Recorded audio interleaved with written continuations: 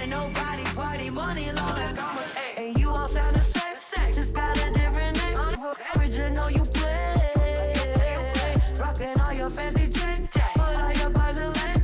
You got nothing on me. Mind if I'm all of the smoke, like Maxine on my dashi roll, or Tarzan, I'll show you the ropes.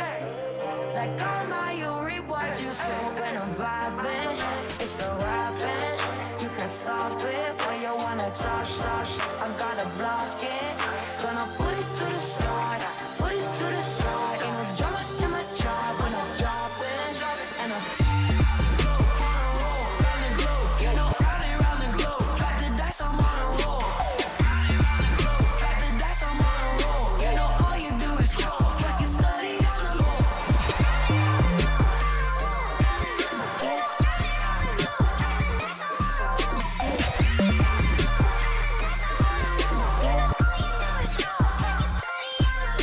This ain't a nobody party, money.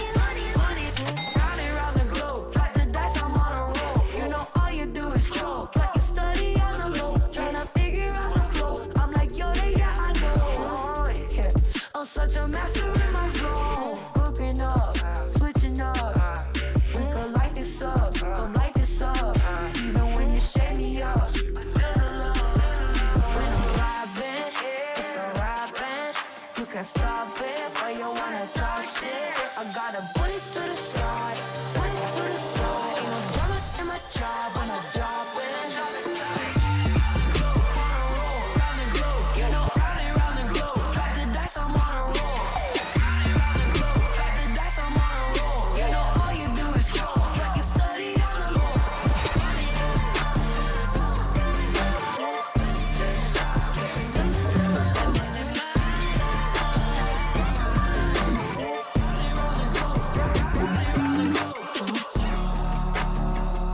If you're not gonna say much, you could have something you don't like the taste of. Don't talk if you won't make it worth it. Did you get far before you hit the surface? I'm versed with the 4-digit pin code. Ain't no words when it doesn't match the skin tone. So blue, no sight, yellow brick road. Just for the rest, don't come back to San Francisco. Live and let live, let them figure it out. We can do whatever, I just want you around. Tell it to the world when I don't pick up your calls. And if you're thinking something stupid, don't say nothing at all. Don't talk if you're not gonna say much. You could have something you don't like the taste of. Don't talk if you won't make it worth it.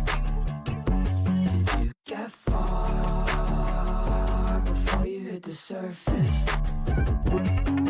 Don't talk. And if you don't say something, I'm just gonna dig myself deeper. Wish it could have gone a little cleaner. And if you don't say something, I'm just gonna dig myself deeper. But most of us aren't good with that either. Don't talk. If you won't make it worth it, get far before you hit the surface. Don't talk if you're not gonna say much. You could have something you don't like the taste of.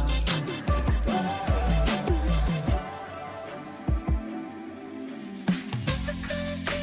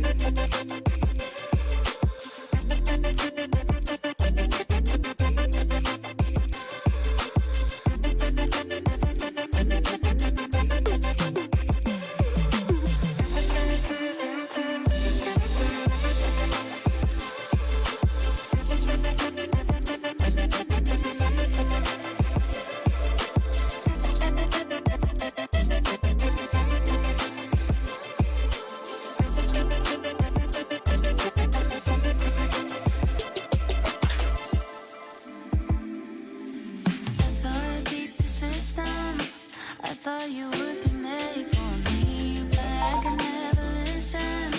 Blinded when I refuse to see. I don't wanna lose, I don't wanna play either. I'll never be a lover.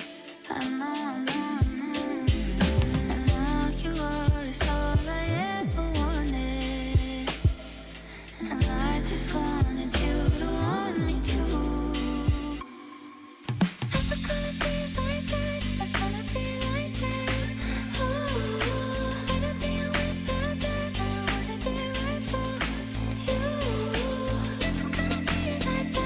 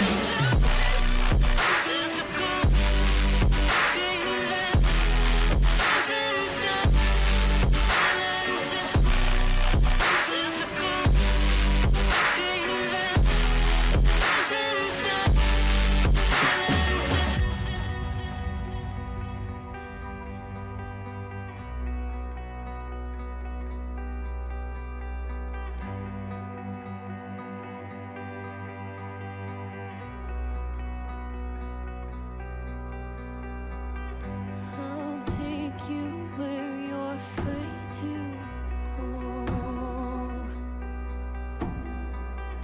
A place unknown but feels like home. I've looked at Planet's face and asked if I can make a life from all this pain. A ghost without a grave. There's a ghost in my head, screams and shouts and silences so loud. There's a ghost in my head, it screams and shouts and silences.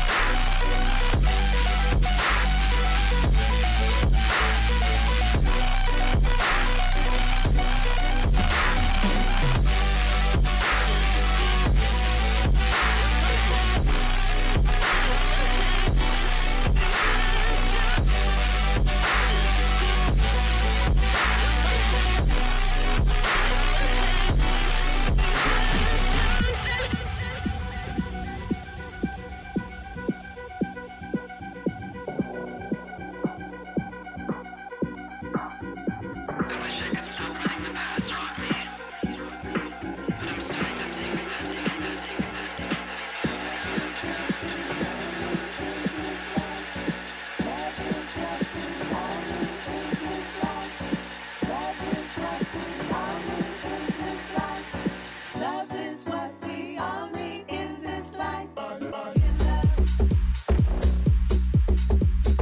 Give love. Give love. Give love. Give love.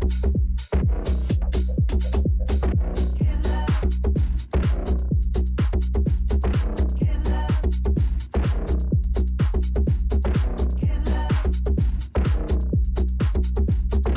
Love is what we all need in this life. Give love. Give love. Give love. Love is what we all need in this life. Give love. If we got a podcast, he'll be fine. One of you lot can hit revive. Check a man's head, see if I'm alright. I don't play calling. Victory's mine. I don't play calling. Victory's mine. I don't play calling. Victory's mine. You're wasting your time. There's no point in trying. Victory is mine. Mine. I don't play calling. Victory's mine.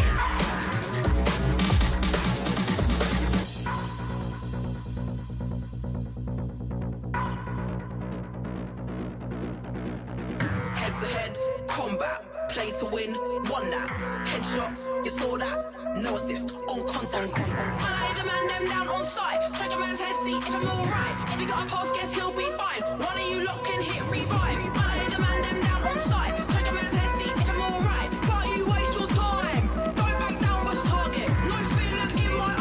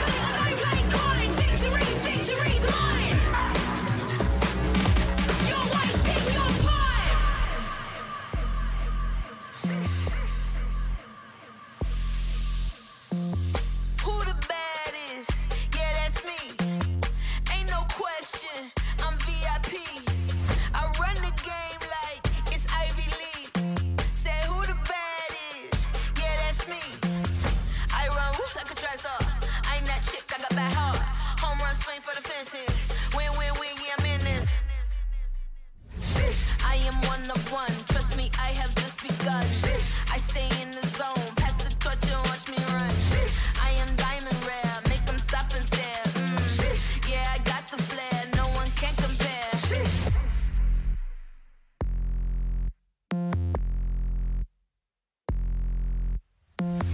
I'm the greatest, keep me on your playlist. High key famous, you know what my name is. I run like a treasure, I'm that chick, I got bad heart. Home run swing for the fences. Win, win, win, yeah, I'm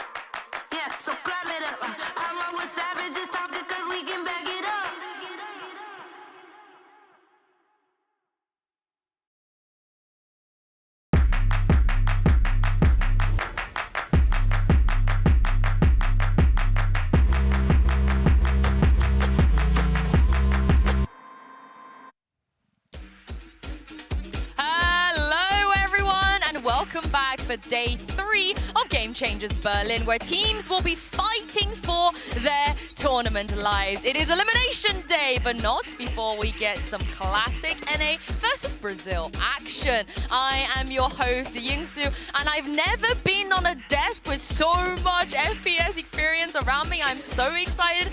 We've got Athena and Potter today.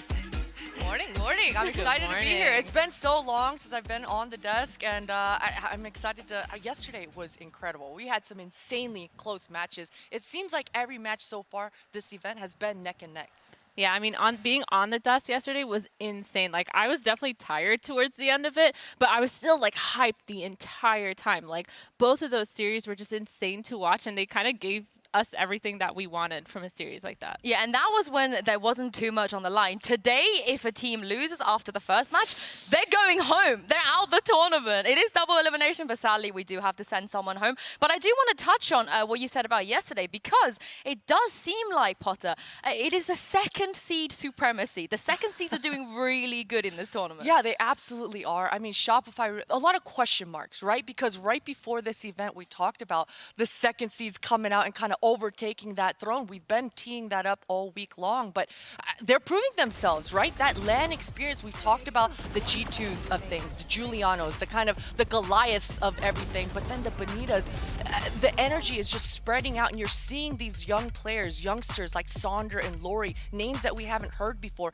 absolutely showing up on the big stage and making plays across the board. Yeah, I mean, like, everyone showed why they came here to play. Like, you know, like, everyone gave it all they got, but at the end of the day, exactly like you said, that LAN experience really came through yesterday. And, like, for me, when I was watching those games, like, I could tell that there were, like, a lot of, like, little decisions that were being made that were definitely, like, really good adaptations and really good things that only someone with, like, a lot of experience would probably be able to pass on to. But also Team Liquid, Athena, they were challenged. They had to play 3 maps last night. For sure. I mean, for me, it was a pleasant surprise. Like, watching Fennel play and coming up with that new comp on Icebox, like, we've seen it scattered here and there to double controller, but we've never seen it played the way that it was played yesterday. Like, it was amazing, and you could tell that they thrived on it. Like, they practiced that. Yeah, exactly. Double controller, it is a decent response, right, to that when you're lacking those flashes. You just kind of block off that line of sight, utilize that omen, but Suzu was busting out those TPs, those aggressive plays, even on the defensive things, finding those openings. It was incredible to watch from the Fennel side. Yeah, what a debut for them as well. And I gotta say, we already knew that they were kind of the fan favorites in East Asia, but I feel like they're the fan favorites here in the tournament as well. One of the highlights for us, of course, was the player reactions from yesterday, the dances, the smiles. No matter when they were winning or losing, they looked like they were just having the time of their lives. And having said that, I've got a little game for you two. Okay. I'm gonna call it the Okay. Fennel dubs or L's, but of course, first of all, we gotta throw out some F's. Oh, they're gonna see us when the camera comes back of W's or L's here for Fennel, but I heard that their players also kind of throw out little signs as well for the team. I know, like, crew, we have this for crew, but we got this for Fennel now. F's for Fennel. You get there, Athena. You got this. Fennel up. Think like FaZe, but the other way around. Anyway, Don't zoom in on me.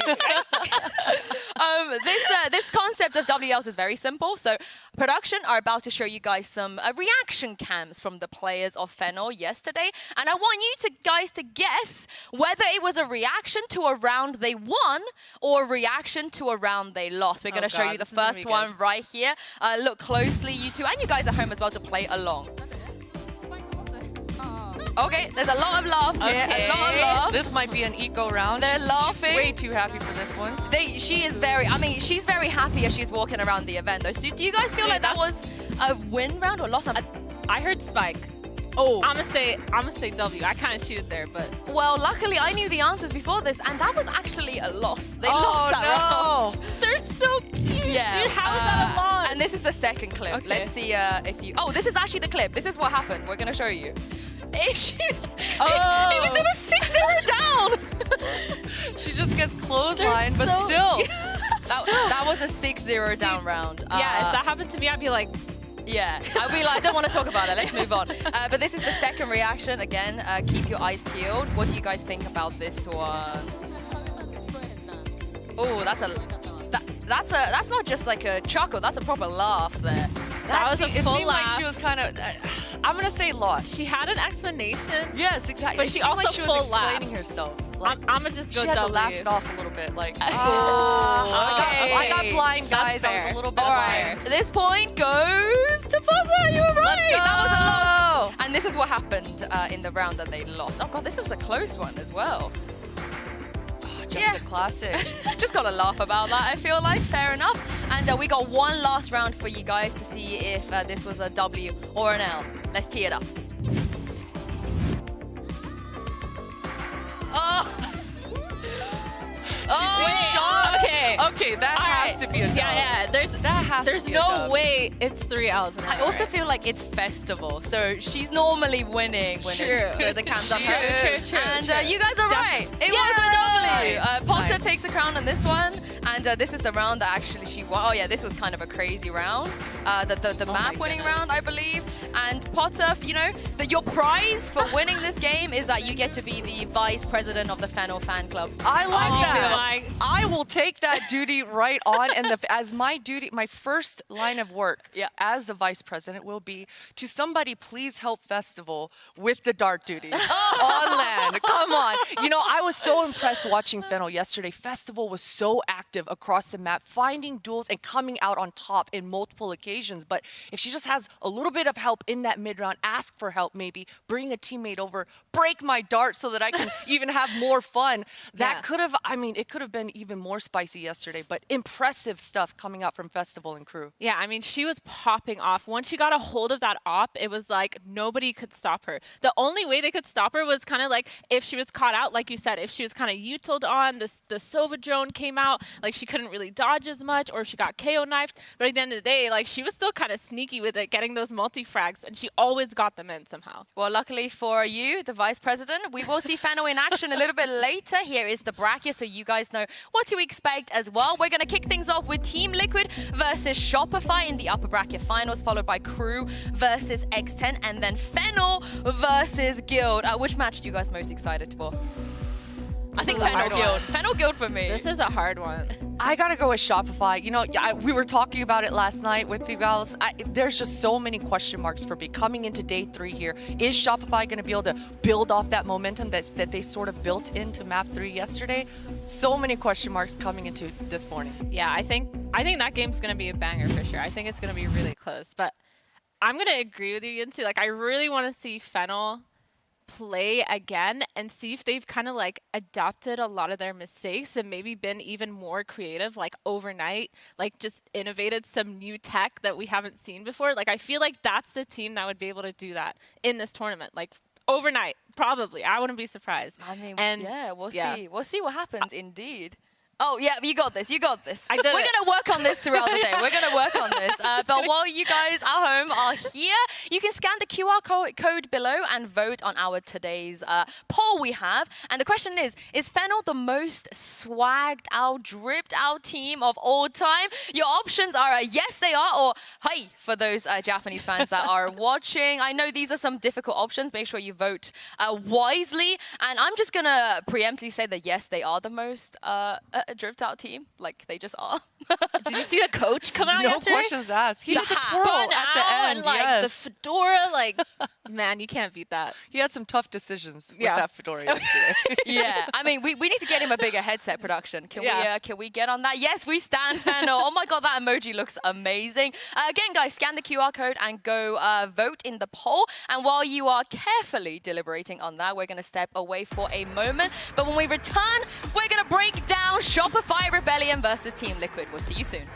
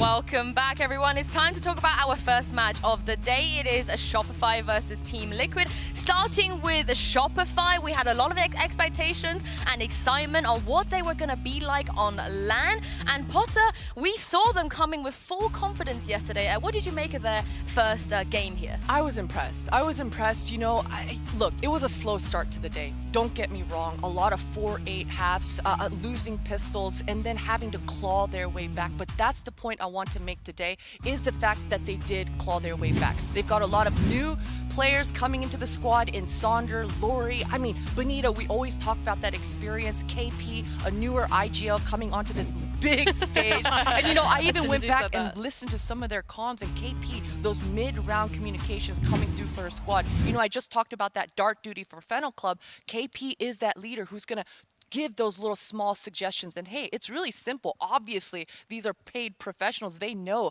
But those small little reminders, when there's this much pressure, makes a huge, huge difference. So love that from KP, and I'm loving what I'm seeing so far for Shopify. I mean, when I was talking to you yesterday, you felt like it could have been a 2-0. They didn't need to drag it out. It should have been a 2-0, Yinsu. I mean, look, 4-8 halves and clawing back in that second map on Haven, round 22, which I think we will be looking at a little bit further. Here it is. So look, in this first half, they were down 4-8. Finally, they start clawing their way back, putting points on the board. And this is the most pivotal round.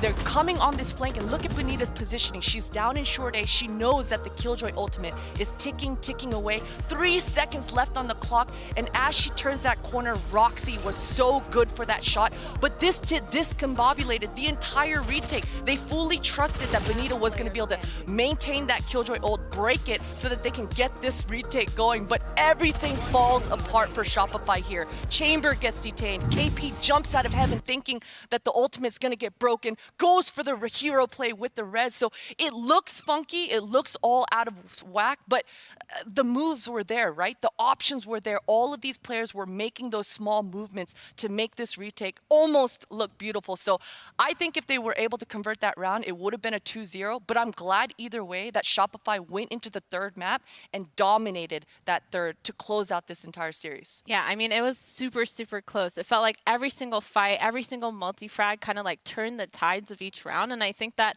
Shopify, for sure, they kept their calm, they kept their, like, you know, pressure low. And I do agree with you. I think KP and Benita especially are a big part of that.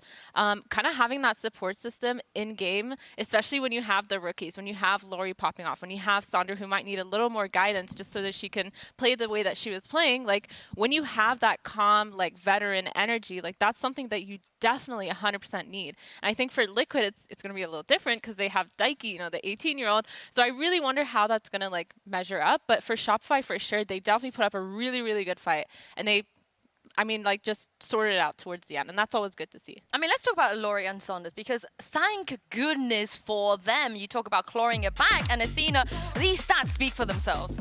Yeah, I mean, both of these girls went off yesterday. They showed us exactly why they're here. They showed us how much of a fight that they can put up.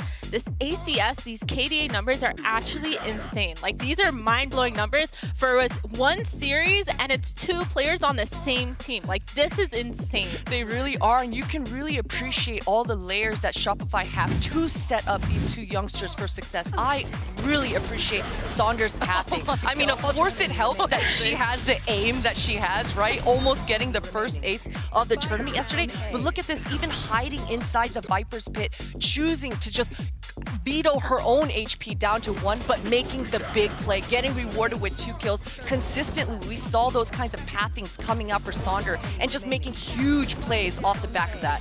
Yeah, and that was an absolute domination towards the end as well, especially, like you said, after the way they lost on Haven. Yes. To be able to come back and do this was really impressive. And earlier, Shopify Rebellion's Lori shared her path to the squad and how they took to get there, what it took to get there even, and how the team pride themselves in their mid-round adaptations. Check this out.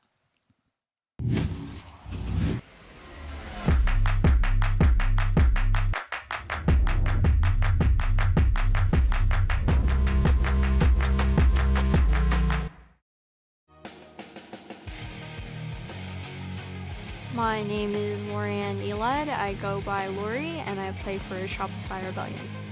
Our journey this year started with placing second pretty much all year, just behind Cloud9 White, and that's how we qualified.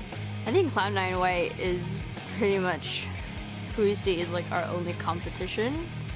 Our team is more exciting than any other team because we pride ourselves in our mid-rounding and just problem solving during the round.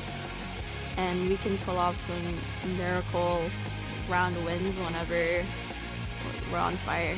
Let Shopify really in this second half, giving them only a little bit, but then they take it right back away. Lori, spectacular. Our best games in terms of comeback was against Misfits Game 3 in the lower finals. We were down 7-11 and we ended up winning the game just by keeping the momentum. KP is our main in-game leader and she is our leader both in and out of the game, truly. She keeps the vibe up and is always looking out for us. And then Benita is the veteran of the team. She's been to many international lands and won a lot of those lands. She is the calming spirit of the team and she always pulls out the impossible round wins, just lineups. And when the molly's in the sky, they finna die is what we say. Inside view, Benita runs in with the stemmy and the judge. The jump and the Benita! Kayla is literally the rock of the team, always consistent, always fragging. We could always depend on her, even in 1v3, 1v4 clutches. She's always there to show up. Diana, or Sonder is my best bud in the team. She and I just give off this chaotic energy, and when we're on fire, she's the one like screaming and keeping the momentum, and she's our star fragger. As for me, I'm a very selfless player and I always give out compliments to my team. Playing in this first international LAN is pretty much a dream come true. I want us to be remembered as that fun, resilient team that are underdogs and will defeat these teams that are supposed to beat us.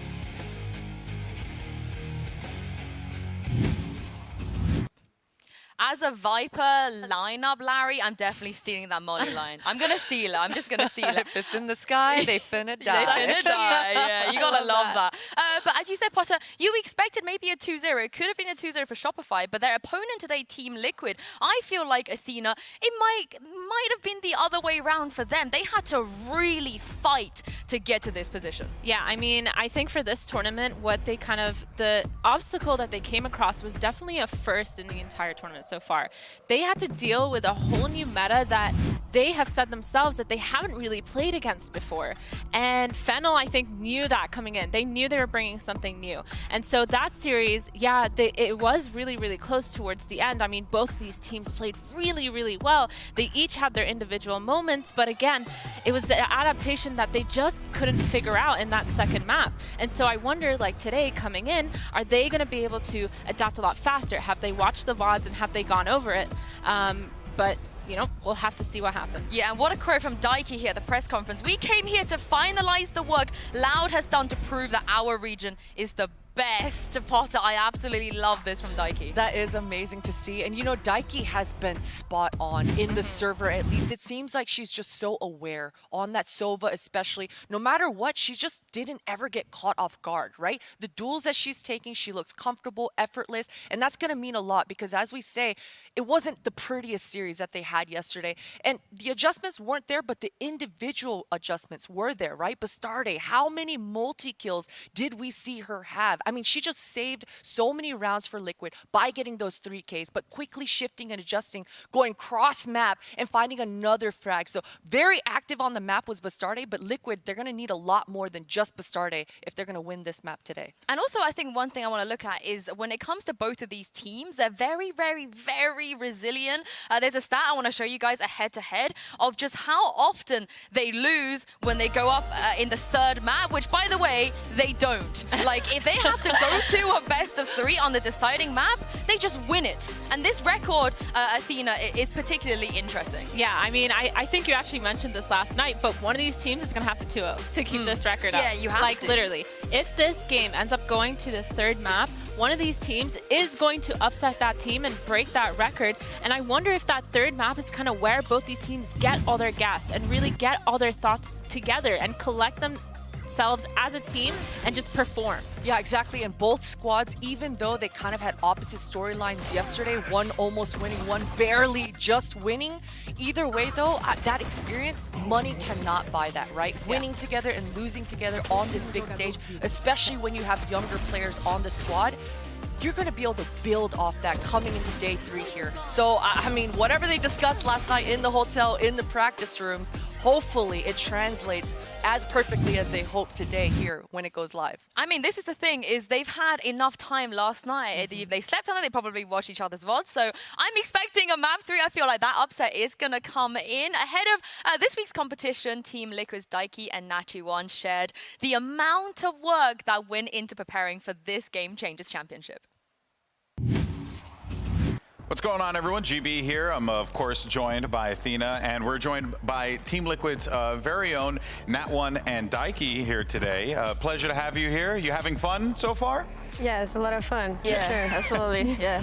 Yeah, awesome, awesome. Well, I wanted to talk about the preparation that you guys have had coming into Game Changers Championships. Seems like you guys have been playing so much, practicing so much. What has that preparation been like, and do you feel like you have become a better team because of it? Quer falar? We was in boot camp, so we started soon. I think before the, eu não sei como falar isso direito, mas a gente começou antes que todo mundo. Before everyone, we started practicing for this championship before everyone because we were at UTech. Okay. So that's what she's talking about. Yeah, like that's literally that, and I think it's the most important to us because we can prepare all of our tactical stuffs really soon. So I think we are prepared for that tournament. Yeah. Sounds good. I mean, for me, I just wanted to talk a bit about Brazil as a region. I mean, obviously, they have had amazing success winning the previous champions. I just wanted to know, like, seeing Brazil kind of lead the way, Loud especially leading the way, did that give your team more confidence and pride coming into Game Changers? Yeah, I think the last tournament they won, Brazil won, so it kind of makes some more pressure against us. Yeah. But we kind of like it, you know. We like to play on pressure because we've been living like on pressure like the whole year. Yeah. So we're kind of used to that, you know. It's give us more confidence for sure. Actually, I really want to talk about it either because that's the first time we are playing, obviously with pressure because of Laurie, but not too pressure like the whole year, you know, because with teams as Cloud9, I think they are really, como que eu falo? Elas são as, tipo... Favoritas? Sim, como que fala? Like the favorites. Yeah. I think in the vision of the public and even the journalists and the stuffs, Cloud9 is the favorite. Yeah. For sure. So last year and this year we always have been the favorite. So it's kind of weird now, but it's light to us. Do you agree that that Cloud9 are the favorites, or do you feel like, hey, it's good that they're being, talked about, gives you guys more freedom to play to your strengths, your explosive play style and all that stuff? Do you kind of like how this is playing out for you guys? I agree that everybody sees Cloud9 as the favorites, but the truth is nobody knows because we never played against each other. So the truth is that nobody knows. But I like to people telling that Cloud9 is favorite and they're gonna win, and I just want to play them. That's it. I want to people watch we play against them. That's it. I like that. Well, I wanted to ask you real quick before we wrap up, though. You're IGLing for the team now. Yeah. And 18 years old, making the calls. It's a lot of pressure. Yeah, a lot. But how did that come to pass? How did you guys decide this is the direction that Team Liquid was going to go in? do you want to say? Yeah, at the beginning of the year, I was IGLing, but at some time, I was struggling a little bit at this, and I started playing chamber. So both things kind of directed me to leave the IGL for another person, you know, because chamber you have to focus on your aim and kind of your play. You're always focusing on another thing, and then I think both the things leaded us to this way, and at the same time she wanted that. She was showing us that, oh, come on, let me do it, you know. Yeah. She didn't tell me, but I feel it that she wanted, Cool. you know. She was kind of helping me in games, like calling more, and I guess it was time, you know. And then she asked our coach. He came to talk to me, and I guess she can do it. For sure she can do it. So it was mutual. Yeah. You guys agreed. Yeah, I think all the girls thought the same thing. Like, I really say a lot on game, you know. So every time Nachi is doing the clouds and stuff, I am saying either. I was saying either hello. So I always Oh, you got this. Don't worry about it. No worries. I don't know how to say, but I really talk a lot, talk too much. So I think all the girls thought the same because of that. The communication. You're very good at communicating. Yes. And that I think That's is very the point, important. yeah. Well, I want to thank you both so much for joining us here today. And one thing I want to say is I love the confidence. Carry that with you throughout the entire tournament. That's what you need. That's honestly what makes champions. Yeah, Seriously. So thank you so much for your time. Thank Appreciate it. you. Thank you. Inviting us. Thank you. I really love the insight Daiki was giving Potter, always being the favorite, but in this one, they're not. Yeah, and you know, I think that pays well for them, but they were like, I kind of like being the favorite going in, and they're looking at Cloud9 thinking, why does everyone like them as the favorite? So there's a bit of confidence there coming through as well. It's interesting. I do love how aware Daiki is, though. I mean, she's talking about, she just kind of, the leadership fell into her lap. That's kind of the best way for it to happen, right? Organically like that, becoming the IGL. She wanted it. She wanted it. You guys, earlier, I asked you guys at home to vote in our poll, of course. Fennel, the swaggiest, drippiest team of all time, and you guys voted yes. I mean, they had to. Or high. Yeah, yes or high. But I mean, I'm happy to just give them that crown. We don't even need to discuss it anymore, I feel like, at this point, Athena. True. I mean, again, that coach, I cannot stop talking about him. All the girls, they have the sickest hairstyles. Like, oh my God. Yeah, I can't. I'm turning into a fangirl. I can't. I got it. You want us to get you a hat? We can get you a hat if we want. Dude, just a big ass fedora. Yes. Well, we'll ask production to get you a hat. But Fennel, of course, if you are a fan of them, they are going to be playing a little bit later. We have a lot of action coming to you guys. We're bringing you not one, not two, but 3 matches today. Make sure you have a lot of snacks and drinks and stay with us throughout the day. So yeah, let's wait no further and get this show on the road. VCT Game Changers Day 3 Elimination Day starts right here.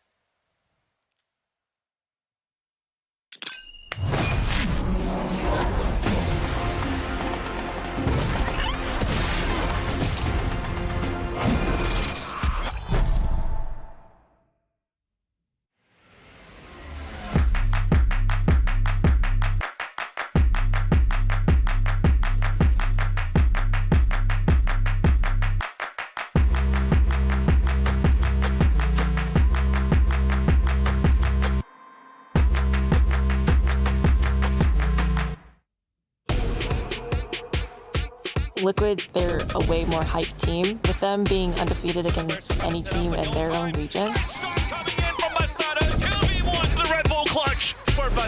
creo que lo que nos diferencia de los otros equipos es la experiencia, entonces básicamente sería eso lo que nos podría llegar a hacer llegar a la final. I want to see for myself if they were up to that height. What a hold there for Bastarda. No, la verdad no estoy nerviosa para jugar contra Shopify porque la verdad soy muy ansiosa para jugar contra ellas. Siento que voy a jugar con bastante confianza. Going for the surprise kill. We're kind of like the underdogs, so just beware. The last two alive, and Sonder is immovable. Sonder takes them over the line. Shopify Rebellion. Este momento donde podemos ver realmente el nivel que hay diferente en las regiones. ที่นี่ก็อยู่ในวงการ e-sport มาค่อนข้างนานก็ใส่เต็มใส่สุดแน่นอนค่ะไงเราก็จัดหนัก Two frags picked up. Sí, nos sentimos totalmente confiantes de poder avanzar por la Perfect place for it. Perfect timing for it. That's two. Galita cuts down Cloud9 White. คือเราก็ไม่ควรจะเล่นแบบกลัวแล้วก็เล่นแบบที่เป็นตัวเราเองค่ะ What a hero play coming through from Ginny to wrap it up. Lo que tenemos que hacer para poder recomponernos de esta derrota es armarnos de nuevo y ver nuestros errores y seguir, nunca decaer.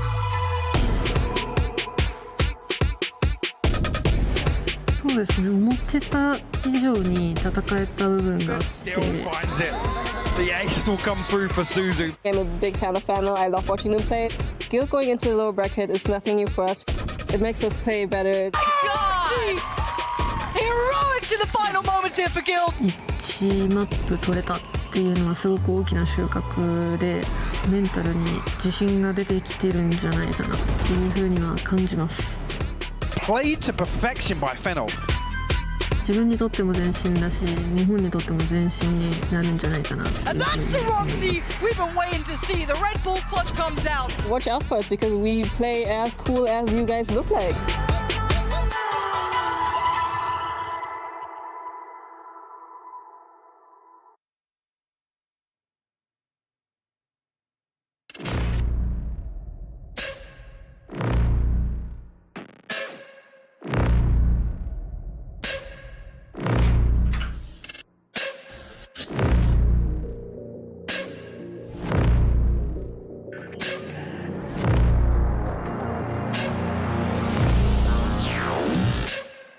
Shopify Rebellion.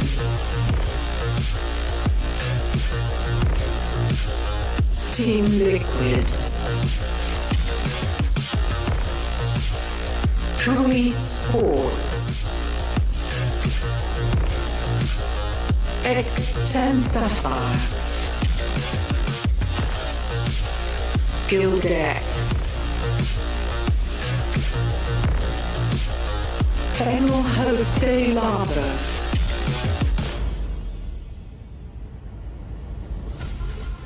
Here we go, guys. We're not messing around. We're going to jump straight into map select for Team Liquid versus Shopify. Potter, what would you like to see come up today? You know, there's some funky business already right from the get-go, right? Because we think about Ascent right off the rip. That is Shopify's veto insta, and that's Liquid's go-to. So I'm very curious where Liquid is going to lean to. Is it going to be that fracture, potentially a bind?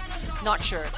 Yeah, I mean, Liquid banning Krill here is a really good call. I mean, we saw Sonder kind of pop off on that Neon, so I think it's looking good. And just as you said that, Potter, we got the fracture in. TL actually selected that map, which is really, really interesting. Both these teams have a really good win percentage this year. They're both at 75, 76%, so that's going to be a really close game. It is, but you know, I'm getting kind of flashbacks, and they're not the good kind for Shopify because on that fracture, the last time they played, I think they lost like 6-13. It wasn't even close. So certainly for Shopify, I mean, Liquid, they've got a game plan here. This is absolutely a punish pick coming out. And we're going to see Bind as well. Apparently so. I mean, Bind is going to be Bind is going to be insane. All these two maps are already so close in terms of stats and in terms of how often they've been played by both of these teams.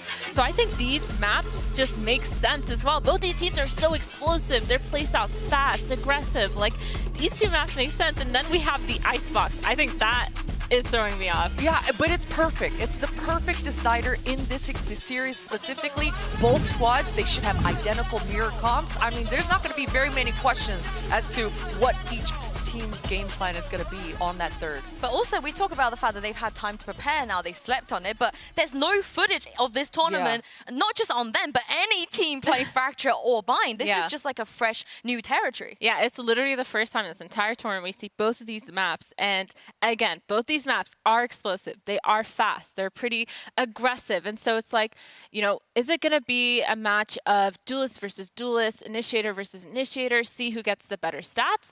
Or is it going to be a match of just which team can adapt way quicker to the other team's playstyle? Yeah, man, Bind is tricky. Those TPs, and you know, there were some moments yesterday where we felt like the players might not hear as well as they would if they were at home. You know, obviously the stage can get really loud. With the TPs and with the quick movements on Bind, it can get really hectic really fast. Well, with the maps locked in, we are going to take a short break here, but don't go anywhere. When we return, we're going to welcome our competitors to the stage.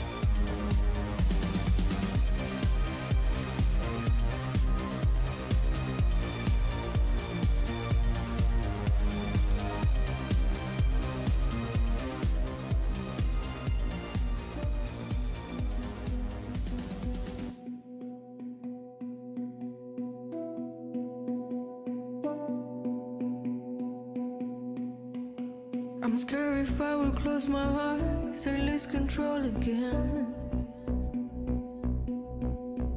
When you lay your body next to mine, do I heal your pain? You say you need me, don't let me go.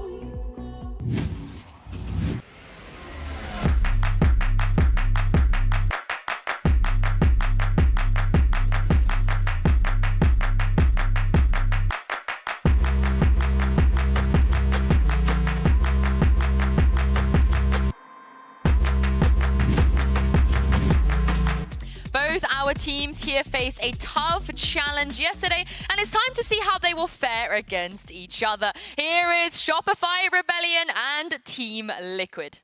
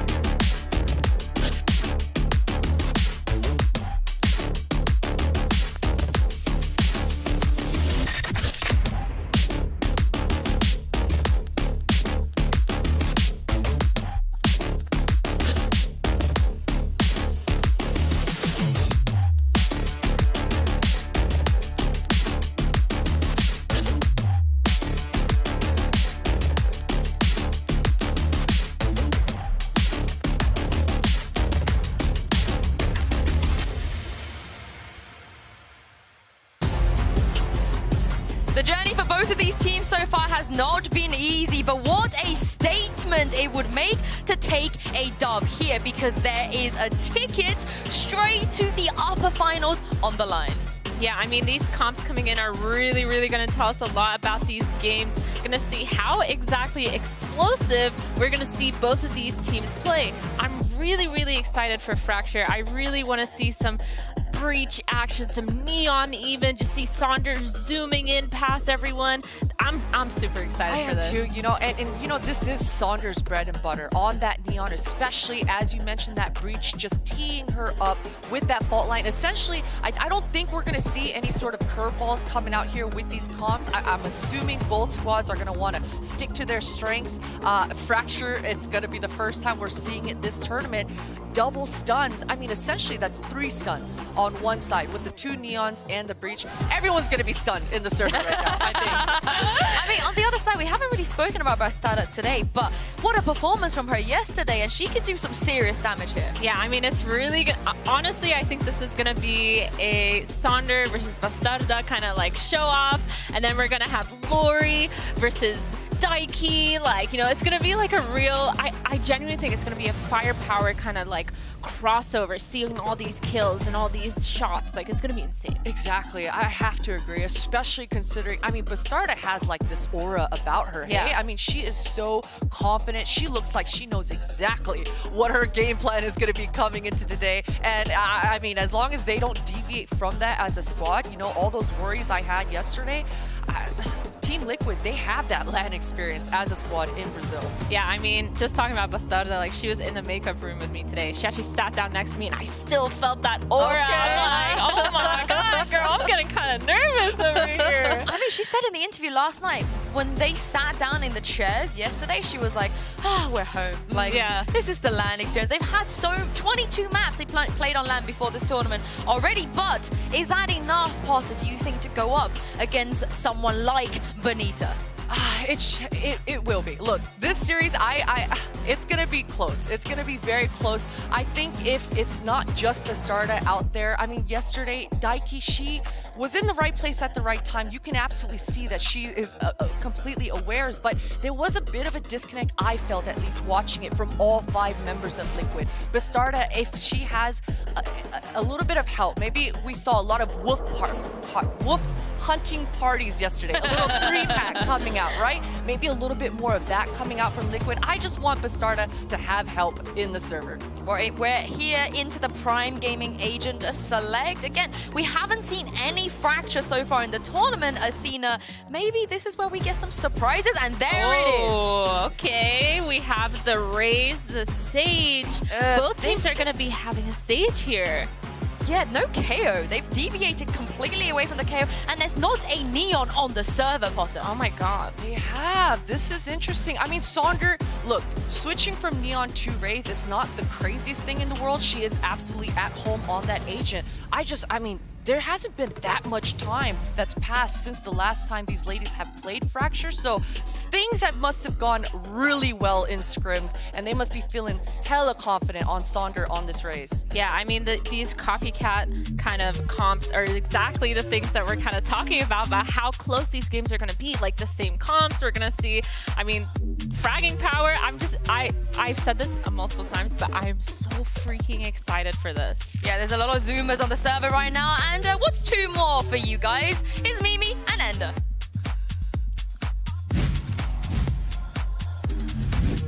Yeah, thanks very much, Sue. We'll add that one into the queue. But, Christy, we've got a good one here. A match for top 3 was supposed to be happening last night, but now these teams have had a little bit more time to prep, and this should be a good one. Look, they got the recharge, and they come in, and we get not just our first time on Fracture here at the Game Changers Championship, but also we get Bind coming after this. So a whole lot of new maps. We got new comps as well that we're going to see tried out here by Shopify. Yeah, and on top of that, we get kind of the 2 stars of these teams facing off in interesting roles. You get Lori versus Daiki on the Sage, of all things. Oh yeah, and I mean, they're both fantastic Sage players. Lori, of course, making that switch over here onto this map. Haven't seen that a ton in the past, but these are 2 players where, yeah, we've got strong duelists on both sides of the server, but Lori and Daiki are the standout players you have to keep your eyes on. Well, here we go. It is Brazil's best, and we'll have to see if the Shopify Rebels can overcome as we get things started on Fracture, and it is quick off the rip. Shopify, fast south side pitch. It's a bit of a slow crunch through main, but the flash perfect from TL still.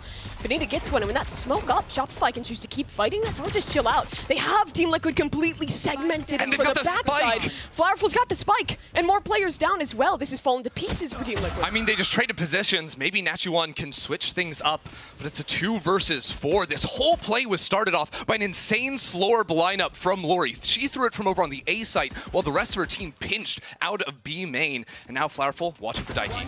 And that's so difficult too. Wall up in your face. Nachi has to expend so much ammo to get rid of that one, and now 4 players holding for her, and Flowerful will not let her through. A player that started a little slow yesterday, but a hot start here. Yeah, absolutely. And Shopify already showing us the work they've put in before this tournament. First time we're seeing them on Fracture. Previously, this is a team where they play the Neon and they play the KO. This time, they've got Raze and Sage. The last time we saw them play with the Rage was, a Raze was back in the Dark Ages. They were playing a comp that would make you rage. Yeah. It was with the Jet as well in there. So this is something very new for them. It was double duelist, and that was back in April. Since then, all the Neon train.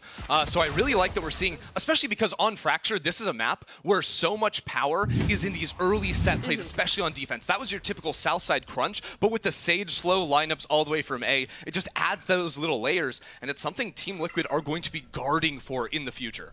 Yeah, that's the start you want if you're Shopify, though. This is a team that, on the stage, they tweeted a lot about how much the vibes were just extremely positive. They were having so much fun yesterday, and it seems like that's continuing through. Oh, yeah. They switch things up, though, here, right? You do a pistol round, this instant, fast tempo crunch to the bot side. Now just waiting for Team Liquid to come over towards them. And I think that's a good sort of pace change. You always want to keep the attacking team on their toes because, again, this is a map where it does really just flip the script a lot of the time. So much defender-sided aggression is welcomed on a map like this, and I think Shopify have very good ideas already we're seeing unfold. Yeah, talk to me about these Sage compositions. It's a comp that I think has kind of fallen out of favor quite a bit, but both these teams are electing to commit to it. Yeah, I mean, I think in terms of like on the attacking side, I think it gives you a lot of cool options working into the B site, sort of blocking off a generator with the Sage wall. Of course, this isn't really a map where teams play super far off site, so it's not like one of those, like an icebox where Sage is going to hold onto a wall on the defensive side and use that to sort of cheat their way through a defuse all the time.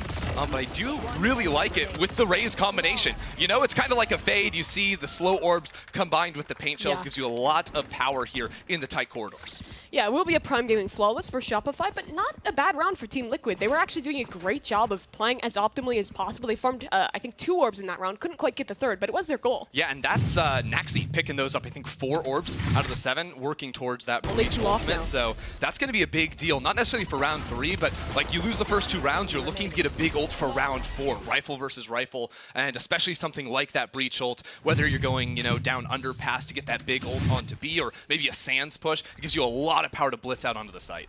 Yeah, and Shopify will run this setup similar to how you would play with a Fade in the mix, where they're really dedicated to these kind of A-main trap plays with heavy breach and a nade to react off contact. Yeah, and Shopify have loved these sort of heavy leans, even when they're playing stuff like the Neon in the past, where they sort of leave Flowerful and Island towards B. You can see all 4 players outside of A main. They put up the wall. That's going to instantly get broken, but even though you put down the early wall and it does get chunked out, it's really hard for Team Liquid to actually push through that. They also electing to play the Sage as opposed to another Initiator, maybe a Fade, KO, the more popular ones on this map. You can't really scout around those corners as easily. Yeah, an interesting setup from Liquid. Every single player starting on the south side of the map here, only the trip to hold things down from Bridge. So they do have to fully commit to reclearing the underpass. Yeah, they really like underpass. Last map they were doing it, or last round rather, now they're going for it again.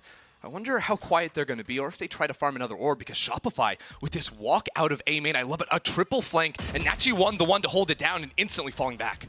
She has to here. Shopify pushing together. Flowerful can't quite hold the site, so that flank becomes all the more important, but Nachi won a great hold. 2 picked up. Now support from her Breach. She wants that 3rd, but Lori will deny, so 4 versus 2, and this round not looking great for Shopify now as Benita is trapped in spawn. Yeah, a bit of a bulldog moment, I think, for Flowerful there. Important that TL on the entrance, Bastardo was able to find that kill onto the enemy chamber, and Team Liquid are going to get themselves on the board. And importantly, Naxi is just 1 orb off that ulti. Yeah, that she is getting very, very close. Should have that ready for this round. One thing that I think that was a little bit interesting about Team Liquid, when we were out in the crowd yesterday in their game against Fennel, there's a ton of Liquid fans out here. They may be a Brazilian team, but that EU org kind of runs deep for them. They definitely, like, G2 was getting all the chance on day 1.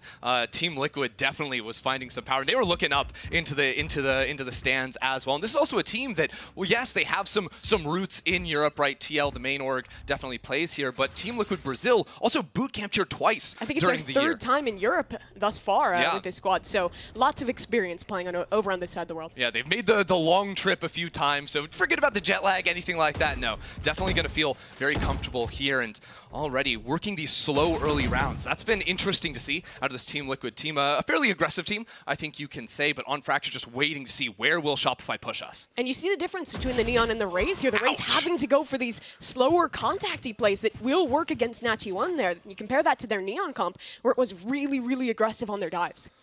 Definitely was, and because now you sort of lose that second player on the top side of the map, it makes it a little bit more difficult to pivot out of an A hit, right? All three players down towards the south side. Breach ult, though. Here's that ulti, and Lori, she's been good, but can you get kills with this concuss? She does have support though. Her breach towards spawn, aftershock will delay, and a slow as well. Look at that. that. Feels good. This ult has been completely nullified. Smoke in their face. TL cannot get out. Saunders shut down the north side. Another slurp into main, and they're still stuck. Yeah, Daiki got the one kill from drop, but instantly gets traded. You lose the pinch, and now they're all going out in sand. Good audible, though. Faster Sands. Bastarda opens onto Sonder, and again, it's down to Lori this time, though.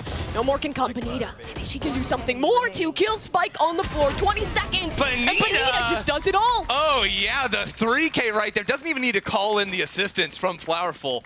No support necessary whatsoever. Really good defensive hold from Shopify, led off by the early push out of Dish to find the kill, but then the combination just locked down A main. The Breach ult comes out, what instantly follows? Breach C4 out of Shopify and the Sage slow. Yeah. So if you're in that Brimstone smoke ready to pop out after you would just have absolutely gotten just eaten alive by that utility.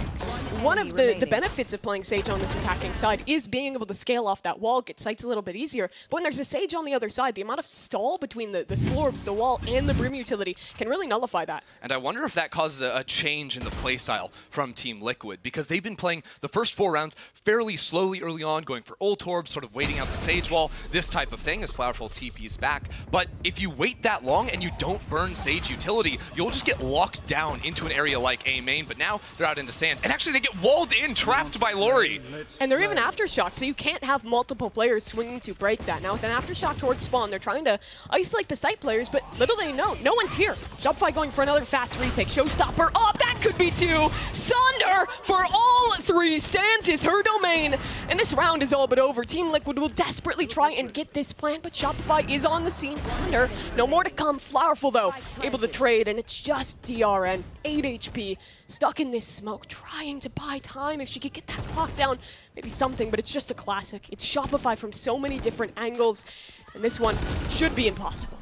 And it is. Shopify going to be able to get the defuse on that and go up to 4. I mean, what a play. Sonder jumping out. Of course, this map has been changed since last we've really seen it on the international stage. First time for VCT, even though we're seeing this map in its new condition. Exactly, and what that's meant is we've seen, you know, the ability to really attack out of here. Maybe not too much change with the area on the map with that particular play, but the flash coming through as well from Shopify after the 2 first kills with Sonder's ultimate, just absolutely perfect to be able to convert it into a third there. Shopify have really been impressing me with the utility, and especially with the 2 new pieces of their composition. The Sage and the Raze are looking hot. Yeah, Sonder was that player who pulled them over the line in the final map yesterday, and again, she is starting with that same fire, 8-3, just 5 rounds in. Looking at the ults here, both Brimstones have the ults ready to go. That's a Sage slow lineup. I love the observers being able to show us that one right there. No play coming off of it immediately. And it looks like Shopify are back to sort of the slower early round approach. Bastarda is 2 charges off the ultimate as well, so maybe a factor here in a post plant. It will just be this 2-3 setup. Shopify a little bit more passive towards speed. Just can you take contact on their chamber? Flowerful will make that. Should call for the breach to rotate over. But again, this stall utility could be big. This hit is segmented from TL. They have to disrespect that smoke, and Flowerful realizes she'll get out of this one. Remember though, Bonita has the ult for the retake, so I think Nachi1's position so important here because the rest of the team is going to get pushed off to the site, and she is right around Generator to cut these players off as they burst out. Shopify wants to go quickly on this retake, but smokes will stay in their face with that Brim ult finding nothing. It's actually an ult 2 reply towards spawn. DRN will swing off of that, finds her kill, and finally the spike is coming down. Bonita attempting a play. Bastarda won't allow it, and now through the smoke, it's Sonder. Double satchel, does not expect the off angle from Nachi1, but Flowerful, she could save this one too. Kills looking for more in the corner. There's a player stuck, but it's only KP, and she's trying to dial in the aim, but she cannot whip around onto Daiki. Second round for TL Brazil. Really solid setup there. The sight hit with the Sage Wall, and then the post plant from Team Liquid. Gorgeous, right? DRN's ultimate sort of forces Lori to just throw herself out in front of the site, and she's been strong in the past, but DRN was able to perfectly swing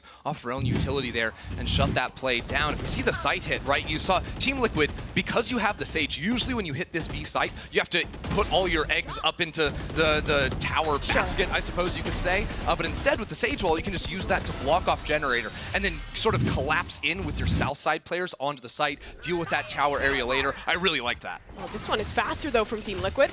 Quick sands control, slower in Bastarda's face. That showstopper will do nothing. This is interesting, though. Second time we've seen with early sands pressure, Lori just drop the wall down there. Now with your topside player down, Team Liquid, again, just sort of trapped A main. Benita, too, has pushed down out of B main, right? She's on the, she wasn't seen on the trip. Oh, this angle could be perfect. Benita lines up, too. Only one, though. Hey, you take that, though. You remove Bastarda from the play, right? You're already down Nachi1 from Team Liquid. Now entering a site going to be so difficult, and Flowerful posted with the Chopperator. She's flashed off the line, turns it. Shot, though, will not land. TL recovered to 3v3, and now they have options as Shopify quickly rotates towards that B site. There are some options here, but DRN used all of the smokes on the initial A side hit, which is going to make it really hard to get onto the site. Now, luckily for Team Liquid, no one's really playing here, right? KP's the only player outside rope. Now, Shopify should know there are multiple players in A main because of the res. They know where that body is, so they're going to quickly multi-flank with two, and KP cannot hold it down. Remember, that trip was broken earlier, so this flank is open still. Team Liquid should be aware of this possibility. They're planting for main, so will likely look to re-clear that space. Spike planted. Two players in main ready to trade off one another. Bastarda just gonna slow things down with the paint shell. Very aware of the player, and the swing, Bastarda shuts it down. Sonder in the corner, stuck on 58 HP. You cannot escape. Team Liquid will take a third. These really slow rounds from Team Liquid have been quite effective. Shopify seems to be putting a lot of commitment into these contact pushes. 3 rounds now where they've sent at least 1 or 2 players forward on those pushes. And while they were effective early game, Team Liquid's pace seems to have been able to contend with it. Yeah, you know, Benita was able to get the 1 kill on the flank. He does get traded out. But, I mean, I still think that's a worthwhile trade. Like, gets the Sage down to 30 HP there. Then, as soon as Flowerful drops, that, I believe, gave the Resurrect over to Daiki. And that completely changes sort of the DNA of the round, the choices they can make. Daiki getting excited on stage there too. So I like this sort of early presence from Team Liquid, then having the ability to fall on back. But Shopify, with a couple of Buckies in hand and the pistols, are trying to just lock down this A main sands area that Team Liquid have loved. So for Shopify now, with this consistent south side pressure from Team Liquid, what's the solution? Is it trying to go for more north side crunches? Is it entrenching, leaning into the retake? Something else? I mean, I think their pistol round strategy is something that could come back into play, right? Saunders 2 points off the ultimate, and while in pistol round you can sort of go flying down the south side of the map, I think it's a little harder without that raise ult once you get later into the game.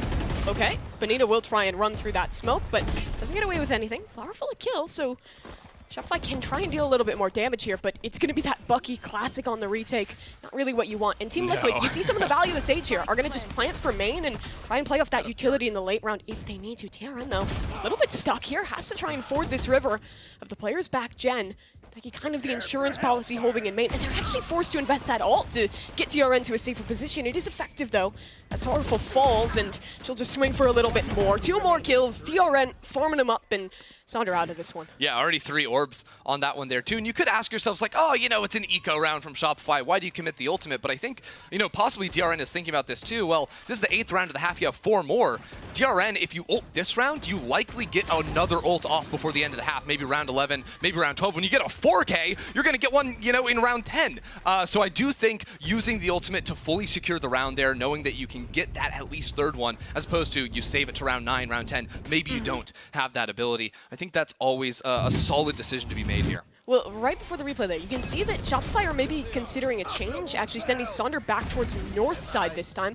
But Team Liquid as well, I think, are going to consider changing up their strategy as well. No timeout for either team, so they're both confident in their play here. And the one area of the map we've seen some attention drawn is Dish, right? Dish changes have made it way easier for defenders to push up on that side. You don't have to worry about as many angles on both areas, but in terms of like breach concusses, all of a sudden, a north side crunch, you can go out of Dish, whereas before you would have to go arcade. That area got opened up, so a little bit less popular nowadays. But with how Team Liquid have been playing it, they've waited for that Dish push to come through, which this round, Shopify not electing to go for. Instead, back to the old behavior of putting 3 players right around Sand and A main. Team Liquid this time might want to split towards this B side. That's pretty effective with these Sage. Oh yeah, and look at the positioning from Nachi1, right? In underpass, just guarding to make sure no player walked out of arcade to intercept Bastarda and Naxi here. That's a really good look when you're playing these slow early rounds. Putting someone down in underpass to guard the flanks is important because, you know, Chamber Trip not actually being used to guard that. Oh, and it's on Flowerful here. She's got 1, holds on the TP, 2 for 1. A solid trade. Benina towards heaven is the swing, right? Absolutely. Perfect timing. That's north side control. And now the rest of TL have to try and scale this site alone, but Benina and Lori both arrive. A quick shutdown on the B split. Very nicely done off of that one. Again, the early setup from Team Liquid was strong, but when Flowerful finds 2 opening picks and Benita is just pushing forward, she is feeling super confident on this one. The ultimates now for Shopify starting to really start to stack up as well. The only breach ult for Naxi, thing they have to be considering on the opposite end. Yeah, and I think, Benita, I was talking to Lori before this game when she was getting her makeup done, and she was saying how much value Benita has been providing. 20 years of FPS experience behind her. This is the 3rd game she's been to an international LAN, and she's been giving a lot of advice to the Shopify team, keeping their vibes up in these LAN matches, which is pretty new for the rest of the core. Absolutely, right? Well, the newest edition right there with Benita, really impactful on the team. I think you combine that with the leadership of KP in the server as well, and you got everything. Let's see how they deal with this ultimate, the full execute from TL onto B.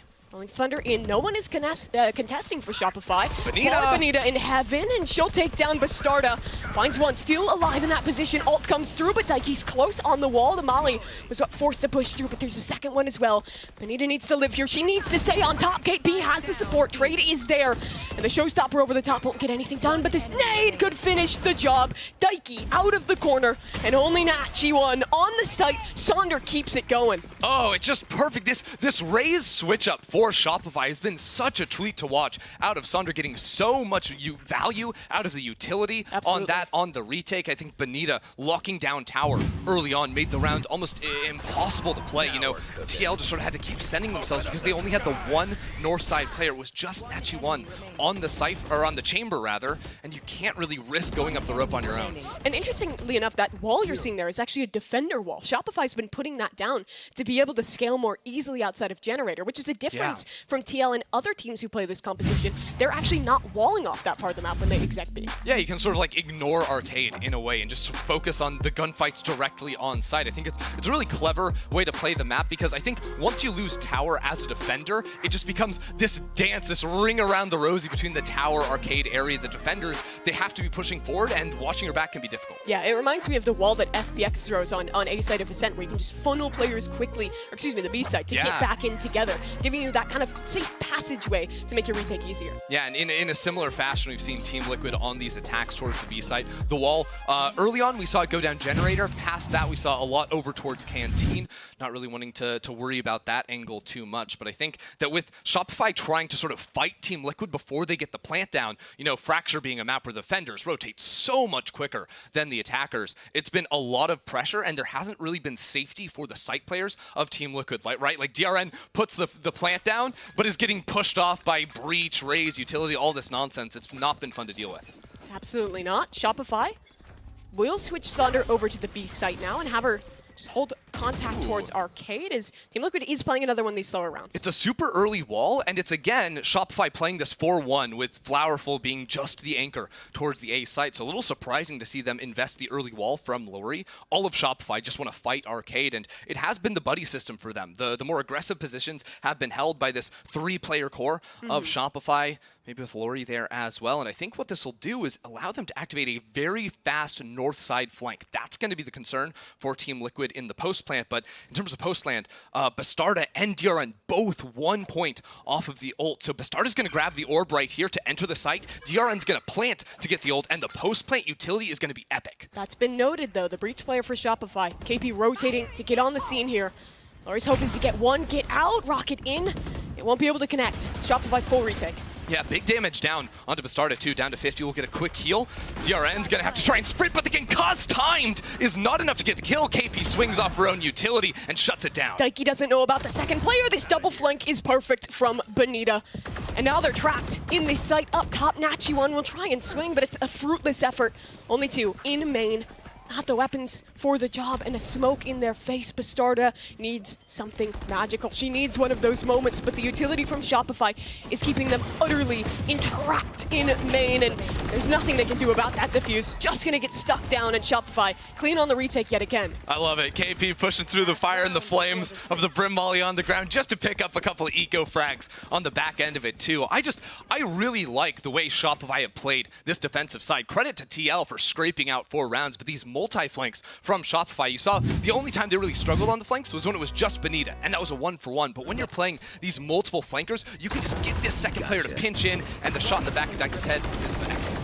Interesting smoke there from TL, which I think is a change from how you used to play this map. They pop a one-way over. Sorry, I love seeing Sander smile. That's awesome. But yeah, get back to the one-way. Yeah, it's a cool one. We'll talk about that later. What we got to talk about now is Nachi1, because she's just found a huge entry. I think this is the first round where Team Liquid have had a gift like this off the rip. That's a big one. And with how Flowerful has been playing sort of the anchor position, you can see it is just KP, who's liked the rope area, will run into potentially Bastarda's rifle if she commits on forward. 3 players going on the south side, and this is an interesting position. We have seen the chamber trip here a couple of times now for Nachi1. Shopify aware enough to be able to potentially smoke that off if they want to go for the flank. These multi-flanks have been one of the most effective parts of Shopify's retake, and thus far, Team Liquid has not really found that solution. They'll again slowly scale into an A split here. And if Shopify are able to retake A main, remember, Lori has ultimate.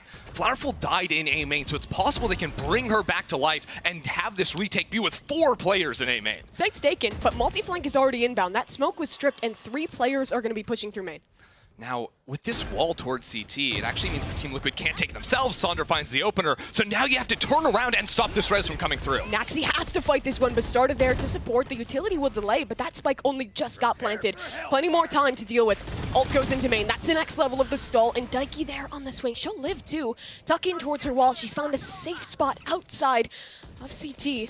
4 versus 4 now. A second layer of the flank as well. There's a player coming from the north side, and Daiki holding on this angle. Benita on the wide swing finds her, and 2 falls. DRN, but Bastarda making it work. 1 versus 1. Her against Sander. The satchel's through, but Bastarda wins the round. The 4K to close out the half. TL in touching distance of Shopify. The retake looked good. Everything perfect for Shopify, except for the fact that Bastarda is just a machine. Look at that 1-2, then KP lost. Where is this girl on site that is just absolutely smashing? And then in the Raze 1v1, able to knock Sander out of the sky. She is just different, and she's loving it. The crowd here to support them. We'll see if 5 is enough for Team Liquid as we hear from the desk.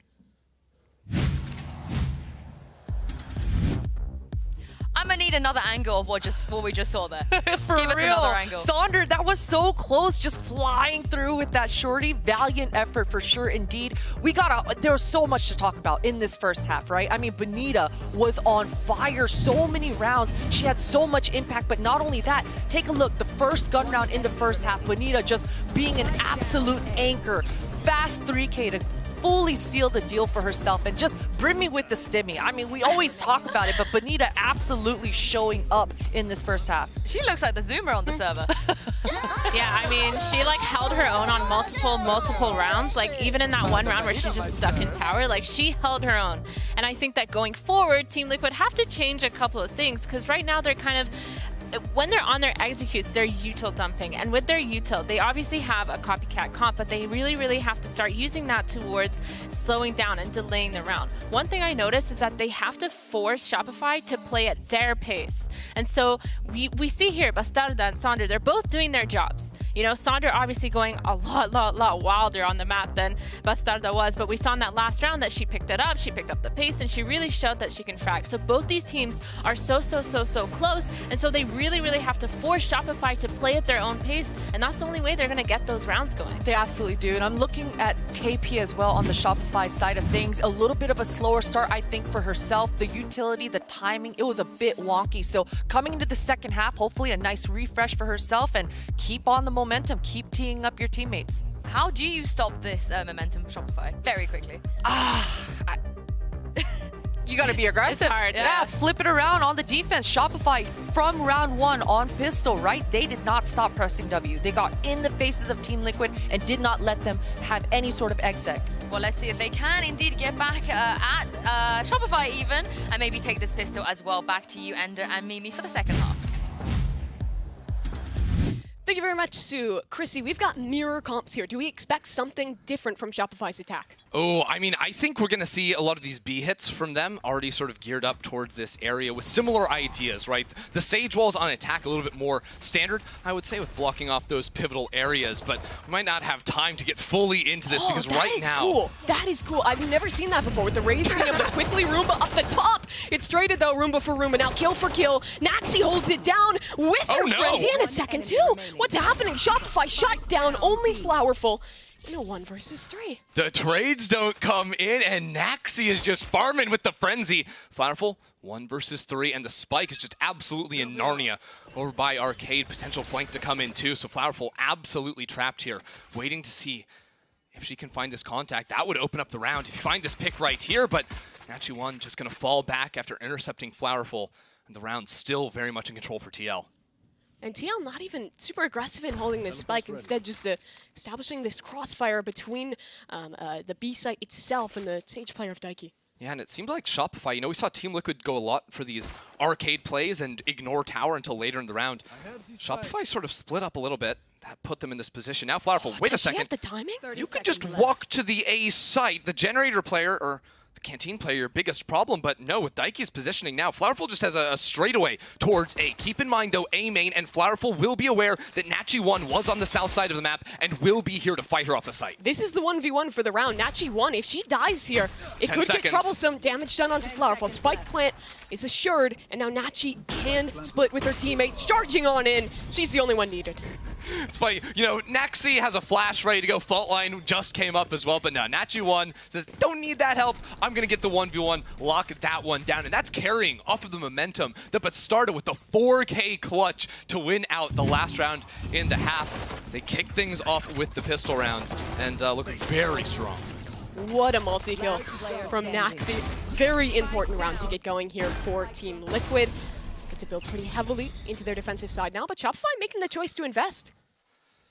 Yeah, oh yeah, I'm seeing a couple of stingers, a couple of light armor specters as well, because they were able to get the plant down. That's actually so important. Flowerful being able to sort of run through defender spawn and get the plant gives them enough cash to commit to this. Although Sonder at the last second was selling her gun, ends up with the stinger. So it does all come through for Shopify in the end. Currently unknown that they went for the force. Ouch. Big shot for Nachi1, and utility invested here to get rid of Nachi. It's another one of these B hits, but the Marshal is on scene. Nachi1 will look for more.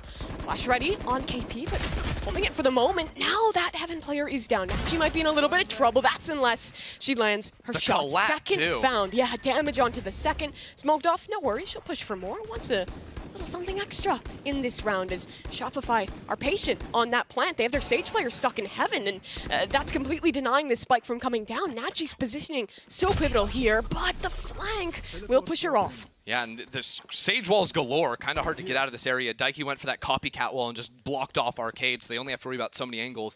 Very clear that someone on TL told Nachi1 that there is a player slant. Benita has absolutely nowhere to go as KP concusses to try and get herself out of B main, but chunked down to just 6 HP. How are you going to make it happen? A plant would be important. An orb for Lori, some extra money as well, but Nachi1 from pistol to here, farming up against Shopify. This is looking clean. KP 1 HP. Team Liquid so patient there. That's a really gutsy force from Shopify too. I mean, a close game, things tying up now on 7. Shopify, likely this ends up meaning that you can maybe go for some Sheriffs again in round 3. Still have enough for round 4, but not going to be ideal for them whatsoever. And I think that we've already seen sort of the lockdown from Nachi1 being able to hold B main and then turn around to tower. That's just not an angle you really ever have to deal with as an attacker. And the Marshall just farming on the second round. And we've gotten to see it now from both sides, what this Sage is bringing on the defense. There, it was completely segmenting off Arcade, so it was only those 2 angles that TL had to fight from, which makes it so much easier to lock the site down. Yeah, we can sort of keep this contrast going between how the two teams play the map. And one thing I am curious about with TL is how many of these flanks do we see them activate? Do we see them go for the early aggressive plays? We saw Shopify have all the Sage, slow orb lineups that were really cool to see, especially early on in the half. But Team Liquid not really showing us any of those looks yet, so they can maybe condition Shopify into feeling relatively comfortable in the early rounds, and then maybe first rifle round, second rifle round. These types of times you can really switch gears on Shopify and catch them off. Another 1-for-1 comparison there. You can see both these teams very aware of the value funneling those orbs into your breach gives. KP going to try and grab a second one here. The concuss into the paint shells too. Everyone run back under, get to the bomb shelter. The rest of Team Liquid are hunting you down. Daiki on the swing, farms a couple, and Lori puts one back, but the rest of Team Liquid making quick work of Shopify. Eco fraggers. Brutal. But Starta hungry to get something there. Only 1 loss in that round, a success for TL. Man.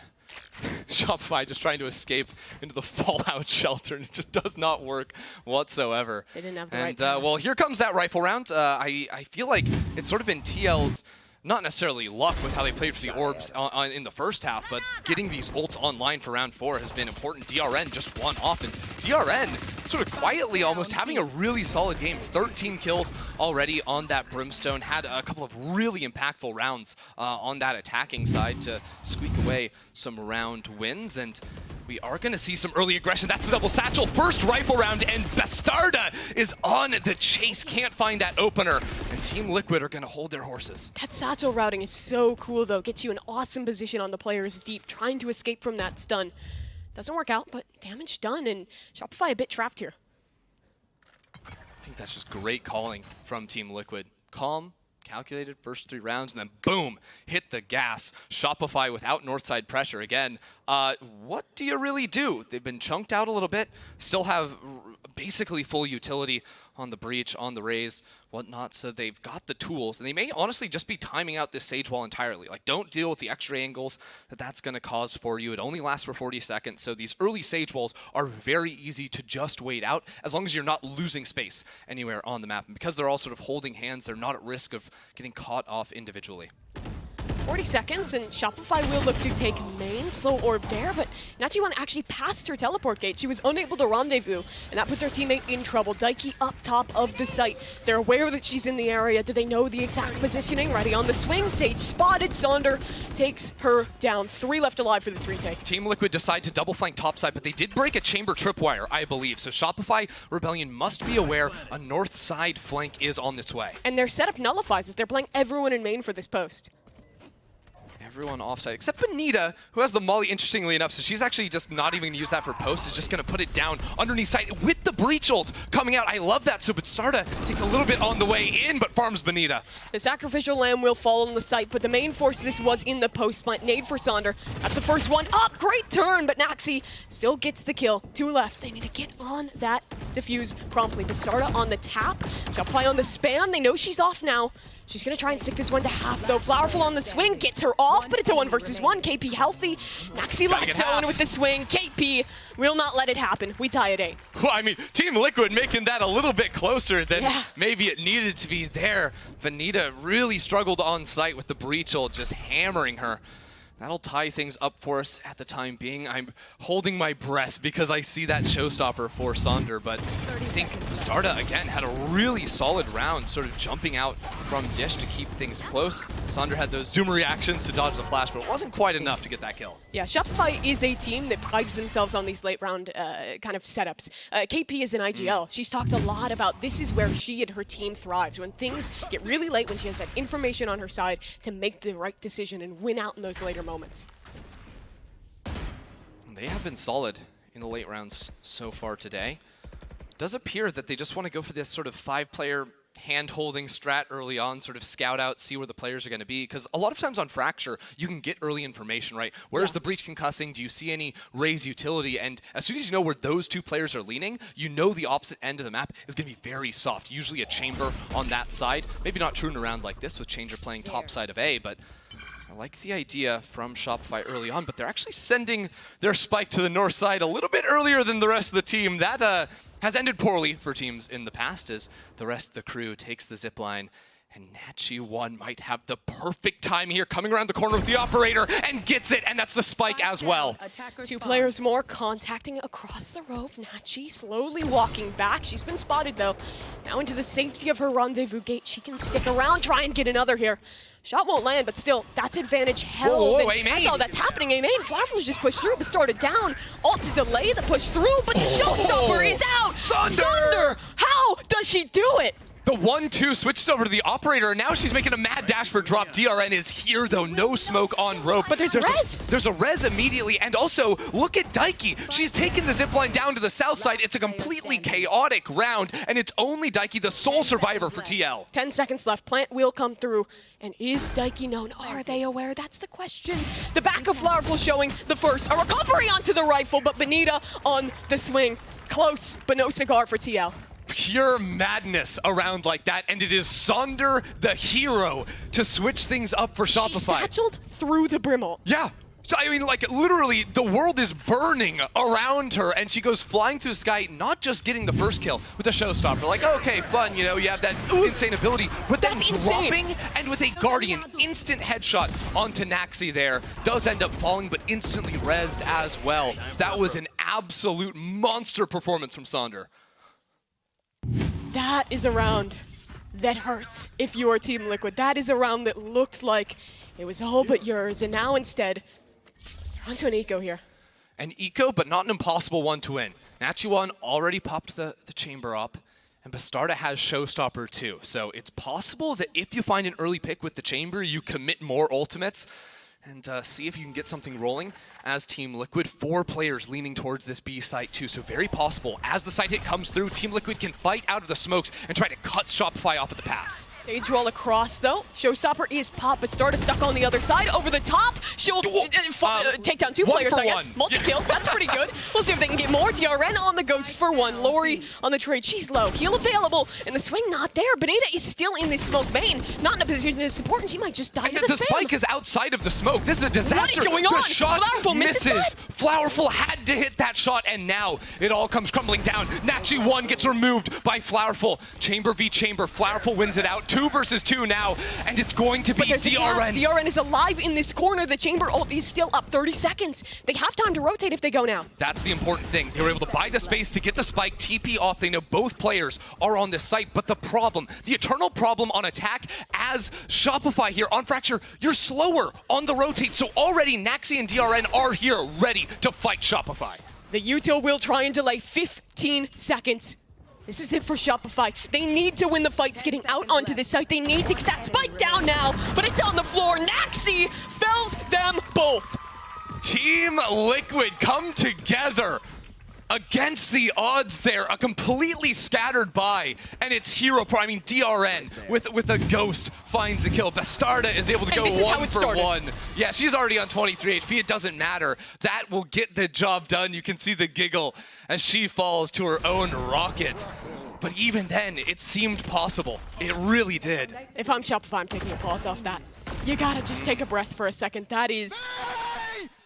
Yeah, I mean, that's the thing, too, is this was the first time we saw the very shallow Sage Wall from Shopify Rebellion. As you say, the timeout will come through. And I think one of the biggest issues with that Sage Wall is that especially versus an eco, it allows defenders to reclaim so much space towards the site. You saw Bastarda just freely sprint out of Canteen. Usually that's a much longer angle to guard.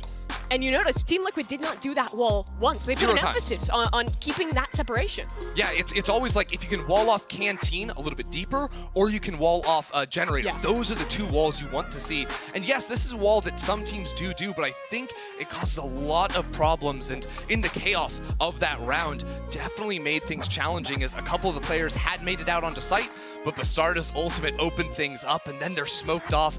It's this whole dance that you just don't want to deal with. Timeout for Shopify here. Is this about quelling the nerves, getting things under control, or is it a change in style? I think it has to be a change of style. 2 rounds in a row, all 5 players on the south side. Now we see a 2-3 split for them. Because when, again, you're all 5 going down from B main, you just get cut off, and you don't have the late round pivot. It's just sprinting over to A and hoping that you can win your fights on the way out. So this is a much better setup. But look at this.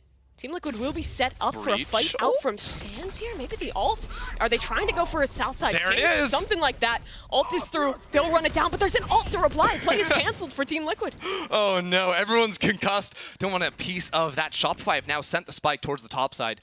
KP going to be there. They will run into this tripwire, but they're going to quickly play off that, expecting the A main push to come on through, and Sonder finds the opening kill. But started down, Sonder in the movement, impeccable yet again, and she can pinch all the way back to main with Flowerful now in position.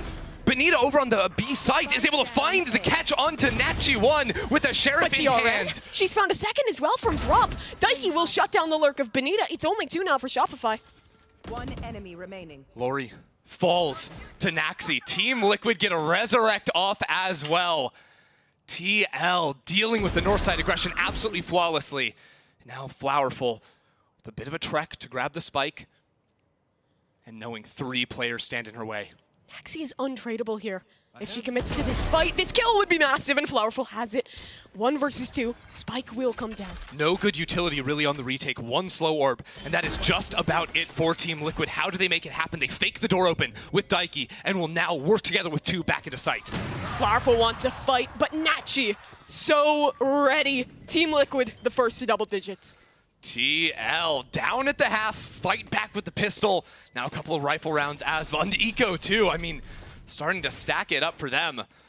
Nachi1 been so successful. I think Daiki too, turning around and shutting down that lurk from Benita was so impactful, because as soon as you have that sort of idea of this player is on our flank in spawn, it makes it so much harder to step out onto site. Maybe a little bit too quick from Benita, trying to make that one come together. But Team Liquid, in a chaotic round, keep things calm and take the lead. And this will be Shopify Zico now. This is getting into very dangerous territory for them.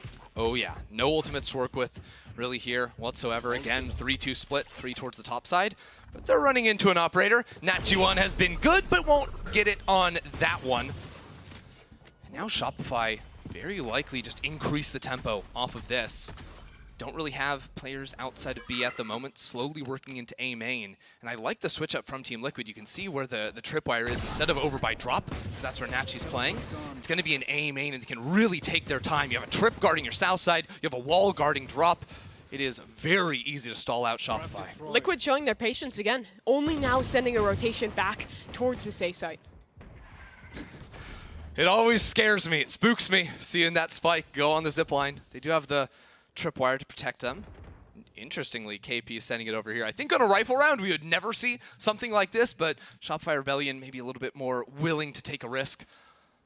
Put that spike up into the front lines. They do leave Flowerful on a lurk here towards A. 45 seconds left to play with. It's that 4-1 split we saw from Shopify on defense, isn't it? Here it comes, though. Smokes do come down, and yet no real commitment, so they're trying to get this lurk up from Flowerful. If Flowerful is able to remove Daiki, all of a sudden the round winnable. If Flowerful falls, it's over. This is it, and Flowerful cannot do it. Daiki holds strong. She'll have support rotating in. Nachi1 smoked off, but with that rendezvous, she should be able to swing through and aid her teammate Daiki. Can she get more? No. Benita on the headshot. The wall boost. Oh, what is over that? the top of Showstopper from Sonder. Again, the raise pick. Excellent. And now Team Liquid have to work this retake, but the operator has fallen into the hands of Lori. Eyes of Bastarda here in main, but Benita takes her head off. 4 versus 1. Shopify say, yeah, we can turn it right around with the ecos, and it's Sonder to finish it off. The Thrifty to come through and tie things up. Crushing for Team Liquid. Shopify, they make that late round call. KP makes the adaptation. This is where they thrive. And the crazy thing is, too, is that was all hinging on Flowerful getting the kill. And she didn't. She didn't. That was a 4 versus 5 Thrifty that they're able to get the kill onto Daiki. And then this teleport, I don't know what is going on there. The positioning not ideal for the pinch coming in at the perfect time. Shopify, really the timing of North and South colliding there was perfect to remove the chamber. And a big round now for Team Liquid. Their money is on a knife's edge. They lose here, they are broken, and Shopify might just be able to run away with this one. Looks like there will be a timeout coming through as Team Liquid assess their options. And I think this timeout is very likely a money one. I'm sort of checking things out right now. There's not even full utility on these players, right? With some of them going for the full force. I think Naxi currently has the biggest decision where with 4,100 in the bank coming into this round, or 43 rather, currently she's sitting with a Vandal and full armor, but just 1 flash. And I think that's actually suboptimal here. I think losing 25 HP and gaining that second flash is probably the better decision for Team Liquid. The rest of the team a little bit scattered too. No boom bot, light armor on a couple of players. So this is a round where I do feel like Shopify almost have more time to think about how do we attack, while Team Liquid just decide what is our actual buy setup here. And they don't have any of those big ultimates to try and make a play with. If they go for a crunch or a forward play, something like that, there's not a lot of support utility to get them out of jail. It has felt like we haven't seen a lot of these crunch plays from Team Liquid that Shopify was showing us, especially early on. We had the one sort of breach ult play Naxi went for to try and get the players in, but again, it will just be the 1 flash on Naxi this round. Somewhat suboptimal. With her playing up towards tower, though, she can just use the 1 flash and try to swing off of that. Rest of Shopify working down into underpass, so a new way of them getting some space on the north side coming in, and very likely this ends up turning into a wall off onto Generator. Starda is spotted on the site, and smokes go up, but still Team Liquid just committing the 3 players here. Shopify's push on the north side has not been spotted yet, and now it's revealed, but no one there to trade Bastarda. Yeah, Shopify just stall out now, because if you're going to commit north side and you want to take tower, you need to have the concuss up from KP, right? KP will play south side on the breach, concuss tower, and then you have Sonder double satcheling in, but they didn't have that cooldown up yet. Nachi needs something here. She needs to even the odds. They'd have a Sheriff on the retake. They'd have limited utility. Can she get it done? No. Flowerful swings in, takes her kill. Does Team Liquid decide to save here? They only have that Sheriff committed. I think that may be the idea. It depends what Daiki can accomplish here on the Sheriff. There's players coming in from all different directions. Daiki finds one. She's a beast, but only the 1 kill will come through. Naxi in a position where, yes, you fall back here. Again, all money fully spent from Team Liquid, so the save call does come through, and Shopify are certainly going up to 11. They have an extra 60-odd seconds before they have to make the decisions into the next round. This is where you need one of those Daiki speeches. When they were down in their qualifying match to get here. She's only 18 years old, but she had an insane speech, hyped them up, brought them back, kept that mental in check. They came back, they won that, they qualified here. That's how they got here, and now with a chance to be a top 3 team in Game Changers. That's what these 2 teams are playing for right now. Winner goes on up against G2 later on in this tournament, and Shopify poised to take map 1 here as they move up to 11. This is where you need that leadership. They already called timeout in the previous round. Had some extra time as the save call was made, so it's almost a miniature timeout to get the heads on right. Screwed on straight heading into this round, but you can see the 3 players that survived are broke, absolutely scattered here. Naxi and DRN. I think, honestly, this may be a position I would love to see Naxi drop that rifle off to Bastarda or to Nachi1. You know, put them in positions to take opening fights on the defense. That may be an option for them to try and scout out, hunt down the players earlier into this one, because Naxi has not been taking opening fights. She is just setting up there on the breach. Yeah, now you have this risk. You lose Naxi and DRN here. They'll have a rough buy into the following round. Shorty close, won't get anything done. Great flick out of Sonder.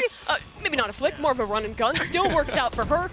Benita considering investing in that ultimate, but will not make the decision as these players in main are getting crunched. What a perfect ult out of Benita. A slow orb lineup on top of it.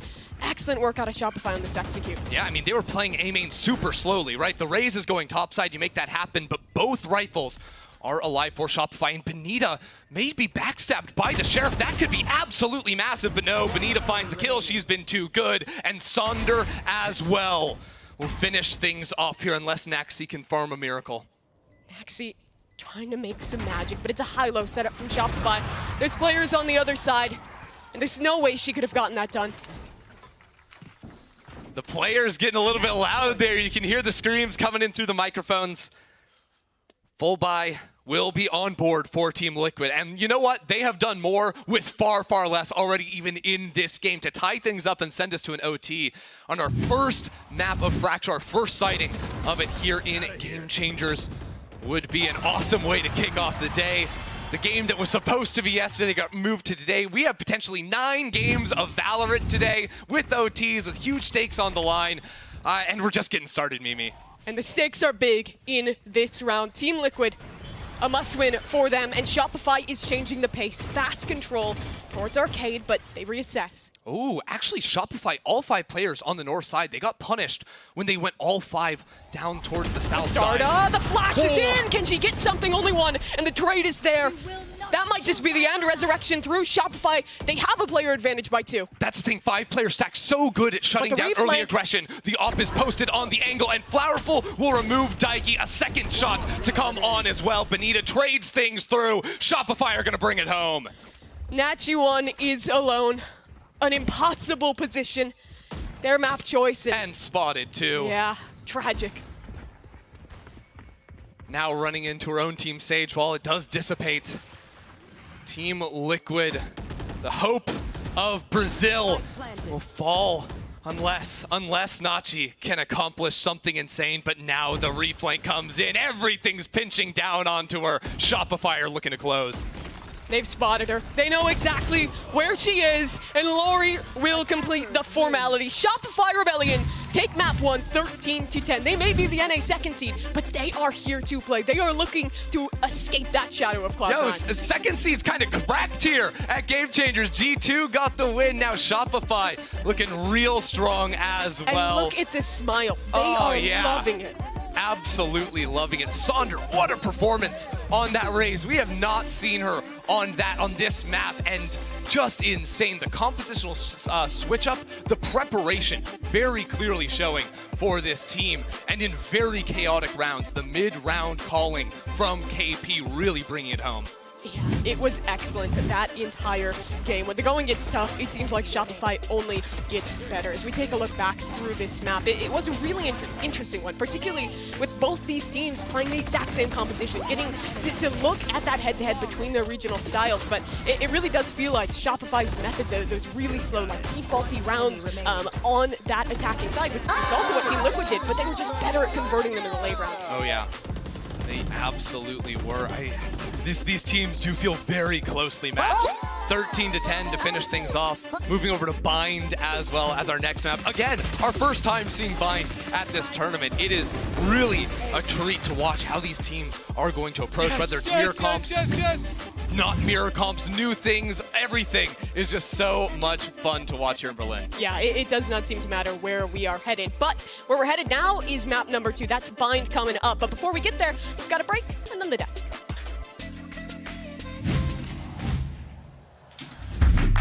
Good.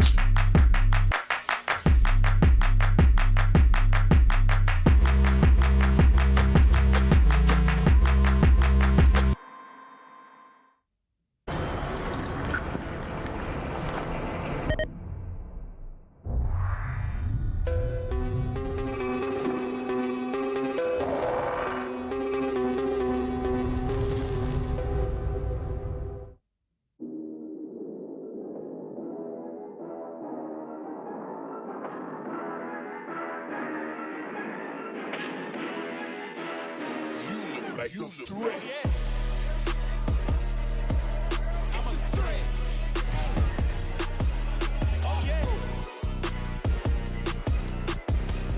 Chapman.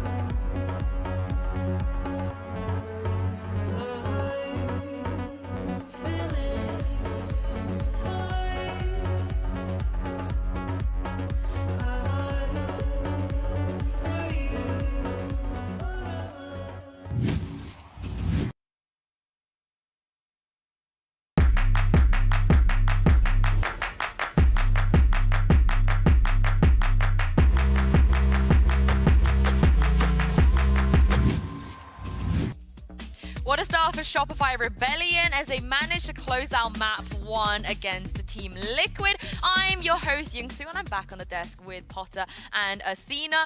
It was a win, but a very labored one, Athena. It wasn't easy for them whatsoever. Yeah, I mean, I was talking about how close these games are going to be, and I mean, they were really, really close, but a lot of the rounds felt super scattered from both of these teams. Yeah, it did. It did. And, you know, in the beginning of the rounds, we were talking about on the desk how decisive Shopify were looking. I mean, Sonder was in there. Bonita was just an anchor. But then it started slowing down, right? And those were the fears that I had on day one, on LAN, on this big international stage, coming through. But I'm thankful that that Thrifty ended up happening for Shopify's side because, man, oh man, that comeback was absolutely in action. Yeah, I mean, we saw Sonder just popping off, going crazy here, and Bonita actually standing here. I know you wanted to talk about it. Yeah, because take a look at this Bonita. She gets contact, and right as soon as she sees someone, she puts down the stimmy, and this is what I'm talking about. As soon as she gets that first kill, the fact that she stays alive and buys this much time, all that distraction is going to create another opening. This is what makes and breaks an anchor. Of course, she's getting kills, but look, right afterwards, Sonder, because Bonita's staying alive for so long, she does her damnedest to get into the site, get involved, and create another layer of added pressure. And that's how a defense just works out beautifully. I mean, a lot of opportunities across the board because of that first initial contact coming out from Benny. Absolute Giga Chad Benny in the tower, just holding it down. But yeah, I mean, Sonder, I actually just wanted to mention this because I think this stat is insane. She went 7-0 in first kills and first stats. Like, that just goes to show that Sonder was the hard-hitting player for this team, going in, getting that space. The follow-up also with Shopify was just so impressive. They were constantly getting the trades and constantly just showing TL that, yeah, I mean, Sonder's going in, but we're also here to play. And so I think that just in general, Team Liquid ended up like falling at the seams at the end there, you know, kind of starting to go for more individualistic plays. And actually, I thought they were starting to get the hang of it. I mean, they were trying to make them play at their own pace, retaking space at like the 110, 120 mark and just kind of trying to punish Shopify. But again, the trades were just so good from Shopify's side. Yeah, they were. And that re-aggression, I think, is such a key point, right? Because we saw those little movements, especially on the defense for Team Liquid. That's what put the spanner in the works for Shopify. That's what slowed them down. I believe it was round 6 where we were wondering, Shopify, all 5 members were forced to be huddled up outside A main. They could not establish that A main control. Team Liquid absolutely had the ball game in that regard. I felt like a fake comeback. I thought Liquid were just going to take the momentum and close out. Why do you feel like Shopify actually managed to get back into it? It has to be that Thrifty, right? Because I don't think if that Thrifty didn't work, and I feel so sorry for the Chamber, that TP was so unfortunate. Oh my goodness. The time, and that's kudos to Shopify for applying that amount of pressure to be able to make your opponent fumble in that manner, but so unfortunate, especially in that moment. Sonder, she's fearless. She's in there. Yeah, I mean, Team Liquid, they did nearly make a comeback, all thanks to one of their players, Nachi1, getting some extremely important kills. Here she is in the Verizon high-speed moment. I think this was the second round, right after the pistol round, right, Athena? She was kind of setting the pace here. Yeah, I mean, this Marshall play is just insane. Look at these spicy shots. I mean, the fact that she had the guts to just sit there and not TP too. She had so much confidence and she finally TP'd into CT and just absolutely punishing these out of position players, trying to cross, trying to get some info. Like, it was just really well played. And you know, Nachi1, credits to you. Yeah, absolutely. And those were collaterals as well. Yeah. Shopify Rebellion forced in that round as well, used everything they had in the bank. So huge round. And I think that bumped up Team Liquid 4 rounds on the board, early start. So what a buff to have that momentum coming in. Yeah, there was quite a few of them, I felt like, really tried to get that comeback going. Bastarda, of course, always the star player for her team. Here she is in the AIM Lab shoot-around as she's warming up for the next map. And Potter, she's done it before. Yesterday, when they were down, she kind of dragged them out of a hole and secured them a win. Are you expecting her to do something similar on Bind? I am. I absolutely am. You know, the more and more I watch Bastarda, the more I'm realizing that this player absolutely thrives under this sort of pressure, right? You watch her in those interviews, the kind of sass that she has, the confidence that she brings out. I feel like the harder the match got for Team Liquid yesterday versus Fennel, the better Bastarda got. So, you know what? They're down 1-0 going into map 2. Team Liquid, they've got to be looking at Bastarda to start making those plays. Yeah, and it's going to be Bind as well. We haven't seen Bind so far, but Duelist, it's a Duelist-like playground. She's going to have a nice time there. Yeah, I mean, going in, taking space is like the biggest part of Bind, is just being able to get past those tiny, teeny choke points and being able to open up the site for your team. And I think Bastarda has done like a really, really good job doing that. I think we've seen Sonder do it, but I have a high hopes that Bastarda is going to be able to do that.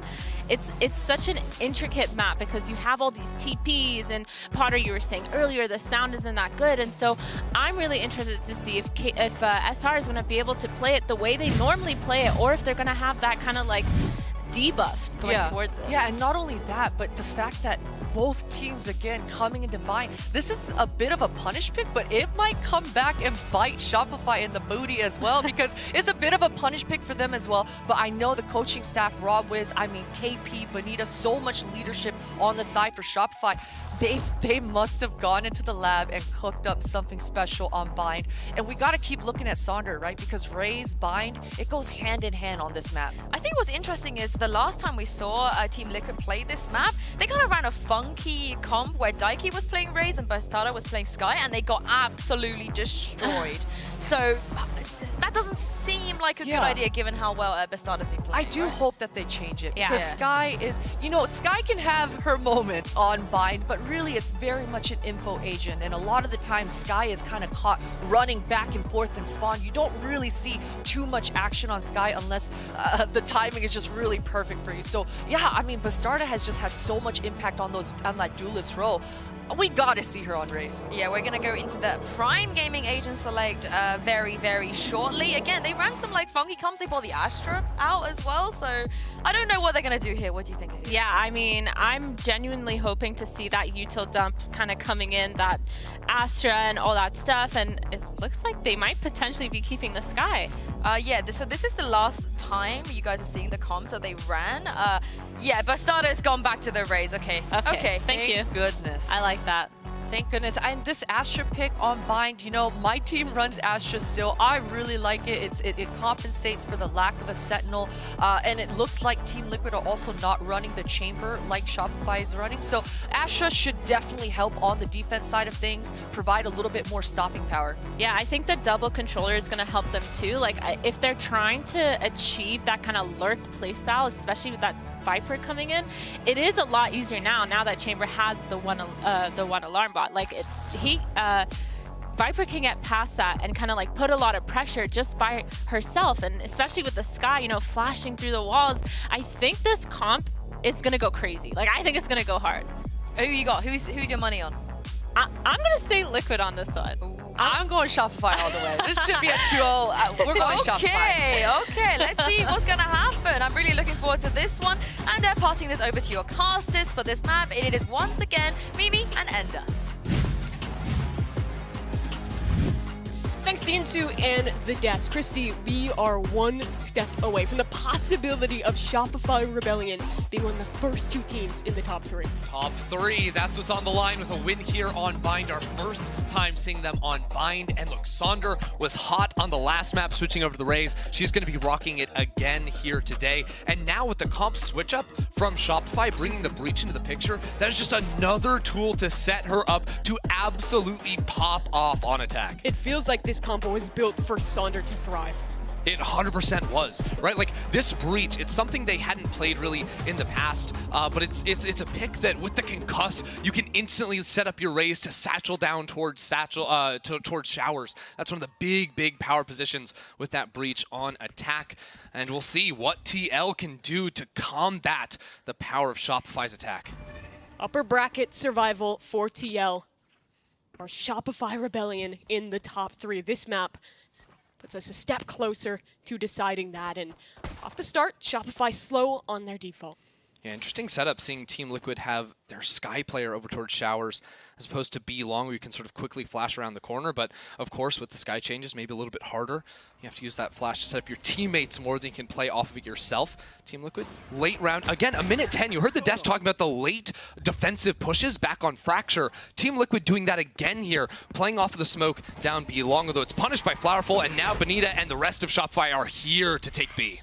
Daiki can delay with that C. She finds safety towards the elbow, but really wants to try and get something through this smoke. The haunt misses though, goes wrong, and Naxi's down, tried to push through spawn. I'd imagine off of that haunt, the play has gone to pieces.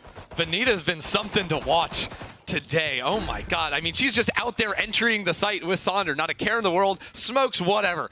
We're going to get the job done. And now 5 versus 3. Retaking B site, so difficult on the defense. Not made easier with the numbers disadvantage. Right click. Oh no. TL with some space. But KP with the lockdown towards spawn. Right clicks very much failing her, and now Nachiwan maybe chance for something more, but listen to that timer. It has already ticked so far. Shopify stationed in these power positions, either side, ready to swing, ready to jiggle, and well, the first one is enough. 3K for Flowerful in the round to Shopify. Very nice opener for Shopify, right? They sort of play the put the enemy to sleep strategy, where they have all 5 players sort of spread across, watching for the defender side of aggression, and TL did bite at that 110 mark. And that shows the preparation against this team. TL is a squad that, like you and the desk were talking about, loves these contact pushes. Absolutely. I think sort of reading what was happening in the last round. And then sort of, you know, they did have to lay off the gas a little bit. They had 2 players up towards Suka very, very quickly, needed the rest of the team to rotate over. So I think that was a very controlled round, even after finding that opening pick. And that's something that's going to be strong. You see the early conditioning of that concuss back towards showers. It's what I was talking about. What you'll see a little bit later from Shopify is KP set up the concuss in showers from left side of A short and a double satchel for Sonder. And you can do that even without the ultimate because the concuss is so powerful. It really sets you up. Just go flying into showers and force the defense off the angle. It is really effective. And for Team Liquid here, with this composition on their defensive side, they lack that more traditional Sentinel, but they do have that Astro Viper. Used to be very popular on this map, but with the Brim buffs, has kind of fallen off for a lot of teams. Yeah, way back in the day, you saw it all the time. Des talked about some of the lurking options you can have on attack. What it does mean is you have very good stall power, right? You can always permanently keep up smokes on the entry points into sight, so important not to give early fights. And for Bastarda, I mean, she has a couple pieces of utility to combine that nade with. Here, it won't be her nade, but that of Sonder instead dealing the damage there. As it is this execute down into A, it's a stack for TL, so they'll try and deal some damage. Sonder low, but it's just a TP. Good audible from Shopify. And Flowerful was playing B long this entire time, so ready to convert with the team and split into this B site. This is how you need to play the map of Bind, almost 4-1 a lot of the time. As when you look at that, Daiki just spins around on Sonder, picks up a Bulldog and a Spectre. Too low HP to really accomplish much, but chances now for TL. Another flash for Lori in just a second here. Can use that for information or to flash off her teammates' contact of KP. Concussed too, so all the regenerating cooldowns from Shopify here, the timing working out nicely for them. Lori, she's about to say it. She's about to say the thing, Mimi. Is she going to say the thing? Waiting. No. Come on, do the flash, Lori! I just want to say it. Here we go. Blinded. There it is. You had your moment. Lori didn't. She'll die towards spawn, so a very costly round here for Shopify. They'll clean up everyone on Team Liquid, but they're not really walking away too happy with that one. No, Shopify, I mean, you do see a little bit of the taste of what Shopify are going to do. They did this a ton on Fracture with the late round pivots. Bind, a little bit more forgiving than Fracture, I think, in terms of the rotation time with the attackers because of those pesky little teleports. Flowerful already up 5-0 here, and I think for Team Liquid, one thing you're going to see from them, because they don't have your traditional Opper, right? No chamber, no jet in the mix, and when you're playing this double controller comp, you actually play a little bit more entrenched on site, so it's less about finding opening fights, opening picks. Sometimes you'll see multiple players creeping forward and pushing through the smoke like we saw back in the pistol, but it'll be very normal for them to play back site on A, and they've got 3 players there now. Sonder will quickly take U-Haul control, similar to the last time they went towards the A site, but she wants more flash through. It's good, but she regains her vision in time to take Sonder down. No one was close enough to trade, so Shopify, not really an option, bar this lurk that Benita has found. Look at this, yeah, Benita up in U-Haul, and the rest of the team was not committing into A. I think TL with a really good read, calling back Daiki onto the B site. Will she pivot off because of the presence that Benita showed in U-Haul? She hasn't yet. This is really good. Do not over-rotate. The most important skill on Bind is to not leave too early. TL have the read. Daiki aware that it's mostly a push from long, so finds a new position. Around the world! Yeah, they come back. Benita finds one. DRN is here. It has to be her to shut down this push, but she's pushed off the line herself and will have to try and fight back in. KP already making it across a flash, not connecting, and the double up is good from Team Liquid, only Flowerful now. And that timer working against her, the players swinging from all angles, and a solid conversion for Team Liquid. TL make the right read, they don't over-rotate, and yet I'm a little concerned because the utility usage from Shopify and the mid-round calls, right, multiple times sort of pump faking in that round A to B to back to A.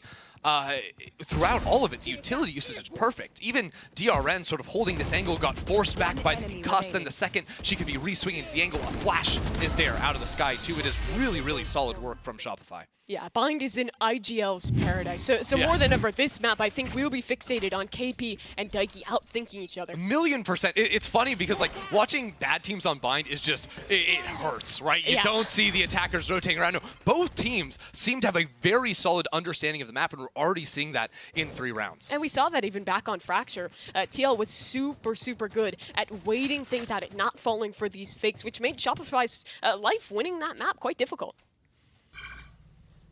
Sort of seeing the idea from Team Liquid here, playing for the early orb. That actually gave the ultimate over to Daiki, so IGL has the option to pull the trigger on that whenever you want. Oh no, Nachi1 in a lot of trouble here, but the suck there, blocking off 3-4 players. The follow-through isn't there. Nachi1 sustains through the ultimate, but will be finished off.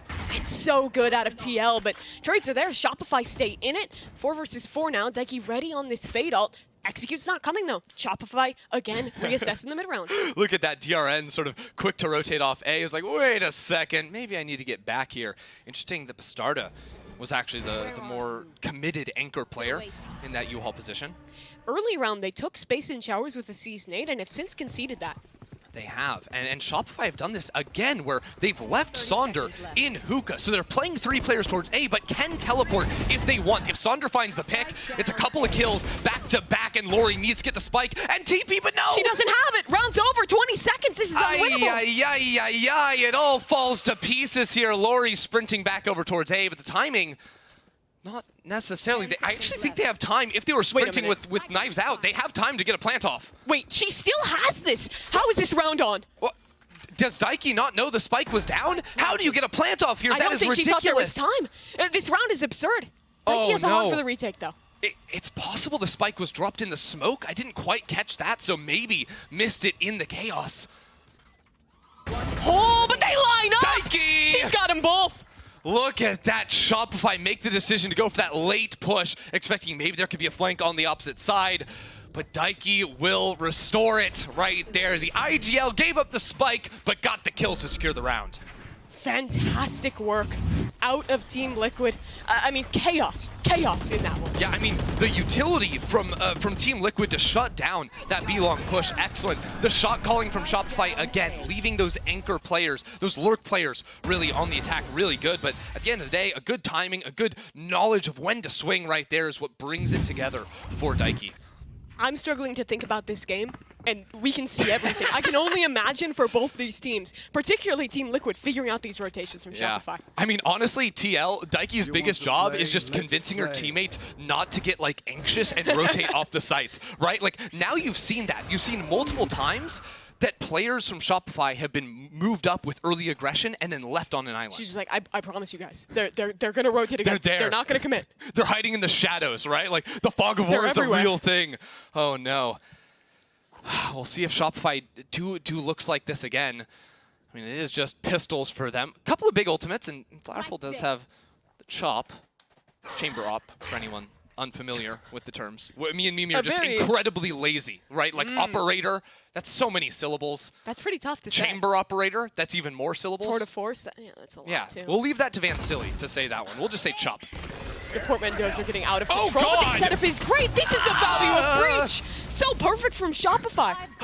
The utility out of this team is obscene. I love it. Flowerful doesn't find the shot, and now Daiki coming around the corner. She is the executioner, locking them down. Lori and Flowerful just lands to the slaughter with Naxi around the corner for 3. Team Liquid outdo it in this one. Shopify starts so strong with that breach concuss into that Brim ult. To show for Potter on the desk for a second, her team does this when they started playing with breach. They ran breach, raise, fade. They do a seize outside, they stun, and it provides so much value. It's similar to that, but with the Brim ult instead. Cool idea, but does not quite work out in the end with that flank from Naxi. Yeah, and at the end of the day, right, didn't really have rifles coming into it. I think Flowerful's really going to want that first shot back. Maybe you find that could be a very different round and turn your attention from back triple towards U-Haul. Regardless, though, Shopify back to the slower ways as the ult comes down a short. Again, that default concuss from KP continues to come out, and we still have yet to see. That time we saw it comboed with the Brimstone ultimate. We haven't seen that really used with Sonder just yet, and I am waiting for the time that KP's like, yeah, this is the round. We're going to commit into that one. Shopify now, just trying to figure out how to work around this Viper's pit. No control in showers this time for TL, but they've conditioned aggression there with the Seize nade in a couple rounds previous. Yes, they have. One thing to look out for is with DRN playing that top B-side 2 position, really nasty angle in towards U-Haul, and again... Flowerful just ducks the dog and swings back out for a free kill there. That feels a little bit misguided with how slow Shopify's been playing. That's the thing, right? You have such fantastic stall. I mean, not just, this round with the Viper ultimate, but like so much stalling utility. Every single character on TL can slow things down. I think these solo pushes may be a little ambitious. Okay, KP has a stun. If the dog makes contact with this Viper, they could stun off of it and keep her out of the pit, and she'll go for it. That's a great play, but there's no one to follow it up unless this Aftershock works. They couldn't follow it because there was a Viper molly on the ground and an Astra pull. Inside of the Viper ult, it's insane, but they're trying to move out of showers now. Yeah, and they are out on the front side. Viper down, there goes the pit. Shopify into this one with the plant down. Does TL even want to commit? The money is solid, but a save here may be a good call. DRN has Cosmic Divide if things were to work, but you can see Shopify aware of that, playing very committed, entrenched inside U-Haul. Yeah, you just know the save is eventually going to come through. All the Daiki's so confident. She may just wait for the smoke to fall, see if she can pick something up on the way out. Considers it, but Shopify's not giving anything away here. All 5 players left alive in this one. Sonder even ready on an off angle there. Very aware from Shopify Rebellion, and it's a little interesting that Daiki sticks around that much. Feels, again, a little bit misguided. Yeah, I think sort of considering that Shopify, this is just coming after a save round, they don't have too much money, so potential picks there do hold some value. And I think DRN might be able to buy someone into the next round, so it's not the worst thing to be losing out on that one. All good.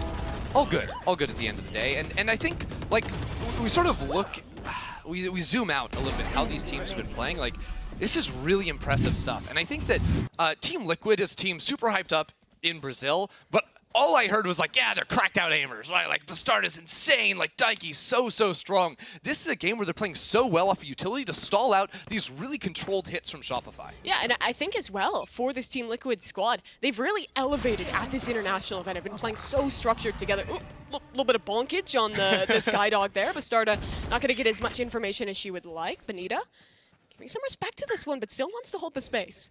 This is crazy. We've seen the slow walks out of B-Long. This is one up short. They don't even run into Bastarda. They could have potentially left her there, but TL make another really strong call, have numbers advantage, fall back. You see the space you just took. It doesn't matter now that you have those numbers advantage and all the tools to stall. They know it's a B-exec this time. They've re-cleared. Shower, Sonder in. Showstopper misses this time, and DRN will profit. Naxi below. Do they know? Absolutely. It's Flowerful on 2, and through the site they'll dive, but Daiki in the back lines, a Spectre, an angle, the timing. Does she have it? Just maybe, not quite. Lori on the other side trades one for one, and now a 2 versus 2 with both players from TL flanking. Yeah, from both angles too, right? Hookah and B-Long. Flowerful has a great position Lori here, has CT. a dog too. She could see this if she commits, but decides against it. Teleports down. Flowerful can go for the swing. It's a double swing. What a call. Perfection there from Shopify Rebellion. Now just Natchy one. In a 1 versus 2, she couldn't clutch to save the map last time. Maybe she can now. Better odds, but position noted. A double swing. Shopify again excellent in the late rounds. You hear those screams, Shopify Rebellion. I don't think that's even the fans. That's just Shopify no, that's getting just them. excited. That's literally them. They're doing everyone's job out there. And the calls, the double swing to set up Flowerful for the kill. So nice. The first big land for 4 out of 5 of these players. A crowd that's not really rooting for them. They do not care. They are so comfortable, so confident here on the stage. So good. In all of the chaos too, right? 4 versus 5 to start out the round. They lose to that early push. Then they lose Sonder coming out of hookah, right, with the Razor that doesn't actually find anything. But like the desk was talking about, the trading from Shopify Rebellion, so good. Flowerful comes out, is able to capitalize off of sort of the broken crosshair that Sonder was able to create with double satcheling out towards hookah, the ultimate in hand. Really, really nicely done, and the awareness as well with those teleports coming in. Shopify Rebellion, even in the insanity, so many times have been able to be so focused and so crisp in their communications. Yeah, and this attack side is really starting to snowball for them. Team Liquid is back down on an eco. They're taking their first stack duel timeout here on round 8. If they can't turn this next rifle round into their favor, things could get pretty bad. And the hard thing is, I think this comp from Team Liquid is not good at being proactive on defense, right? Like, you don't have that much setup for the Raze, right? You have Raze Fade, and that's your best tool, I feel, but you don't have those agents that want to take the opening fights like a Chamber. And it's interesting, because despite the lack of that contact agent, they're still making so many of these contact plays. Yeah, they went for the couple B-long pushes. Those were punished. Now, this last A-short push, a little more reserved. It worked, and one thing they didn't reveal was that Bastarda had actually walked all the way up. All they showed was one player went into Cubby, so that's something Team Liquid could maybe tap into a little bit later if they want to walk her up again. And that was the Roomba they sent there. So now they're trying to condition for Shopify that you always have to be there to contain this aggression short. Shopify just, I mean, they're just waiters, right? Like, they wait until a minute 10, minute 5. Like, they're paid by the hour. Team Liquid are going to come in. Oh, yeah, you know, just extending, getting the big paychecks. I like that. They tried to do that yesterday, and then we had to go home. Wait to run it back again. I didn't want They just wanted one more day of games. Well, they've gotten that. Shopify giving a lot of respect to this eco, keeping things just as slow, waiting for TL to get aggressive, but I don't think they will. It's a 4-1 stack over towards B.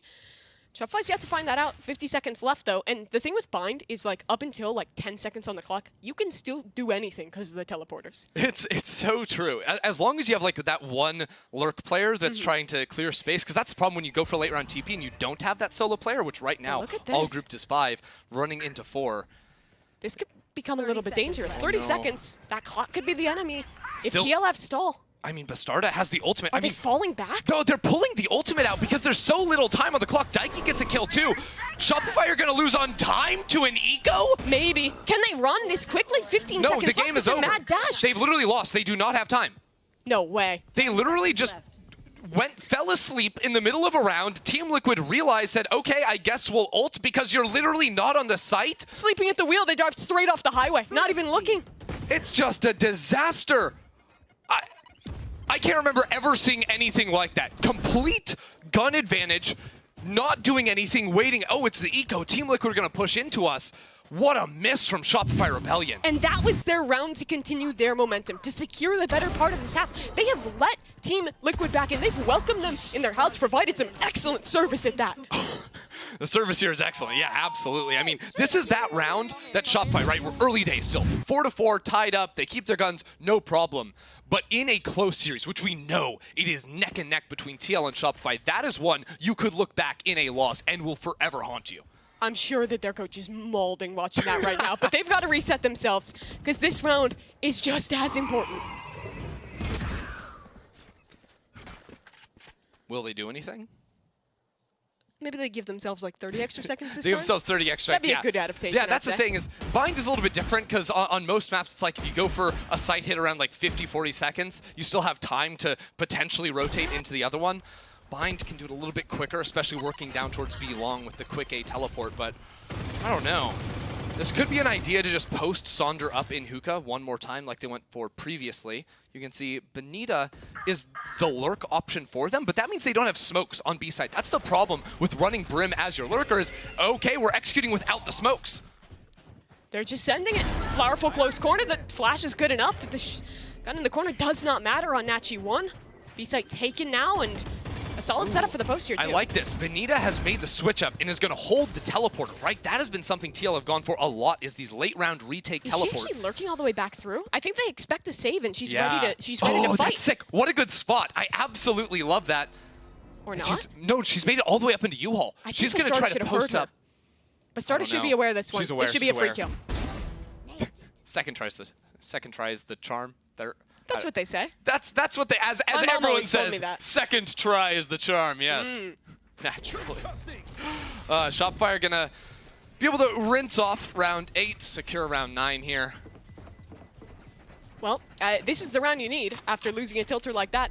All good. We have rifles. They have rifles. We'll still win. Yeah, so one thing I want to look at here, remember that, get that defensive Viper wall in your mind, because that's what I'm going to talk about here. Because, A, that's just like a solid stall wall in general, but with the way Benito was playing, which was hiding outside the teleport, waiting to catch the players teleporting themselves, that wall actually has value in post-plant situations, right? It actually blocks off teleporter running into Hookah, which could potentially come into play here with these B site takes. Yeah, and Shopify still, that's not really an issue for them. They're feeling good. They're feeling happy. The vibe's up for this team. For TL, they're going to force back into this one Bulldog, so a solid buy. Benito, one off the Brim ult.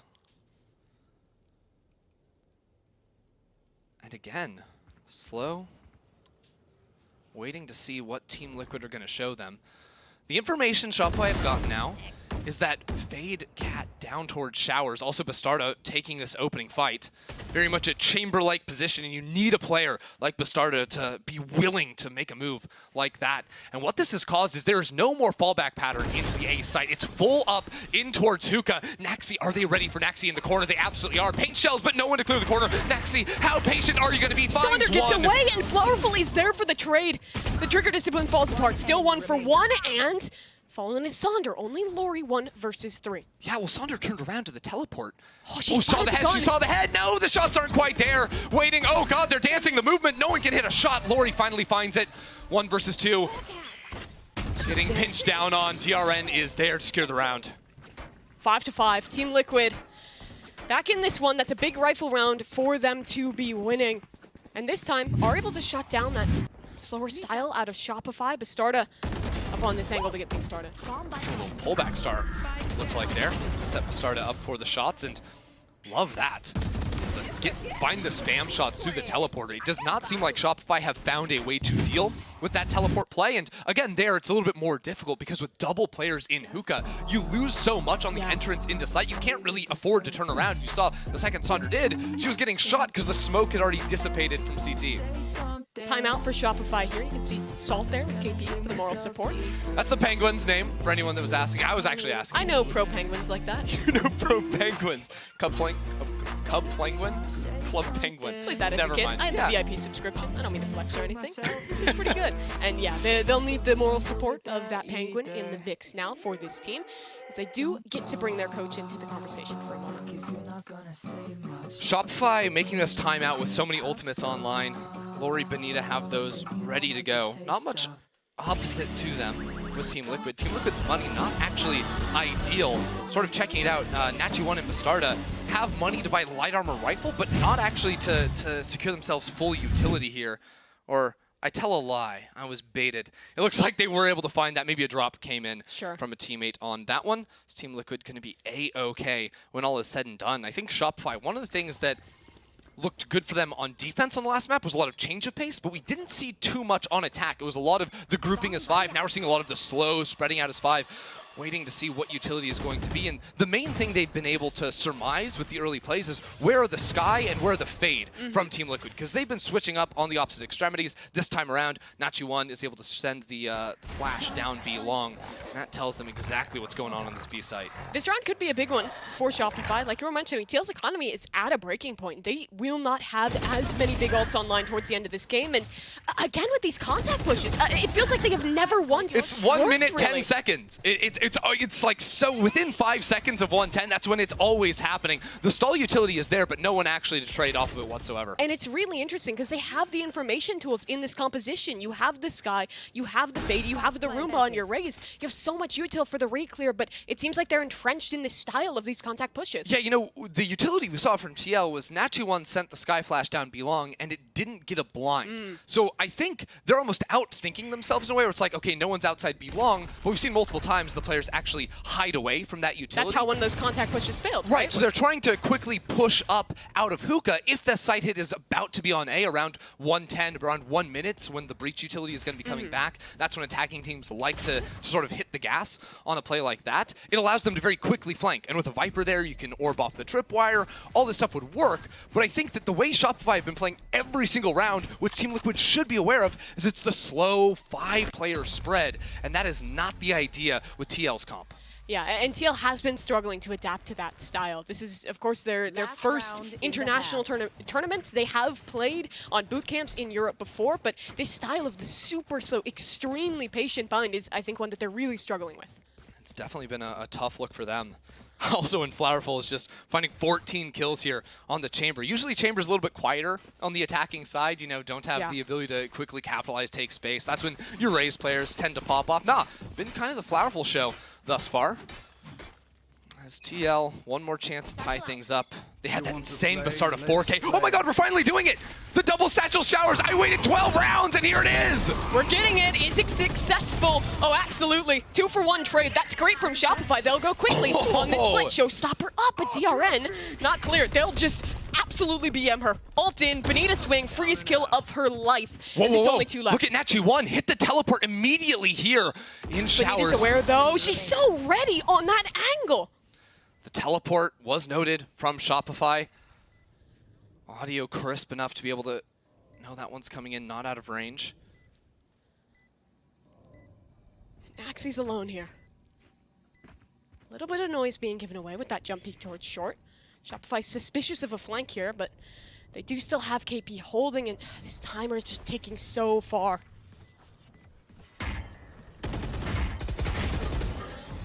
Not going to get it done. Lori closing out the half, 7-5.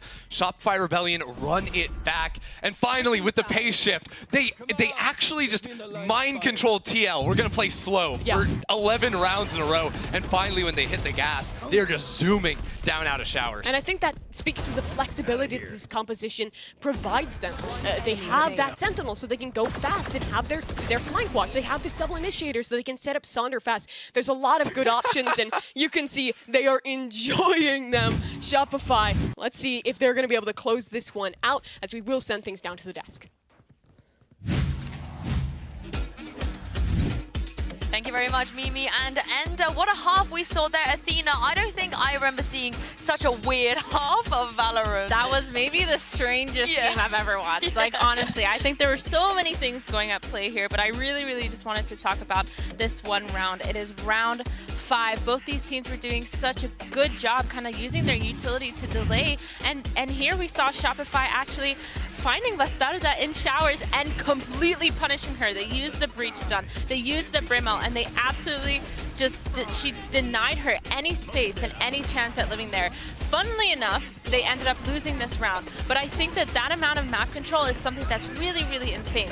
They continue to use the cabbages, they sent out all that they have, and it kind of looked like it's working out for the best, but I guess just the follow-up just wasn't the best. And actually, the round just before this, they also used a breach out trying to take that long control. And so both these teams are using so much utility, and to respond, Team Liquid used the Astra Suck, the Sky Flash, and so it's just like, it's like a constant battle. And then we had a couple of those rounds that I think Shopify should have won. Yeah, exactly. I do like the prep coming out for both squads. You can absolutely see it. Both squads putting a lot of emphasis on either fighting those early picks or having that sort of stop power. But looking forward, on the other side of things, the double controller for the attack side, now that we're swapping sides, that should allow Team Liquid a little bit more breathing room, a little bit more freedom. That Viper completely changes the pace in which the attackers start inching forward, right? And for Shopify's side, KP on that breach, you're looking straight at her to be able to tee up her teammates and find out exactly whether Team Liquid are actually behind the Viper wall or if it's just all a ruse. Yeah, I think that it's going to be a little hard with the solo initiator.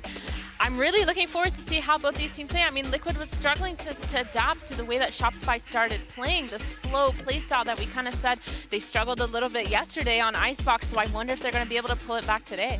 Yeah, we love some weirdness in Valorant, don't we? And am I about to do the weird champ toss? What do you think, Ender?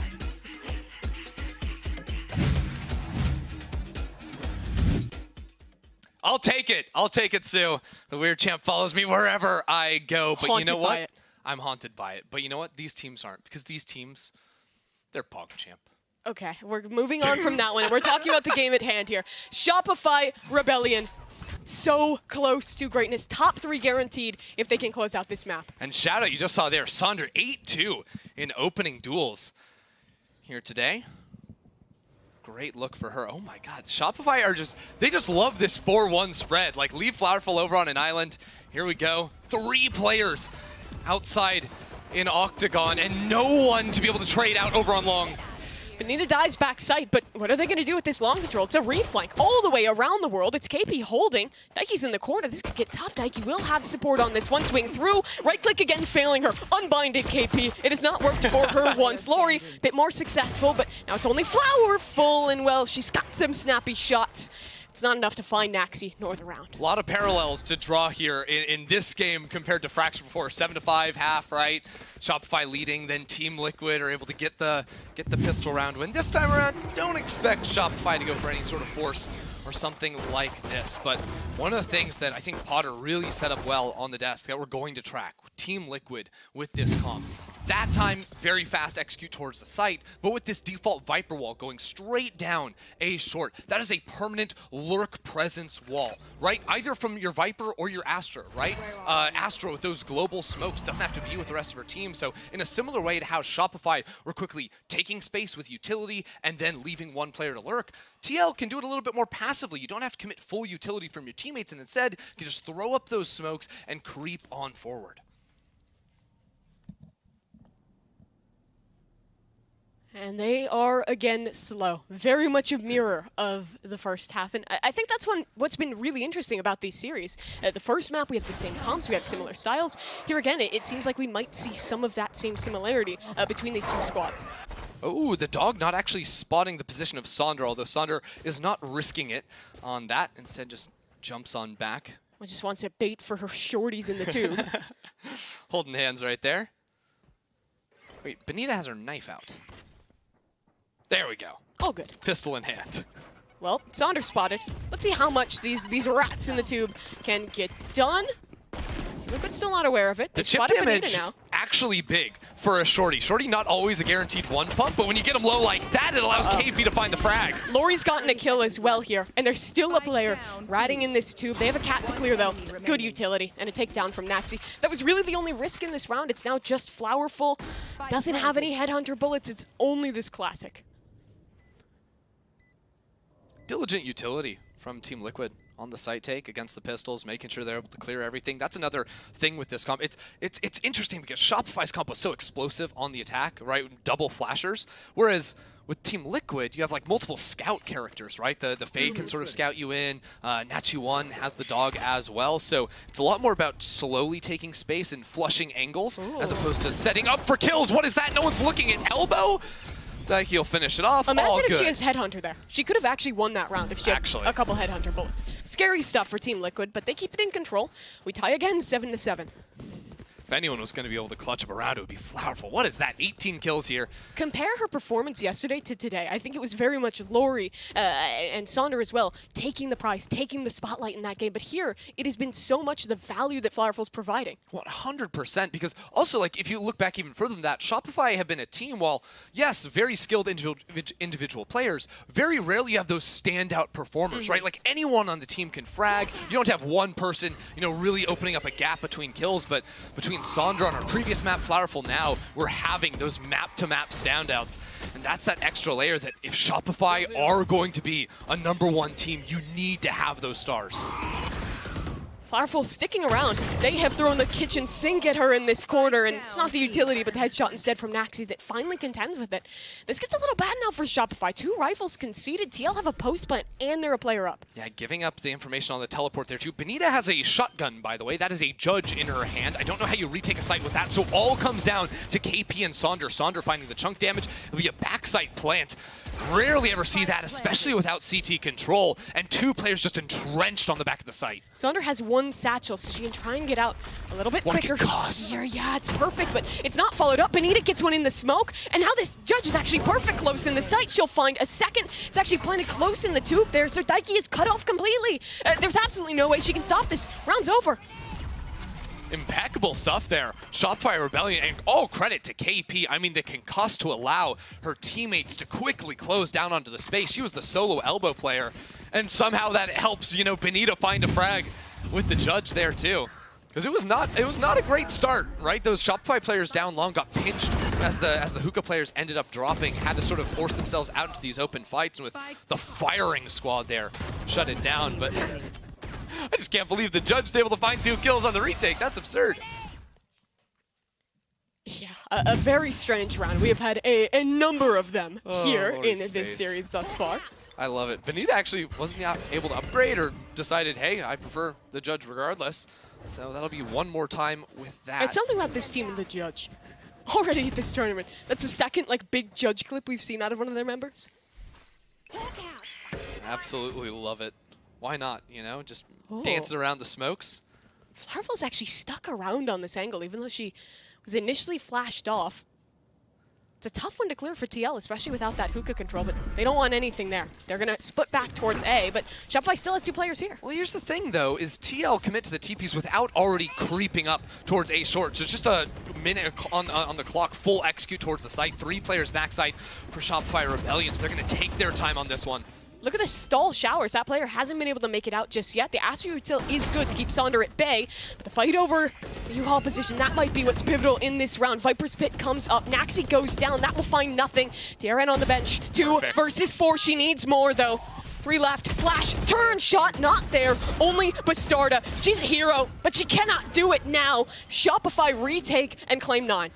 They're able to make it happen right there. Really impactful round. Lori to close things out as well, because honestly, it felt like Team Liquid really wanted to find opening fights, right? They spent so much utility to get on the site as you need to, but Shopify didn't do anything. It was just Benita posted up in towards U-Haul. Now she's actually got the ultimate off of securing the kill in the previous round. Things starting to get a little bit more concerning now for Team Liquid.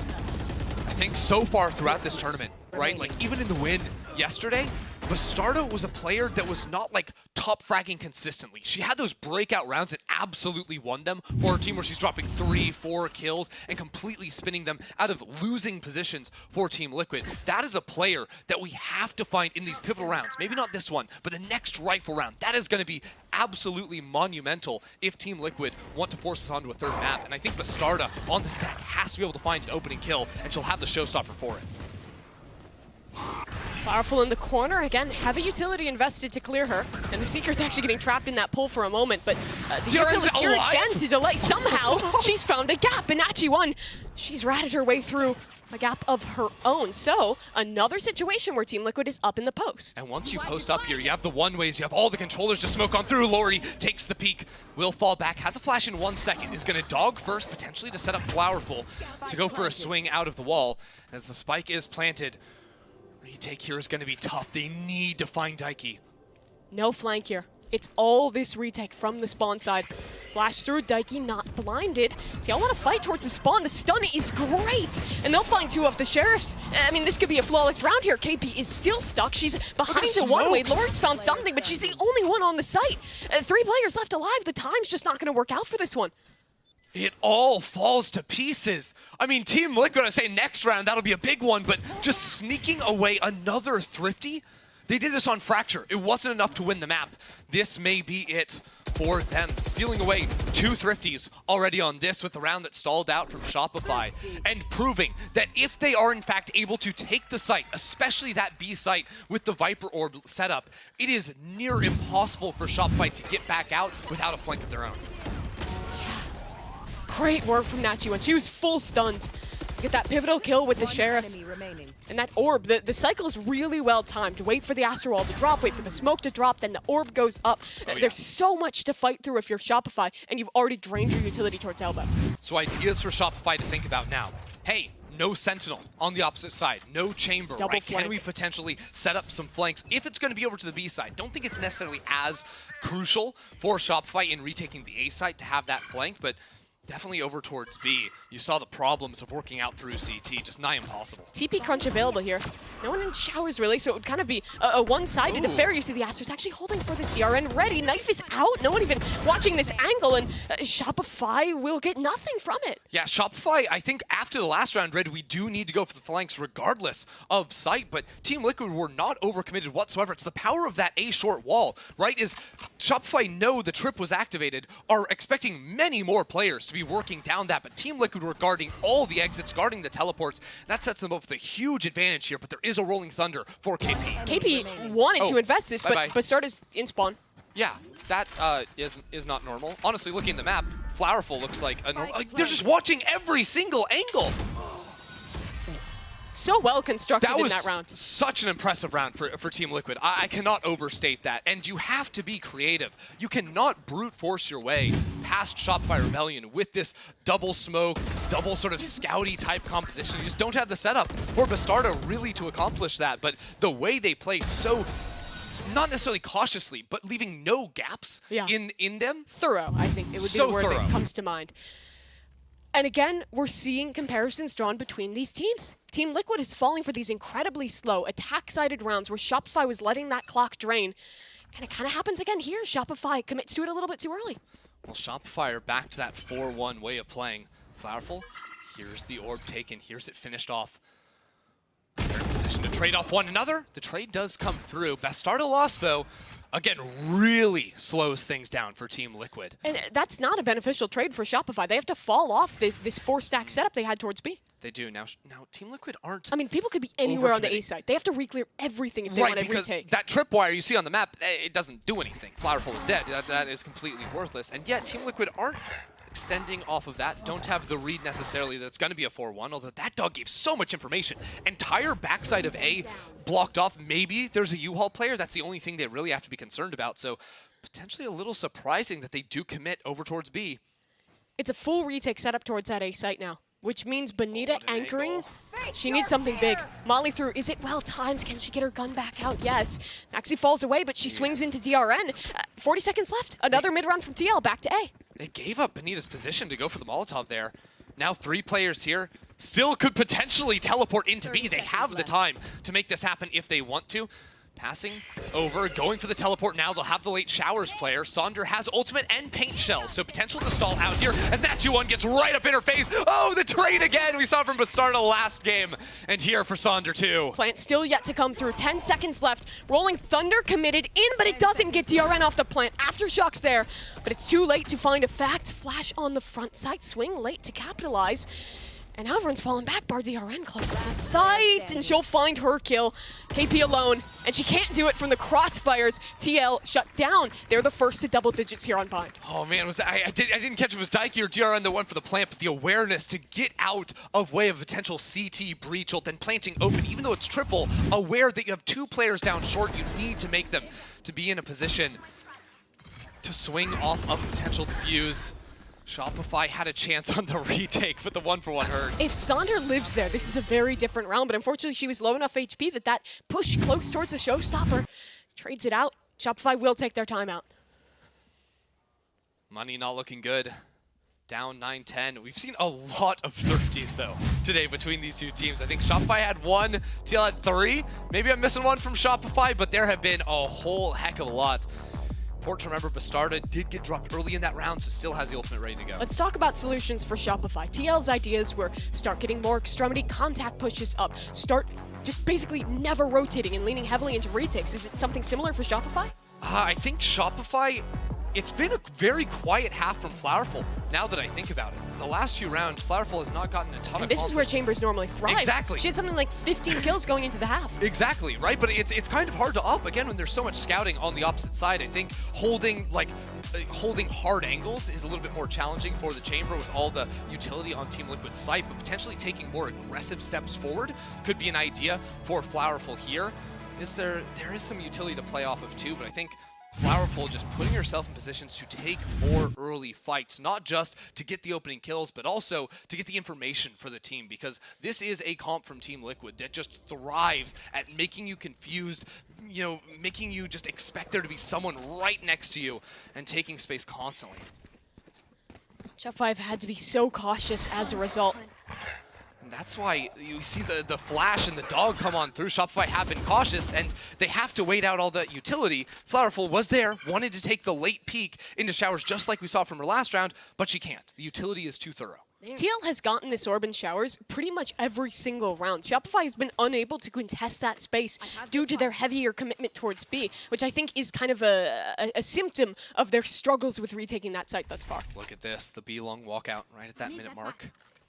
Star pulled back, flashes through, but again, this angle for a defender to push for is just so hard unless you catch this attacking player out in the open, right? But when DRN, you know, not going to overextend, not going to take a risk like that, it just really shuts down the options.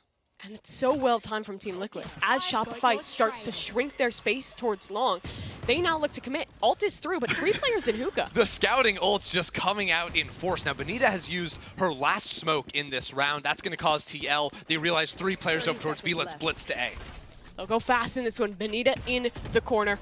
Just a stinger. Molly through. That separates Bastarda from her team. Showstopper, though, is enough. She'll move. She'll groove her way into the site.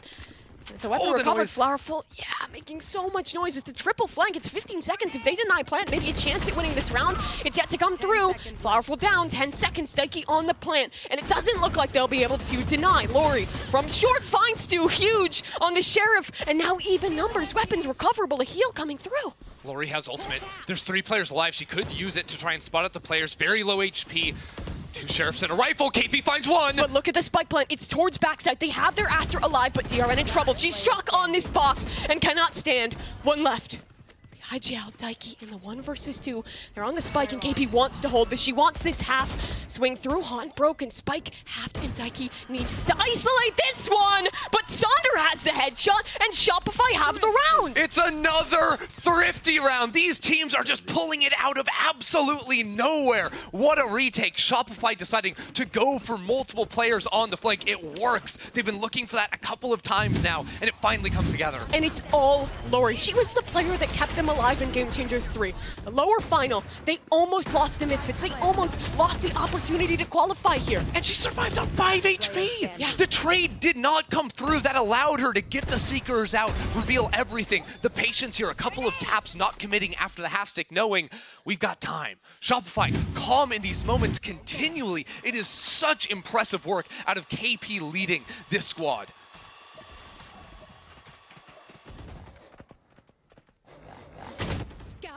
And TL start towards Hookah. In the next one, Shopify again. Changing their setup this time. You see that deeper chamber trip towards A with heavier space towards showers. This is space that they've barely touched in the map previous. Team Liquid, counter to how you'd expect this comp to play out, have not actually gone for a lot of these A-short walks. So my eyes are really on Naxi in this round. You still have DRN guarding the late showers push. And, I mean, there's 3 players here. Oh, yeah, that's going to cause the teleport straight into DRN's waiting arms. The setup from Team Liquid is so pretty. That is excellent out of them. The preparation available, and now they have a minute to play within this mid-round. Yeah, getting ready to pop down the Astral Wall. Flowerful will be the absolute pivot point here for Shopify. But if she holds this space, they could re-pinch through the showers. They could try and take down DRN if the timing's right. DRN has the timing. Flowerful turned around, and now that late showers walk up. Jack said, Flowerful aware. This is just it's a waiting game. But the thing is that DRN doesn't really need to push. No, commits to space. Flowerful takes her down. And now to KP on the flank. Eyes on her. It has to be Naxi holding this line, but again, it might be a game of timing. Naxi. She doesn't get the shot. Doesn't have the shot, and now it's stun available. So much utility. They're all starting to flood out now. KP knows Naxi's here. The rest of the team trying to re-clear over towards U-Haul. Lori does not find that opening kill, but KP, the dagger on the opposite side. Benita, that's going to be a half stick. It may just be a full stick. She has protection from short as KP comes around. Shopify Rebellion, and KP move up to 11. KP doing it all. She keeps Benita in it. She keeps Shopify in the most pivotal round of this game. Another retake, another defuse, another round of Shopify. The calling, round in and round out. The flank there and the shots as well. Utility on top. What can't she do? And rewind this round. Think how well it started for TL. A free kill on the flank, a free shutdown, a free sight, everything given to them, but KP steals it all away. And listen to the hype. They are feeling it right now, Christy. They absolutely are. Team Liquid, a heartbreaking round from Thrifty to that. I have to find you. Now they'll try and make a change. Fast towards A, the destination. A stun there again. This stall from Shopify, good. Hits all 4 players. You can flash yourself out of the wall, but the wall comes down. No one's watching showers. What is going on? They're fast through. Sonder somewhat alone in this one. Bridge all comes through. That's a re-clear. KP on the swing. Sonder taking them all down. She is absolutely destructive on the Rays. And this round is all but lost. Team Liquid trapped out of the site. KP does everything to set Sonder up for success there. DRN potentially calling this round off entirely. It would be a 2 versus 5, and the swarm of Shopify Rebellion just gathered around the spike. TL have to wait a long 40 seconds as this one just slips completely away. Shopify doesn't want to hunt, though. Their money's still low. They know how pivotal it is to keep this round clean. Both teams now. Time to talk, time to discuss a very, very important round coming up, in particular for Team Liquid.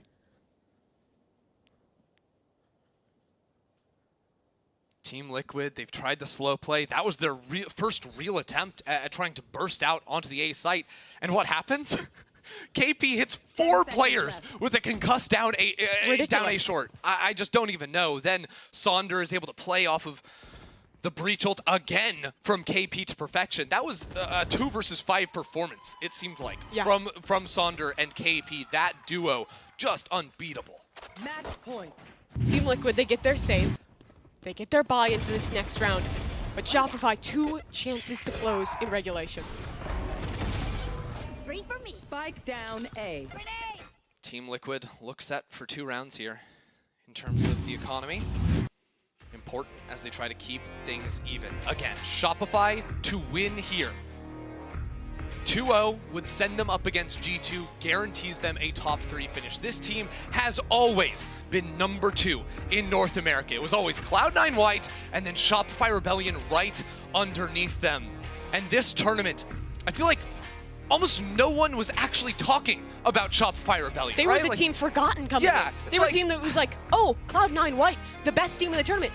And then he has Shopify too. And now they have the chance to just completely steal the show, right? You just blitz out 2 wins against Team Liquid here. You got a chance against G2, and then potentially you're beating the team that beat C9. You're beating the team, you're going to the finals yourself. You could be that final boss, but it all starts with closing out this match against TL, and TL are going to come in with all the ideas needed to try and force us into an OT. This is a round 2 years in the making for Shopify Rebellion.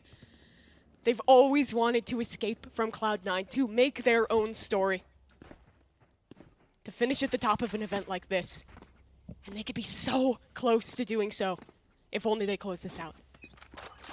Who's going to be the player to step up from Team Liquid? Is it going to be Daiki?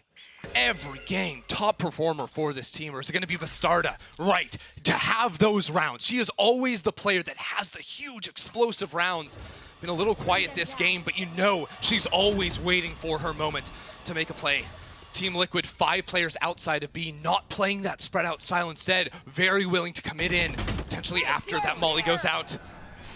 Hits in, fade ult through. But Team Liquid still stalled up. Bastarda swings through. Bonita's down. That is a start to a comeback, but the pinch is coming. Shopify from the backlines. Naxi holding this, though. They're trapped now in that teleporter. Well, they can just turn. They know it's 2 players in that TP. A side has to be soft at this point, but they've also worked in that B site. The plant may come through. Naxi, the dagger, right next to these 2 players of Shopify Rebellion, the 2 most important players, KP and Sonder. She finds one, and she turns it, but no, Sonder is able to get the second. But Daiki, she's here, close corner, she gets it! And Sonder can't find it, only Flowerful. 4 versus 1, Team Liquid trying to stay alive. In the site, she'll talk. 30 seconds. Information trying to be gained, but that time is ticking, and Flowerful trying to plant herself. She still has the spike. It's completely in the open. She knows there's players that have worked into elbow, potentially CT. But they're patient. Tails re-earn their utility of flash on Nachi 1, but another shot seconds. for Flowerful. 1 versus 2, they're trying to plant. She needs to try and get them off a chance at this one around the corner. The elbow spotted, the Sky utility out! Flowerful, no! It's stolen away from her! The Sky Seekers win the round for Team Liquid! That was insane! I've never seen that before! The Seeker gets in the way, either the damage blocked, it was almost a blind, just absolutely hiding the final player of Team Liquid. Not only that, the Seekers ate the damage. She would have had the kill. Absolutely insane! Backs against the wall, Shopify, I mean, Flowerful is just playing her heart out here. Had the timing to win out the round, but Daiki starts things off on 0 HP, is able to kill Sonder, and then yes, as you say, the damage eaten up. No one knows what just happened. No one can believe it in the server, I'm sure. But we have to go again. Round 24. You run it back here, and you look, there's a Viper's Pit and a post plant for Naxi. I think Team Liquid, they want to plant on the B site, right? B site has been perfect for them in the post plant. So hard for Shopify to reclaim space there. And also Shopify, a little bit soft leaning towards that site. Flowerful and Sonder, the 2 heavy hitters, over towards Shower at the moment. In this final round, this is where the calling really matters between KP and Daiki. Daiki, she grew up with this team, just 16 when she joined its core. 2 years on, first international event for them, first chance at greatness, and they're staring down that lower bracket. Shopify Rebellion, they got the information. Players, ouch! Lori finds the opening frag against Bastarda. It might just be the end. It might just be Shopify in the top 3. Benita has her ultimate. That could be huge. A dog to re-clear. Did the stun connect? Not quite. She's patient. Now ready on it. Sees the dog coming through the flash. In hand dive. She catches it. A big kill. Now odds are even. A Viper ult through. But the ult's committed as well. Not going to find anything for Shopify. DRN takes down Sonder. They're staying in this. All 3 players of Shopify Rebellion stuck in elbow. Benita the one to lead the charge, worked the way out to the site, still a player, down long. Daiki has been so big for Team Liquid, and it all comes down to this. Just Flowerful again. Can she run it back? Can she win the clutch? A 1 versus 3. Too big. Team Liquid live. Overtime achieved. It couldn't happen any other way. Team Liquid refused to go down without a fight. Chaotic rounds, back and forth. Shopify lost out the last one to a Seeker, and here it's a crossfire that absolutely does them in. Team Liquid, absolute madness here, and they have a chance still to force us to a 3rd map. This team will not go out without a fight. Now the reset button called. 12-12, a new game, Shopify back on the attack. What do we remember from Shopify's attack? They don't do anything for 30 seconds. They hold the extremities, and Team Liquid around 110 always were pushing. This is where the nerves are important. Daiki needs to keep her players in control. No one can overpush this. No one can over-rotate. One mistake, and this game gets stolen back away. Nachi 1 was able to tag a player with the blind down B long. Doesn't really mean anything as Shopify again played slow, spread out. Bastarda removes Sonder from the equation, and there's a big difference in the way these comps play, right? Sonder was critical on the attack. All the utility of Shopify sets her up to get in, and now they don't have that piece. All the pressure relies, I believe, on Lori, the solo Showers player. Can she find something? Contacting up. A fight versus DRN could be pivotal here. And through the smoke, she'll look to hit. She sees the gun! Should be a free kill. Flash ready. Her teammates falling all around her, and she can't get the kill. Prime giving flawless of all things. Team Liquid, what a recovery. Back to back to back. TL now advantaged in overtime. I can hardly believe it.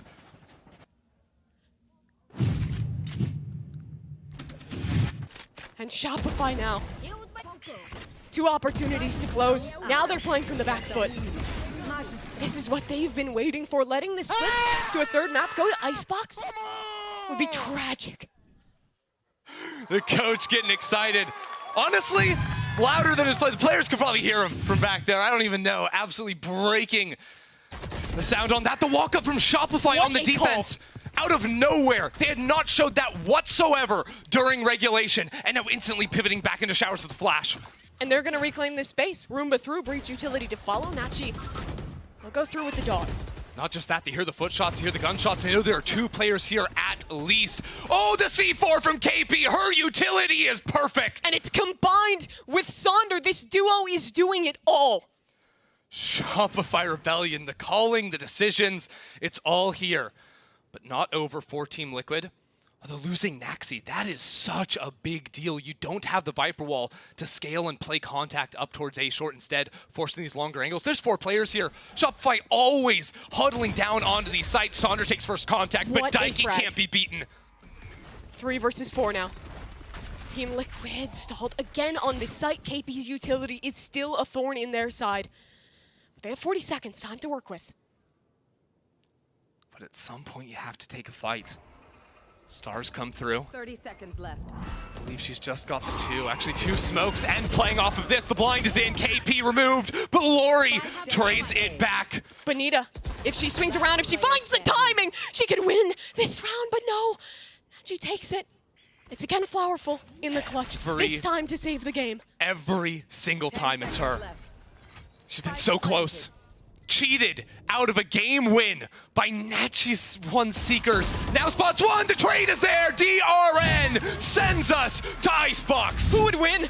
A North American team or one Sky Seeker? Somehow Team Liquid make that work. A magical round and a magical recovery in overtime. 4 round wins in a row from 12-10 to 14-12. Team Liquid managed to do it and carry all the momentum heading into Icebox.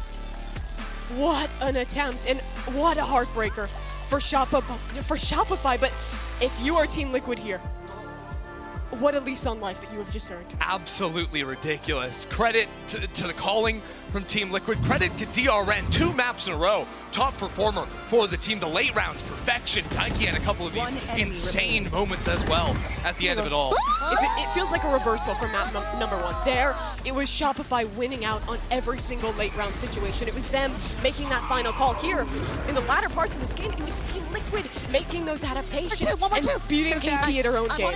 So good. I mean, Bind is a map that is just great IGLs are forged here, right? The decisions you make, the information you get, with what little you have, and the teleports as well. And these 2 teams were just dancing around one another. The emotion in this studio is just palpable as well. I cannot believe what we just witnessed. It is insane, and we still have 1 more map to go. Icebox, who knows what it could bring. Both of these teams have worked so hard to get to this point, and I mean, it is just going to be so incredible to see how it ends. But before we can get to that, let's head to a break, get a quick word from our desk, and then see how this one concludes.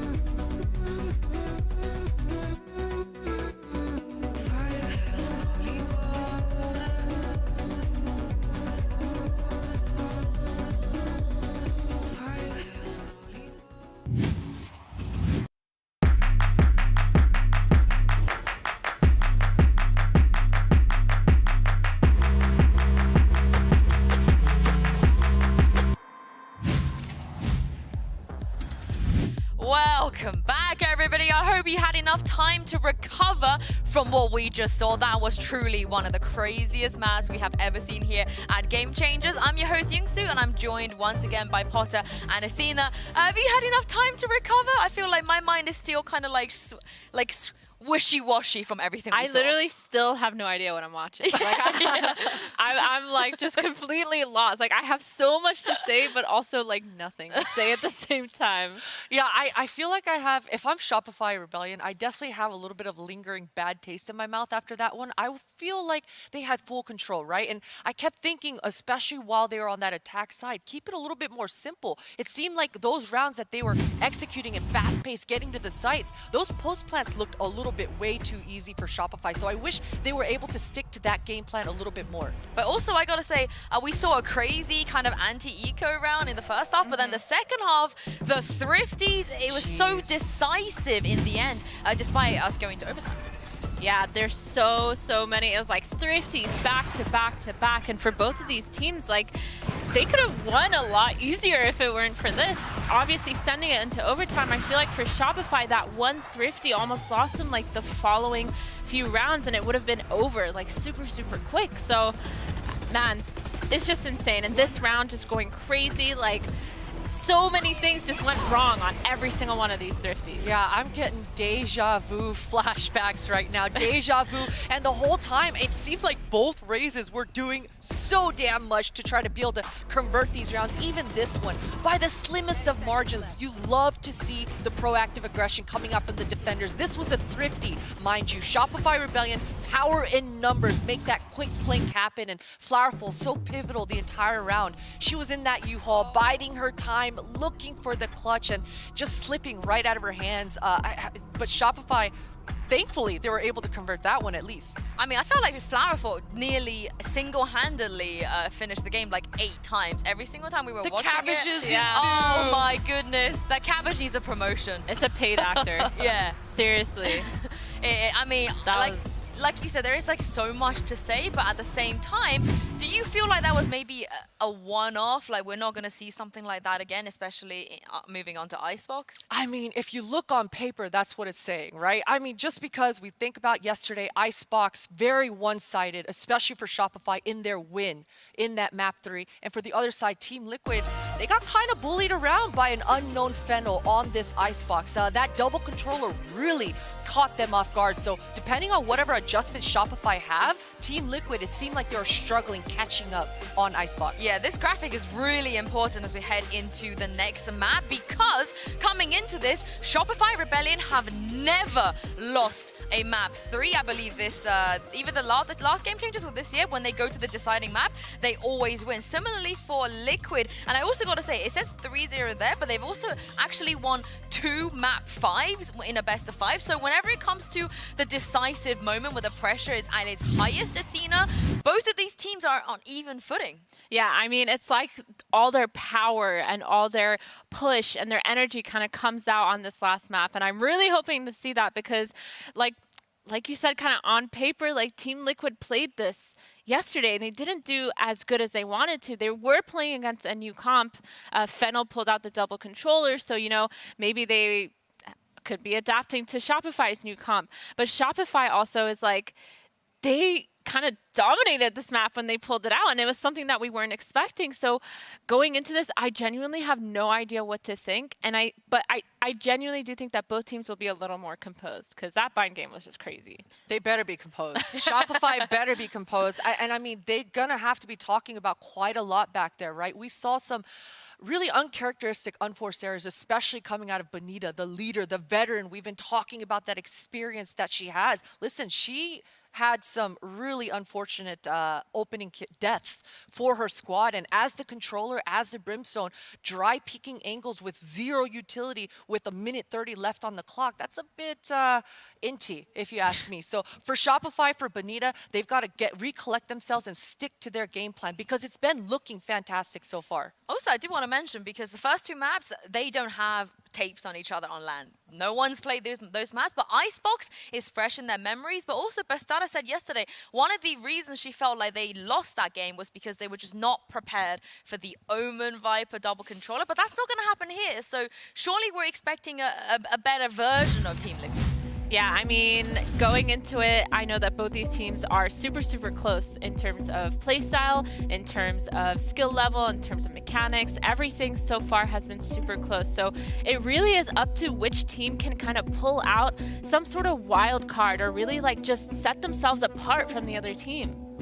Yeah, I'm not looking for that, to be honest with you. I'm looking for Shopify to just stick to their guns, right? Yesterday, they looked so damn good. KP on that Sova, the Hunter's Fury plays coming out of her, Lori on this Sage. She should absolutely be going back into her comfort zone. Her Sage and the movements that she's able to find, the frags that she's able to find, it's so tough to do that on the Sage, but Lori comes out on top, usually on this Icebox. Well, we're into the Prime Gaming Agent Select here. We're really expecting a mirror matchup. Icebox is not really somewhere, Athena, that you can afford to shake things up, unless you're Fennel, apparently.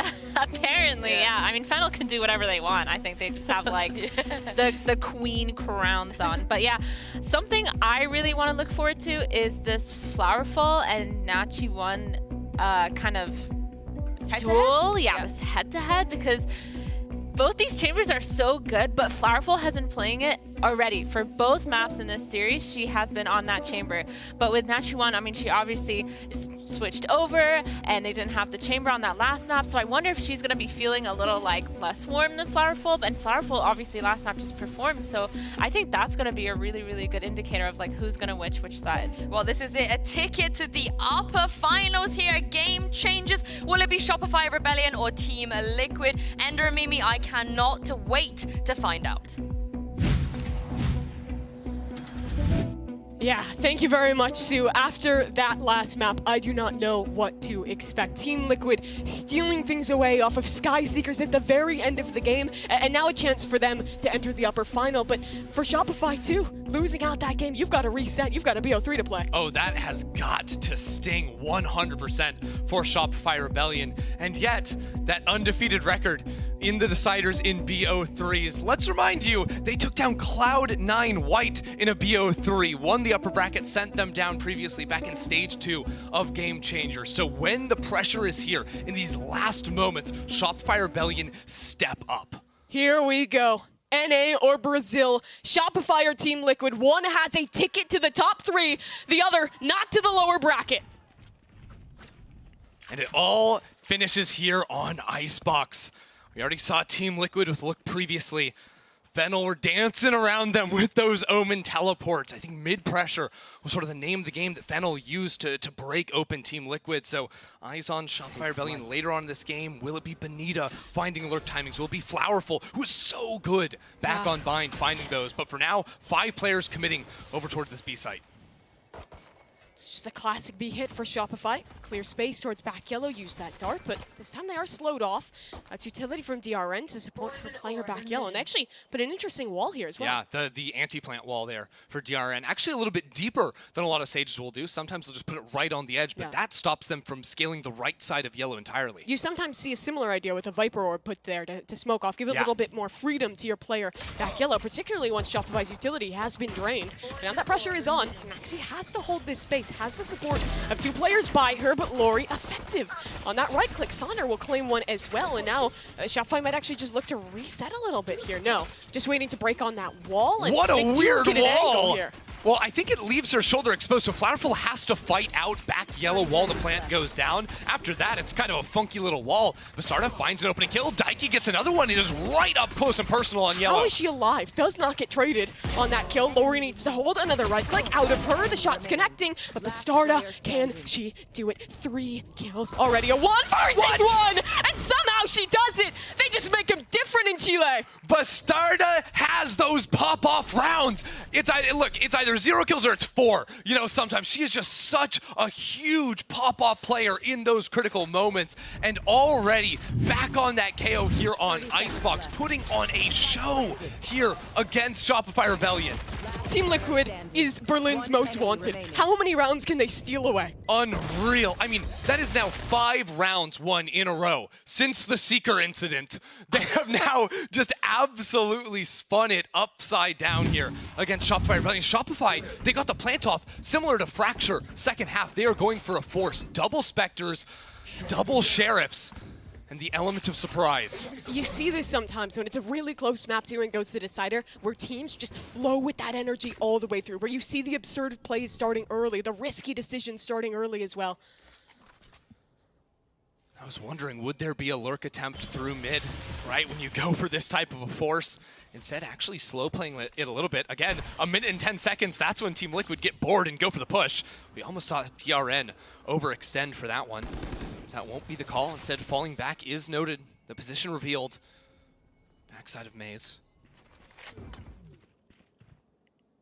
And you talked about these lurks from Benita. There it is. Already working her space up tube.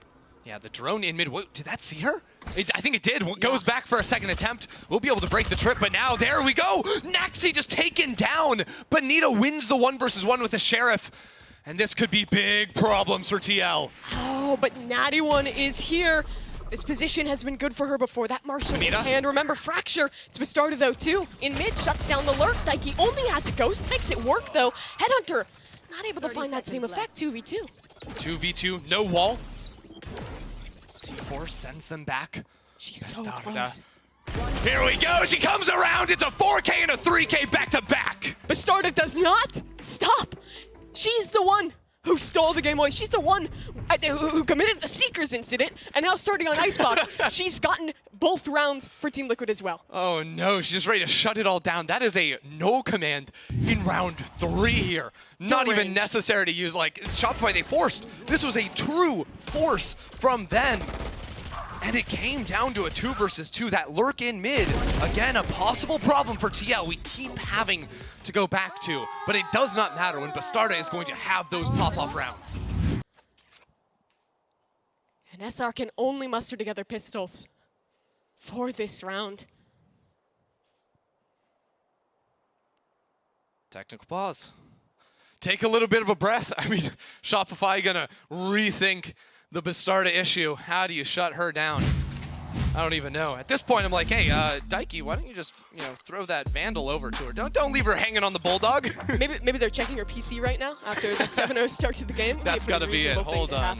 Looks like the admins on stage are just sorting out the issue. We'll get you folks back into this one as quick as possible. But for both teams, like you mentioned, a moment for them to breathe. Definitely is here. Team Liquid back in Europe for a 3rd time this year, I believe. Yeah. Now with the chance, a 3rd map to take things home. And really, I mean, at this point, I wouldn't have said it was an upset before the day. Like, these two teams are so closely matched, but from the point of being on match point for Shopify Rebellion, it all turns around. And you can see the fans out in force for Liquid today. A surprising number supporting this Brazilian squad. Whoa, yeah, block the Brimmy, Stimmy, yeah. Gotta get in front of that one. Brimstone was spun around for us, giving a little bit show. Suspicious there. Oh, man.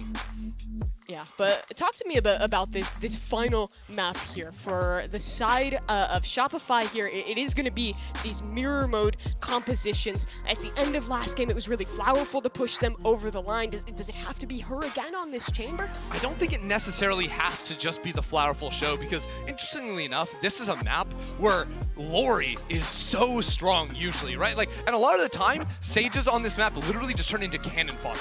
They throw down the wall, they plant, and they get blasted as they try to run away there. But Lori has this uncanny ability to just find good fights and just sort of battle her way through, even when she's going for the plant. So I think that obviously is something Team Liquid have to be aware of. I also think the tipping point for Shopify throughout their attack is what can Benita accomplish with the mid lurks. Even in the loss in round 2, Benita found the timing up tube, won the 1v1 against Naxi's Viper. And I think that is going to be the way to exploit TL's defense. Yeah, and they'll be figuring out those options. For the Team Liquid side, though, I think a lot of what their style is I actually think these two teams are similar in that way, where they're very high, just like vibe teams, which is kind of a fake thing to say, but really they both have such good energy, even when they're in these tough situations. I talked before about that Daiki speech in their match qualifying, bringing everyone's energy back to win it.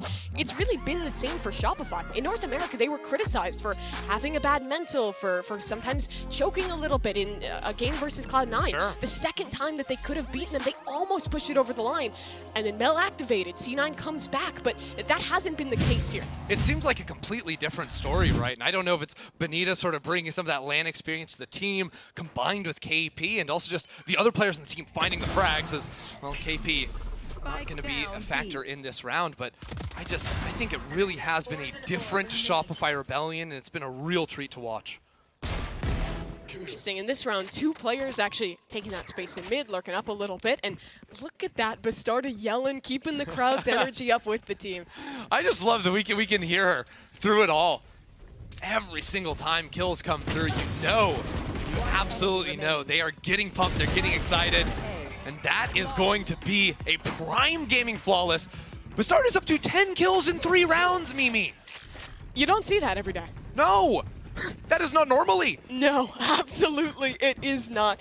I mean, Bastarda's story is so cool as a player, right? Coming over to play on this Team Liquid Brazil roster, the only non-Brazilian player on the team. She's Chilean.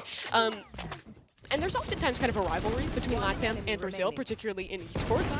But she's really been able to bridge that gap. The people back home who support TL, the Brazilian fans, love her too. She's done a very good job at that and just integrating into this team and obviously putting up these excellent performances. Yeah, that's the thing. It's both out of server and in-game. She is just the full package for the team. Can she just continue to do it here for Team Liquid? That is now 7 rounds won in a row.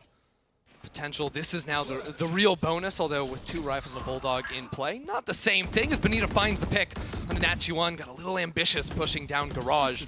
Shopify Rebellion do not have to overcommit yet, although as I say that, the Viper Wall was sent into the A site, which makes things a whole lot more difficult here if they want to pull off to B. Yeah, with that Sage Wall being invested early, though, they can just wait that out. When you're playing Sage on this map as a defender, and actually most maps as a defender on Sage, it's kind of playing that gamble of knowing, are they actually going to commit now? Are they not going to commit? When is it safe to pop down that wall? Because popping it right at 40 seconds would be optimal, because they're never going to be able to get through it without breaking. But here, it's thrown early, and now Shopify waits it out and has a pretty free execute onto this site. TL will try and contest a tad, but Daiki's just receiving damage and not really able to return with much more. It's fast on this retake. Bastarda has popped her ultimate into this one.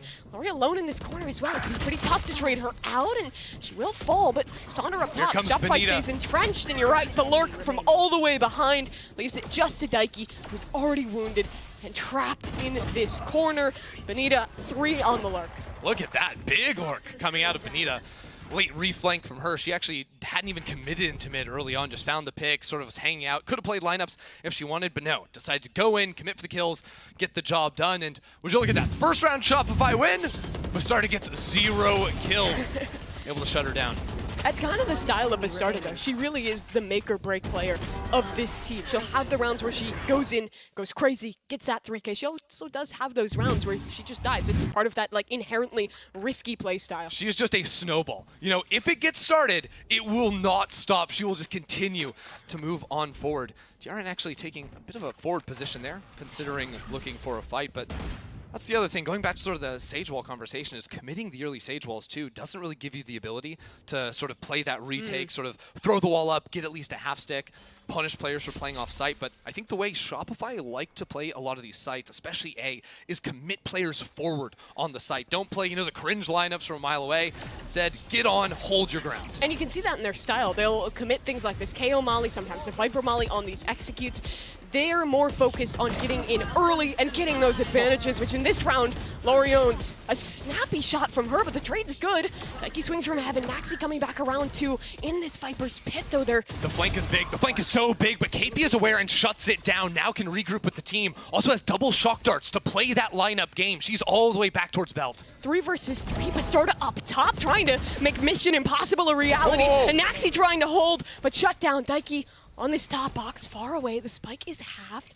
The Viper is low, but the timer is ticking. And she just has no way in, no gifts being given. And at this point, she might just want to fall back. She's hoping maybe they'll give her an entryway, crack that door open, but it's not going to happen. Daiki has to retreat. Shopify Rebellion secure themselves another round. Really nicely done. Aware of the flank. Benita loses her life on the way out, but her pit was critical for them holding that position on site again. These A-site hits are not going to be plant with a short Sage Wall and fall back. They fought through their own Sage Wall, right? It got broken, and I feel like DRN felt almost betrayed by her team. I think it was Daiki breaking the wall from up on Rafters. The opening comes up, and then immediately Lori was pushing through.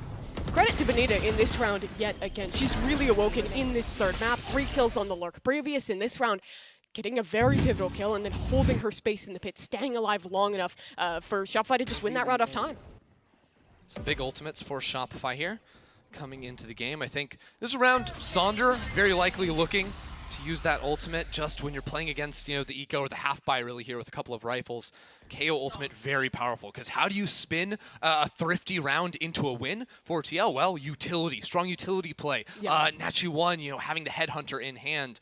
That null command shutting all those options down. And talking utility, I love that dart that KP threw. It lands in the same spot as that bounce dart that a lot of Sovas throw early in main. So that baited out that Viper's pit early from Naxi. I imagine her idea was if it was another fast A hit, she would have saved that ult into the next. But with the possibility of B pressure, she wanted to invest it. And with the amount of thrifty wins we've seen, like, why not go for the plays? Here we go, though.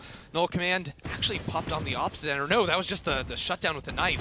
The Sonder has scaled forward. Nachi 1 is able to find the kill. Nothing committed, but Benita's positioning top of sight is perfect to find Daiki, and now sees a couple of guns as well. The Molotov means Nachi 1 has nowhere to go, and Benita stepping up when it matters most and finds the 3K. 20 years of experience. That is 2 more than Daiki has been alive, period. So I think experience may be coming into play a little bit for Benita there. She can still frag on top of it all. And for Team Liquid, fairly locked out of this one. Yeah, I mean, even the layers Shopify continue to put in with this late mid lurk. Previously it had been Benita, now it's Flowerful, by the way, coming around the corner to finish off and tie things up here 3-3. I'm wondering if this is the call for Team Liquid to maybe take that pause. These A hits have been a big struggle for them to shut down. They've been pretty problematic. Also, like, surprised, like, this round looked a little bit challenging, but of course, Daiki trying to get that push forward. I think she was one of the players with the rifle, so just trying to find a fight as the players funneled through that Viper wall. But I think, sort of, with how their setup works, they don't really have a lot of forward utility they can place. They just have that Viper wall on A's, and your options really are, do you push past it or play behind? The option here, push on through. Yeah, look at this setup. Sage wall up, boost.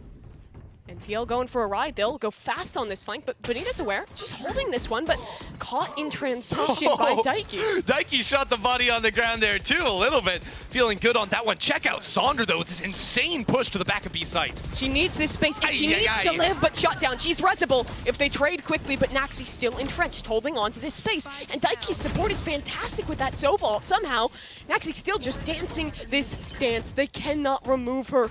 And well, for Flowerful, she's now in a 1 versus 5. Her teammate will fall to the ground, and so too will she. A Prime Gaming flawless for TL.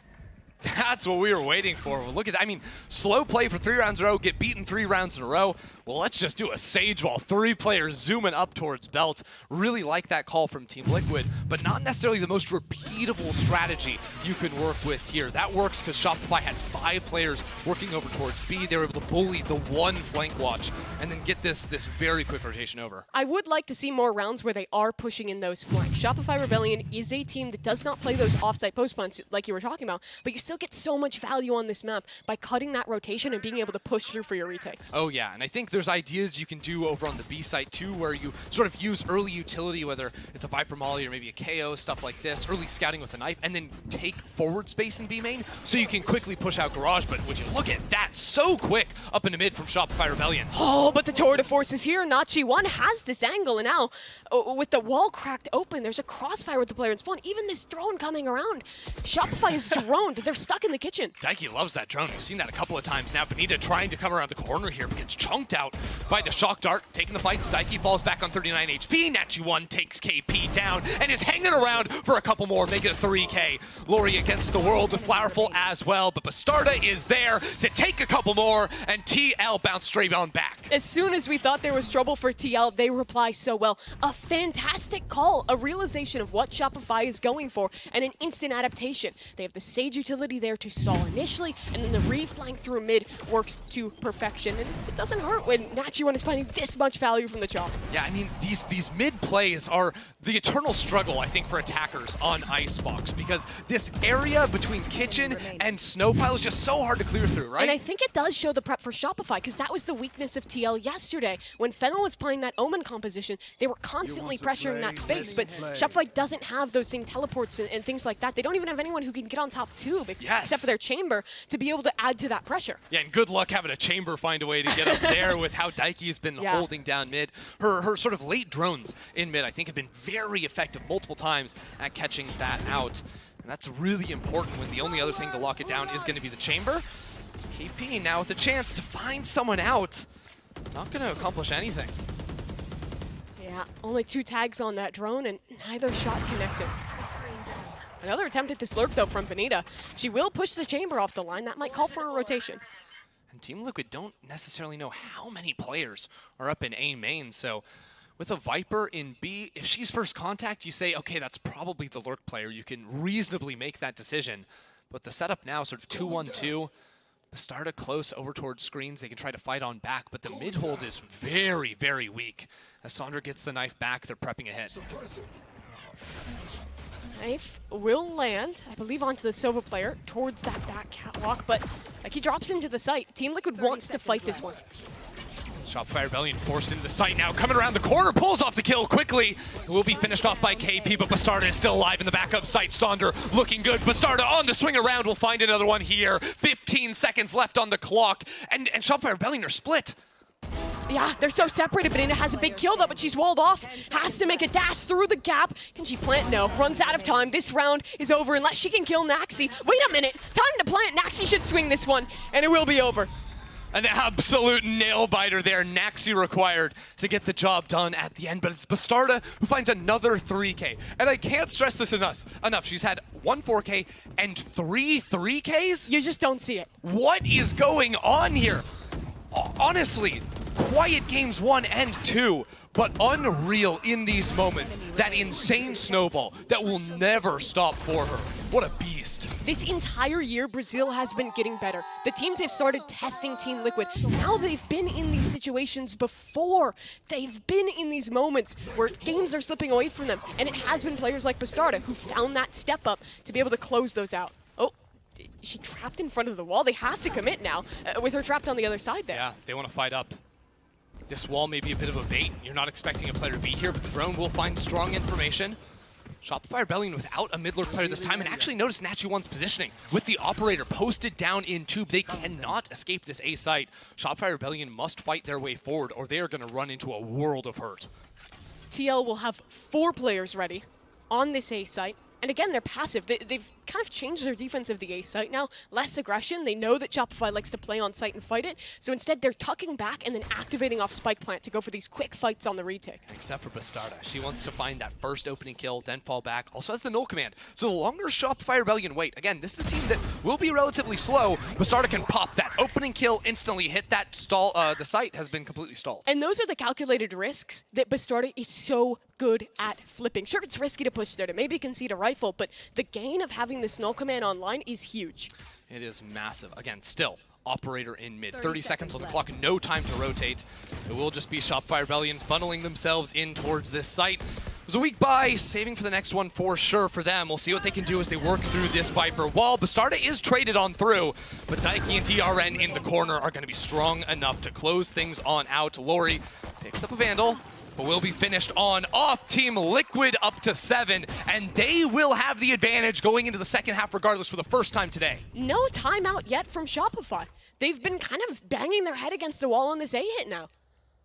They've just been one after another. They've tempted around mid, and they've liked those late reflanks through mid when they do manage to commit onto the A site. I think perhaps, I mean, one of the more difficult things to deal with, I think, attacking on Icebox is going to be a strong operator player. And they know Nachi1 has played B site almost entirely throughout this game. Last round was posted down mid, but I don't think Shopify Rebellion ever got the information that that's where the operator was going to be. And I think they just don't really want to deal with that. If they can finish off Bastarda early on in a round over towards the A site, the world is their oyster, but that has not been replicatable easily for Shopify. And on top of all of that, some of the pivotal players for Shopify that have been pushing them over the line thus far here at Game Changers Champions, Lori and Sonder are having really rough games. You expect it from Lori, right? She's playing the Sage. It's kind of a sacrificial role on this map. But in this composition, the KO player is pivotal. That's Sonder. And if you contrast her to the value that Bastarda has provided, it's a pretty rough scene. Oh, it's a world of difference. And Sonder's gone for some relatively risky plays. I remember that very aggressive B-side push past her own team Sage walls. She's gone for the plays, they just haven't worked. And it feels like it's so much more difficult to make those plays work now with the changes to the KO flash, that right click. It's really difficult to set yourself up for it. But in this composition, with the way that Flowerful plays, being a bit more of a passive chamber player, she's sometimes forced to. Yeah, it is surprising seeing both teams commit to sort of the pre-patch meta on this map, with the KO still into the swing of things after Shopify actually switched up their comps 2 games in a row. Going back to comfort here, that's something we hadn't mentioned earlier on. Shopify just wait out the dart again. All 5 players on the right side of mid. So this walk up mid once again from Nachi1 after not showing it and supported by the drone just locks them into A. And a Sage roll up as well. Shopify is a team that we've defined by the mid round. This time they won't have that option. And TL is even set up to double flank if they want. Key difference here is the stack was not here for Team Liquid, although with 2 mid players you can rotate so quickly back over towards the A side. I think Team Liquid making the right call to bring Naxi over as well. Potentially they could do that because of Nachi1's position. All about to fall, and DRN ready on the swing. Lori and Sonder out of competition. Only 3 left. They're trapped in main. The shock Motley's good from KP to reply for something, but Wall's back up and Benita gets a kill. Wait a second. This is still doable. 50 seconds for Shopify. Daiki out Raptor. Tempting fate there for a moment, but Shopify Rebellion waiting to push through the wall. Now they scale on forward. Daiki is aware of Benita, finds the first, falls on back, knows a player top site as well. 3 versus 2 now. They're not even going to allow them to plant. Team Liquid continue to scale forward, but the in-game leader of Shopify Rebellion brings it to 2v2. A huge kill for her. Now it has to be the retake. Daiki and Nachi1. Plant almost destined to come in. The shock dart will damage, but not convert any kill. A dart for both sides. Daiki in close. Are they aware that she's this close, this ready on the swing? Yes. They'll push together instead. Slow from Team Liquid, holding the space, but their opponent is too. Patience on both sides, and the dart broken. The question of this round is Flowerful. Her position could be big. Does the player above her clear? No, Daiki over the top, but she has no idea about Flowerful. She's patient, but it's not enough to win. Team Liquid convert for their 8th. How many times have we seen Flowerful in these situations where she gets 1 kill shy, and it's the final player of Team Liquid to deliver the death knell there. It is Nachi1 to make it happen. Team Liquid are up to 8, and they have just ridden this wave since the finish of Bind through overtime, and it's DRN to kick things off. While we praise Bastarda throughout this game for having the huge pop-off rounds, the absolute definition of consistency today has been DRN, top performer through all 3 maps, and it starts off with her finding a 2K before this round is won. 8-3 down for Shopify. They were 1 kill, 1 round away from winning this series, and now things are getting so damn difficult. They'll try this time to reassess, hit something towards B, but immediately they're walled off. Again, stalled out by TL. Shopify consistently have had a very different last round of the half strategy on attack. They've been doing as many 5-player hits. This time around, though, it's Benita working through Tube. It was Flowerful solo playing towards A. So breaking this tripwire after showing so much early presence towards B is going to pull the rotate over. Daiki is outside of Kitchen, and it's only 2 players holding A site. Nachi1 suppressed, but she does not fall away. Holds the angle, instead misses the shot. Could be in trouble now. Suppression there, swing through, but Starter can't hit the shot, and that opens the round for Shopify. The 2 players that needed to step up do, and now it's an advantage by 2. And just insane that Shopify Rebellion are so consistently able to find that perfect strat in the final round after conditioning their opponents. It works out perfectly, but DRN has a res. No wall, though, makes it so hard, and the positioning on these corpses is just not going to be easy. Swing from Heaven, Flowerful holding it against Shopify with these post plants on the site. KP a dart.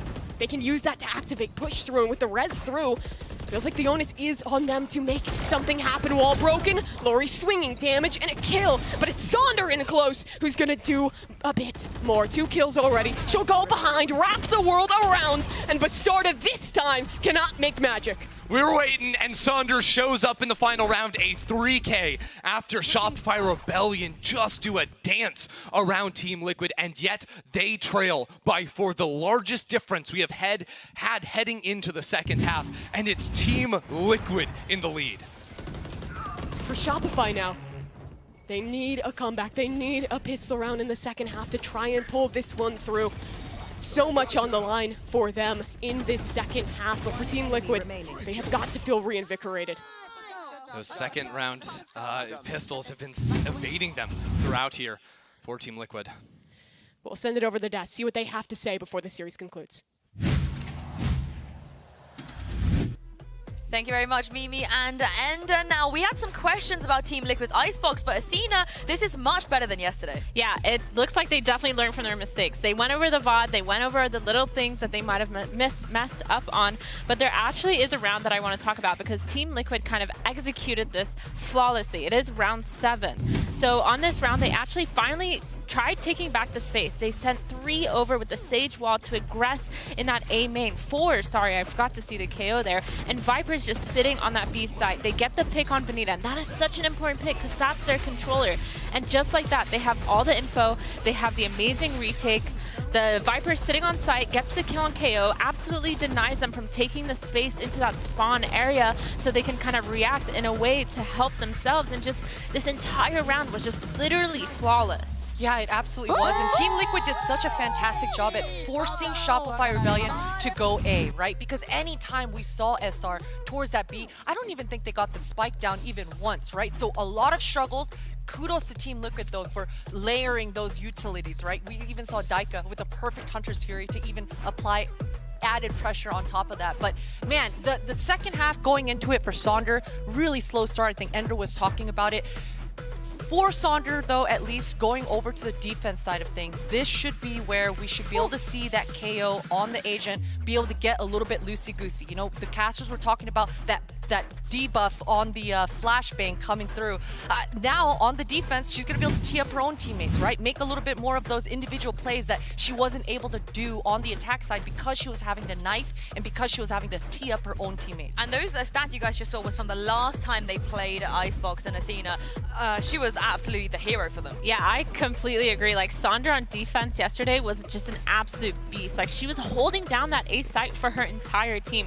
And she wasn't even just holding it down, she was flashing for herself, killing one, hiding, flashing again, getting another. Like, she really was super proactive in getting those kills and just like really went into her own play style on defense. And it seemed like her synergy with Lori together at that A defense, it was spot on. Yeah. So absolutely SR, they need these two to step up. Yeah, they do indeed. If they want a ticket to the upper finals, they have to come back here. Mimi and Ender, over to you.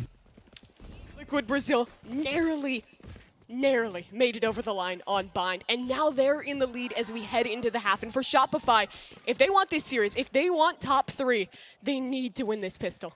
And you know what? You see right there at the bottom of your screen, Shopify Rebellion only lost 2 defensive rounds on this map versus Guild. Yes, down 8-4, but you gotta like their odds after something like that. Already 3 players pushing out into B. That's the idea, but Naxi is here. The swing comes on through. Can Naxi find a second? She cannot. KP shuts her down. And they don't commit to the multi-flank now, but Team Liquid will commit into the site. They have space on A. It's gonna be the retake for Shopify. Benita looked for a little bit of damage there. Instead, takes some herself. Plant will come through, and noting the post-plant util, Daiki does have double shock darts, but I think they're going to stick on the site. Lori also has wall, either to block off Maze or potentially to get in front of that spike. They find the first kill to open things up. This looks great for Shopify. She won. What an angle, Flowerful, ready for it. She is stepping up. Can they the convert? wall. The wall's up, the defuse is coming. KP is holding. It's a full There's stick. nothing they can do. Benita's just going to hold this one down, and DRN is unable to contest. DRN just stuck there behind the wall. No admission from Shopify Rebellion, and Shopify Rebellion needed this. Coming out of halftime, putting together a pistol round win within 3. Team Liquid won't be tempted into a force this time. This is Shopify's opportunity to build into this half. They're very good at defense on this map. We were asking, when are the players of Shopify Rebellion going to step up, get up there? They're getting rowdy on stage. You gotta love that. But also Flowerful finding a couple of huge kills to open up the retake. One of the best tools at stifling attacker aggression is going to be that chamber up. On top of Yellow for now with the Bulldog, finds the early damage. D peaks, but all eyes on Flowerful. I think Sonder as well, absent until round 12. To turn this game around for Shopify.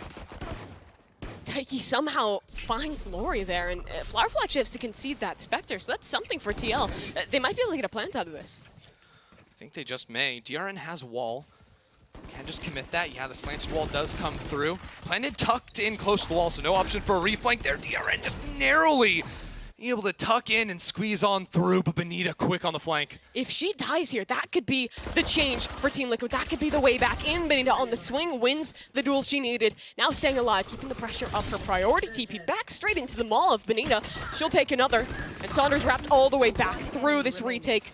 Excellent out of Shopify. It's only Daiki. Has a shock dart, has a Spectre, does not have HP at their position noted, and Saunders sticking. She should not be able to shut this one down. As Shopify lessen the gap to 2. But here comes the real challenge. Team Liquid with rifles ready to come on in. And Bastarda. Oh my god, the first half, she was insane. She's going to be one of the players taking those opening fights on the KO. That's the role you fill for the team. And look, Shopify Rebellion, they have been strong, but with the individual performance level of Bastarda, and now with a rifle in hand, she is just a force to be reckoned with. And it's a difficult role to play on that attacking side. We saw the woes that Sonder had on that first half, but if Bastarda can keep up, it's a big win condition for Team Liquid. Slow orb lineup sent on out through the top of A site. But interestingly enough, Daiki is over towards the B site and actually finds a big opening kill. And I think Daiki may end up using a drone here potentially to try and sell a fake, see if there's a chamber on the angle. Oh, they saw the chamber down mid. That got shut down instantly from Naxi, and there's going to be that late drone. You can see the 2 players over by Kitchen from Shopify Rebellion, not necessarily convinced by that just yet, but the wall did go down. So SR will be safer to lean a little bit towards A here, but they're actually more dedicated to the retake because they do have this chamber trip here. Well, excuse me, the chamber's dead. It's not going to do anything now. Instead, Benita has picked up that rule. Yeah. Just waiting for the cycle of cooldowns again, right around a minute to 50 seconds. That's where those 40-second recharge timers on the CDs will be there. Daiki finds the kill onto Benita. Bastarda can flash her way through the wall. Just rip open this site. KP completely exposed. And Bastarda is not done yet. A 2K here as Team Liquid sweeping past Shopify. Just Lori. Just a Guardian. 2 shots. No more ammo, though. Nothing gonna happen.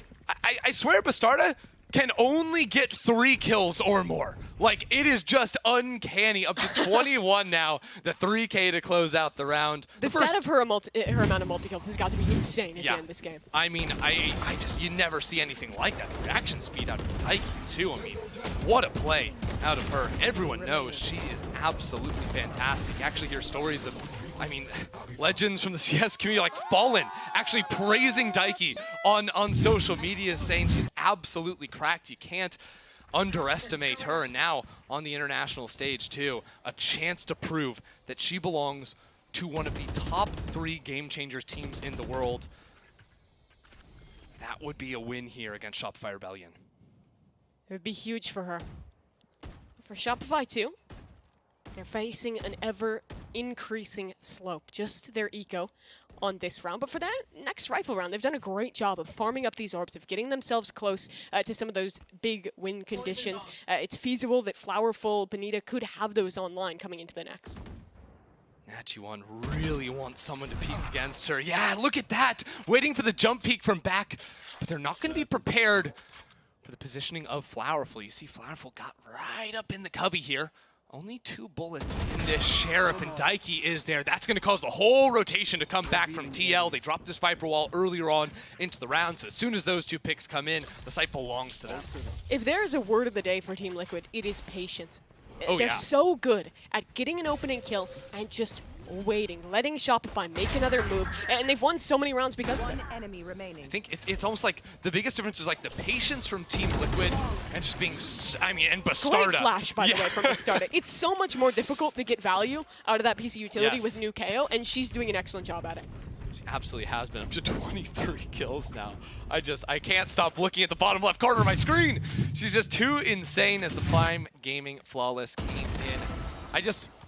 I think the setups too have been really unique from Team Liquid, really mixing things up. Whereas Shopify Rebellion, their attack a little bit static until that last round. They were just sort of 5-player grouping, something that's been a pattern of theirs on the attacking side. They seem to have definitely the same ideas carry map to map, whether it's on their attack, grouping together on defense, sort of leaving Flowerful on an island. And now that Flowerful has the operator again on an island, a sole A-site player, it's so important that she finds the opening kills, because I think last map on defense, after having an insane attacking half, Flowerful just didn't find a lot of opening frags. She was pushed off of corners with utility and just guessing the wrong sites. And again, TL moving counter to where she is. But that does mean they're walking in towards the heavier side of this map. Although there won't be any utility for SR's side. It's only spam to delay, and Lori gets a huge kill there, playing past the Viper wall up top. Denachi 1. Drone's coming through. They should reveal her now. She's able to break it first. So, Shopify, a familiar situation. Player up, retake. But they want to take these fights. What a util combo. Both the KO nade and the Viper Molly in conjunction delete DRN. Shopify Rebellion's utility usage throughout this series has just been next level. I think that was the biggest difference on the first two maps between these two teams. So thorough in their utility, and now looks like Team Liquid have to call Naxi back to join the team. She was just on flank watch, holding down Garage, making sure Benita wasn't going to find another lurk, but she is required in a 2v4. And look at this setup. When that wall is up, Saunders the first contact. Benita can swing off of that, and the shock darts can come through off of that as well. And when the wall's down, it's the inverse. Really great work in these late rounds from Shopify, but they do still have to convert. Players up, and Daiki finds a huge kill there. Onto Benita. Plant will be able to make it through, but they're being held for. How does that happen? Naxi finds two. Viper's Pit is rewarded. With an up. Flowerful. How does she make this work? She almost has to pick up a gun, but that would require making noise. Daiki and Naxi know exactly where she is. Wait, no. They turned around the wrong direction for just a moment. Flowerful taking her time, and Daiki with the 3K. How do they do it? Naxi removes both players from Snowman. What a shot! That round might just be the game. That was the round where Shopify was building their comeback. But it doesn't happen. A player up situation. A solid hold on the spike. But Daiki and Naxi, some way. You just go back and count the heartbreak moments, whether it was bind with the Seekers or even before then. Right? Remember that round where they just timed out on the attack? Yeah. It was a thrifty win because they would have won that map if not for that round. They literally would have won that map if not for that. And now, up 4 versus 2, the individual players, round to round, stepping up, whether it's Bastarda, Naxi, Daiki, Nachi1, I mean, everyone on this team can just get it done. And Shopify Rebellion scattered after it. And every time Shopify gives Team Liquid an opportunity, they convert on it so incredibly well. The Sky Seeker in map 2. They win that round. They convert all the way through in overtime. Close it out immediately. Here they get this round, and now they're going to have to do the same. Just convert off of that. Their opportunity is nigh. Shopify is in such a bad spot. Team Liquid have just been stringing rounds together. 7 since the Seeker incident to start off this map as well. Now putting a couple back to back to back. Shopify Rebellion, I mean, they're talking about what to do. Their money is terrible. A lot of times, enemy team gets to 11 and you're down by this much, you almost say, we have to force here. That is not the call from Shopify. Judges, marshals, specters, sheriffs, yes, they've got some ultimates, so maybe Shopify look to commit that pit from Benita, but this is a miserable look, a miserable position to be in when you were going to win the series 2-0. We've seen these rounds come through, but it hasn't really been Shopify the one to convert. So many of these ecos have been Team Liquid winning them. Well thought through from TL, the Shock Dart and Molly lineup, because Flowerful was just one off of the ultimate. They were expecting her to look to press forward and get an orb to have that one. There's a chance she can find it in B main and have it for the late round, which could be pivotal for Shopify Rebellion to win this thrifty. G1 up top. Does she want to fight in off of this drone? Absolutely! Benita stuck in the open. Daiki again with these drones, and Nachi1 with the entries. even committing the resurrect into the play too, saying there is absolutely 0% chance we will give this round up. We are going to 12. Team Liquid have just made an insane turnaround from the end of buying to now. And every single round, a different player to step up from Team Liquid. Nachi1 removed by Lori, but DRN immediately prepared to trade the kill through. And there's just no way Flowerful can win this one. No chance. Team Liquid, 12-6. Long awaited was this chance, this opportunity to go international for them. So long they have been grinding things out in Brazil. They've been practicing here in Europe, and the work is showing. Came here to practice a couple of times in the year. You know what, Mimi? They came this time around to win the whole damn thing. One more round sends them to the top 3. One more series win after that, top 2. And another, the finals. They are so close. And Shopify, they are the last hurdle.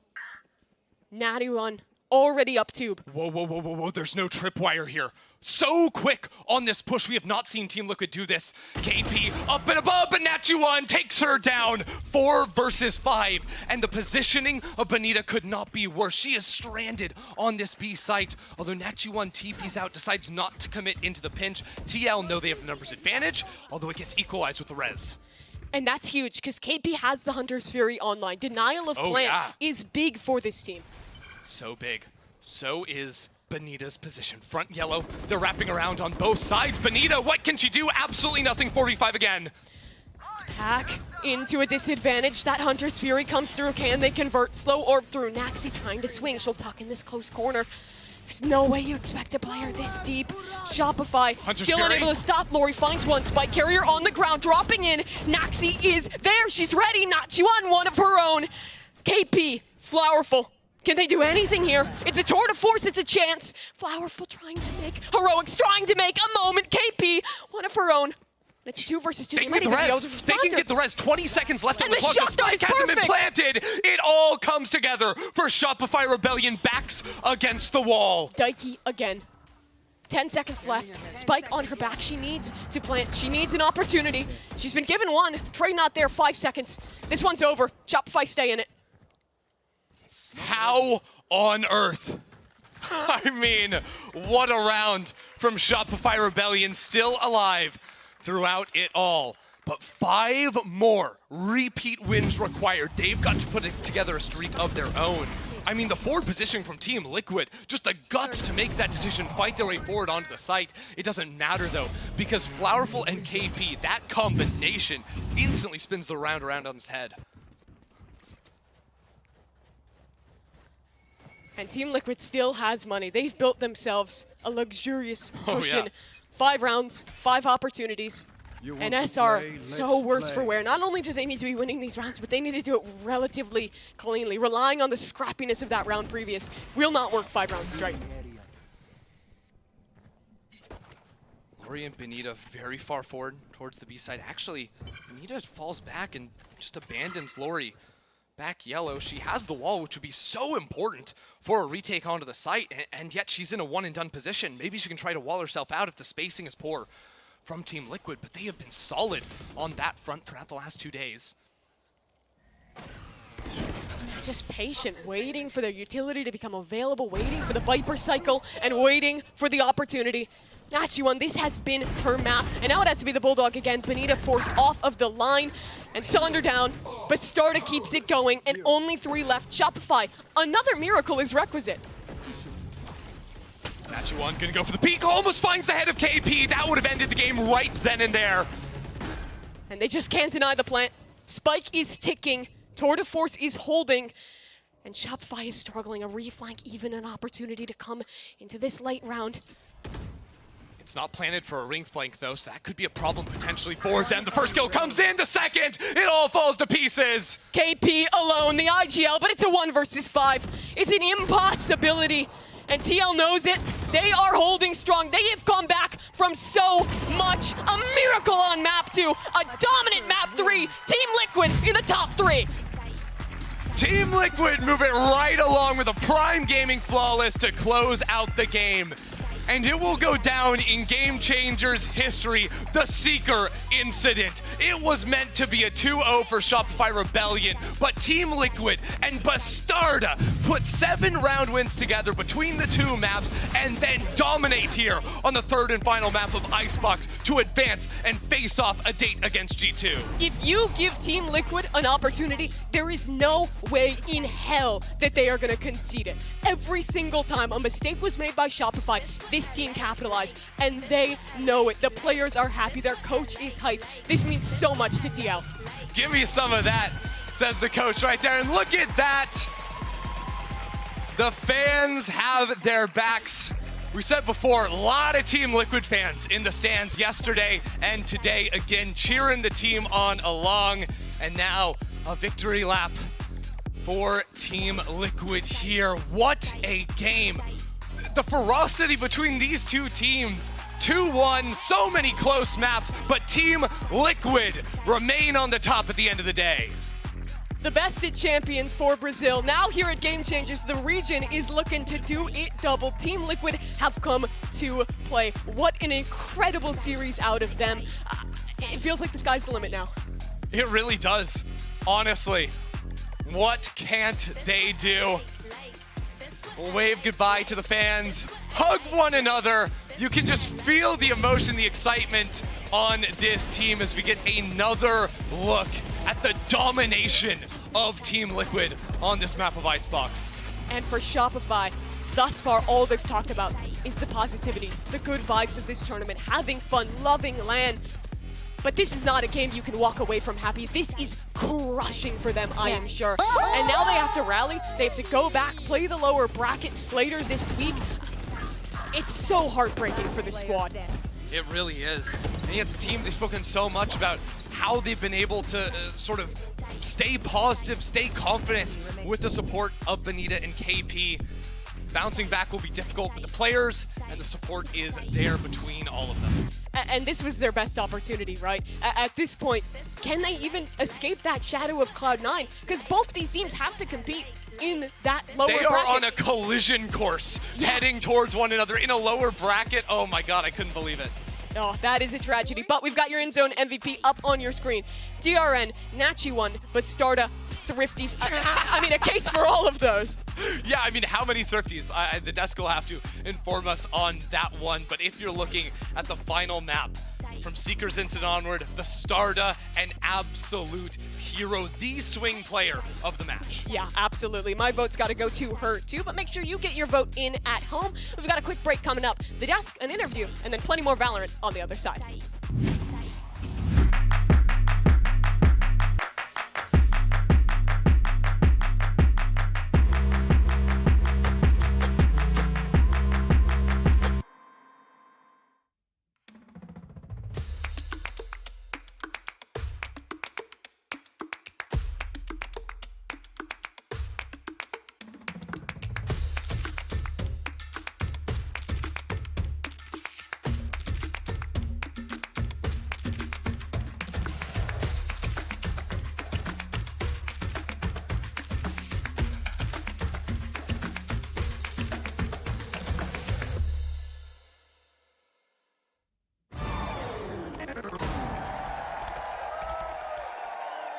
Red Bull gives you wings.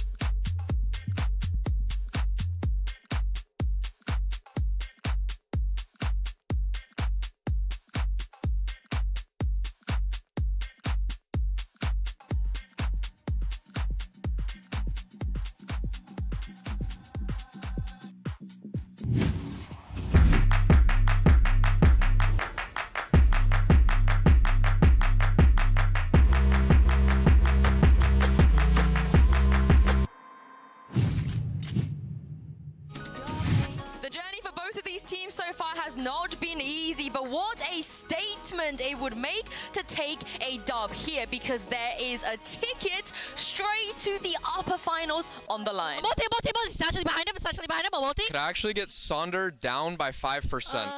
Can you turn Sonder down like 10%? Dude, she's not gonna do that. Yes, she is. No more can come Benita. She can do something more to kill Spike on the floor. 20 seconds. And Benita just does it all. Let's go! Showstopper. Oh, that could be two. Sunder for all three. Sands is her domain. Wait, guys, let me knife him. Let me knife him. Let me knife him. Let me knife him. Finds her, and two falls. Diora. But Bastarda wins the round. To delay the push through, but the showstopper is out. Sunder! Shopify Rebellion take map 1, 13-10. Oh no, need a lot of trouble here, but the suck there, blocking off 3-4 players, and it all comes down to this. 1 versus 3, too big. Team Liquid live, overtime achieved. That was insane. I've never seen that before. Should be a free kill. Flash ready. Her teammates falling all around her. DRN sends us to Icebox. Absolutely no. They are getting pumped. They're getting excited. That is going to be a prime gaming flawless. Top of sight is perfect to find Daiki, and now sees a couple of guns as well. The Molotov means Natchuan has nowhere to go. All about to fall, and DRN ready on the swing. The patience from Team Liquid just being, and Bastarda. A miracle on map 2, a dominant map 3, Team Liquid in the top 3.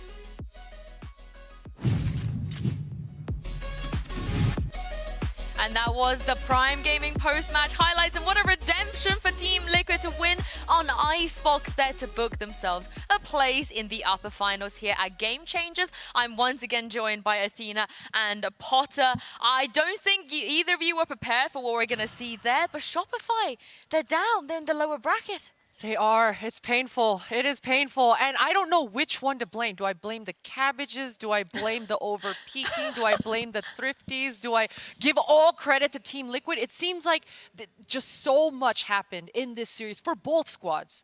Yeah, I feel like towards the end, like towards that Icebox game, it really felt like Team Liquid kind of came into their own. They definitely watched their VOD back. They definitely realized their mistakes and were like, guys, we got to step it up. And so they kind of performed like crazy on that last map. You could tell that at the end of the day, they just became the better team. More cohesion, double peaks, Bastardo just going crazy as usual. I mean, look at this. This might be the biggest KO diff I've ever seen. Jeez, and that feels so bad, right? Especially if you're Sonder. And, you know, I gotta, look, Shopify Rebellion made so many mistakes. And again, kudos to Team Liquid for absolutely capitalizing. But for Sonder's defense, I gotta say, on the attack side of Icebox, if you're getting just destroyed, the scoreline is getting out of your hands. There's only so much a KO can do. Listen, that knife is so crucial for mid-round information to get that realization of how many agents are there, so you can't, you're restricted by your team's game plan there as a KO. Let's talk about the 4v2s, Athena. This was crazy. Daiki capitalizing, getting Benita kind of caught out of position with that wall coming down. Naxi just randomly getting the 2 kills with her other teammates. And then Fireful was left with just an op to retake this Viper's Pit. It was just this was an impossible round for Team Liquid, and they just completely turned around. Just pure positioning, pure aim, like just a raw kind of round of skill that just completely capitalized off of Shopify's mistakes. Yeah, and that wasn't the only 4v2 either, Yeah. right? I mean, there was like a God. 5v3, there was an additional 4v2. Let's not even talk about Bind, how many thrifties were on that one as well. So Team Liquid, they could do no wrong. They pulled a couple of rabbits out of the hat, and Daika. Cabbages. Cabbages. Oh Yes. my God. Yeah, Paid I mean, actor. we had a lot of great players today stepping up, and you guys at home voted in the Player of the Match fan poll, and I can now reveal that Bastarda has 2 days in a row taken the MVP, and I think that just that KO performance towards the end, but DRN, I feel like she's a little bit robbed, like across the series. She did. Yeah. But, you know, that's the curse of a controller, right? Yeah. I mean, look, if For you're sure. a controller, you kind of accept the fact that, look, no one's going to ever give me credit, but that's I'm going to get W's on the board for my team. Like literally, even if you do your job perfectly, you're still not gonna frag out. Exactly. Like, and no one's gonna notice. So that sucks. But yeah, like Bastardo, of course, like like really, really well deserved. She was going crazy. She was popping off. She's getting the kills. And she just has so much more confidence on KO, which I find really interesting. She scares me. I wouldn't want to play against her. She's too good. She is way too good. I'm going to touch her hand when I see her. Yeah, rub off on you. Yeah. And speaking of someone who is a great player, we have Daiki, who is standing by with Mimi right now in the Verizon post-match interview. Yes, thank you very much, Sue. I'm joined here by Daiki from Team Liquid after an insane win over Shopify Rebellion. And I just wanted to start off by asking you, Bind, right at the end of the map, you guys are about to lose with Lori clutching. Skyseekers come out, she doesn't get the kill, and you guys just run it all the way back to win that map. What were the comms, what was the vibe like with that team when all that was going on? I don't know. That was a good game because I always think, oh my god, if I did that, I didn't lose and all the things like that. And this game was exactly that, because maybe if I did something different, we could win Fracture, for example. Sure. And the same for Bind for them. If they did something different, they could win. So that is the best part. The best, I don't know, the best match I have ever played. So it's just little details. Yeah, it is really cool to say. And as the IGL of the team, I wanted to ask, in these games that are getting super long, where everyone is making changes, and Shopify is also changing a lot of their compositions, what was it like for you to mid-round against this team and make those adaptations that led to you winning? The start is really difficult because all we studied about isn't what's going on. So it's a lot of, it's really difficult because that's it. So we learn how to play against them in the match, you know. Like in Fracture, they have the same composition as us. So I don't know how to say, but I don't know how to say that. But sure. We know something because they have the same composition of us, so we know a little bit of that, but not at all. You know so how you know how you guys play on that map, so you kind of know how they play. Yes, exactly. Yeah. And the Fracture, we know how to play against Breach, and we try to use that, but it was really hard either. Yeah, and it was clearly a challenge in that close game. I wanted to ask more broadly now, with Brazil obviously taking home the win at Champions, you guys now top 3 in this event. What does it mean to you and to your region to be making it thus far and really have a shot at winning this tournament? We're still gonna make story here, and that's just the beginning. Yeah, it's really happy to see that. Thank you so much for joining me, Daiki. We have a quick break coming up, but a fantastic matchup, Crew versus X10, the first elimination here at GC Champions, on the other side.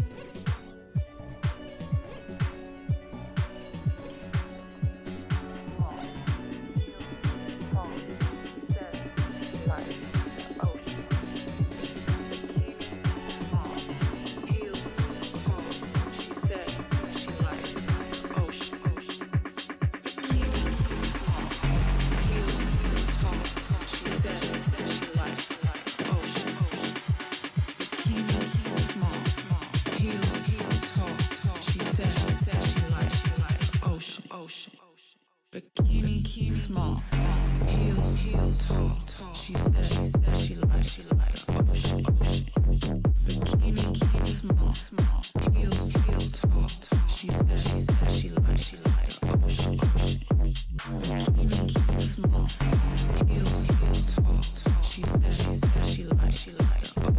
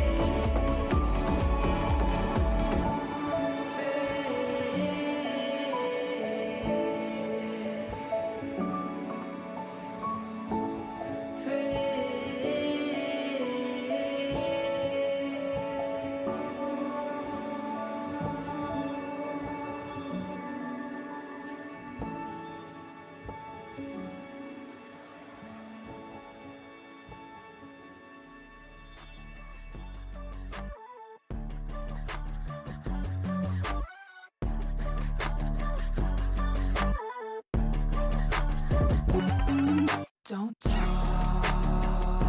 if you're not gonna say much. You could have something you don't like the taste of. Don't talk if you won't make it worth it. Did you get far before you hit the surface?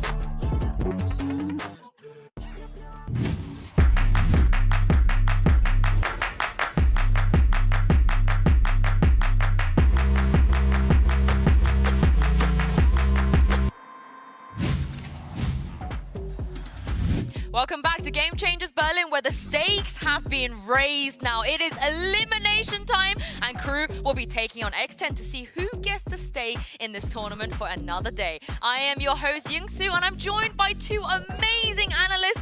It is Silly. We got you here finally, and we have Sapphire. And I cannot wait to speak to you all about your experience as a great observer, player, analyst. Like, what can't you do at this point? Well, we'll see if I'm a good analyst. I don't know yet. We'll make that judgment after this. But I am so excited to be here in front of the camera finally. Yeah, and Silly.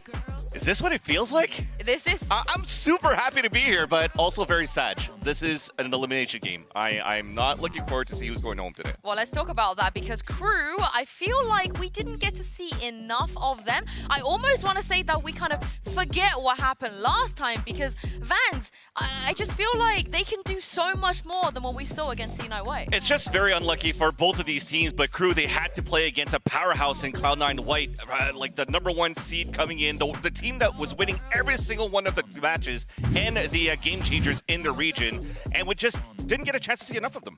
Literally, they didn't lose a series since joining Crew until 2 days ago. So the expectations were high. A lot of people are saying some of their players could be the MVP of this tournament, and we just didn't see much. Granted, they played against truly what people think could be one of the best two teams in the world. I do want to kind of throw our minds back for before they came into this tournament, because Sapphire, there is a reason why people are hyped. So talk me through what it was that you saw that gave you that expectation coming into this. I mean, they're just an incredible team. They've got a lot of friendship, too, a lot of chemistry. I actually love their coach, Flicks. Like, there's a lot of good docuseries that the team has done. They really focus on team activities, chemistry outside of the game, because that builds really their teamwork inside of the game. Always good at trading. Those stats look good there. And of course, they have Kinnear, which is just like one of the best players in the region, not just in Game Changers, all of LATAM. She's dropping bombs like 20 of kills against like teams like Leviathan. And despite the bad score that we had from Crew versus C9, we still had a player that popped off. I think that Army still did pretty good. They all had a slow start, but after that, there was like some good multi-kills coming out from her. Haven was hectic, and it was actually awesome to see her. Yeah, it was indeed, but this is what we're seeing right here. If you look at the stats, again, this was against C9Y. I feel like we need some context to this. Their debut here at Game Changers International as well, Vansili. So maybe I want the audience to kind of look at them and just forget what happened last time. Let's start judging them from today. You definitely don't think about what just happened during their match against Cloud9. Just think about what they did in their region when it comes down to Crew and Kinnear. She definitely popped off here, Sapphire. Oh, yeah. I mean, really a lot of incredible moments. This is why this is the best player in their region, and we really need to see that today. She has to step up to the plate. Her potential is high. We've seen how high her ceiling is, and now let's see that today. My favorite thing is the kind of the mirroring between these two teams we're seeing. We just spoke about Crew. They had to go up against C9Y. You know, not many teams can like make C9Y look bad. On the other side, X10, they had to play G2 Gozen. It's like, when does this stop? And Vansili, albeit they did look a little bit better against G2. They did look a little bit better, but after I rewatched the tape of what happened versus G2, it was still looking like they were struggling on getting like attacker rounds and whatnot. You couldn't get any results coming out of any of the players except maybe Pauly. Pauly was definitely one that at this stage right now, here at the Game Changers, she has been playing very, very comfortably, doing a lot of great entries for the team. Yeah, and Baby TZ too, like initiating her, allowing her to do that, like that lurk on Cypher, like incredible timings in that game against G2. So again, a lot of potential, a lot of really interesting strats, good mechanics. Now we just need to see that all come together today. I think let's speak about Polly a little bit more, because I think the main difference is for Crew, there wasn't too many like positive things you could have taken away from the C9Y game. But Polly, she, despite being on the losing side, Sapphire had an outstanding performance. I mean, she was everywhere on the map, right? Like a lot, like entering as a Viper. I mean, it was incredible. So great potential for Polly, like a lot of multi-frag rounds as well. Hopefully we see more from her. Yeah, and when I talked about the success rates that she had, right, the 71% on First Bloods, I think that's huge for the team. And when it's a team that usually in their region are very, very, very slow to start, you need some players to pop off to actually bring that momentum, and Polly was definitely one of those. So I think for X10, it's very similar to Crew. Forget what happened versus G2. Play as you did towards your region, because remember, people didn't think that it was going to be X10 coming to this stage. It was supposed to be a different team, and they're the ones that are representing APAC right now. Yeah, and one of the players on that team, the IGL, Ginny, who's not, I don't want to call her out right now, but I'm just going to say, Vance, you are definitely someone that can relate to having many years of experience being alive on this planet. Listen, yes, but also when it comes down to experience, there's also Heather that's on everything. We talked about it at the beginning of the show, but there is definitely wanting to talk about Ginny. It's her calls, her IGL. We had a tweet that that came out from her just earlier on today, where she's like, I didn't have the best matchup against G2. I'm so sorry that I didn't play that well, but I think she still has that experience to call some great stuff for the team. Yeah, so Ginny, I've known about Ginny for years now. When you're going from Counter-Strike, essentially, and you're going on HLTV and you see like, oh my god, there's a woman in a co-ed team. Like, that is awesome. She is a fantastic player against teams like Renegades, and this is a Counter-Strike reference, was doing incredible. If you want a Valorant reference, she's played against Forsaken, she's played against Mindfreaks, players from Paper X, and she's been the top opper on the team against those world-class players. So we know that the potential is there, and she's also called for a co-ed team. So this is nothing for her. And when you look at this is round 18 versus G2 as we're looking at this playthrough. This is one of those moments where they're facing elimination, right? Or at least losing the series against G2. You got to stay cold. You do a call to be very aggressive and push against G2. And what's good about this team is that they could play the fundamentals. And when they play aggressive, they have the great opportunity for these trades. And that allows them to get these rounds. I mean, at a 12-5, you're still able to run it down on mid and win that round. That's what we need more from Ginny. Play and pick up the pace. Yeah, I mean, again, like you said, the fundamentals are there. We saw those pieces. They were just playing against a very, very aggressive team in G2 that was pushing a little too much. A team that might be a little more slow and strategic like Crew, they might have a lot of success against. Yeah. Yeah, again, they had both of these teams had to take on massive titans, but today it's going to be very different. We're going to take a look at the map select right now to see which maps we are going to be heading to. What are you guys expecting? We've seen them play already. Do you see maybe some of the similar maps you've seen already come up? For me, I think for X10, they've been very, very good on playing Haven in their own region. We didn't get to see too much of X10. We didn't get to see too much of Crew. I mean, I think they picked a set, right, against C9. I think that should come back out if they want to be comfortable in that. Yeah, we'll see what happens. I'd also like to see some Breeze here. It's a map, honestly, that both teams like and both teams are successful on. But if we're leaning into... They heard you. Perfect, perfect. So if we're leaning into X... And this is a Crew map pick, which is interesting. Again, both teams like them, but X10 had some great moments there. Yeah, and just to add on to this, at the end of the day, for me personally, I don't think this map veto or map select is really important if I want to look at how slow both of their starts were for against C9 and against G2. I remember talking with Christine, with Potter, while we were watching the match, for example, for Crew, when it comes down to like a first contact from Romy, but she has players to support, she still decides to use her utility and fall back instead of just trusting her teammates, play the contact, play your life. If you die, there's trades that could happen. So trust your teammates in the process, play your own game, and this could work out. But this Fracture, I'm kind of scared. Yeah. It makes me worried. That's really not the one that I wanted to see as the third map if we wanted them to have some hope here. I mean, do you think we are going to go to the third map here? I'm hoping not, because I want to lean towards X10 winning this series, and if they want to win this series, they actually have to win these first two maps, because they've been very slow on their map of Fracture, and that could be very punishing against a team like Crew. Well, we will see in just a moment, Vansili, if that is going to happen. We're going to take a quick break here, but don't go anywhere. We're going to bring on Crew and X10 onto the stage right after this.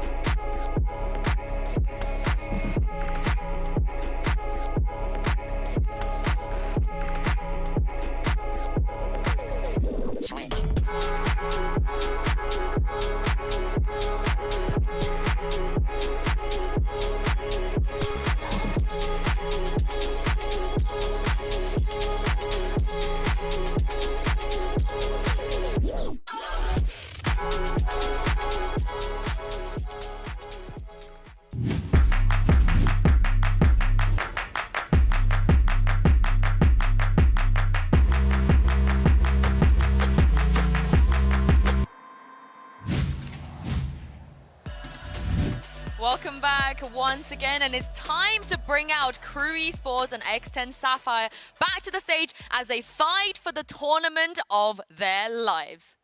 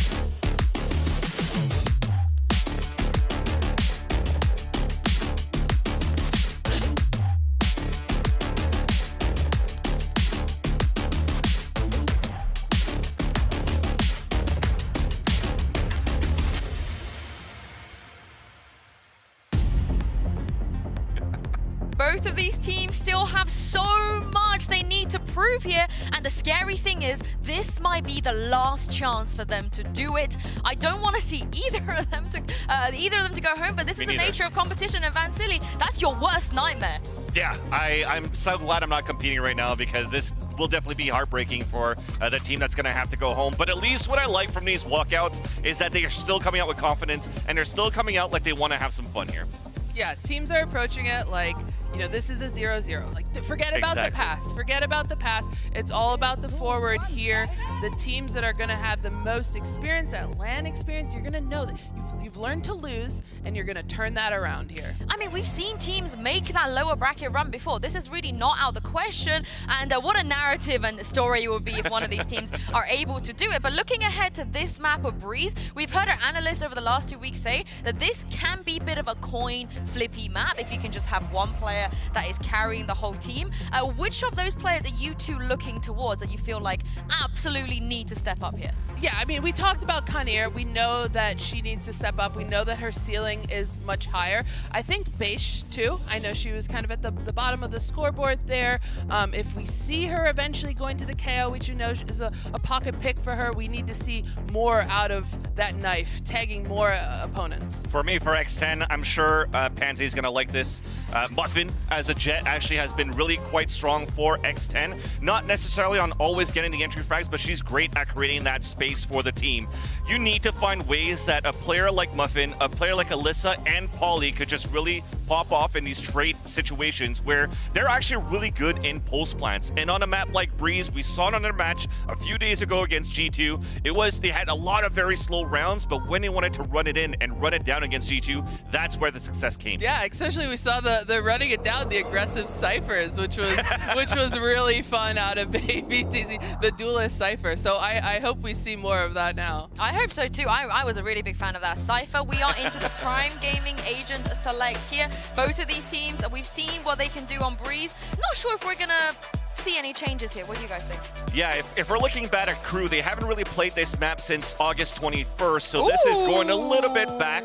We're looking at Conir. We have that chamber. Everything's pretty much okay. Alyssa and Ginny, looks like they've done a switcheroo here. That is true. That is true. I actually just noticed that right now, going with the double initiator. I think for Ginny, we talked about her where she needs to activate a little bit more. Does she want to support a little bit more instead of calling where Alyssa could be? I mean, she's been playing so well getting entries. She could be the one that could be clutching as that Sova later on. Yeah, exactly. And I think that's what we would need to see out of that experienced player. Yeah, I'm interested to see why they have done this switcheroo, but I know you guys at home, you've missed these two, and so have we. Let's hand this over to Pansy and Hypok.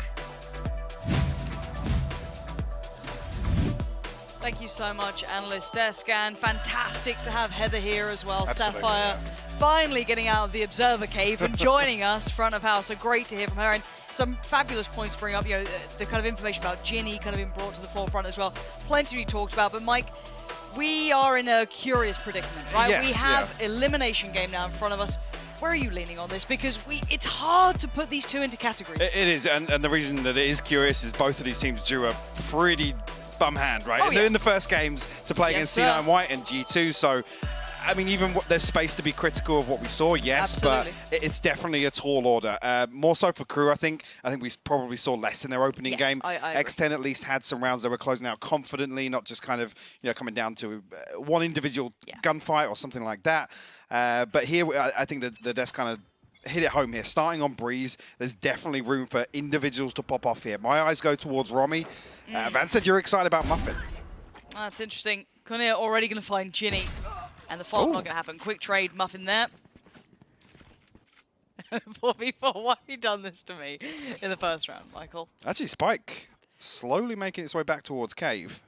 No progress on the side of X10 just yet. Polly's tucked in. Actually, what's interesting is two members of Crew making their way towards double doors here. It's a perfect split. Oh, Polly's behind the wall. She actually tagged blind through it. That is so unfortunate. And now Konzu still trying to try and find something, but actually finds the shot. Okay, we're down to a 2v2, and the plant should be pretty solid. Unorthodox position for it, though. It looks as if they're going to try and play aggressively towards Bridge, anticipating double doors pressure, but Muffin's going to come through fun the first. Yeah, Kalita, though, this needs to happen quickly, and the snap would have had to have been perfect, but now it's a bit of a favored fight towards Alyssa. Kalita trying to play the timing. She's got great timing on this. Tap on the spike. And actually, Alyssa wants to get to at least half. Continues to sit. And Kalita, fantastic. Wrap around by Yellow. And Crew will pick up the first. Crazy back and forth, though. I think maybe anticipating double doors pressure or potentially a flank coming back through Cave. So unorthodox position to choose there. But when both members actually come through from Bridge, like I said, the timing's all that really separates them here. Baby TZ actually doing fantastic work to find these two kills. And like I said, that was the kind of lurk, the split coming through double doors. Okay. So again, leading into this tournament, I think a lot of us saw that initial bracket draw, and I think we all thought, okay, well, let's see how far they can get for both teams. Yeah, so it is going to be interesting. We finally get to look them up to their own devices. See, Muffin did manage to thread through, somewhat unnoted for now. Gets a fair fight. Kalita sharp with it to start with. And that's now a 5v4, so advantage there. A little note onto where the Sky will be residing. Ginny just peeling away from double doors now. Baby TZ actually sets up now. The Shorty, no investment of any U2 other than the spy camp. And Romy, I think, is going to have heard that sound cue. That might be a signal for the rest of crew to push up here. I mean, Romy could dash past this and kind of negate this shorty investment altogether. Take a little bit of forethought towards it. I wonder how aware they are, and pulls the trigger on the first. Going to do a little bit of damage there, going to take one with them. Not too bad, but then once you get into the post plant, it is going to be far more difficult to bring any of the weaponry into a position of actually converting it. It's a ghost and 3 rifles, essentially, with the Guardian in the mix as well. So very difficult for X10 to get anything done here. Actually, all 3 members blocked off towards archers. No confirmation with the Owl Zone just yet. Actually, it's just 3 classics as well on the way back through. Yeah, it would need a massive fumble. They have actually been able to close the gap, which is a little bit worrying. Yeah, that actually gives Alyssa a fair shot at this, and the follow-up. Beish's gone down. This is never meant to be this way. And hopefully for Kinnear, they can be the kind of underline to this. Ginny did get a rifle, gets it taken away. Got way too dangerous there. I say Konsu will recover. Well, like I said, the Guardian purchase will be lost in the mix here. Crew should be able to share the wealth a little bit at least. So actually Collector sitting at 6,300 now. 1 away from the Hunter's Fury already. With that pistol round plant. Next one here, and I mean, maybe teasing it. I thought the range was going to be a little bit of a problem there. The fact that they were drifting up on the left side of main, but the fact that Alyssa comes through and finds 2 there, even pushing through the snake bite as well. Yeah, I was worried when I saw them be able to kind of navigate so close.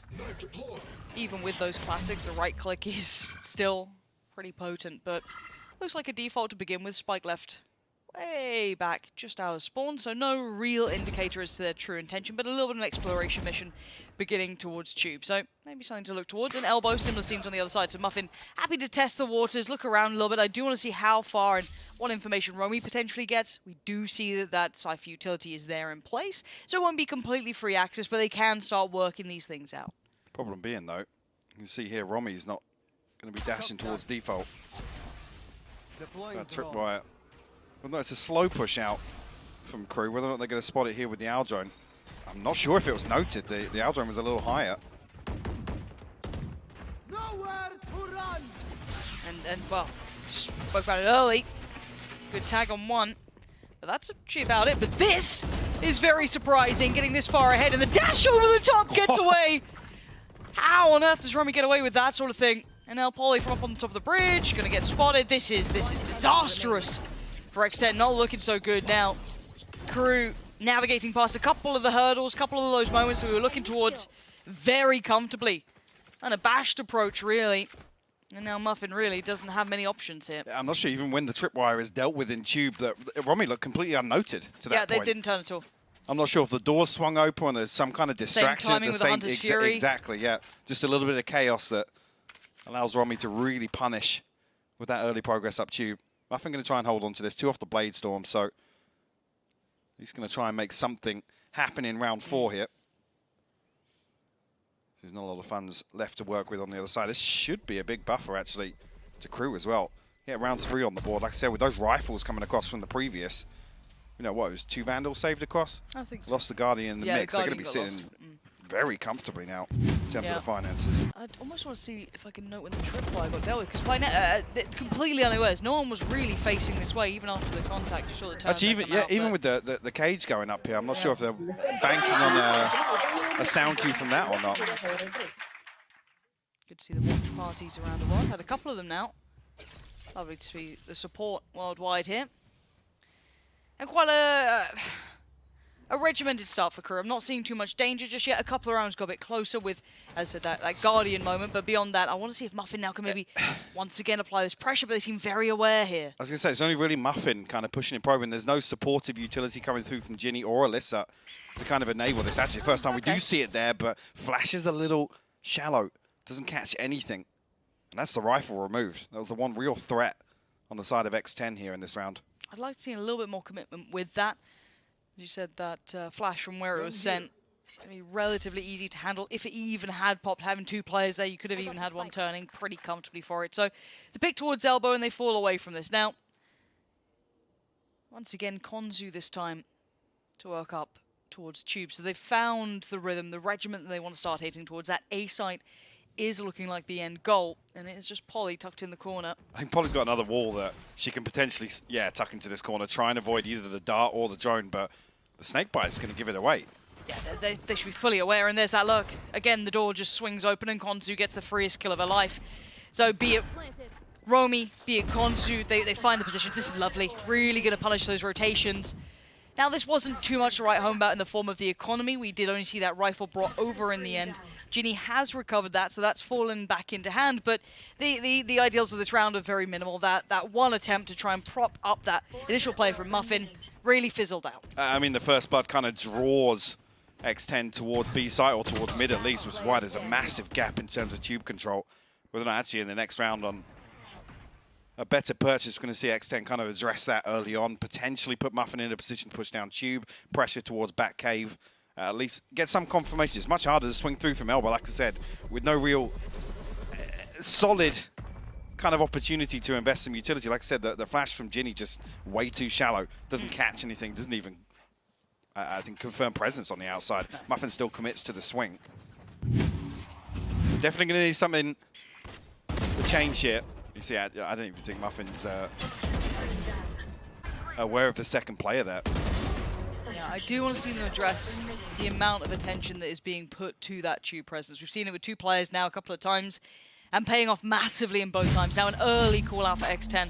I think probably the right shout here between the coach and the players to try and get a bit of a grip on this game, because so far, very limited success rates. I think actually a number of times where potentially Con is spotted out over on window, potentially towards B, and whether or not they do want to just kind of fully invest in finding that first blood, finding the kill on the extremity, and then kind of hit a hard rotation, or not, like I said, just to walk down tube. As if potentially Alyssa's position towards that, but after the timeout is going to be a little bit of shuffle, yeah. Yeah. The one thing I'm looking at, though, is the money for Crew as well. You said they'll be in a good position. I think it was even last round. Yeah. Now I'm already seeing 7.7, 7.6, and these were the two ults as well. You got Konzu like 3 already. or 4 surviving through each one, yeah. Yeah, they're really starting to get that robust money behind them, so they're going to have at least a round, potentially 2 in pocket here for the full buys. Now on the other side, of course, it is down to the bare bones. So this is a big round for them. X10 do need to kind of rally a little bit here. You don't want to see them go quietly into this game. Yes, it is Crew's map pick, but even with that in mind, you would imagine they'd put up a bit more of a fight here. But early days still, early in the game. Let's see what that adjustment is coming out this time out. Let's see what X10 have for us. And if there is an adjustment from Crew as well. And straight down mid we go again. Well, so Flash finds nothing. Muffin's going to take this space. Potential to catch Konsu here on the retreat away from outside cave. Actually, Konsu dips back towards it. Kalita moving that same way. No confirmation from Muffin just yet in terms of any audio cues. Like I said, it's been about 20 seconds now since that flash as well. Polly tucked into the same pocket we saw with this wall. Romy desperate to try and punish that. Very static here, though, from X10, even with this early progress in mid. And really capitalized just yet, and Konsu going to punish it. Like I said, Muffin's just out on an island here as well. I said that dash timer just expiring ahead of that peak. And I guess that's how they're starting to deal with some of the utility invested towards Tube. Already going to be removing that. But you're right, a little, I want to say unlucky for Muffin in a way, but you're right. Now, one player towards the back of the site, Baby TZ, is still sat towards this, but navigated around so far. Crew will get the foot in the door. Plant can come through pretty quickly as well. 30 seconds left. Going to be noted and revealed, though. This is big information here. Alyssa can draw themselves over. This is massive information. And finally, X10 do get the grip on the game that we were asking for. That's substantially better. But the plant did come in, so Konzu does have an opportunity at this. One shot to really make it count.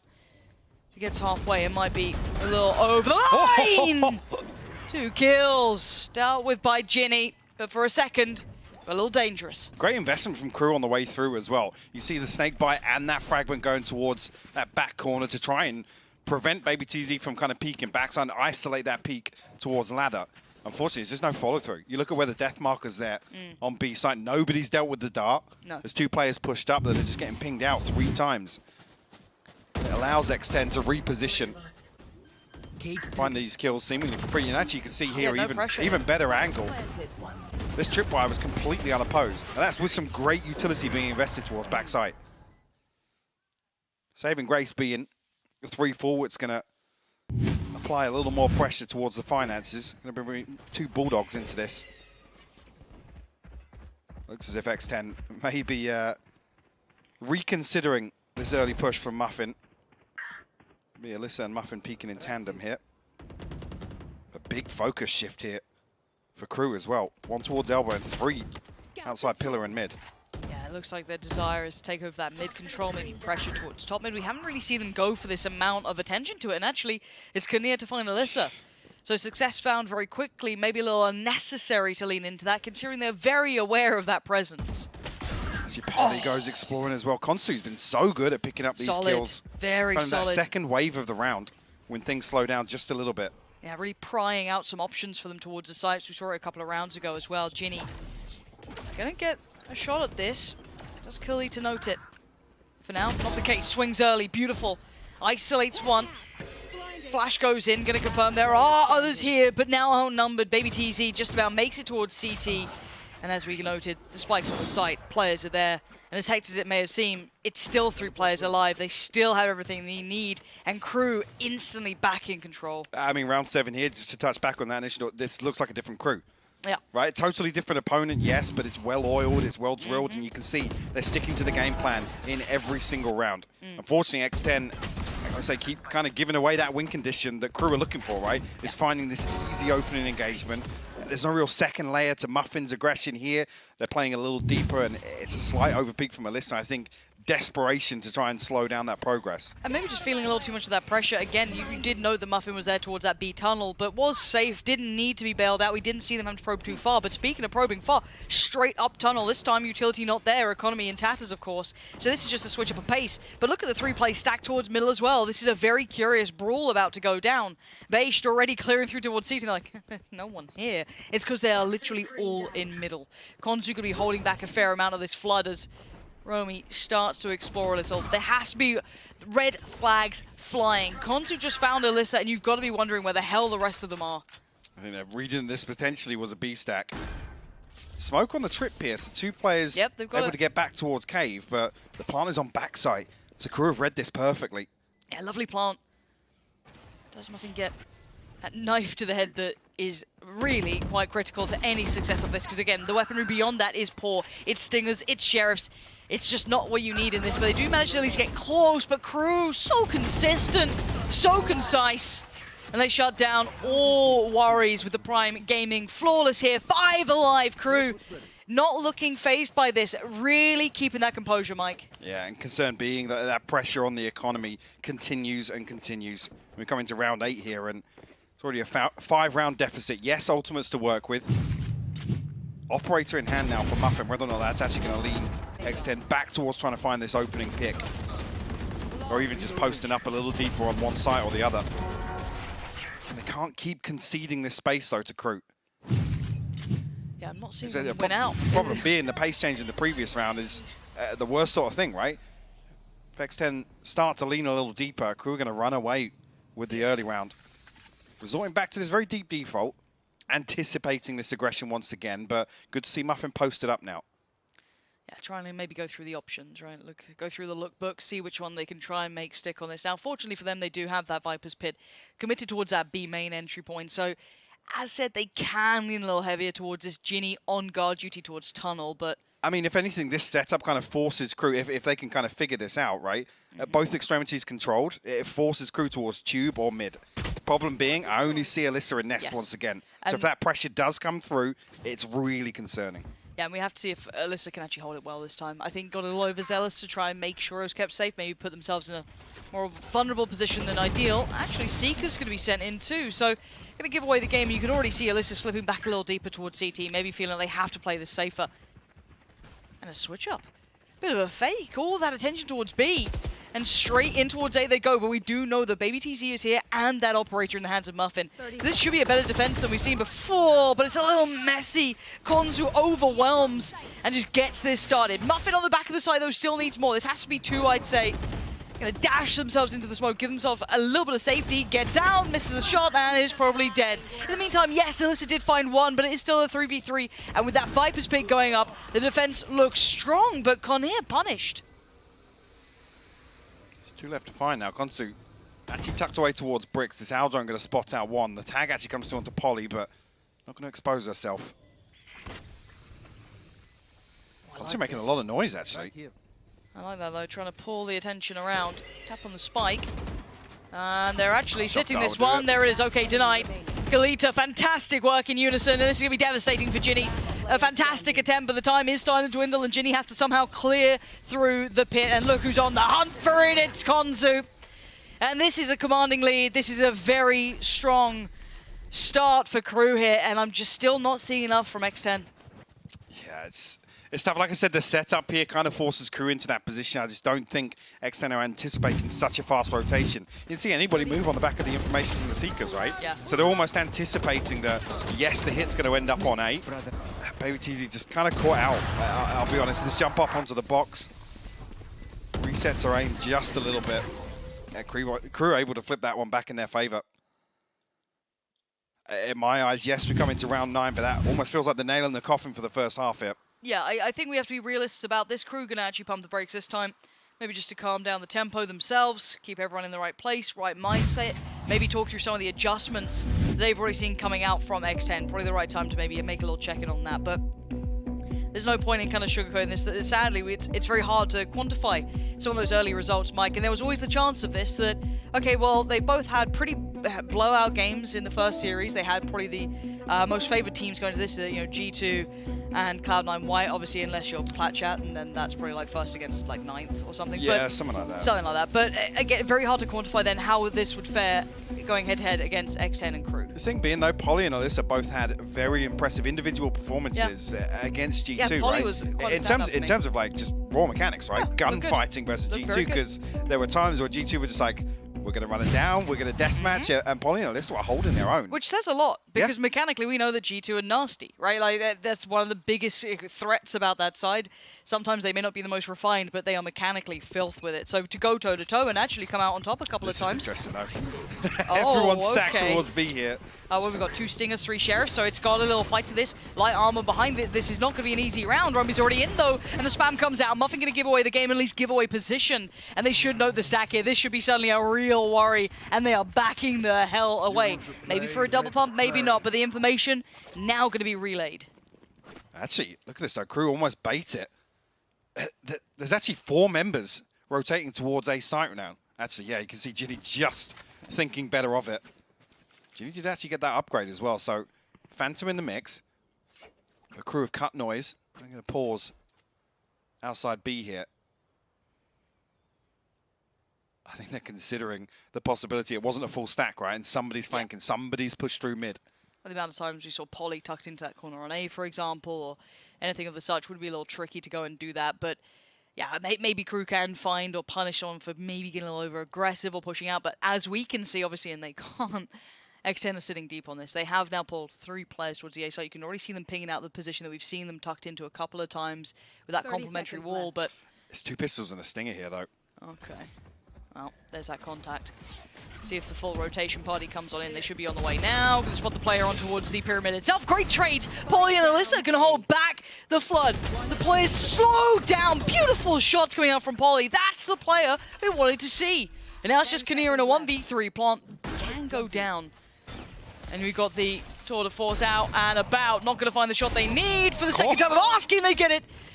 Drawn down on the head like a guillotine. And now Ginny gets held up for a second, pushed out of position. Kinnear reads it quite well here, but does get caught by it and now gets crunched on. I thought it was just out of distance of it, but beautifully handled. X10 get their second on the board. The stun is crucial there. Kinnear desperate to close out this kill onto Ginny. I think actually noting Baby TZ on that. I don't know if it was a jump peek just to spam a couple of bullets there, but the Thrifty is converted. Could be the start of a run here for X10. All started here, Romy. You see the spacing, just a little off. Romy gets all the way towards ladder. I said, mention them, Polly and Alyssa.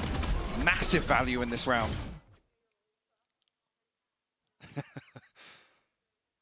Yeah, it's so unfortunate. Like I said, that stun is absolutely crucial. Yeah.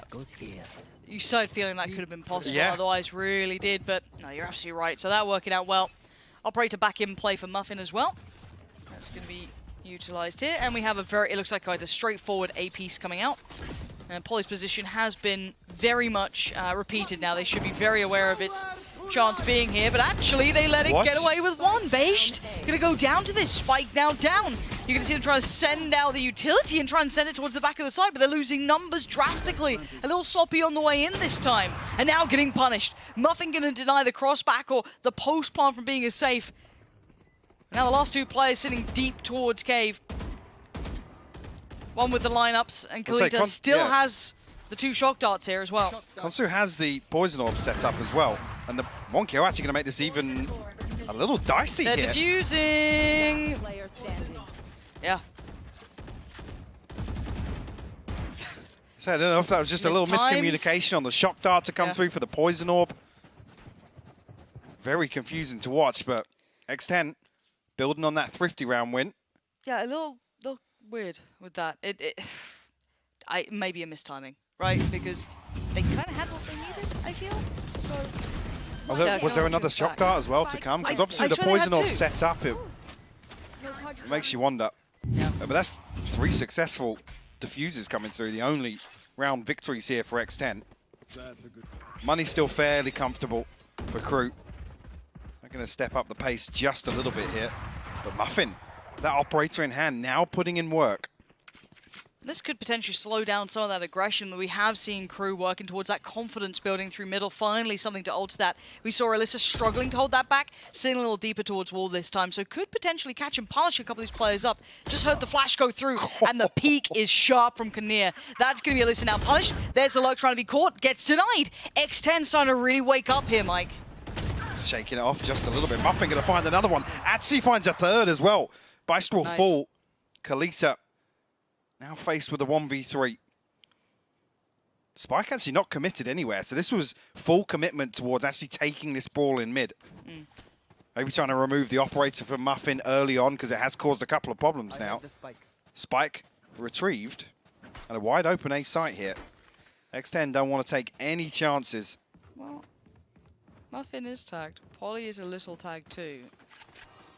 Now, Kalita obviously doesn't know how much freedom that she has, but we'll have to take a gamble at it somewhere, right? Gonna pop down and dart towards deep backside. Safe plant as well, so almost has to dig a little deeper and find this kill. But if their spacing's good, if their trading's good, this is a very tricky position to be in. You've got to line up almost 2 of them, get them done quick. Gonna hear the drop, and gets one No way! In a second! Oh, what? And actually, knows where Baby TC is. Kalita could be on for this. Oh, no! Oh, that looked so likely to fall into place. But Baby TZ just about lives to tell the tale. And X10 have found themselves room here, Mike. This is almost really awkward as well because Polly's the one to give away the drop sound, right? Yeah. Actually, the swing onto Muffin is perfect. Show me this round again because it looked pretty good. You know, if you're looking at a clean denial, but it did become something that 1v3 did get a little too dangerous. And here it is, Kalita. Oh, just it felt a little too nervous at the end. Committing to the drone here as well. Brave. God, bold way Just to like play. that, the scoreline, we're at 7-4. Like I said, to build upon that thrifty round win, that was the catalyst for X10 in this half.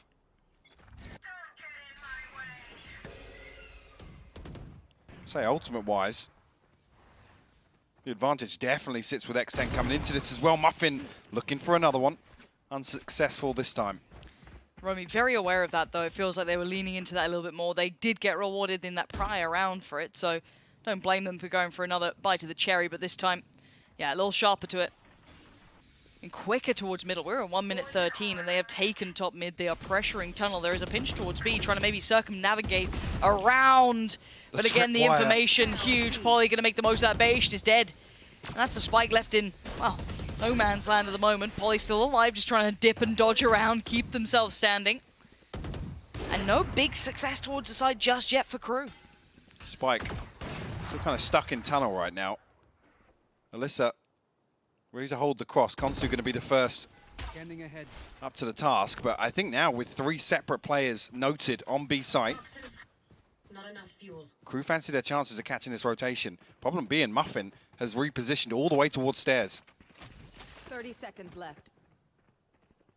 Not alone either. Support in place. Muffin could be good for one, and then the trade could be great. Romy seems very aware of the possibility, but the teammate just gets shattered behind her, but great trade for Romy. And now Muffin gonna go for the blades as well. 13 seconds, they need that spike to go down.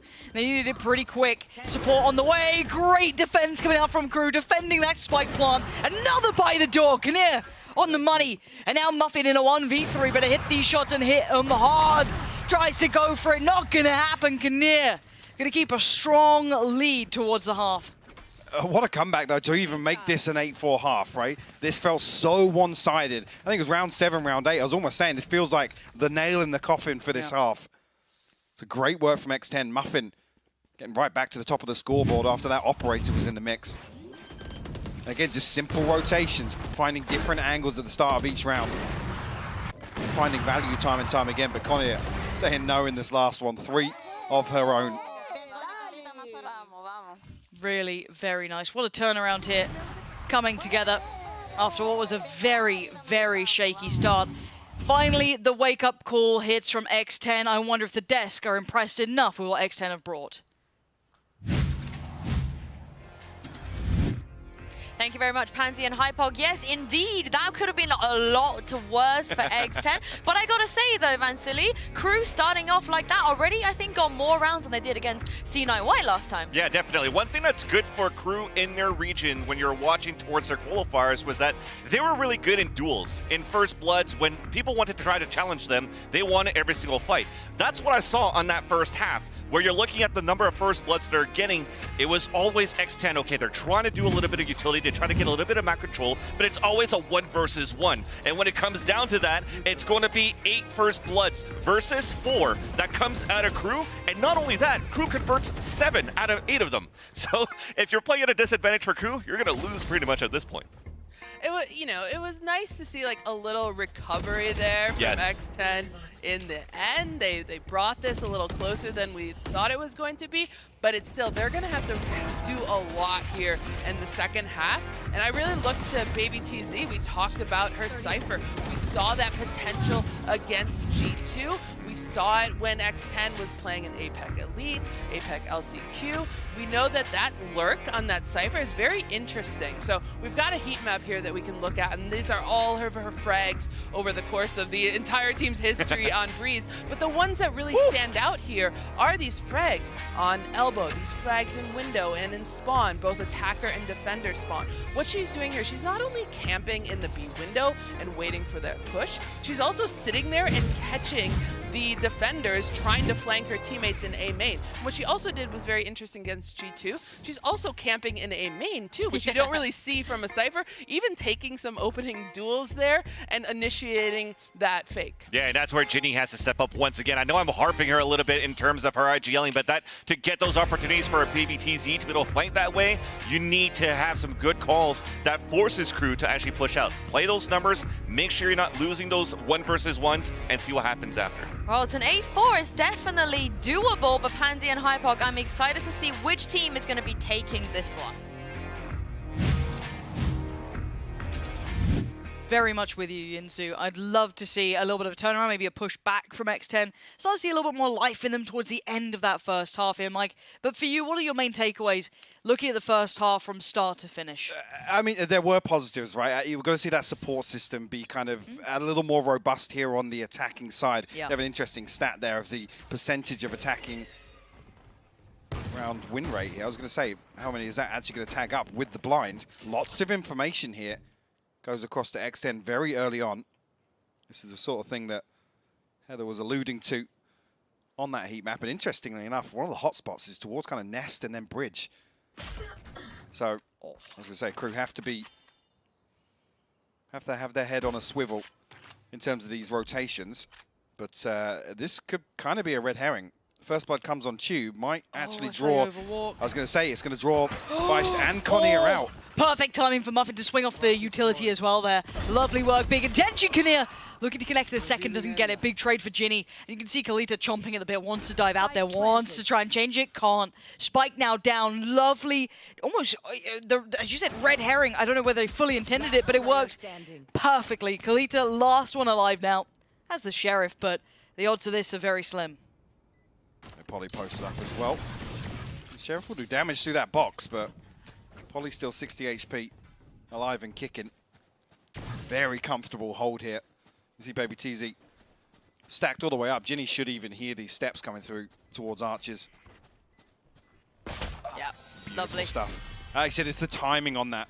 The fact that that first blood comes through, it draws Based and Connier out of tunnel, and X10 is set up, ready and waiting for that rotation. Shot from the other side, yeah, real crisp. And the timing on this. And I'm sure you're loving it. If you've just suddenly caught two of those plays, maybe expecting to catch someone lingering around tunnel, but you see two starting to progress, catch him in no man's land, that's the site open. So Spirit's at an all-time high, it seems, and Crew not the same to be said. So the gap now could potentially start to close in. Heavy emphasis towards A, whether or not this is going to be a straight push through Cave. Potential for upset, actually, because the spike is positioned down here at bottom mid. Spike and a trap to get past, though. Romy, Kalita, and Konsu all pushed up Based as well, actually. X10 ready and waiting once again, though. Maybe trying to actually backstab Polly on that previous lurk on the pistol in Tube. If they pop here, I mean, like I said, Romy's got a Sheriff to work with. And this is Spike here. This could be a tricky position. And timing. Oh, hello. Feel like that's not going to be a live round. Yeah. Do you know what, Mike? I really wanted that Sheriff and I missed my chance at it. Yeah? Yeah, it really annoys me. Right, every okay. time. Just wanted to let you know. Okay. Because I feel like this is not going to be a live round. You know, it's They're holding telling angles. Me, They're posted up. oh, they're yeah, anticipating some aggression outside of B. We call this a deep default, right? Yep. The deepest of defaults. And Connor actually, spotted Crew him. doing the same thing. Connor spotted him. Oh, no. Oh, it's incredible! Yeah, so, terrible how good Do you know what's can really fake weird? it. Nothing went wrong yesterday in Right. first map. We're back together, so... Oh, not the knife. Not the knife. You wouldn't do it. There you go. That's great. Don't clap that. And the crowd audience. go mild. Audience, come on. Come on, audience. You're not clapping for this. It's canned laughter. Appreciate it, production. They went, yeah, hit the laugh button. No one's finding it funny. Help her out. Nice one. Well, I've got a captive audience we can talk to and Twitch chat. Which one would you prefer? Oh.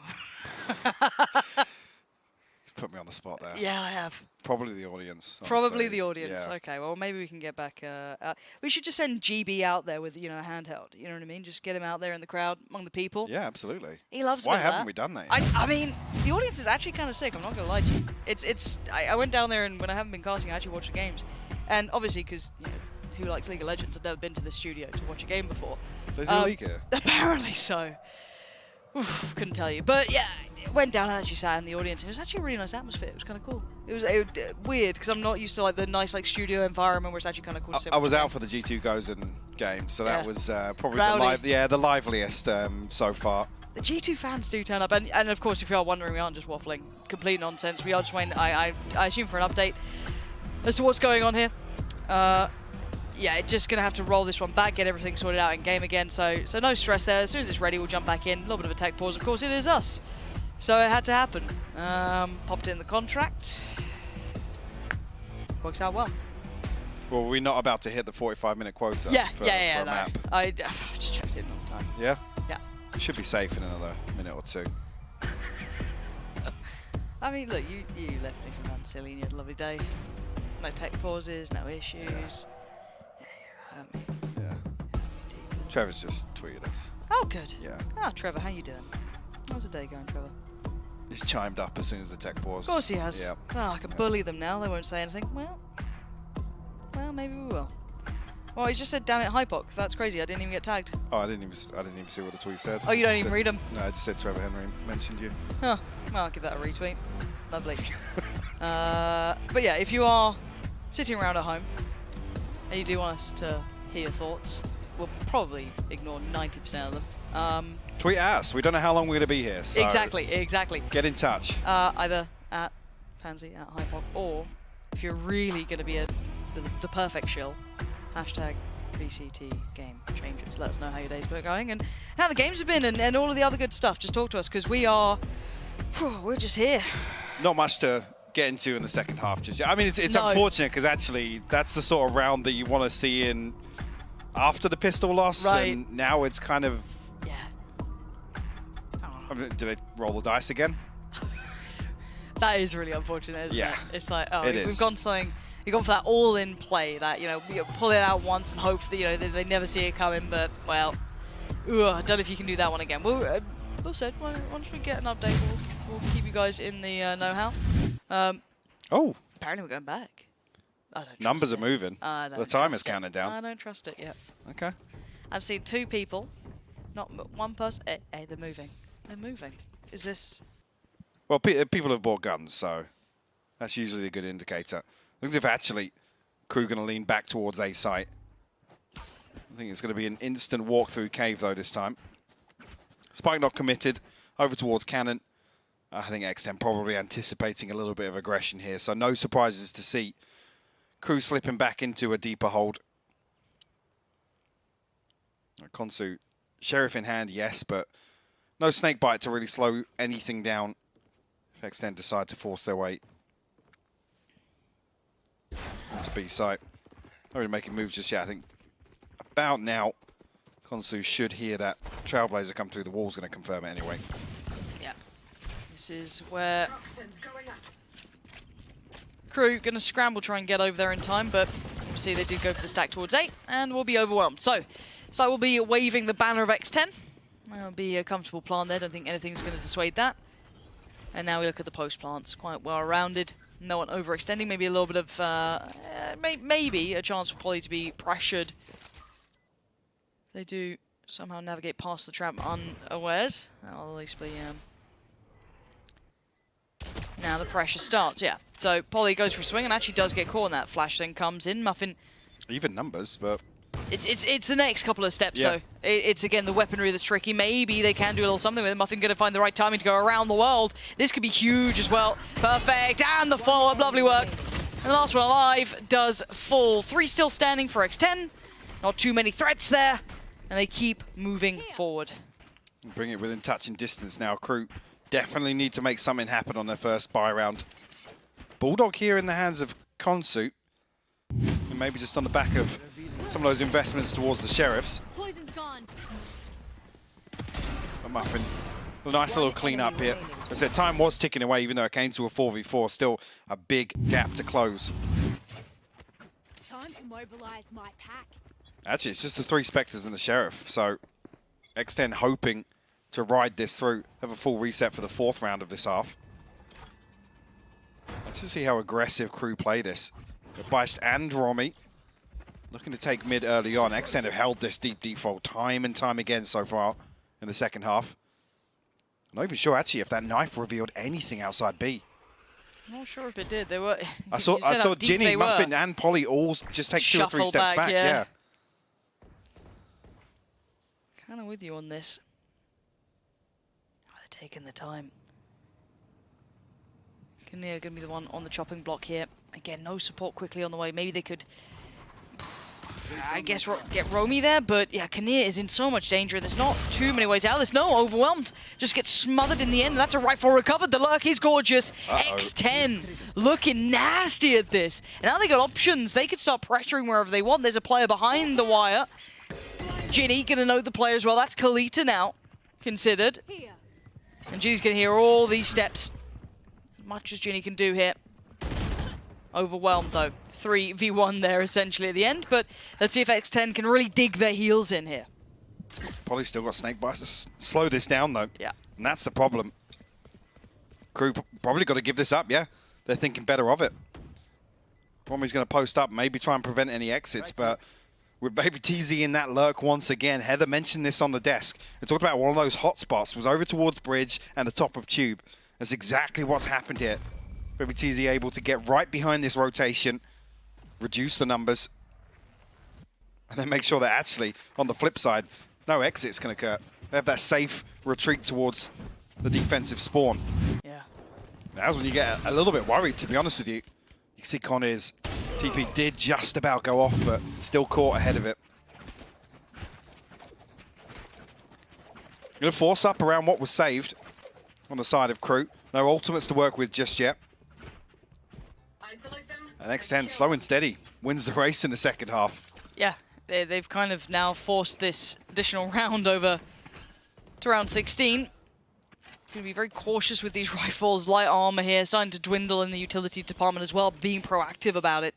Trying to find a new way to navigate, and it's going to be Alyssa, Polly, potentially the ones to find this out first. And they actually seem somewhat aware. Polly! How do you get two in that scenario? Bashed gets caught up in it as well, and now suddenly, of course, you want to just head towards A. That's some rifles on the ground. You can start working towards it. There are still players here. It's not completely without some defense, but Kalita got to be careful about it too. This could be another issue if she goes down. So Polly just waiting for the rest of the team to push up here. Kalita, though, sharp to it. Okay. Standing her ground. Actually holds onto the angle. A big snake bite comes through. Konsu going to find Baby Teasy as well. Yeah, okay, they're being kind of shredded on the way in. It is still a 3v3 for the post plant. Spike's in. Genie trying to help out Alyssa a little here. I think just out of range on it, but Muffin, the one on guard duty towards CT. There's that shock dart that didn't do as much as I thought it might, but they are still standing, but it's going to be a trade out 2v2 now. Kalita needs to start working the way in, and that is going to be the information sign to be relayed. Alyssa very isolated. The shock dart's going to go down. The flash comes in, the swing. Alyssa has to stand and fight. Ginny's gone. It's all the one, and Kinnear dives in, and Crew maintain lead. They'll take it one step further. Away from this, though, massive economical advantage for X10. Already built up a bankroll. Damage done here, but Crew get there first on the board. After 3 unanswered. Polly going huge at the start of this. Yeah. I said crucial kill here for Kalita to wait around. I said Polly is just posted, waiting for some contact on site. That's why that kill is so crucial. See if Crew can build upon this now.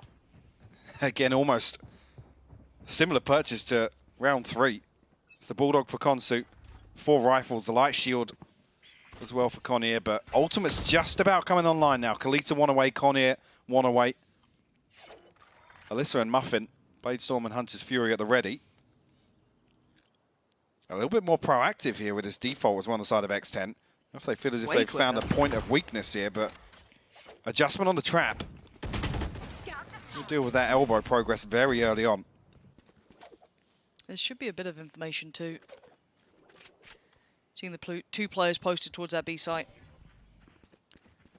Rather than just Kinnear solo. We'll have Bashed in support. This time looked like a fight that was a bit awkward there, but both get to keep their lives and pretend it never happened.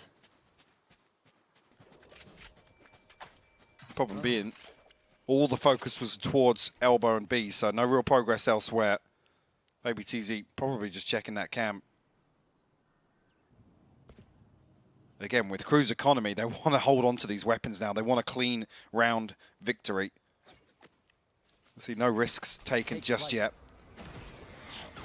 See, Base, big knife once again on the cooldown. Actually finds a kill as well. Muffin will fall ahead of this execute. Oh, that's stunning.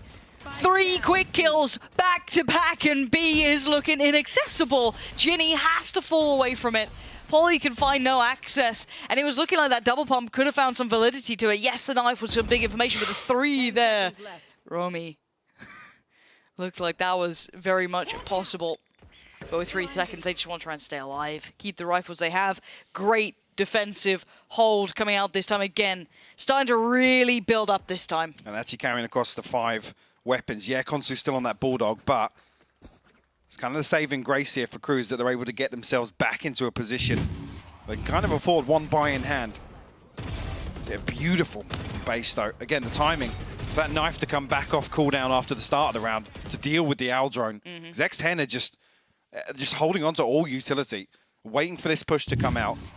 Like I said, it's only really the trap that's any indicator of, I mean, any activity in mid at the start. There's no peek coming through. Nobody's looking to swing off that trap on the side of Crew.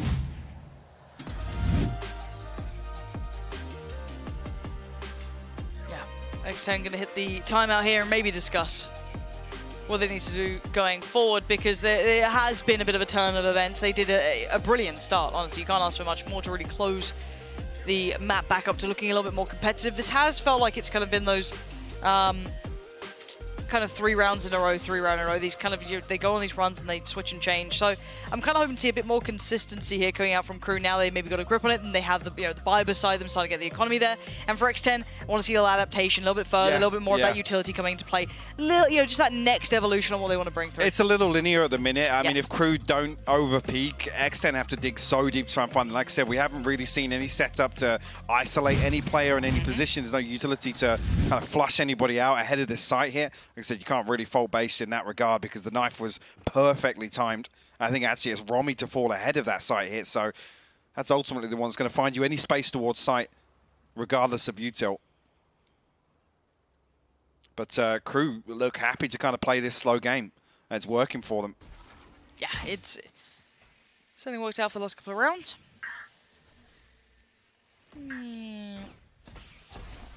Didn't quite find it. Okay, so that's going to be in play for a little bit longer. That little security blanket will hold.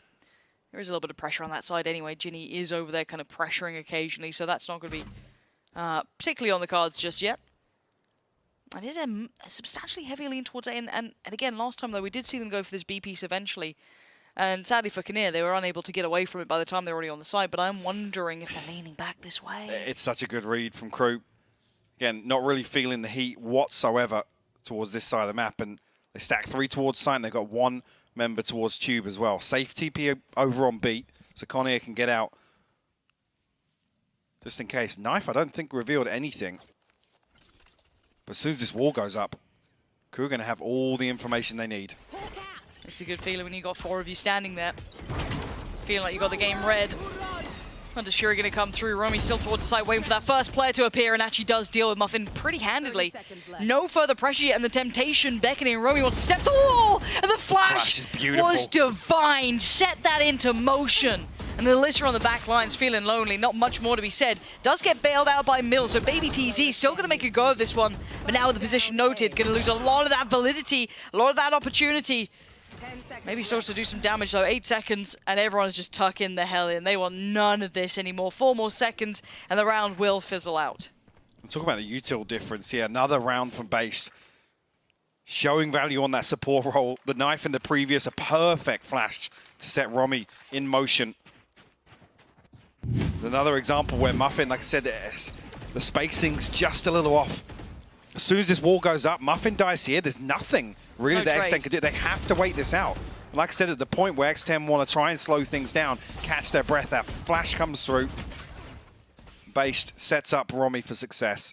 But it's quite nice to see that kind of reactivation of a proactive defense after that first contact. To be willing to hit that flash, get through the wall, get in their face, kind of take away that second layer, really dividing and kind of conquering at this point. 7-11, Crew back in control. We do need to see a turn of events here for X10 before this really spirals out of that potential chance. And a pace change looks like the answer. Oh dear, how are they alive? But Polly found it. How is Romy still standing? Romy should have been dead. Finally goes down. And this is way better. Polly. Oh, poor old Polly. Not going to get the cracker today. 3v3 now. Spike is down, so something favorable towards X10 here. Decent post plants, good amount of map territory still in their hands. Actually, Haldor going to tag out, but no progress towards site here. Konsu posted up, but Baby TZ not giving anything away just yet. Now that the dart's dealt with, that should be the green light for Crew on this retake. No damage done just yet. Crossfire, there it is. Ginny holding Alyssa safe. Oh, no. What? Trying to turn and run. There's no one running, no hiding. It's down to Baby TZ now in a 1v2, and the position is going to be brutal. They have to hold this down, though. Kinnear running out of time. Running out of options, and the defuse is not going to happen. X10 still alive with a Red Bull clutch. And this is a beautiful switch of pace as well. They avoid the knife, they avoid the recon, and actually, for the first time during that utility cooldown, the Crew have had the advantage of on every late round hit that X10 have attempted. They get ahead of all of that. Straight up through double doors. The tour de force doesn't land at all. And even here with a very strange kind of back and forth towards double doors. See, Ginny just couldn't find the door inside that poison orb. Baby TZ plays the time perfectly, comes right down to the wire. And the knock-on effect, a Spectre in the hands of Muffin, but Bladestorm available. Big ultimate cycle here for both teams. It's only really Alyssa's Hunter's Fury and Connor That's all the force missing. And again, you talked about pace change. It looks like they are trying to explore this. Already going to force Kinnear away, sit deeper towards CT. That's the site now gained. This pace change could be exactly what the doctor ordered. Hunter's Fury, yeah, that'll be sent down. Does it find any purchase? A tag on Ginny. Not too bad, but obviously not the dream result. Does not deny the plant. Doesn't give you any real deep information. This is a fabulous round from X10. Very clean on the way through, actually. Toxin screen down. Yeah, Kinnear the one to find Muffin, though. Now looking for that next step back through. That was the kind of front player. That was a player who's willing to take the fight in the lurk. Okay, Polly finally finds it. Okay. Clean on the second, though. Yeah, the first was an absolute tragedy. Made a meal of it. Ginny not going to get checked and gets away with it. This is now just looking messy. X10 get across the line, but probably not going to want to watch that one back. Following through with this pace as well, and it's almost catching crew off guard. That early conditioning, we're playing so slow with that deep default.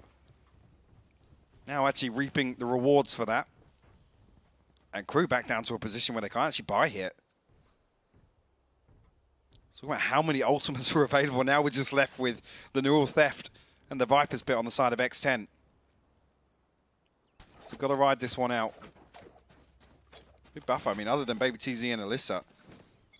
Finances might just come around for X10 to play another scrappy round here.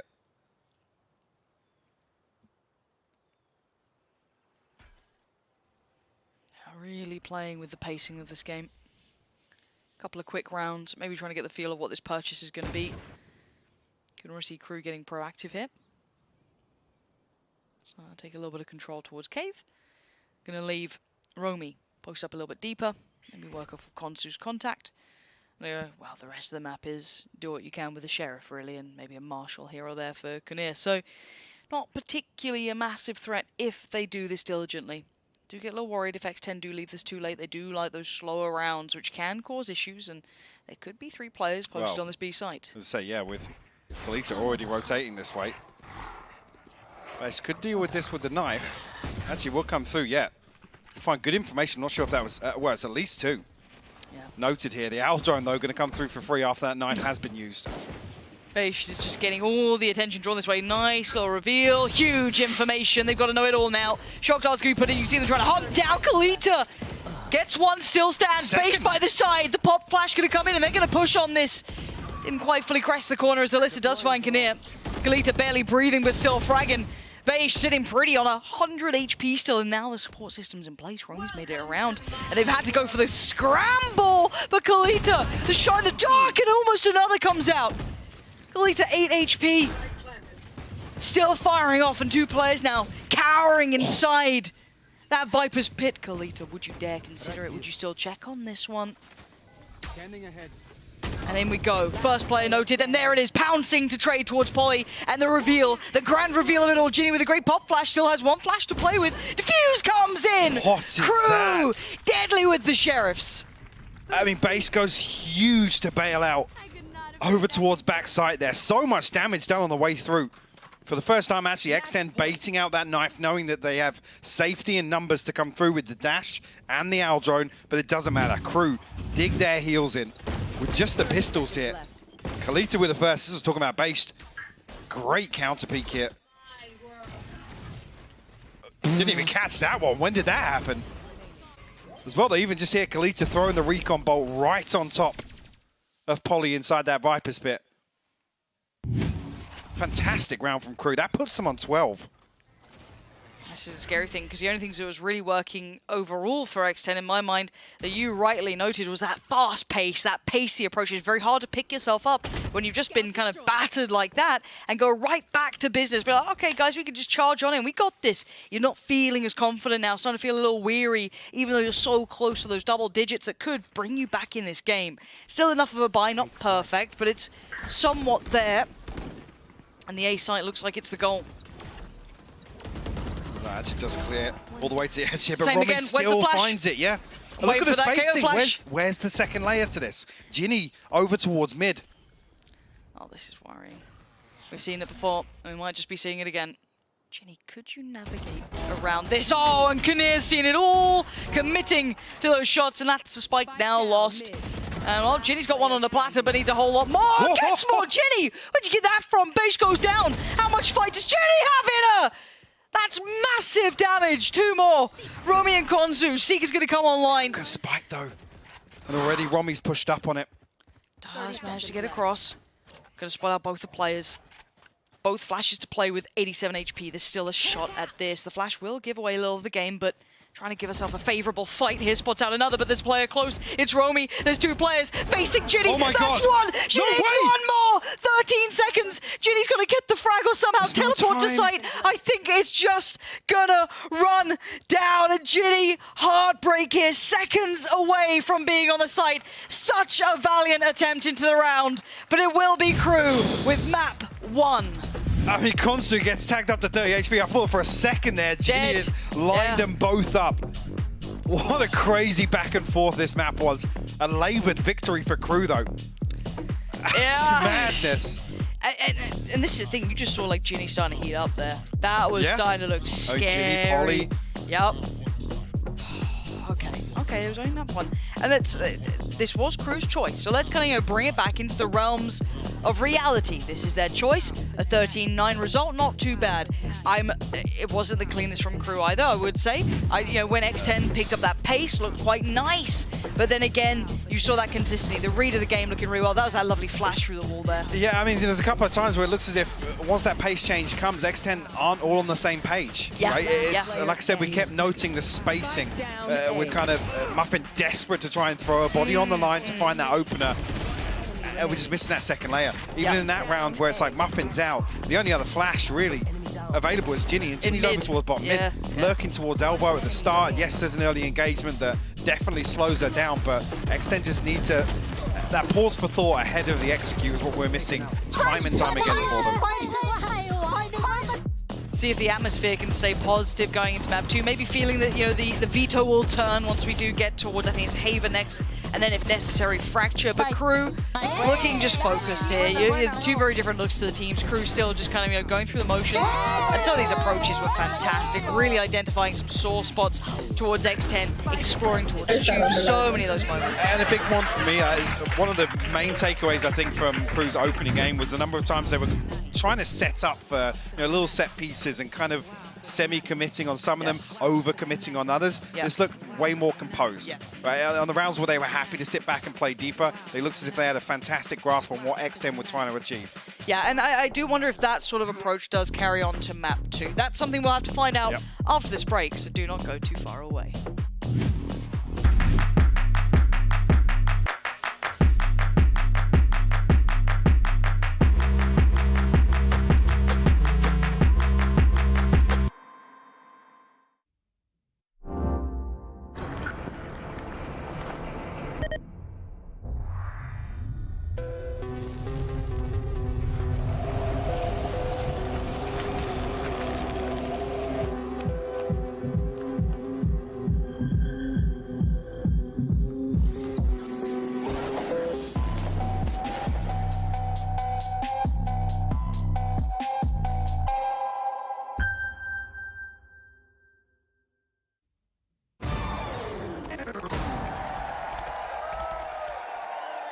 Red Bull gives you wings.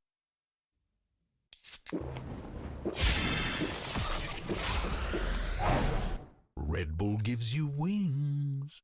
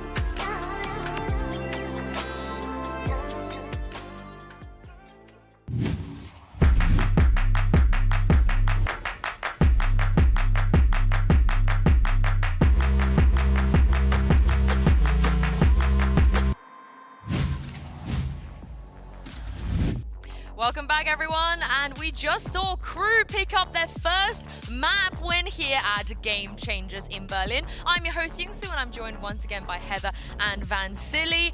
They closed it out, and you can see why they chose that map in the end. Oof. I mean, yeah, they did close it out, but we did fight it back for X10. At some point on the attack side, we finally saw some fight back coming from the team. They're starting to wake up. We talked about slow starts that both of these teams had, right, in their previous games. So I'm happy that it's starting now, and hopefully we'll see a third map.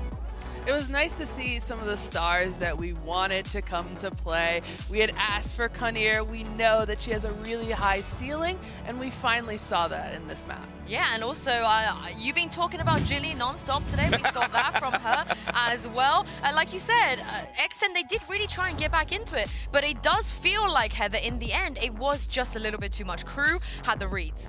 Yeah, they had the reads. Their IGL Kalita had a lot of good plays where we saw that they were overstacking sites. They were using the Sova utility to try to break those Cypher darts. This is a really great one where base flashes for Romy, really trying to be proactive on their defense, separate the attackers so that they can't counter, they can't get those trades. And this was a really nice round for them where it really kind of steamrolled from here. Yeah, I think, unfortunately for this, for me too, it was like missed timing from how X10 wanted to work that map. They always tried to go for executions as soon as the walls came up instead of wasting that utility to try to hit sites after. Yeah, I think they tried, right? They tried a few things, a couple of different looks, but in the end, like you said, Heather, Crew had the read. But I do want to say, there was that one round once the half swapped that I feel like if you were an X10 fan, Vans, you'll believe it. That's it. This ties everything into a nice little knot. Look at this Trailblazer. It sees the trap on the right side. It catches one at the pillar. It allows X10 again to change the pacing instead of going with the Aldrone. That's why we have that agent switch, in my opinion. Getting more information quicker, having your team react quicker. And not only on that, as soon as they get the pick, look at this lurk kill that Heather was talking about on top of that. That allows BBTZ to move around and get those picks, those backstabs, and then a round win here for X10. I want to see more of this in the rest of the series.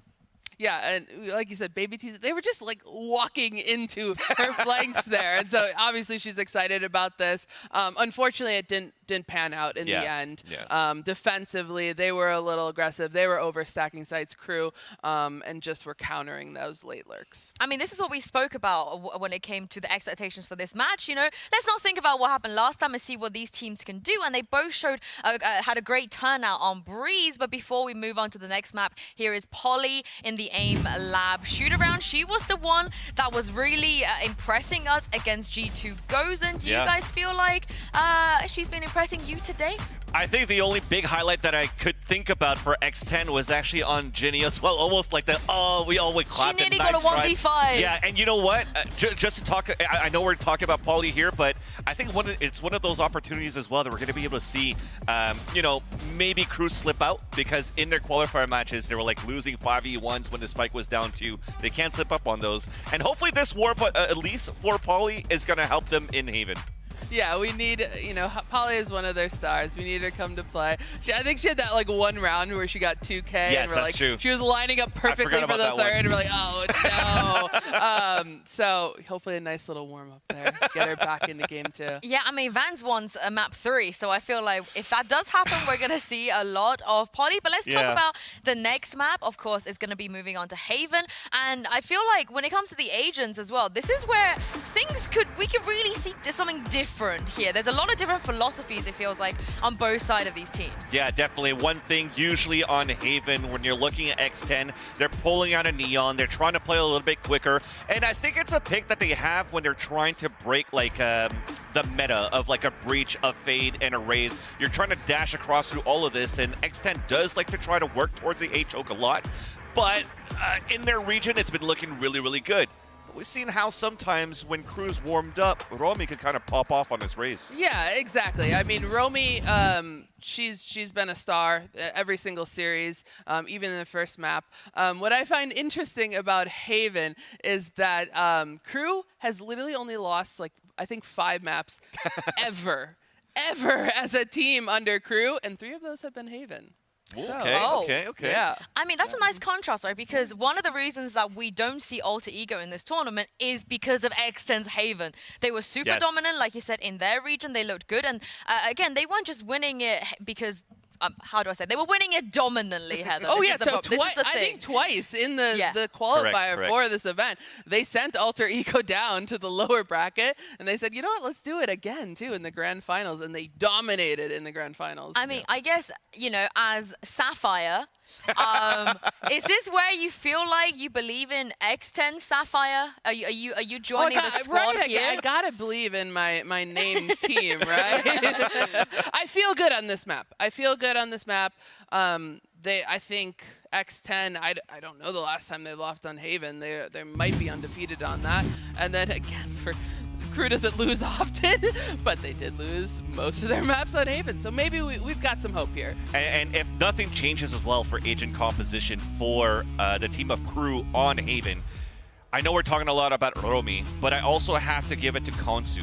Konsu as an Omen on defense is actually quite good in terms of how she could actually slow down any aggressive pushes on that C site. We see the common Omen C smoke on top, or like the way that she wants to play around the smoke, the paranoia to counter, but those are all very timed well and spaced very well to allow her teammates to rotate across. If she loses her life, it's not a problem. At least she slowed it enough so that everybody could have a stronger retake, and they have a composition usually for a stronger retake. Some Raze, I think some Breach in there as well, and that is actually some very, very heavy utility on these type of plays. Well, before we head into the Prime Gaming Agent Select, there's a chance that we're going to see Breach, Sky, and KO on the server here. So guys, talk me through like the strengths and weaknesses, because it seems like we're going to have KO on one side, and then, sorry, the KO and Sky on one side, and then the Breach on the other. Yeah, it's going to be a flash party here. Actually, what I'm interested though, because we did see that Alyssa switched off that Sky.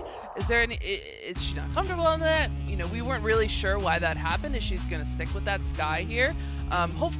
Obviously Haven is their map. They do really well on it, and maybe that's where her comfort is on Sky. But yeah, we're going to see a lot of flashes here. Yeah, I'm interested to find out if there's going to be any changes, especially on that Sky. If we've seen a change already on Breeze, will there be a pocket pick coming out here? But so far, it seems to be pretty standard for both, and there we go. So we're going back to our comfort picks. Polly should be going as Yastra. So the game plan for me, for Crew and both X10, is play accordingly to how you're used to in your own regions, and just play to the perfection that you have. Everyone is going to be blind here. Like you said, it's going to be a flash party, and I can't wait to see it. And I want to see what Pansy and Hypog make of this. Yeah, there's a lot to be made of this, and I do think the compositions are something that we want to start on a little here, Mike, because the death squad's kind of leaning towards that a little bit as well. What do you make of this? What does this entail? What does this really lead you to here for map 2? I mean, I'll start with the concerns, right? And that actually starts once again with what we were talking about in the first map, which is X10's early round, right? There's so many tools here to slow down, right? On the side of Crew's composition, the Seize Nade, the fault line, obviously the paranoia as well to an extent. So if X10 can kind of figure out what worked for them on Breeze, which was kind of waiting out that initial utility, then making use of that cooldown time. That's going to be key for me, because Muffin could be sent to the slaughter once again, right? There's lots of flashes here, but it's not as if they can really pin anybody down. This is relying on really taking gunfights on the back of this flash-heavy comp. Yeah. And now seconds away, we start this one up. It will be X10 on the attacking side, which then, of course, means Crew on the defending side. Immediate walk down C-Long as well. Big control now. Prowler spotted. That Prowler. Yeah. Okay. So that's a bit of an exchange as well. So they do get to kind of equal out that. Now let's see what Muffin does with this. Instantly springboards towards A-Long. So going to take that space, but it does feel quite red here. The map feeling a little small. Crew almost fully committing towards this this retake setup. The trap will confirm it. Muffin on site now, but lots of utility. Crew's disposal on the way back through. Only really the Prowler been invested so far. Fault line should come back online for this retake as well. Slow and steady progress coming through on that flank. Polly's going to have her hands full here. Yeah, it will be on Polly to hold back too. And there's not much support in the way. And actually, Kinnear removing the closest player. That was going to be Ginny. So Polly's got to be careful now. Hasn't been actually seen by the Horn or the Prowler, so gets away with it, but the trade could be coming in. That's when the danger strikes, and actually seemingly completely unawares, Crew walk into the slaughterhouse themselves. Wow. Well, a shutdown there. Again, the fault line actually coming on a little later than I was anticipating, but Polly, like I said, wasn't even cleared. The reveal comes through. I'm not sure if actually Base is calling that, yeah, there can't be anybody close sandbags, we can push all the way into lobby, but Polly finds two sitters on that flank. well, but good indicator. The sort of thing I was talking about here, they kind of pause as soon as the Prowler is noted, maybe thinking there's no C's and Paint Shell combo waiting for us on A. We can actually force the issue here. I think actually the fault line gets absolutely no value. It's just to slow them down. And like I said, Crew already sitting back towards that default. So is this a 5 middle, Mike? What would we call this? Fiddle? Yeah. It's famed. Copyright it. And they're all on the other side. This is a very unique scenario. It could be Polly to turn attention to it, but Polly currently, that's Reform. Just about going to get out of that, but the prowling pack. No trap here, though. They're Trap's all off C walking long. around, and Kinnear has found Polly. They do need to pick up the pace now. There's no subtlety to this anymore. This will be a lot of information already noted. Still a flash of the nade to play here for Ginny.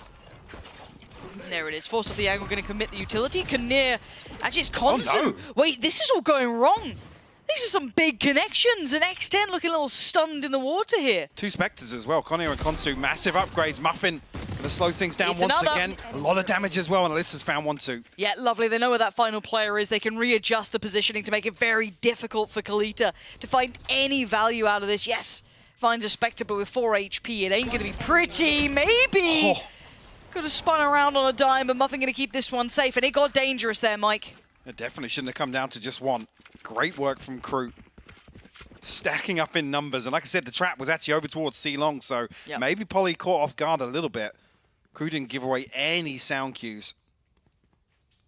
See there what Crew are faced with. X10 Sapphire haven't lost Haven since April 30th. 10-0. Yeah, that's his, some relatively telling stats. So, again, I wanted to see when this continues, how it looks with the utility work coming in. Can they slow down? You know, someone like Muffin, do they still get away with as much freedom as they've had until this point? Does it keep spiraling? Weapons now on deck for Crew. They have the upgraded firepower. Of course, on the other side, it's going to be Sheriffs and a little bit in peace. You know, obviously Muffin able to get that Spectre still in hand. So if they can make this round count, that would be highly impressive. And the reveal will confirm what Crew are probably thinking. This is very, very deep hold initially for X10. Not sure if this fault line's ready on contact here. Flash comes through. What did you call for it?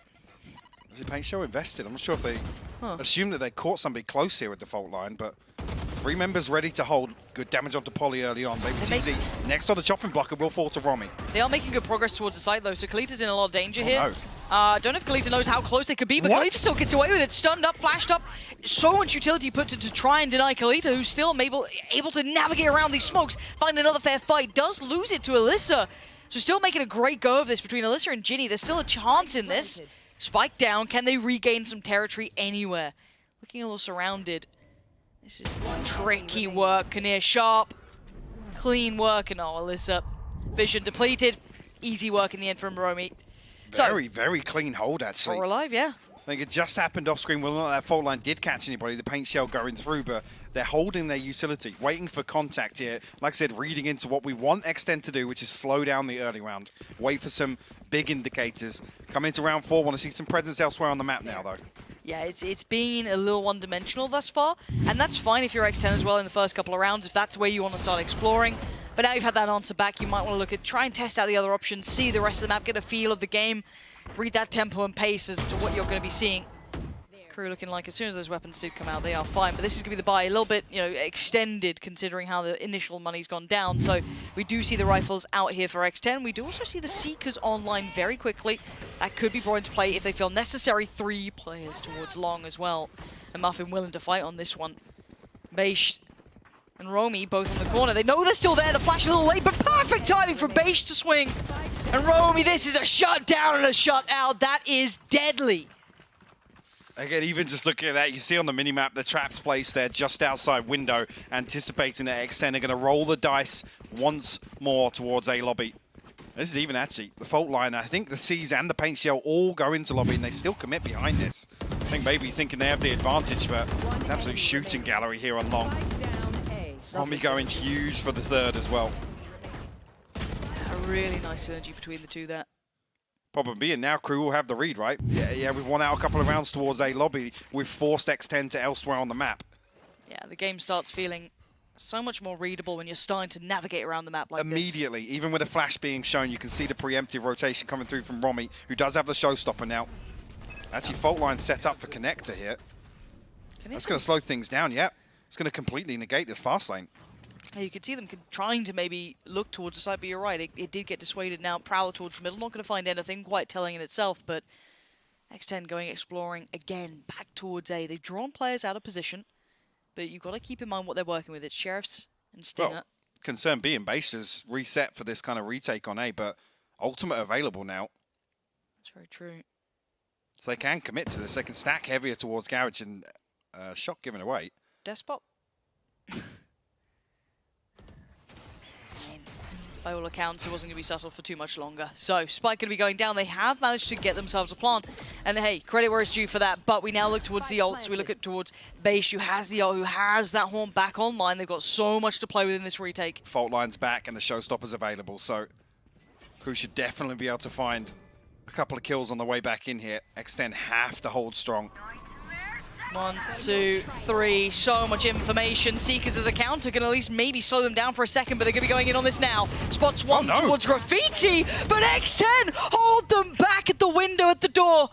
No one dropping down. Konsu finally makes ground, but it's brilliant from X10. It's just lining up 2 immediate kills. And again, the ultimate looked perfect. The reveal comes through. I'm not even sure actually if this one-way place by Konsu sort of hinders that a little bit, blocks a little bit of vision from the reveal, whether or not he's even missed. I didn't see anything get pinged off that. Last player standing. Wow. And with where this smoke is placed, it almost is trying to isolate Graffiti and Hell. Yeah. So there's some freedom to move out, but like I said, X10 immediately, as soon as that pressure comes through, 2 kills off the rip. I mean, Romy didn't even get a chance to use the showstopper there. No. Which, yeah, it feels a little uneasy there, but if you're committing to the retake, you can't be scared to kind of invest those ultimates as well. Yeah, you got to go all in on this. Because that's now brought the game back into hand for X10. Romy having a look around. Where are you? Meandering through the map a little deeper. Same can be said towards C-Long. So, again, big information, very indicative of this A piece, or at least, you know, a very deep default. And with them now kind of cresting through that deeper middle position, they should be very aware this is once again going to be this A piece. You want to fight it? Smoke goes down towards default, almost giving X10 a little pocket to play inside. Muffin already onto site. Cosmic Divide up, so Crew respecting it for the time being. Double flank coming through, and actually the smoker's missed, so that's going to slow things down. They have to actually shoot the trap. That's going to reveal all 3 members. You can see Baby TZ desperately relaying that information. Yeah, big call on this, and now this time they are willing to invest those ults to try and get those steps back through. Baby TZ not going to be moved though until then. Forced out of position, but still drags one with her.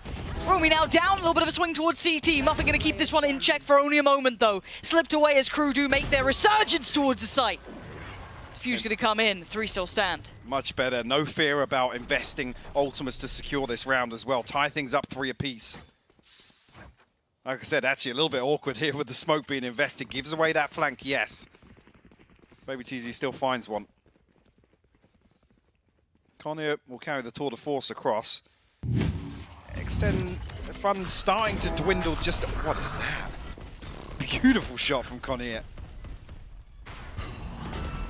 See, even the Rolling Thunder, I don't even think it caught a listed there on Graffiti, but didn't seem to matter too much regardless. Wow. Great round from Connier. Starting to warm up here. Knife going to deny any of that utility coming out from Kalita. The paint shell missed. Look at the damage it could have done in that could have been huge. That was 4 players, I'm almost certain, locked into that, and that could have completely denied this hit. Now Beish in a whole world of trouble. Has support from Kalita, denies Muffin from springboarding any further forward. Ginny going to try and get towards the site.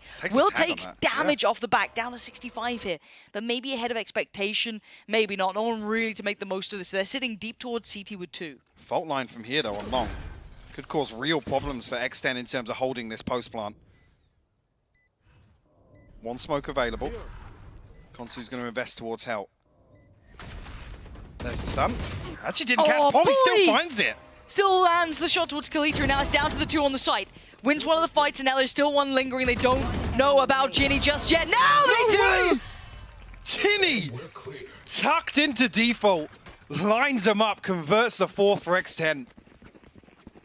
Another one, though, that you're looking at the start there. That paint shell missing. Man.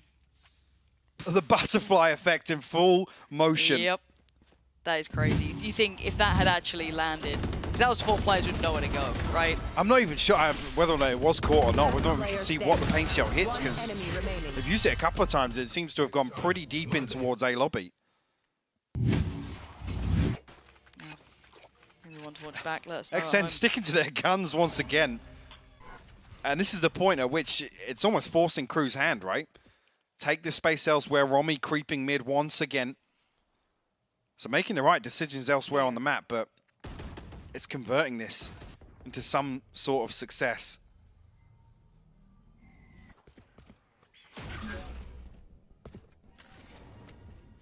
Well, it's going to land again. X10. Repetition. Time and time again. Got to be careful now. You got to know they're close here. Alyssa, that's dangerous. Going to try to shut that down, but they're already breaking through towards the site, using that neon perfectly, trying to slice through it. But there's Kinnear. Not good for it this time. Polly as well on that supporting role. Expecting Romy. Sends her to her grave. And Polly with a huge 3 kills this time. And that flank will finally break in, but by now, that's 3 players you've got to now step through for Konzu. Paranoia available. We'll have the second smoke, but it's 3 to find. Flash will be back now for Alyssa. Knife invested for Ginny. Information just yet. First one's good, though. And Flash should come up. Paranoia, I think will... Shadow step. Mike, there's a lot to play with here. The Flash connects, but no one actually gets to it in time. Konzu's got vision back now. Classic. Looking a little flustered, a little too... Desperation mode there with the clock ticking away. Could have maybe tried to keep composure a little longer, but they were running low on time. I mean, Crew struggling to find an answer towards this just heavy stack outside A lobby. Another round where Romy creeps mid and desperately Kalita's trying to retake short with Based. Polly standing her ground though. 3 huge kills from her. Quick break. Again, very linear. We talked about on Breeze how it looked a little flat at times, right? But that's kind of value-based. That's success-based. From X10 here, they're finding it consistently. Which is kind of wild. And there has been a couple of different looks from Crew. They've sent the 3 players on the flank a couple of times. It's that heavy retake. They've explored the rest of the map. Like I said, they're not tried several converting things. it. Exactly, and that's where the frustration's going to really mount. Maybe with an operator in play, they could do something. I don't know. That's what it's going to come down to now in their minds is, what can they really discuss here to try and deny this? Because as it stands, X10 have been presented multiple different looks to try and handle their approach, and they've succeeded the vast majority. That's a very unique position to be in where you haven't been pushed just yet. You haven't been overly tested. So I do wonder Crew's depths here. This is where they really start to show that viability because, again, when we look at the regions, some of these teams very much lead it by quite a large margin as well, so they don't often get tested in this capacity. So I do want to see how Crew look now they're being presented with a new conundrum to work through. Potential here, Fricks, the coach for Crew. We're calling something a little different, maybe not in this round, but the next buy round we do see the Sheriffs and a scope in the hands of Conair to work with. So next available ultimate will be Based, 2 away from the Nightfall. Polly back on that Cosmic Divide after a couple of very active rounds. Baby TZ op in hand, but Tour de Force available as well. X10, a little bit of variation here, a mid-peak and a heavy lean towards C. Or at least towards double doors as well. I like that though, a little switch up, and even if it's just to offset the timing, maybe just hold this sort of position, they can always fall back elsewhere, but as it stands, to really test them after the timeout, just throw them through a loop. Yeah, X10 almost thinking, right, this timeout's to try and address our A lobby default, right?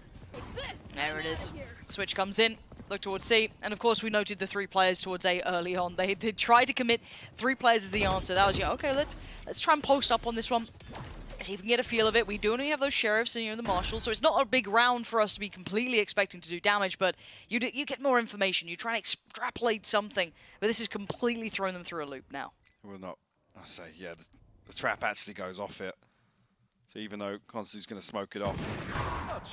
The flank, give it away. Baby TZ posted up with an operator, and that scope's better. Conair will fall. 3 left to find. And they're committed to this angle. Be a little forced away. Muffin's actually in a whole lot of trouble here. Could go down. Being kept safe. Polly! The absolute teammate sent from above. gets you out alive. I do not know how they are still standing after that. So this is where we look towards Crew, switching things up a little bit. An adjustment, an adaptation somewhere on the map. But this is the question mark in my mind as well, though. If I'm X10, do I go back to those A pieces here? Do I try and throw them one more time on the buy round? These are the options, I guess, as the victor, you get to write the history books through, right? You can now determine where you want to lead. I wouldn't be surprised if they go back to that A piece again, just out of it. So far, the variation from Crew hasn't looked successful. Other than that paint shell missing, which could have been a demoralizing round to lose, right? That could have been 4, just deleted at the start, but it does look like they're still exploring more options. It's not quite back to that A piece.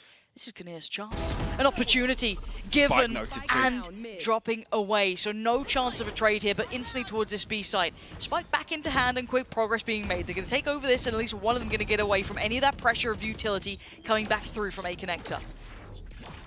Romy doesn't actually have the aftershock, the only thing to really deny the plant here, but no paint shell available. Paranoia still to play with, C's on the way back in, and the numbers advantage for Crew. Speak about demoralizing. Imagine if they start doing this towards the B site. Just showing this dominance throughout.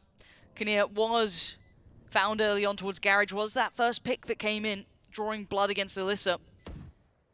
The time begins to tick. They do need to start making this move, and it looks like it's coming in now. Kinnear going to get it started for the trade for Ginny. Denial over towards that C connector, but look towards middle. Konsu still standing, still trying to find the way in. Kalita in unison. It's down to Ginny in the 1v2.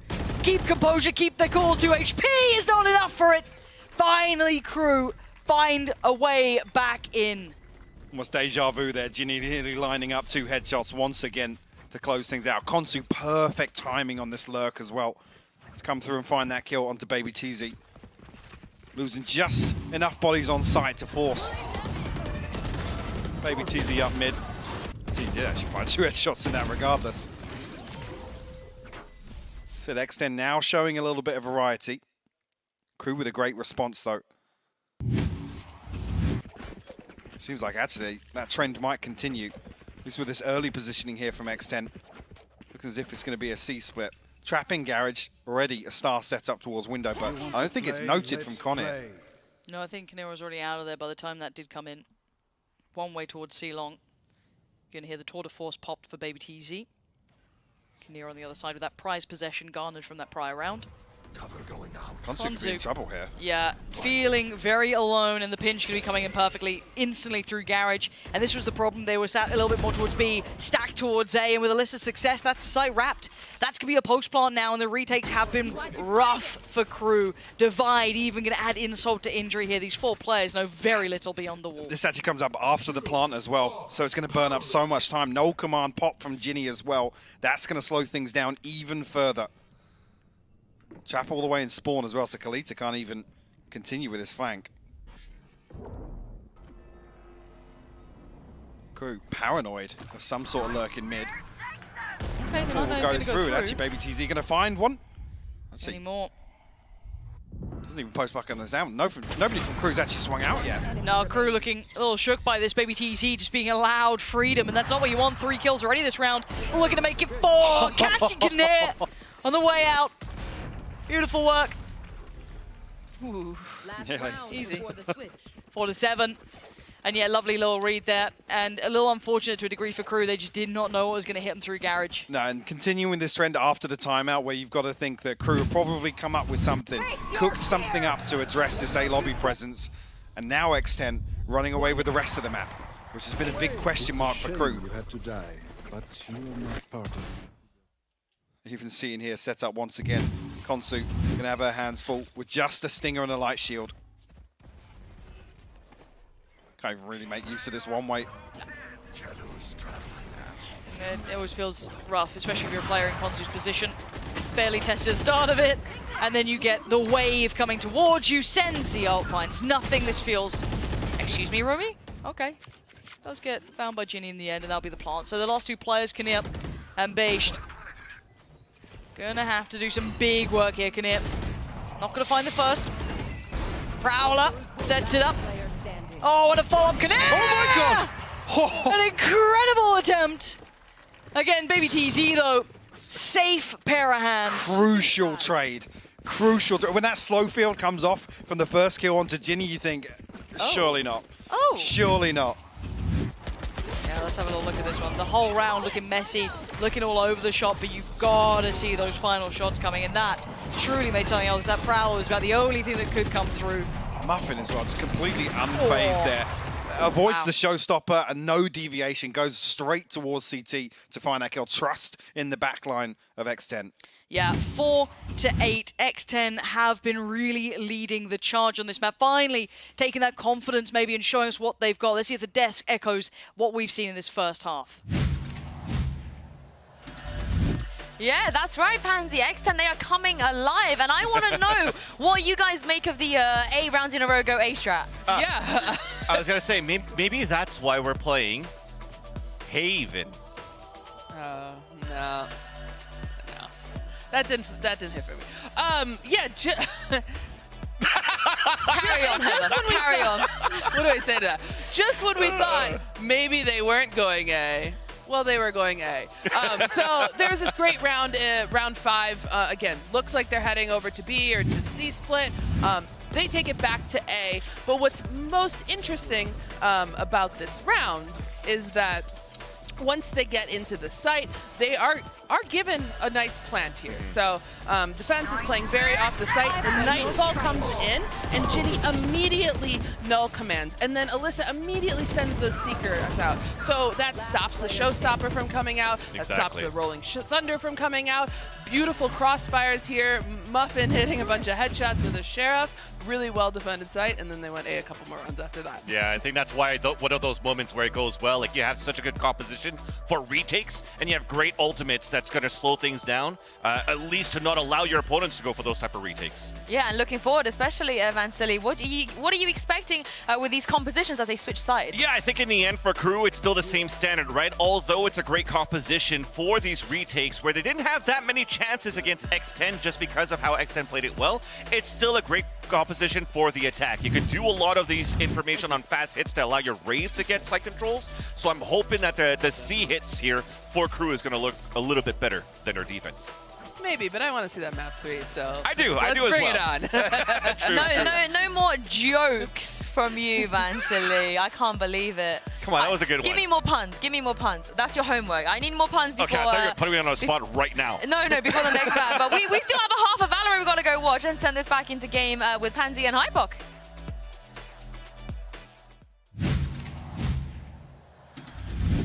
We'll do just that. Yeah, 4-8. This is now an opportunity for Crew, right? They can determine their own fate. The first half felt like it was being dictated to them. X10 really setting the tempo, setting where they want to be going and kind of leading the way around. The concern being actually with this composition, when you're in charge of the tempo, dictating the pace, that's when you can make a flash-heavy Neon comp work on the defense. You can run away with this. Just run rings around Crew. See how they decide to approach this for the time being. A little quiet in-game for now. We'll get that fixed up for you. No worries. Almost couldn't say the word worries. That's not great either. Now you can really hear it. The sound of our own voices. Oh, it's terrible, isn't it? I'm so sorry for what we put you through. But this is interesting. So they're going to go for a quick little run straight through that B connector towards A.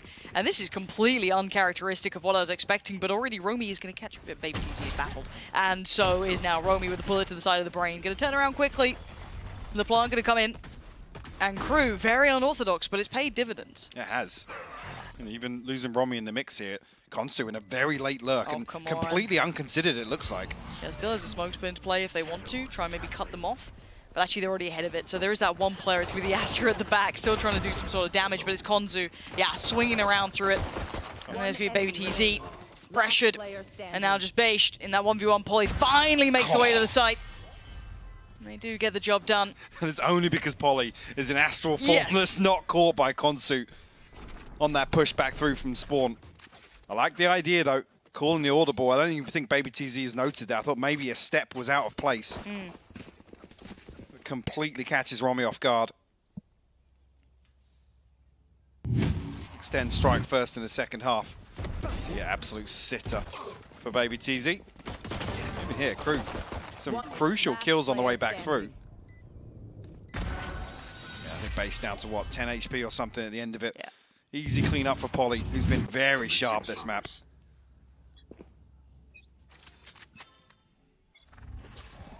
So, not the ideal start for your crew. Trying to take matters into your own hands, be confident in approach, and you just get kind of dealt a poor hand at the end. So 9 for X10, who'll be loving this. Especially after map 1, as quite the heartbreaking end to it. This could be opening up that potential of a third, but it is only the pistol, so we do reserve that look when those rifles come out. But, I mean, the amount of control Crew's being given at the start here, X10 happy to allow this. Yeah, given the free plant, so almost relying heavily on their ability to retake mid and B site. Both smokes used though, so this is the key engagement, and Connie is going to win it. Muffin will fall. That's an upgrade as well. Spectre in the hands of Connie now, and Konsu's found one too. I thought they had that every day of the week, but the diffuser going to come in, but that's going to be the spike diffuser denied. Not halfway, no way back in. Crew actually about to turn this one around unless Ginny pulls off the most madness-based rounds. Too many bodies, too many players. 4 alive, and Crew making it up to 5. Seeing how many upgrades come through here. Romy, I don't think able to get a Spectre in hand, but will invest regardless with that flip in round 2 of the second half. Like I said, the initial damage is what? The paint shell onto Ginny, I think a Sheriff tag as well. Yep. Has to retreat. Alyssa gets that heal off towards C.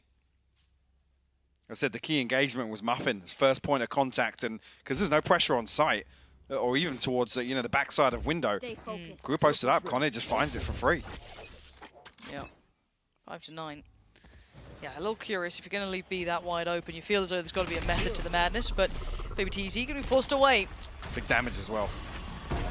And that's again site control, pretty much taken by force. Spike to go down. Nice shot from Polly. Thought she might have had the follow-up there too. Not to be. Kalita quickly going to get a hand towards that. And job basically done. Just Baby TZ to find. And there we go. Call off in the end. 4 still stand. Crew back in the game. Such a polarizing start as well. The tempo completely different from Crew. Desperately trying to get themselves back in control of this map too. I'm curious actually if X10, how they do approach it. Is it slow once again? Do they double down trying to invest in Muffin? So we said yes, it was the attack on Breeze, but we noticed that little bit of disconnect. That second layer to some of the set pieces that X10 were trying to pull out. 3 towards A this time around. And both flashes here. Actually a deep smoke as well, but Crew not even entertaining it. No. Ooh, Kinnear is dead. Out of range of the TP as well. Just had to back away from it. Unfortunately, it's going to be the go sign here for Crew. They're going to commit to this plant on B. Konsu in a good position though. Lots of information here. Big kill. This is still... Polly's positioning is mad as well. I thought he'd get way more for that. And it's still down in like a doable scenario. Kalita's position is very usable here. All going to be invested towards it. Deny even like getting towards the half here, but it's only Kalita. Has to find Ginny first, can't do it, Ginny. Saving the round for X10 more than anything. Getting way too dicey for my mind here. 10 now found. I think we've got our answer. Within the first 5 seconds, 3-man push down A long. The Trailblazer actually invested all the way from sandbags. So very, very deep information. Like I said, forcing Conair out of range of that TP. Couldn't even get out of that situation. Konsu does great for the first, but Muffin able to negate that really quickly. Ginny holding down the fort. This does bring up, because it was quite a costly round, because we're so close to, 12, we're getting into the double digits. A win's a win, but you do look at the economy damage that did come through. Now, they are 1 off the ult for Baby TZ. That's fair enough. Still the Bulldog, still the Guardian there. So the rifle round now going to come out for Crew, and it is going to be pretty well established. How unorthodox this hold is, though. 3 on the opening to be sight on the back of contact, actually trying to force their way through. Conair, though, in position to greet Muffin. Swap out from the Bulldog.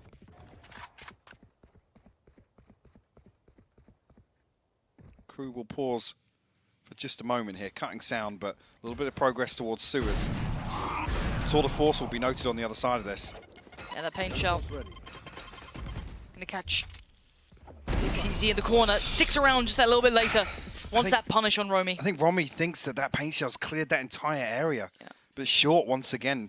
Saw 1 instance of that in the first half. A couple of reoccurring nightmares coming in.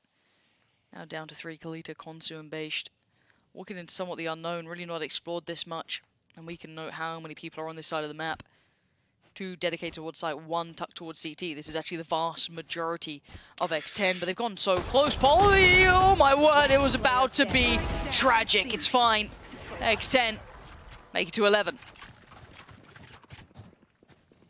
Crew will come back into this with a relatively comfortable purchase. Tour de force to round things off. Consu with the TP based. They have that Nightfall available. The other side of things, actually, no command. Potentially to slow down an XG. I didn't even notice actually Conair falling elsewhere. I think towards double doors here in mid, just as this pressure towards Su is happening. Said Polly usually pretty sharp for it, but Ginny unless they're here for the cleanup. Crew gonna pump the brakes once again. I don't want to say it kind of feels like the first half because there was a massive advantage, obviously, in terms of round score coming out of that, but Crew not finding success. X10 getting away, obviously, with that previous pace change towards A long, a confident take towards A lobby. And even there, after that initial wave of pressure, X10 preemptively sent 3 towards C and Garage. So Crew just walk into a slaughterhouse. Yeah, and it does look a little 9-day here from X10 map 1 to X10 map 2. The difference is palpable. Way more robust, way more proactive, way more confident in what they're doing. You know, we looked at that disconnect in the past year. We were looking at, is that could be another factor here, Mike? We were looking at, is Muffin going to be left on an island? Is there going to be that second strength? I don't think we ever had to worry about that. It looked so robust from start to finish, even on this half, where it's not necessarily something I'm looking at the entire time. They're still able to get super active, get in their faces, facilitate Muffin as well, you know, really make sure they are not on their own, and we might see the brawl we've been waiting for now. Yeah, looking at the minimap, Crew stacked up outside. Initial Astro utility here. Ahead of the barrier, whether that's going to be a pull or what. Muffin's committing to this one. Utility set into play. Information found. How far do they commit on this? They already forced them off. Conair posts on the angle, but that flash Look at the pace. is perfect. They're going so fast, this Canadian's going to have to back away. They know they are in danger. There are 3 players behind you. There is everything being brought into this. They are on a run. X10 chase them as they go. They're going to go for the Apartment B still. Okay, it's going to be that kind of A connector plant. They're going to try and take over that space. Hard to hold here. Is this just a flip of these positions? This is not a comfortable post plant, though. All forced in to that death funnel on A-Link. He's going to get so bloated towards this B side. Just utility everywhere. You can see it starting to build already. Conair trying to find a new position. What a shot. Big trade, though, from Baby TZ. Not going to let it go completely unanswered. But numbers still favorable this time towards Crew. A tap on the spike and another player's close by. Muffin quickly to attention, finds Based and wants to push and wants to pressure. The problem, Muffin finding so much damage. Diffuse still going to go on, and the defensive side of Muffin is just slaughtering them here. Said all just forced so deep into A-Link here that as soon as X10, even with that first kill coming through, the slow field goes onto C-Link. That's not even where the majority of the X10 players are positioned. I was thinking there, actually wrapping onto A would have been the correct decision. I don't know if there's a little bit of doubt there whether or not it was full commitment from X10 into A lobby. Yeah, just getting caught off with a flash in hand. Absolute confidence from Muffin to swing through on that. We get a purchase here. That's a good spot. Just a light shield for Kalita, but the investment of ultimates. Base still has that Nightfall. Out of charges. Big gap towards B site here. As Ginny's looking to come and maybe put the fragment down to slow things down, but smoke going to prevent any information. Leaving 2 players deep in towards holding that back line, maybe rightly so, but a different look this time from X10. 3 players towards the garage side here. So this is already a bit of an issue that they could be able to get back on site quite comfortably. How do they disrupt the back line, though? Well, they don't necessarily have to. They've got the divide to commit. Early aftershock, though. Nightfall's going to come through. Need a flank to come through from Garage right now. Yeah, Conair, they're going to put the life on the line. They want to do it, peel the first player away. Looking for this flank here. Diffuse going to be at least halfway. They are not going to be moving. They are sitting this Diffuse. Muffin, the immovable object, gets the full Diffuse. Defenders win. The Red Bull clutch. Defining map 1 and map 2 now here. This is just a different looking X10, Mike. It's night and day. Absolute night and day. Total composure here. You can see the smiles across their faces as well. Getting away with murder in that last round. So as soon as that nightfall comes soon, it tags up a couple of players. Need that flank to come through Garage immediately. Maybe actually the aftershock being invested so early. The Cosmic Divide slightly off, so there's an opportunity for a player to play ahead of it and still have audio information on site. A real shame here. Wow. Never like to see a map end like that, but Muffin will be smiling with that one. Yeah, and even on the board, I mean, Kinnear outdid Muffin frag-wise. 9 first bloods, by the way, for Kinnear. Yeah, fantastic play. Kinnear tried. You can't say they didn't try, but it was a totally different side. And you were talking about the 5v4 conversion on the previous round here. 11 first bloods in total for Crew, and they only managed 6 rounds. So a stark contrast on that front as well. The recovery factor from X10, even just that, denying that true first blood factor. Absolutely fantastic here from X10 on Haven. So really then the big question beckoning is what are we going to see on map 3? Do we get to see the Crew from map 1? Do we see the X10 from map 2? Do we see the, who do we get to see coming out this time? Is it going to be the Muffin from this map? Is it going to be maybe, I mean, we had Konsu having a big game, Kinnear on that first map as well. So many questions now to wait just on that final map. Yeah, I think in terms of pacing, this is the sort of victory you want on a map like Haven to lead into Fracture, right? To have, absolute run of the map and total map control, not really have to worry about these lurks because they're proactive time and time again. I think that probably leans a little bit in X10's favor, to be honest with you. I think I agree, and I don't know their compositions too well when it comes to Fracture, but we are seeing them sit quite nicely with X10. If it is going to be that pacey look to it, I'm quite liking what I'm seeing. I mean, run it down again with Muffin on in. Again, get a very, very heavy support comp, right? Enable Muffin to deliver, because she absolutely did here on Haven. Well, we know what we want, but we won't find out until that third map, so do not go anywhere. We'll be back in a moment.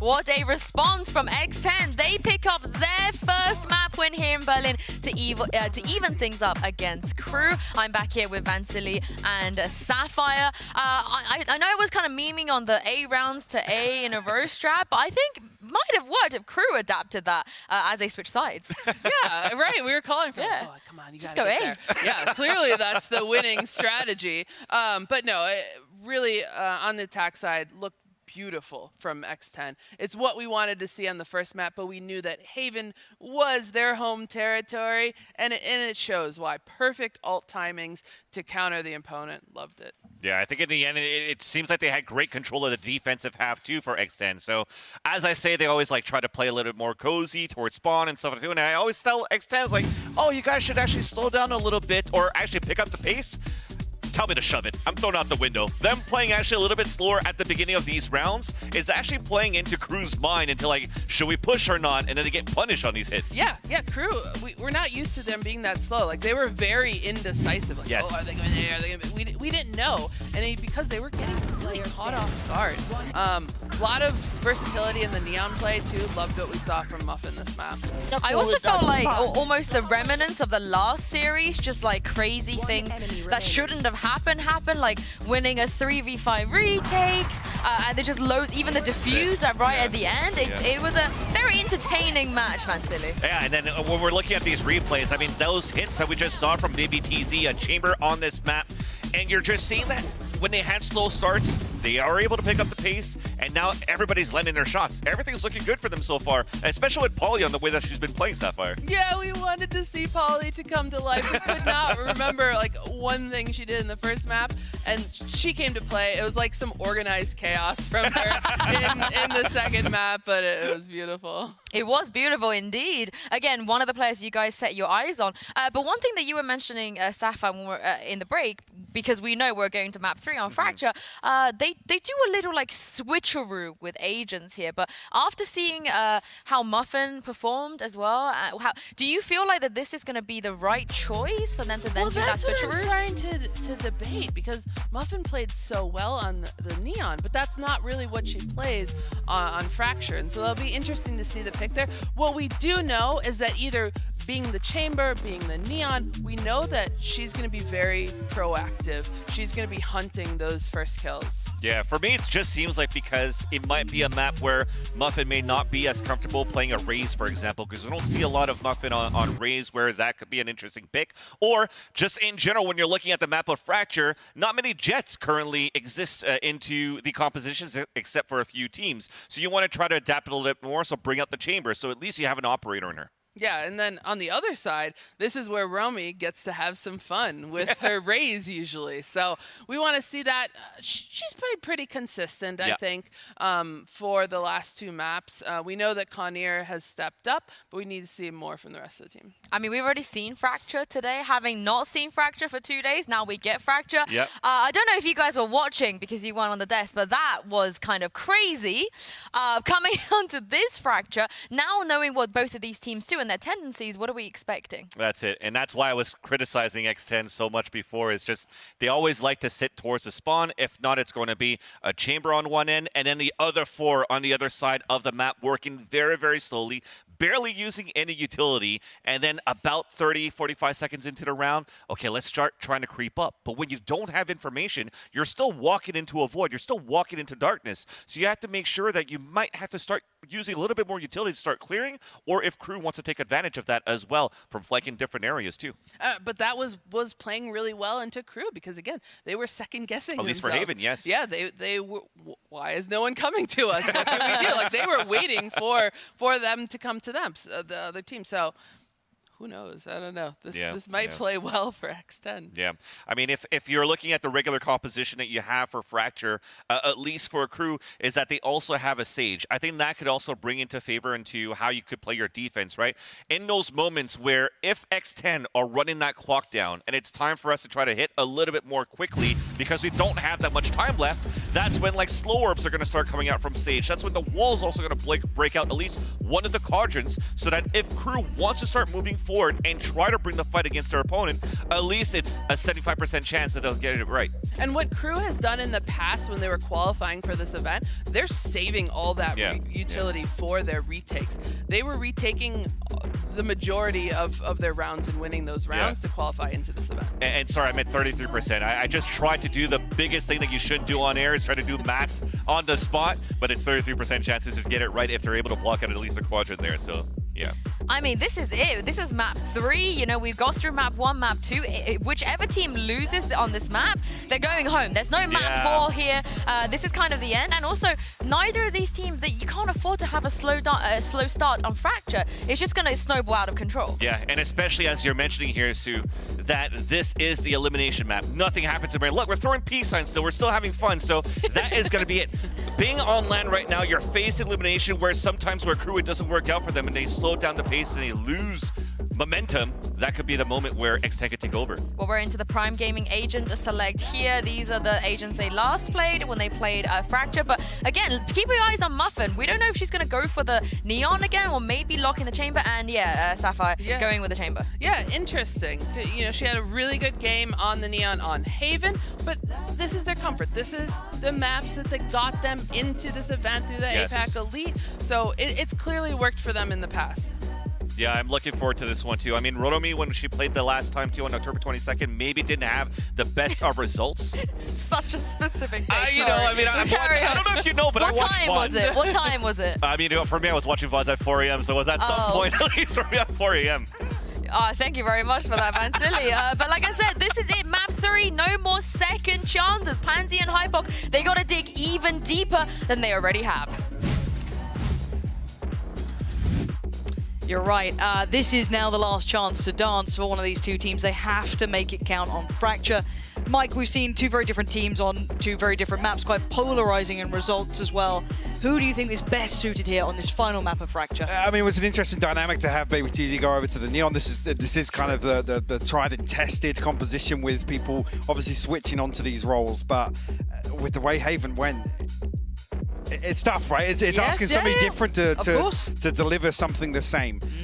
So we'll see how that works out. And actually, a great point from the desk, obviously, about Crew's ability to comfortably retake, right? And that's something they're going to have to heavily rely on because actually, with the Sage behind this Neon, it kind of acts as one of those securing factors, right? You get in, you find that first blood, and you can close off a massive channel in terms of these site retakes. Actually, a heavy stack outside A main here and progress towards the north side. All 5 members of Crew over here. Again, the information nice and early. Can X10 find just the site ahead of this? Yeah, the smokes are down, so we'll be able to find this free plant. Yeah, and the post plant's going to be quite nice too. This is going to be a big test for X10 and their capability to actually pull back and sit deep in these post plants, not give anything away, make Crew work for it. Plenty of utility to play with, though, for Crew, so this is when we get to see it. Lovely position, dirty little off angle for Muffin.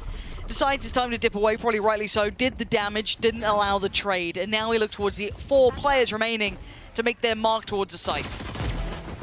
Alyssa. Nice stun coming through, actually. Absolutely right, but it's down to 2. The numbers are dwindling. This is lovely from X10. Mike. A flawless pistol round here, and again with no resistance. Actually, X10 commit to an open plant, which means they can sit deeper. They don't have to rely on this one sight line from A main. That allows total freedom here in the post plant. Crew, again, roll the dice. All 5 members exploring the north side of the map. Nothing on the other side of it. And Muffin making use of that new position just below drop. Punishing on the first, TPing away as well, completely unscathed. The new drop has just some nice little ratty angles to play around. I'm actually quite happy to get to see the new Fracture here. Like the changes. Oh, come on now, Kinnear. Talked about those first bloods. You noted it before. Still racking up those bodies. Site is going to be once again taken, though. This feels part of the course almost at this point. Wall preventing actually Conir in any value on that repeat. This time around, a little bit of resistance, so X10 do commit to that safe plant. Oh, but where does Ginny post up on this? Able to actually utilize that trap being dealt with. Smoke goes down. Be an did audio Ginny hear it? Yeah. Oh, you're certainly going to see it. I don't know if Ginny's I don't think noting Ginny's this. heard it. Oh no, Ginny. It couldn't be going worse than this.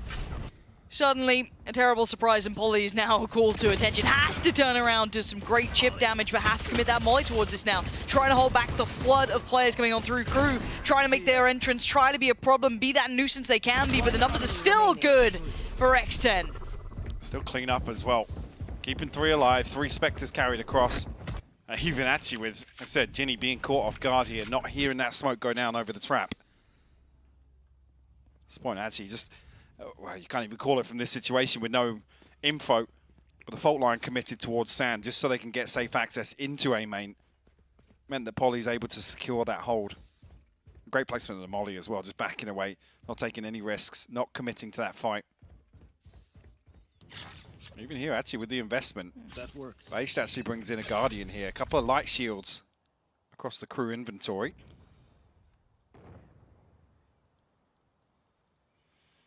No presence outside dish for crew, so it'll just be the trap here to reveal, but Baby TZ could block that off. Yeah. Do they just burst on the site, it looks like? Waiting for the smokes to be committed. Spike dropped. They just pop on the smokes here, yeah. Yep. So everything dealt with, and the other 2 players for crew are gonna. Baby TZ caught off guard for a second, but a great trade. Fantastic spacing from Alyssa there. And they're following this up. They want to secure space. They want to keep territory clear through by A main, noting no one. Sees obviously that they took the route through by Dish, so they know the other players maybe on towards that balcony, maybe coming through on CT, but the wall in place. Wonderful read thus far. Still gonna make this tricky for crew. Problem being as well, Muffin does have that Vandal. Big upgrade, so can play range on this post plant. It's a safe plant once again, with 2 bodies towards main. Should be a relatively easy hold here for X10. Yeah, not dissuaded by that molly coming in. Great trades again. Nothing goes unanswered here. Konsu does what she can, but Muffin. Fantastic positioning, and that was the bonus, and it wasn't masses brought into that. It was just Spectres, it was your odds and ends, and they made it work fantastically. Look at the wealth already starting to build up towards X10 now. Yeah, and the contact play on the back of that trap. No resistance on the wall either. That goes straight over towards CT. Actually, aggression all the way into Sand. It's just one member that goes towards site. Massive, massive flood towards finding that kill. Actually, I think was it Romy that's caught off guard with the door just being open there.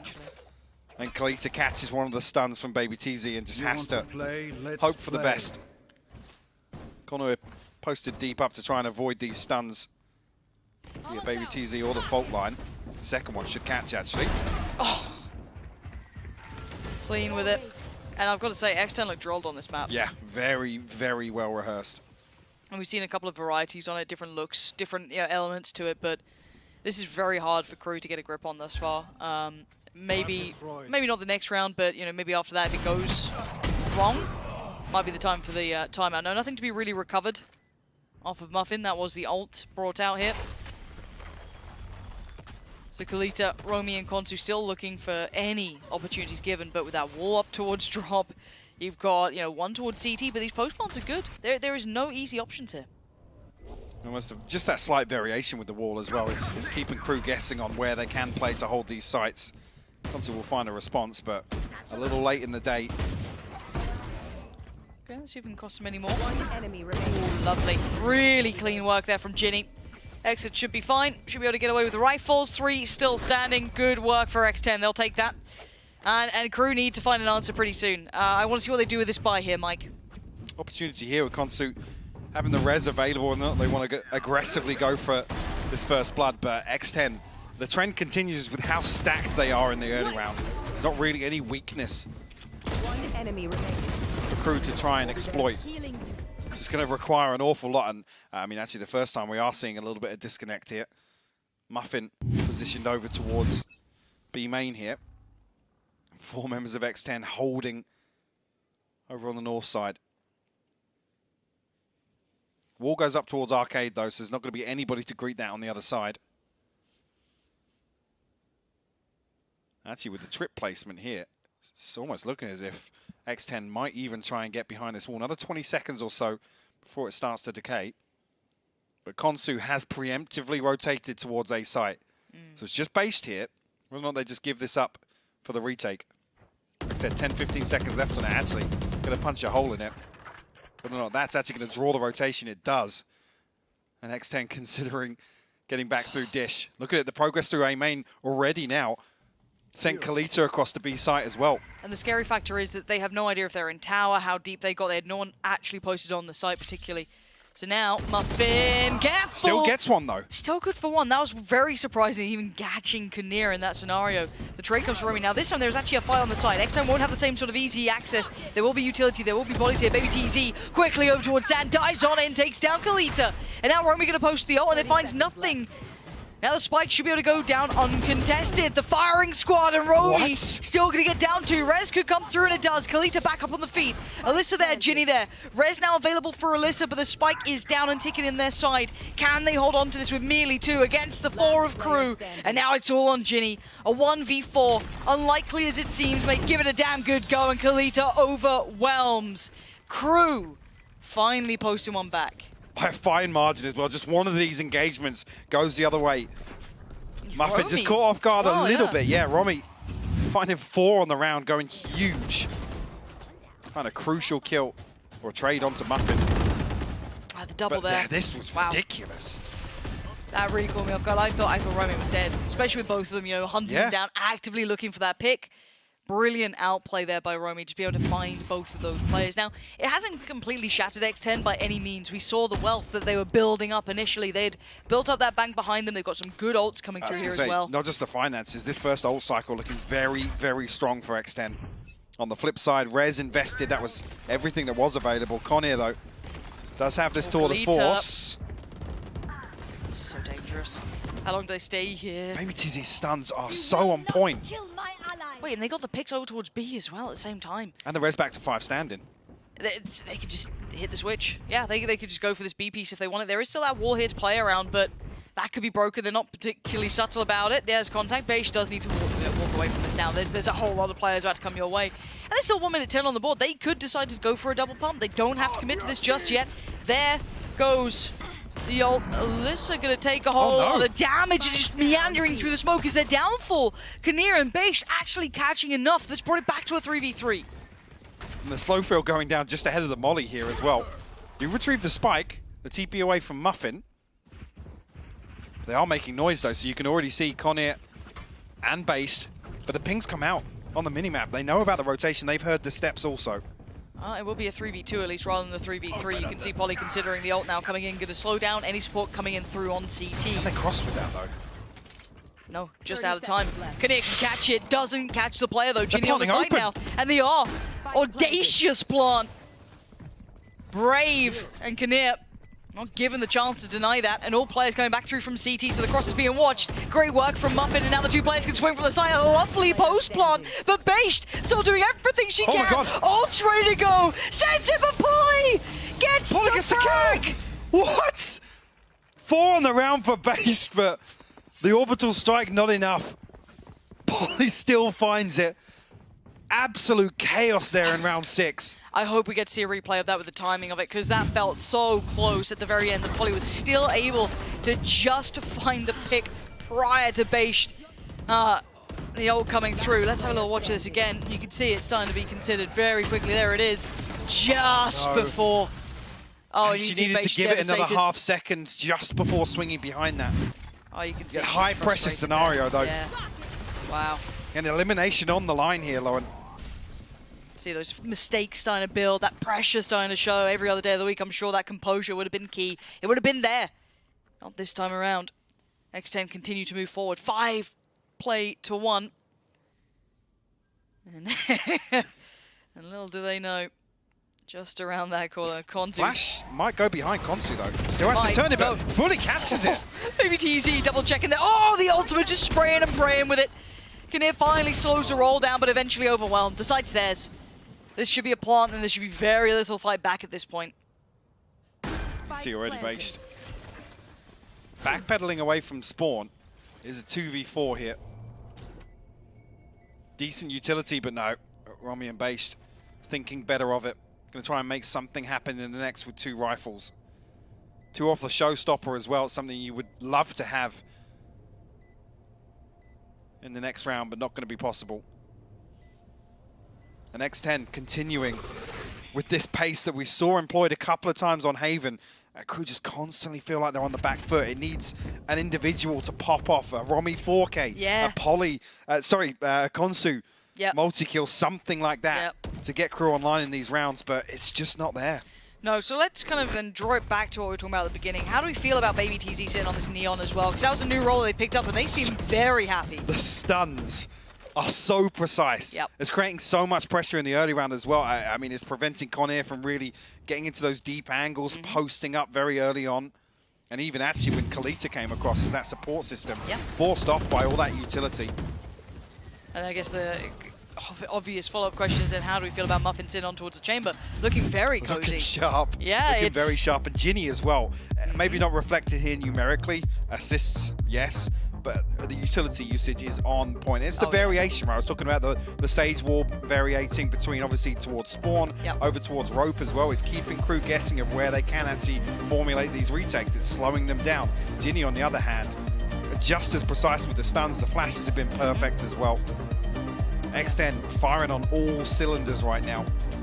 Yeah, really warming into this game, and I'm glad we've got to see these two looking just as deadly on such varied roles. So going full circle on that here, and as you highlighted for Crew, I would like to see a player step up a little, give that spark back over to them, fight a bit of that magic from map 1, because even map 2 felt a little bit out of character there, starting to look a little bit quieter, even with the first bloods coming in, even with those opportunities being made, none of it being able to be capitalized on. So they have pumped the brakes here, if you were wondering. They have called that timeout here, Crew, just to try and discuss their options going forward, because it has been very hard for them to get a grip on this game, and this is elimination. So we can't stress it enough. There are no second chances beyond this. You've taken it to map 3, and now you're staring down at 6-1. It's a very, very hard road back here. If actually X10 decide to make any sort of adjustment here, maybe TZ dipping her toes once again. Running low. So we push outside Dish, and actually the retreat from Kalita here with the fault line. Almost looking as if it's trying to set somebody up for a first blood, but the smoke's come down. And force Crew so deep off this site. Yeah, so much freedom at the start here. Didn't have to fight for A main control, Sand up for grabs as well. Leaves you with a fair amount of utility even in the post plant. There's that same wall going up towards drop, so no one can really make much of that. You're stuck towards at least having Dish accessible. That's something. Thing is now I see Polly disconnected outside main with that molly. Whether or not they're just going to try and brawl this out, kill some time, and play off that lineup. Speaking of time, it's really starting to get costly. Baby TZ waiting for their contact and finds it from Kinnear, actually. It's Alyssa on the side, can spot 1, but doesn't go straight for that. Keeps cool, keeps composed, keeps 3, make it 4. Alyssa, fantastic work from the site. And X10 look unfazed, look unfussed by Crew, who are unable to make a mark in this game. Yeah, really, really looking towards Crew to build around Romy, who is finding value, finding some kills. Well, not aggression is the answer here. 7-1 the scoreline. Beautiful cleanup from Alyssa, one of the power players we were talking about. Yeah, really seeing that come to the forefront. This is what you want to see on map 3 as well. Of course. From X10. To look so dominant here.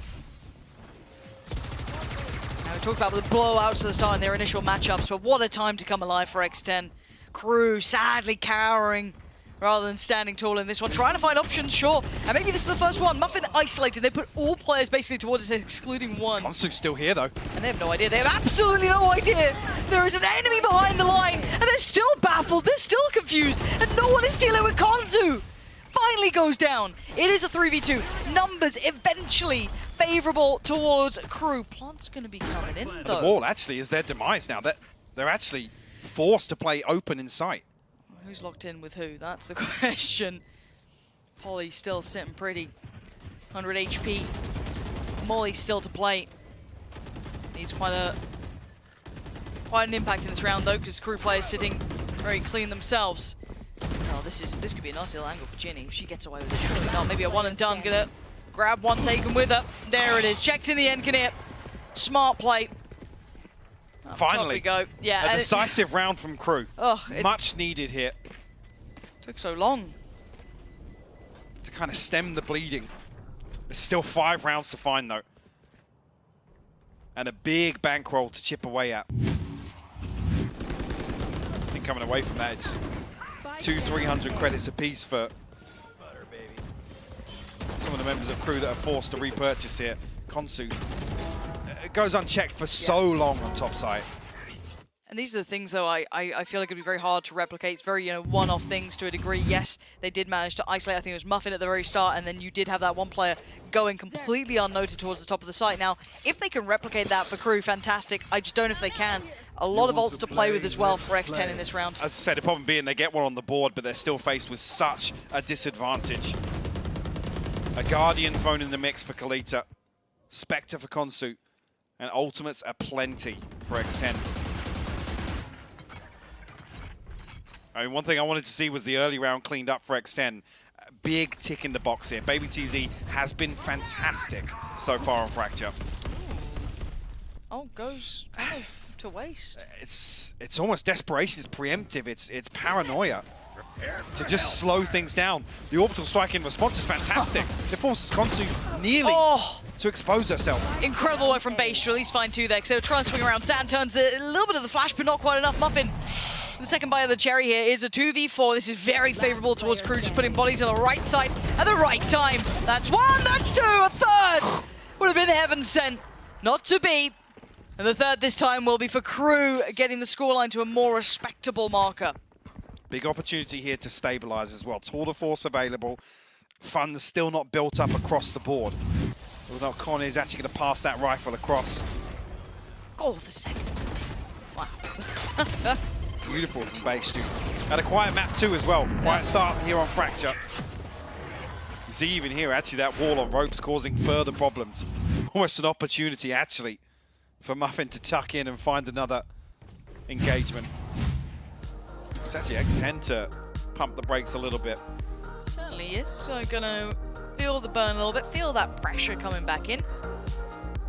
See what they can make from this. That was a very heavy stack coming out from crew. Great deals of players present on the A side, rightly so. Correct place. X10 though, I wonder if they can find a way to navigate around this. They've had a couple of different looks thrown at them now. Let's see what the adjustments are.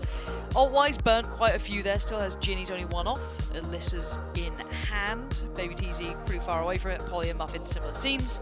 And on the other side, Kinnear has theirs. And that's why we were discussing maybe the economy, if they want to spread the wealth a little here. Could get the rifle that was still in hand over to one of the teammates. Konsu only one away from the res as well. So a couple of very key ults becoming available. So we have to see if they do depend on them, or if they do come into play this round. Yeah, and I'm just looking at the minimap now. It looks like a total switch up for X10. Yeah. Heavy focus towards Arcade. And once again, we see the setup with Muffin disconnected down towards B main. Now, Conir is on a little bit of an island. A safe TP, yes. We're going to be positioned towards tower here, and there's no wall to slow down this Arcade push. Ooh, Kinnear, how long do you stick on this? Goes back for another go at it. Forced to TP. Now the site is already controlled. It's going to have the plant coming in. Nothing to deny that now as well. First time we're really seeing this all in B piece. Plant now through. Towards again, Kinnear. Different positioning here. Trying to work back in, but the smoke's still in practice, still in play, buying precious time. This is a huge engagement though for Konsu. Launching smoke. Polyati out of the smokes now. Oh, the timing. Do they check it? Gave it a glance, didn't feel with full intent, which I don't blame you. Now Baby TZ in a whole world of trouble, whole world of hurt. Kinnear gonna put him to the grave, and Muffin looking a little out of it there. Three of them, Ginny, Alyssa, Polly to try and hold on to this one. Alyssa burning alive, has to get out of there and face the firing squad. Polly's gone down, the diffuse is coming in, and nothing is stopping it now. Crew back in the game, even if it's with just 4 rounds. Another one of those rounds that Desk alluded to, right? Crew looking well rehearsed in terms of the retakes. And this is almost the plan from the get-go, right? Put Conir out on an island, holding down that B site, anchoring up in tower. Again, dips her toes, but doesn't find anything with the tour de force initially, but gets out. That's the important thing. Maintains numbers for Crew. Yeah, we're finally seeing a little bit of fight back coming in from Crew here. Firing up towards the end of this first half. Now, the wealth starting to dwindle for X10. They are going to have to take a couple of losses here. Yeah, I mean, this is a force, call it, with the Light Shields and the Bulldog in the mix. Res available. Rolling Thunder available. Crew now have an opportunity to close things out somehow, 7-5. Yeah, very respectable scoreline if they actually manage it. An absolute dream for Crew if they can pull it off. And I feel like they're responding now. Crew keeping those players present. If nothing noted on the other side, obviously now be Kinnear over there again, seeing nothing early on, so allowing these 4 players to stay on towards the A site. Now contact made, but you can note, and obviously X10 don't know this, Romy still very much active, present, checking towards A main, making sure no one's following up from that contact on the wall. So they're still keeping players here, but I'm wondering when do they start to decide to hit that rotation button? Same setup here, so Crew almost relying on that ability to retake comfortably towards B site. As X10 creep closer and closer. A couple of sound cues this time around though. Conir, she gives her life up. Yeah, this could be the difference here. Not be able to keep 5, not be able to keep a step towards the site. They've lost a lot of the room here, and it's a long rotation route back. They're trying to gather up towards the north side a little as well, but look who's Polly's waiting. gonna hear this. Yeah, Polly should indeed hear this. Now notes 1, potentially 2. And now calls for support. Yeah, not alone in this. Polly get some support over this side. Utility being poured in. It is a big fight towards the north, but it's being held off. Beige gonna find Ginny. Support system gone. Baby TZ. Now, next to the chopping block, here comes the cavalry. What a shot, Polly. Finding Kalita and Romy. Leaving just Konzu and Beige still alive, and now it's just Konzu. Does have res, does have the spray. Oh, it has 4.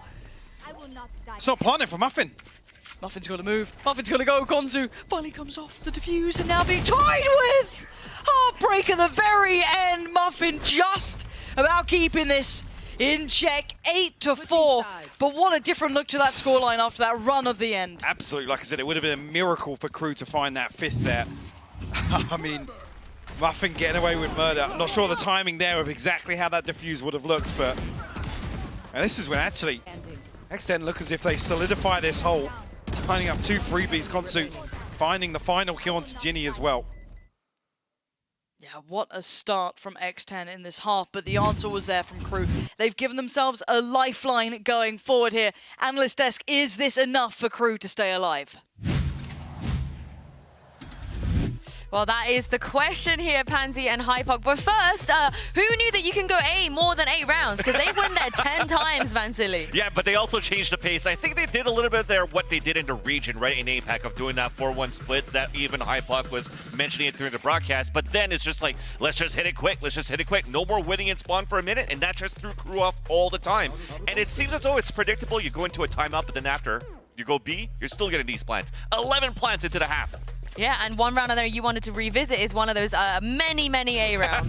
Yeah, exactly. When you're going into this hit towards the A site, what I wanted to underline is how well X10 is currently playing under pressure at the last map, Elimination Series, where Polly, low HP on top of that, about to get hit by an orbital strike, understands where, again, communication has to be important to know what Beige is currently standing at. So that has to come out for your teammates. That allows Polly to move out and get that kill and allow these rounds to just snowball for X10 to get that advantage.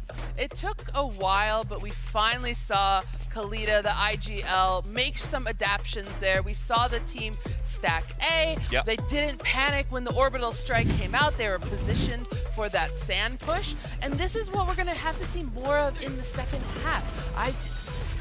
Kalita, the IGL, putting those skills to use. Just as Ginny was getting those flashes and activating the Neon and Baby TZ, we need to see the same with our IGL. Kalita on the breach, flashing for her entries to take over the site. And then, of course, Conir on the chamber. We expect her to get more first kills as she has been in previous maps. Yeah, I think it's going to be a great one right now. I mean, we talked about the double sentinels that they currently have too. I want to know how that's going to play on the attack side. I mean, we speak about if this is enough. What do you guys think? Is 4 enough? Oof, that's a tough call, because for me, again, X10, it seems like they really changed their play style going into this map where they have full control of that A site, and we know that they could also play very aggressively on defense. I might think that this might not be enough here for Crew in the end. My concern is just momentum is so exactly in X10's favor. Even going back to the previous map, they're smiling right now. They're laughing. They're having a good time. All the pressure is on Crew. Well, the Desk, they don't think this is enough, but that doesn't matter, Pansy and Hypok. It has to be enough if Crew wants to stay in this tournament. You're absolutely right. And the big question is, that pressure starting to mount for Crew. That is the big question mark here is, do they have that composure going forward? I mean, the one saving grace is that actually Crew's favor leans on the attacking round win rate percentage. So a little bit of hopium to huff there. Sure. What do X10 bring to the table here in the second half? That's what we're going to find out now. As already that contact is made, and it's Muffin to claim 2. Based and Kinnear go down, so it couldn't have been a worse start for Crew. Already on the back foot, but going to be taking themselves towards the site. 2 freebies actually to get away. Muffin tacked up down to 22. So plant uncontested though. Crew need to find a kill. Maybe TZ on the other side of the smoke with Polly. And actually the flash, I think, caught up inside the smoke. Yeah, a little bit. Didn't quite get the footing they need, but it is still just Konzu here to try and do more damage. Lovely shot towards Alyssa. Have to get the heal off. But the problem is, don't know how much you can do to deny the defuse. X10 going to pick up the pistol here in the second half. 2 kills in the plant. Potential here to force something into the next. A little bit of a buffer there with that 300 credit bonus. Might just go into Sheriffs, to be honest with you. Pressure mounting because X10 on 9. It's just so free for these opening 2 kills as well. It's the spacing between Conair and Based. And the fact that it's Based as well, who's probably tied up trying to coordinate these smokes ahead of this execution. And you said about the force, you're right. Yeah. They've decided to go for it here. They have technically forced that buy round a little deeper. Crew walk into the blender here with these stuns. Initially, though, Baby TZ going to find the first. 2 massive kills from the Kalita, though. Oh, but Jenny wants it right back. Gonzo and Galita go down. This is just a mauling. This is just a brawl straight up thrown down. Spike down, they're making a run for it. They're making a dash for it, but little do they know the entire time Muffin's been waiting over towards the side of the map. That trap will be very telling. They check for it. Muffin's going to hear a whole lot here. Playing this perfectly, though. Taking no risks. Spike planted. You'll be able to relay this information that nobody's pushed tower as well. Quite telling. Not much left for the post plant. I see a molly still with Beish. That's about it. Fault line's going to come through. This That's is huge, though. spotted. Oh, the timing on the swing, and you're right. It's the discipline from Muffin to not overdo it, not overpeak, not play ahead of the timing. Talked about Ginny in the first half once again, setting up Muffin to clean this one up. That's 10 on the board. Like I said, with that force purchase, it forces that buy round a little deeper. It's the Crew almost faced with conceding the 11th on top of this.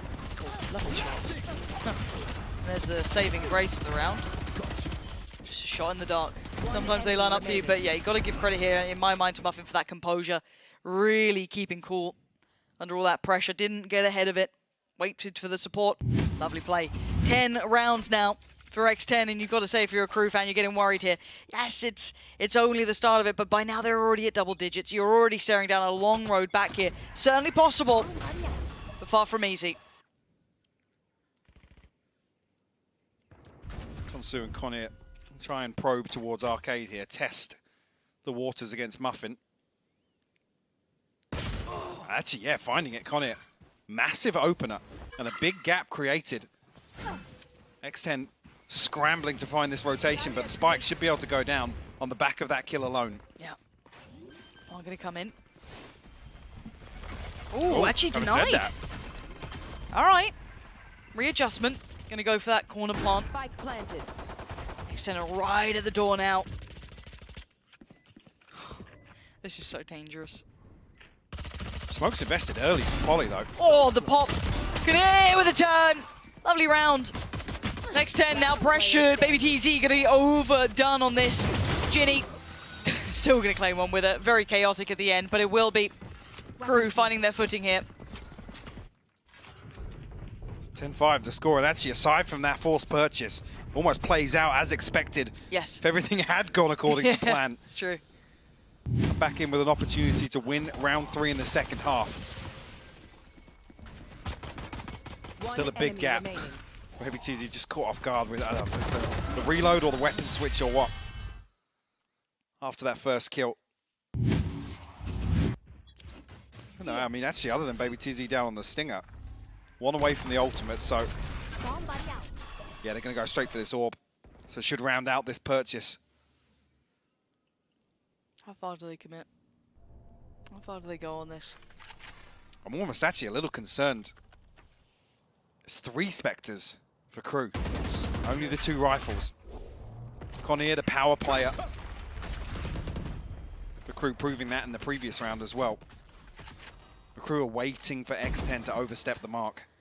And no one has just yet. They're right at that kind of verge, right on the precipice of doing it. Maybe over-pushing, getting a little too curious, but respecting the smokes, playing a little deeper. Now they're going to apply a little bit more pressure towards that B site here. Muffin's going to feel the heat. Yeah, Muffin's got to be really composed once again. We asked this of them before. Gonna have to do it one more time. In towards the side we go. Crew gonna take all that space, get the plant. They're gonna be in a post plant real quick. Cavalry rotation en route though. This is not gonna be as comfortable as they'd like. Maybe TZ all ready to go. Nice little counter flash to slow this down, but still gonna make progress. She runs all the way out in the open whilst fully blind, but still finds a kill on default here. How has it gone this far? Baby TZ should never have got here, disrespecting the smoke. No one watching it, and now Konsu lurking on the other side of it. Similar scene, sprays and prays, and someone's answering. Ginny goes down, defuse gets denied. Overwhelmed by Baby TZ though with the ultimate, and now it's on Kinnear in the 1v2 gets one, but the defuse, it's not stopping. Oh my God. Denies it. For the Red Bull clutch, Crew staying alive. Massive from Conir. Talked about her being the power player, proving it 2 rounds back to back. And that's a massive momentum swing here for Crew in the second half. The fact that they were ahead of the smoke and no one was watching it, great work from Baby TZ to get to this point, but again, similar scenes here. No one watching for that push through the smoke. I mean, even Konsu getting the second there as well is crucial. A wild timing. Wild spray to find it. Maybe that's the wind in their sails. That's what they needed coming into the second half.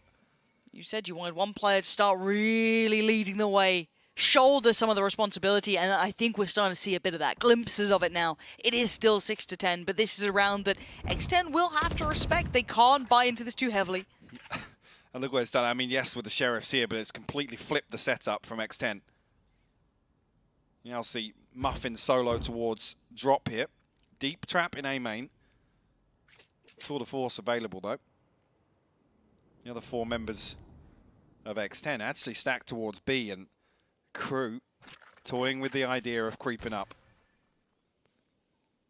Connor's actually popped the tour de force as well with a Vandal in hand, so that would have been big in terms of a comeback. To kind of mount a little bit of money going. Stun set up towards Arcade here from Ginny, and that should put maybe TZ and Polly in a position to find a kill, potentially. Maybe 2. I think Polly's spotting here. Polly's the one about to call this. Yeah. There it is. Can they make the most of it? Oh, it's not pretty. It's not pretty at all. Crew happy with that. Yeah, get away from the trap. Didn't get really any threats. Messy work there from Baby TZ. Didn't get any sort of footing towards it. And now Ginny and Muffin. Muffin does have the tour de force out. We've seen a couple of these go absolutely mad, but this is a lot. Plant in. Ginny's found based. 4 victims to find. Surely not. Muffin did ring off a shot though, so should be anticipating this and Conir holding the angle. Lovely. Just Ginny to find. Crew up to 7 now. X10 will come back on their buy round here. There's not going to be an awful lot left behind this though. 3 rounds unanswered. You see here Polly desperate, but again the call's not relayed quick enough there. I think if the play is for Polly to shoulder that and then put Baby TZ in a position to play off the fault line, it's just a little behind. I think I saw a smoke go down on top of Ginny, so maybe that's the confusion that comes through there. I'm not entirely sure. Yeah, you could see the intention at the start for it, but yeah, the actual execution looked a little out of character. Okay, X10. Proactivity. Highly proactive and early pressure felt by Muffin here. Konsu's lucky to get away with her life there. Rez as well, so that would have been a big, big kill for Muffin to find. Might even get a second shot at it. Yeah, and the new benefit to this position. Way more playable with that operator. No smoke to really deny it here. Gonna spot the player. 3 coming this way, and they line up. Muffin with a 2-for-1 discount. Konsu and Beisht devastated. A devastating Muffin finally falls, but 3 bodies placed in the ground just by her hand, leaving Romeo and Kinnear to try and pick up the pieces. It's a triple flank coming through A main as well, Lauren, and the plant is open. They've stopped it. They've slowed it down, and here comes Baby TZ, quick as you like, finding Kinnear, following it up. This is desperate times. Romy's dead. And that was some heroics coming out from Muffin, but the rest were there. What a round from Muffin. Again, gets a second shot at it, yes, but finds the freebie. And then the third kill was disgusting over the top of the smoke. I barely saw them. I hope we get the replay on this. I'm getting my glasses out. Like this, sure, cool. It's the third. It's to hop up onto the box here behind. What is that? Kalita's not going to want to see that one back. Nah. Very nice. Just look how quickly, though. On the back of that X10, they got 3 bodies towards A Hall. Yeah, it's starting to pile on here, the pressure. Feeling it. It doesn't take much to break back on this sort of scoreline. That's the scary thing playing against X10 when they had such an advantage, even though Crew were looking poised to pull this back. I'll say Ginny was just set up with that fault line again, but with this deep smoke, maybe feeling as if it's not necessary, especially with a little bit of pressure on this wall in Arcade. Konsu and Conir over here, potentially trying to bait a rotate. I mean, it's drawn Ginny initially, but with no follow through. I think they revert back to the initial set piece, but the Crew look a little hesitant here. Yeah, I'm not gonna lie. They're waiting for some indicators. Romy might get caught out here. Oh, gets away with murder. Romy is lucky to be standing, but Polly there. Quickly gonna deal with Romy trying to take that space, avenge the fallen teammate. But you gotta look at the spike. That's still heading towards the B site. And Alyssa's gonna hear these steps as well. That's crucial. 30 seconds left. Cross is being watched here. Muffin on the case. Wall goes up. But there's a gap. There's not a big completely gap. protective at all. This is on Muffin though. They are still winning out the numbers here. Crew doing well. Ginny's gone down. Paul gonna come in, and now it's down to the 2 players, Polly and Muffin. And there's the first to fall. Kinnear goes down. Now 3v2. Deals with another. Polly strides in on the site. Looking towards the site itself for the player who put down the spike and loses out. And now Muffin, what are you going to do with it? What? Oh my God, Muffin! Are you kidding me? So many impactful rounds from this one player, dragging X10, kicking and screaming to map and match point. I mean, it's just another round. You look back, and it's the slightest of margins that Rolling Thunder misses. Match point. It looks so close. I thought it was good. Such a fantastic reposition as well. I think Muffin rings off a shot with that operator from spawn. Immediately repositions here and finds an advantageous angle. You can see here. Oh, look how close it is. Just. Ice cold as well. Muffin barely breaking a sweat. Ice cold, Lauren.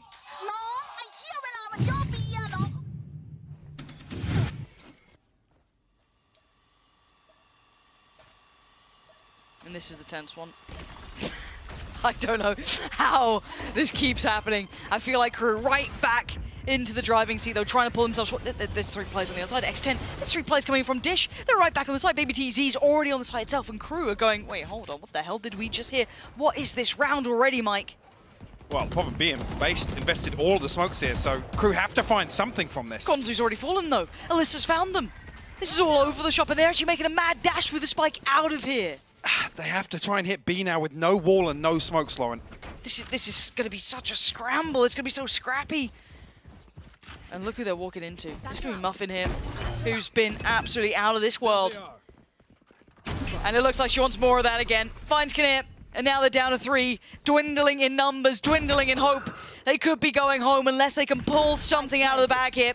This needs to be miraculous. It has to be ingenious. And Ginny's got him through the box. Baby TZ takes down Beish. Romy, the last one alive, has to face the music. There is so little to be done here. Stand and take it in the end. Alyssa seals it. X10 stay alive. A fantastic performance here from X10 on Fracture. So decisive, so composed. Muffin going huge in some of these rounds, and arguably the most important. Such a great game in the end there. Really starting to heat up, seeing Crew starting to warm back into it was fantastic. Didn't want that last map to be a blowout, right? I think we're all here for competitive games, really get to see it all. And honestly, Crew started to turn up. You know, Kinnear starting to get there, a couple of players starting to warm into it. But in the end, Muffin just superseding most. I think Heather really nailed it on the desk though. The pressure falls to Kalita, right? It's the mid-round. It's where X10 just looking to really throw a spanner in the works and mix things, shake things up in terms of that mid-round. And I gotta say, it felt once again, we've said this a couple of times tonight, Crew felt as if they were constantly on the back foot, constantly trying to play reactively, and X10 just doing the unthinkable in some of these. I mean, running back the series, keep in mind that first map, in my mind, Crew looked really well-rounded on Breeze, looked fantastic. They had for the them. answers. They did, had every responses. time. Every time they were ready with what they needed. But then once we got to Haven, when we got to Fracture, it was X10 who found comfort. They found their footing and they looked fantastic doing it. The pace changes, the aggression, the space being taken.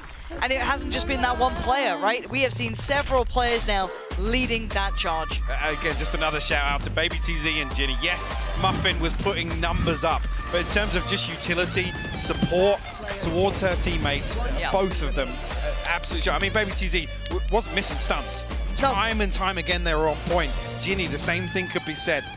It really actually coordinating most of these set pieces for X10. Yeah, really great game, and I feel like I'm walking away with more questions than answers though, because at the start of this I wanted to know, okay, well, how do these two fare against each other after being pretty much blown out of the water in their first series? I don't know, it looks so competitive between these two. I mean, is this now the rejuvenated X10, right? Confidence back after that first series, and especially here to come in, beat a team like Crew, which, again, track record-wise, big reputation. Actually, yeah, they were a big team to watch here coming into Game Changers in Berlin. They certainly were, and I think they still are, in my mind, a big team, but beyond that, though, I do want to look at who's the MVP, because I think there's a couple of names that certainly could be up for grabs here, potentially who would stand out. Polly, Ginny, Muffin, who are you going for here? It's got to be Muffin. Just a couple of those rounds back-to-back as well, just delivering with that operator, not really, cowering away from any of the pressure. And that was, most of the time, she's solo holding a site. Yes. Solo holding down a site and preventing some of these hits from Crew. Yeah, and again, I think you're right, that kind of leaning into how much pressure she was able to handle there, really stepping up to the challenge. It's been a fantastic game, but it's certainly not over yet, and neither is the day. Whole other series to come up today as well. We got interviews, we got the analyst desk who'll be joining you after the break.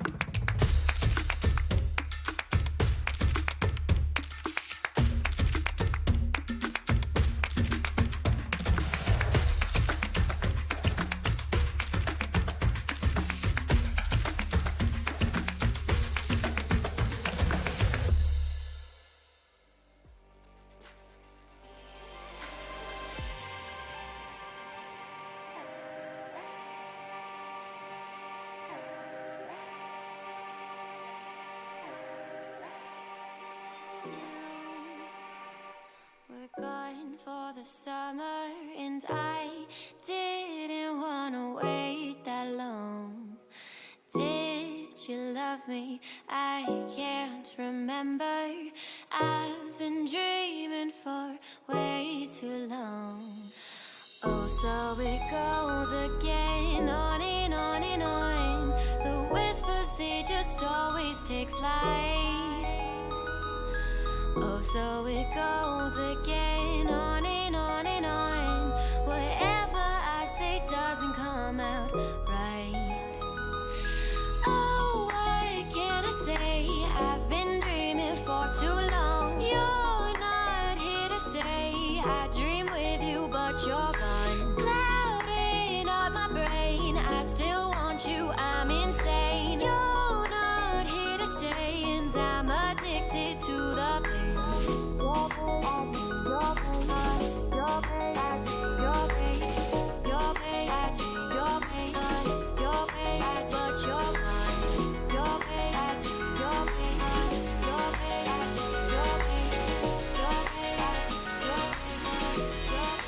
But you're gone.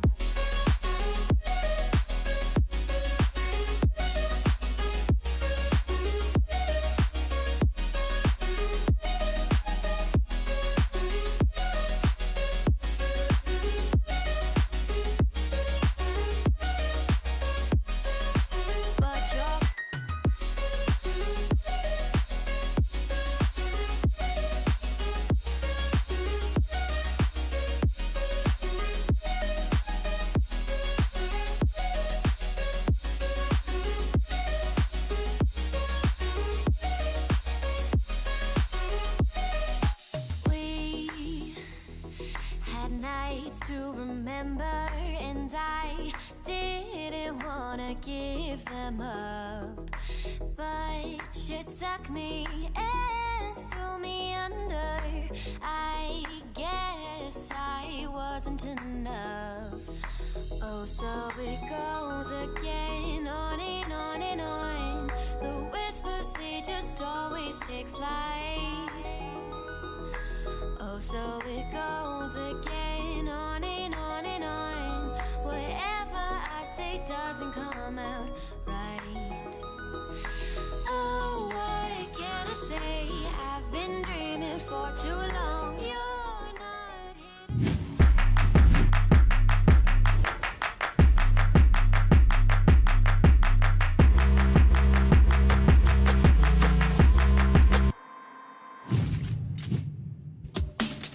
Both of these teams still have so much they need to prove here, and the scary thing is this might be the last chance for them to do it.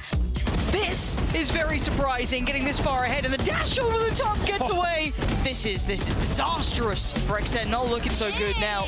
Support on the way, great defense coming out from Crew, defending that spike plant. Gonna keep a strong lead towards the half. 3 quick kills back to back, and B is looking inaccessible, but it will be Crew with map 1. They know they're still there, the flash is a little late, but perfect timing for Beish to swing. And Romy, this is a shutdown and a shutout.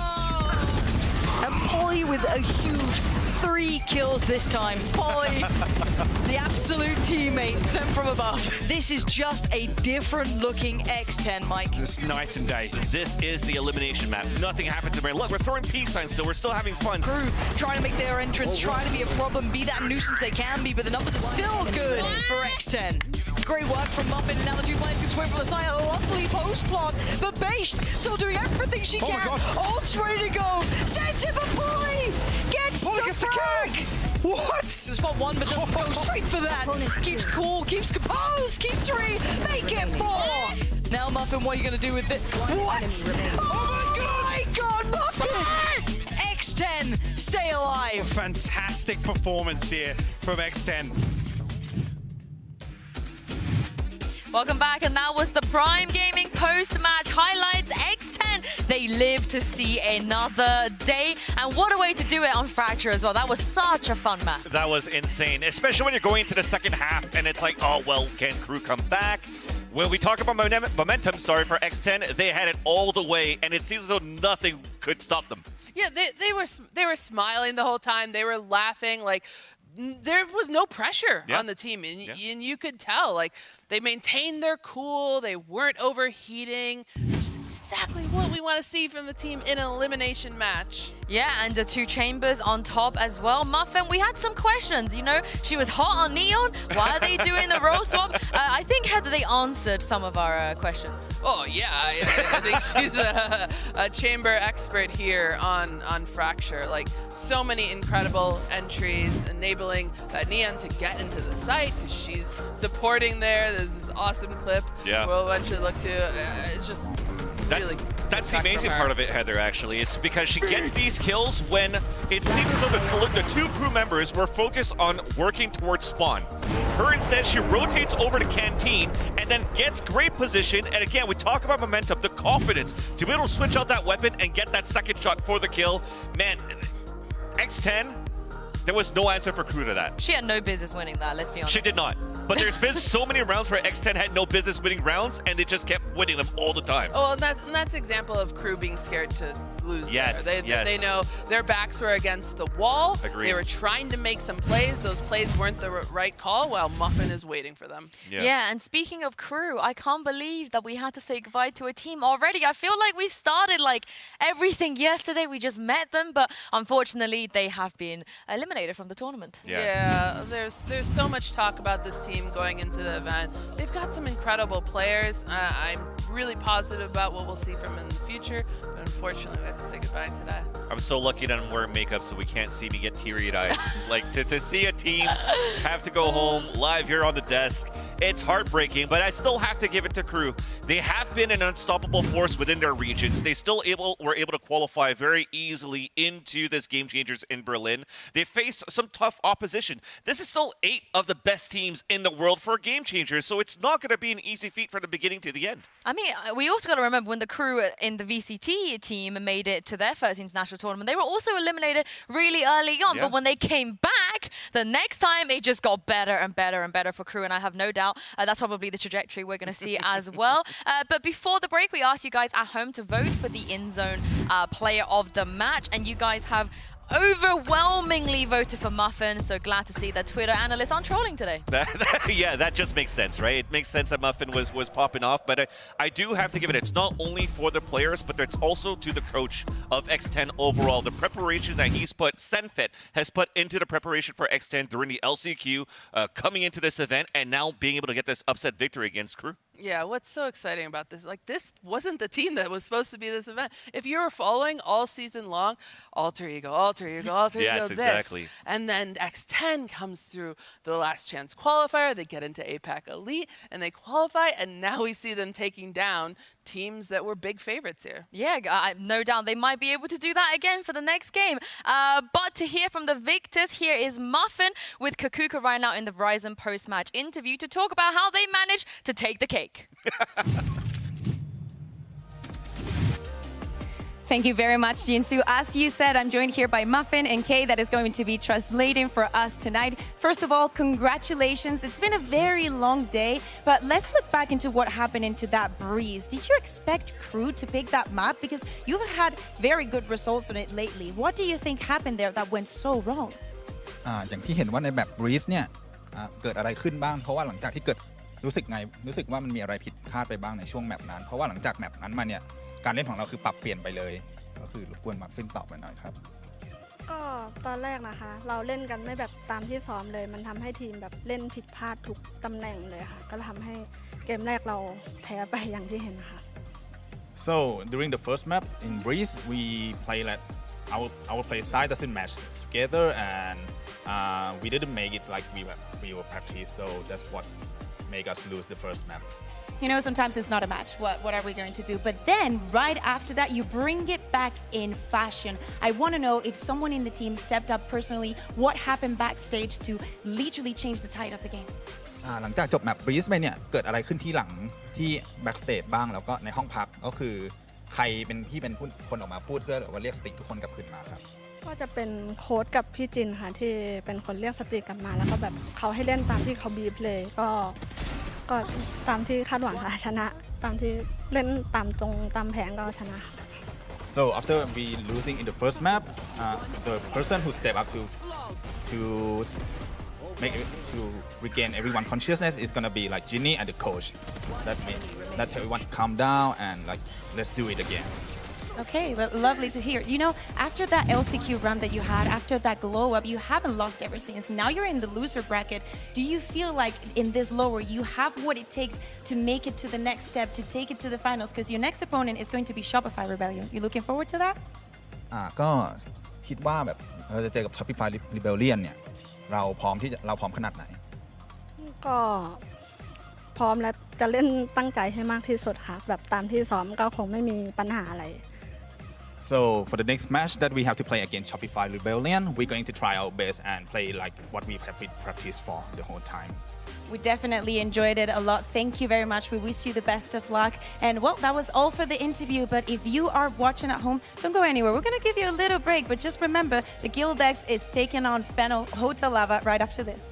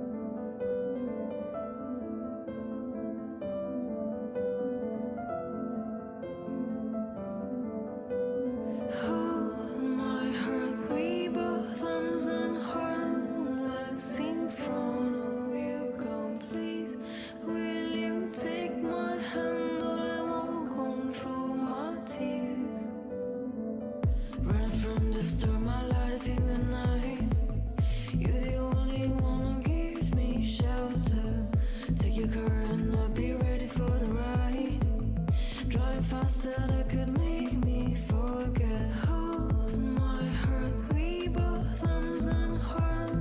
Let's sing from who you come, please. Will you take my hand, or I won't control my tears. City's empty and I am begging for a light. Open all the streets will get you closer. Memories are gonna bring me back in time.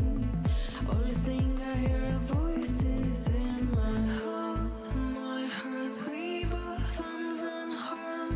Let's sing from who you come, please. Will you take my hand, or I won't control my tears.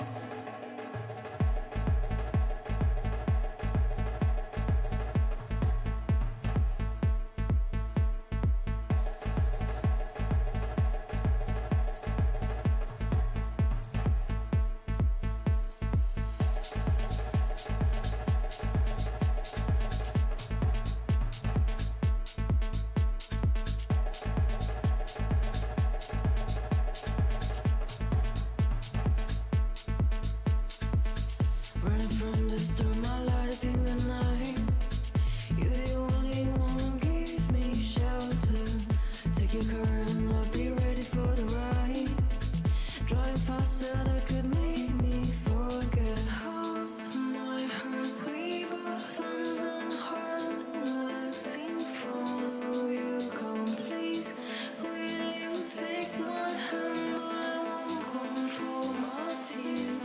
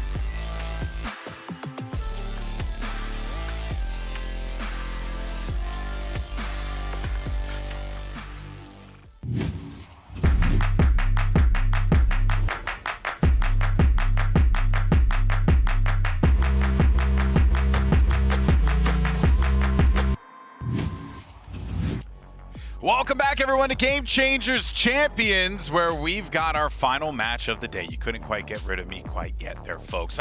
We have Fena Holtolava going up against Guild X, and it's a fight for their tournament lives. Of course, I'm Golden Boy, happy to soak in the glory of this final matchup alongside two amazing human beings. Of course, we have Kukuka and Sapphire. For me and Heather, this is a special moment. First time sharing the desk with you, and it is an absolute pleasure. You freaking legend. Right, so. yeah, this has been years in the making. Usually you see me behind the camera sometimes in the production room when we walk by, but it's nice to We've known each other for way too long, yeah, so to be able to do this, exactly. for me, is a personal achievement. Welcome, and it's a pleasure to have you here. And Kukuka, always a pleasure to have you here as well. I mean, always we've done it like a couple of times, but yeah, it feels like a lifetime. Now it feels like we've been at it, especially after yesterday. So oh, yeah. Let's go ahead and take a look, though, at how these two teams performed in their last, or rather in their first matchups, because really, it has been quite the journey for both of these two teams. Yeah, exactly. If we take a look at what was yesterday for these two teams, we're talking about going the distance. We're talking about the 3 maps, especially for the side of Guild. If you look at those first 2, they were so close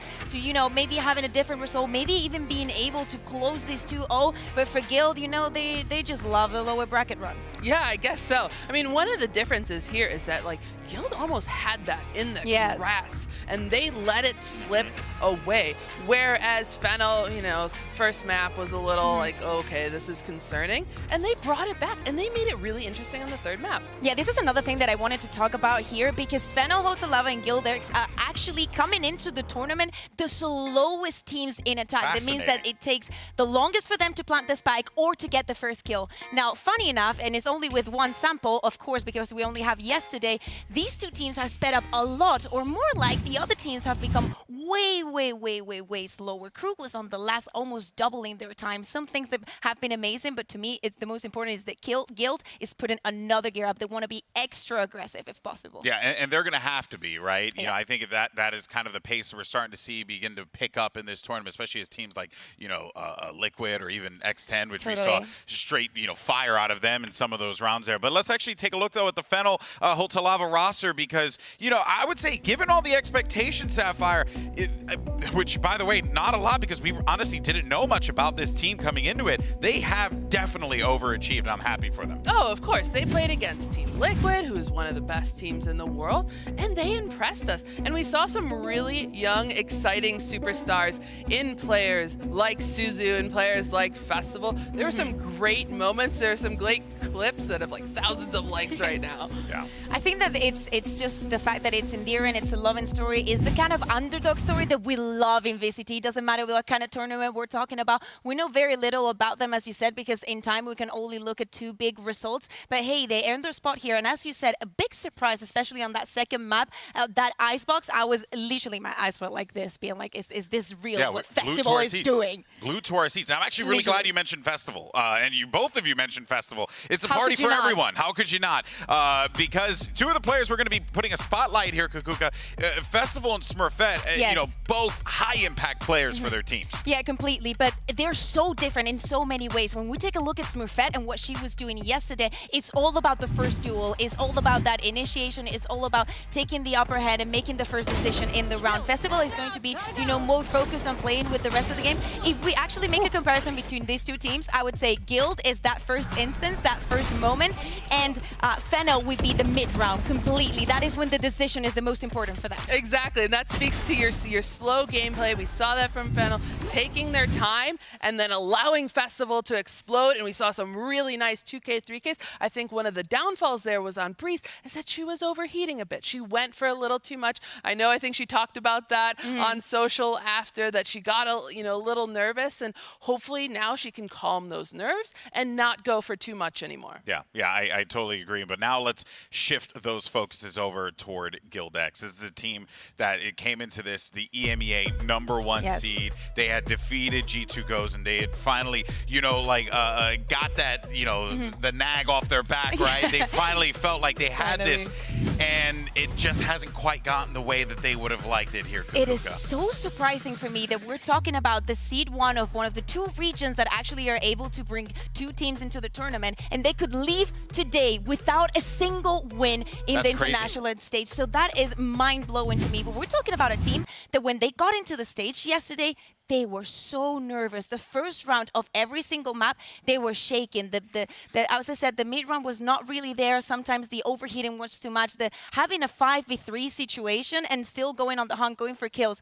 To me, also, I wanted to say, and I speak to Join about this, I think that he missed the fact that maybe after 2 rounds or 3 rounds of seeing it like that, he should have ask for a timeout and say, hey, let's calm down, okay? Not every timeout has to be tactical. Sometimes you need to acknowledge that you're working with humans, that things could be very stressful for them, and sometimes you need a breather, even in these situations. And this is where we need the veterans like Claudia, who've had their backs against the wall in tons of events, playing in front of tens of thousands of fans. This is where she has to step up, calm down her young teammates. Don't worry, don't think about losing. That you don't want that pressure there. Yeah, you really have to lean on the veterans in those instances. But now let's actually dive in to our map vetoes and see where we're going to be playing here in this best of 3. And with the way that these matches have been going, honestly, Heather, it could very well just go to 3 as well. Like, I wouldn't be shocked. I wouldn't be mad about it. Yeah, I mean, they actually have a very I don't want to leave today. Can we actually just start the show with tomorrow's matches? I'm sure all of in production are very happy about that.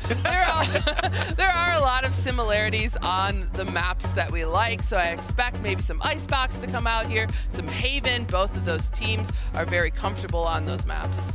I mean, I kind of expected that Gil was going to ban that Breeze. I love this. The fact that Fennel spotted the weakness there on Gil. This is a map that has been, you know, not only a lot of 50-50, but very, very shaky from their side. We also saw a little bit of a new composition. And after losing the way that they did, even though it was too close, Fennel spotted a weakness. So we love that. Guild is repeating on that pick, on that Haven. Watch out. Good result for them. Kind of expected for now. Maybe I would have liked a Fennel to pick Icebox.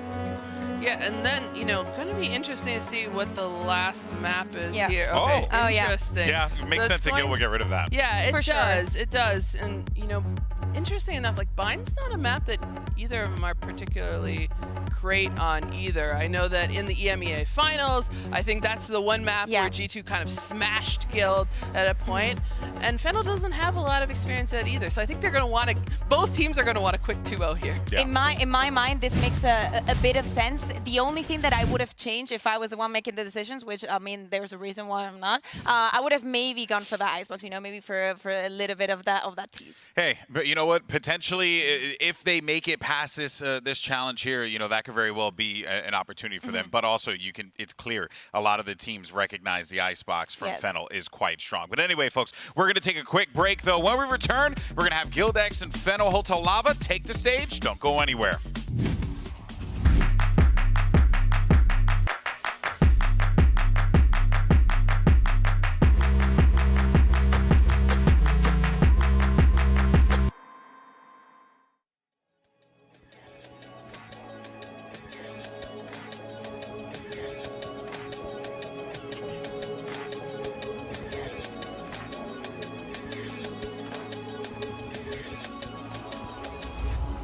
Say my name, I'll come right back to you. I get so lost when I'm loving you. There's people waiting up on me now, but you're the only one I need now. I'd run away with you if I could. No one understands me the way that you do, the way that you do.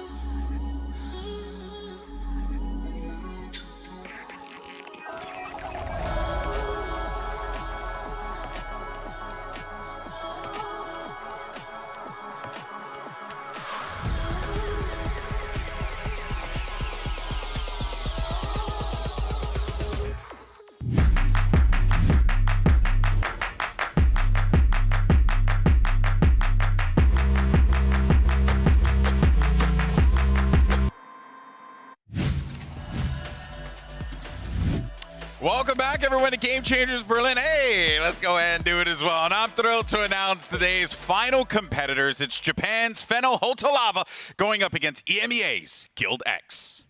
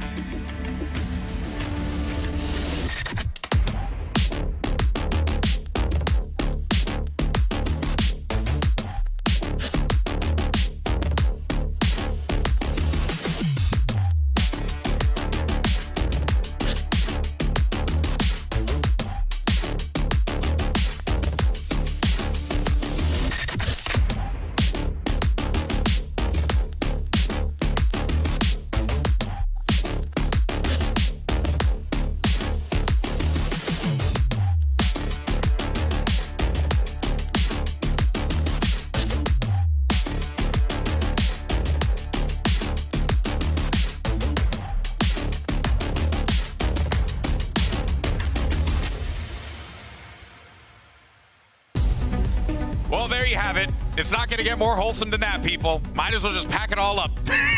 Listen, the fact that they know that this is an elimination match, the fact that they know that everything is on the line for both of them says so much. That the fact that they say hello to each other in such a respectful and loving way definitely sums up what Game Changers means to them. Well, yeah, and I think that's the important part to note here as well. Yes, this is competition. Yes, you want to be at the top of the mountain and you know, be the queens of the mountain, if you will. But the reality of the situation is here. This is a massive moment for all these teams.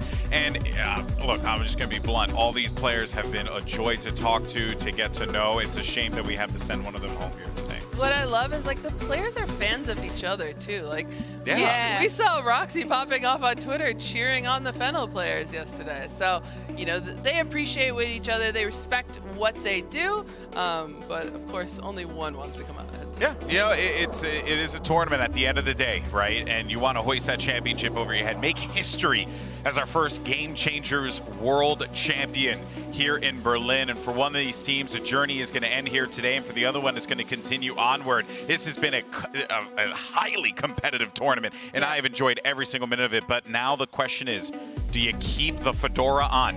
Son of a, you know, I feel like the fedora meta is just where we need to go. Let's go over. Come on. You just have to put it like this. So yeah. I just need a fedora. I think we have one in the green room that I could just grab. I think we put should on, use it. Yeah. just to If show. they make it out of this, then tomorrow we say hello to them with the fedora on. But you're completely right. The journey from here only goes uphill. Remember, you're staying on that lower bracket. You need to win every single matchup, and every single one of them will be an elimination one. So of course, everything is on the line for these girls. And let's talk a little bit more about the maps, especially the first one that we're going to have. We're talking about Pearl. Is the same map that Guild started on yesterday, and probably, as we said, where Fennel spotted that weakness. Everything was about the retakes on that map. The amount of space that both the teams were given, the fight for the control over the different instances was so shaky at so many moments. I want to see if we're getting the same Guild that is super nervous to go on stage, or if everything has calmed down after getting that first loss. Yeah, we saw a lot of interesting moments from them on the attack side, but the defense side just started to disappear. And again, and watch out for Pistol. Yeah, yeah. As they saw that lead slipping away, they got even more and more nervous, and the retakes just weren't there. All right, Prime Gaming Agent select now. Any changes potentially here?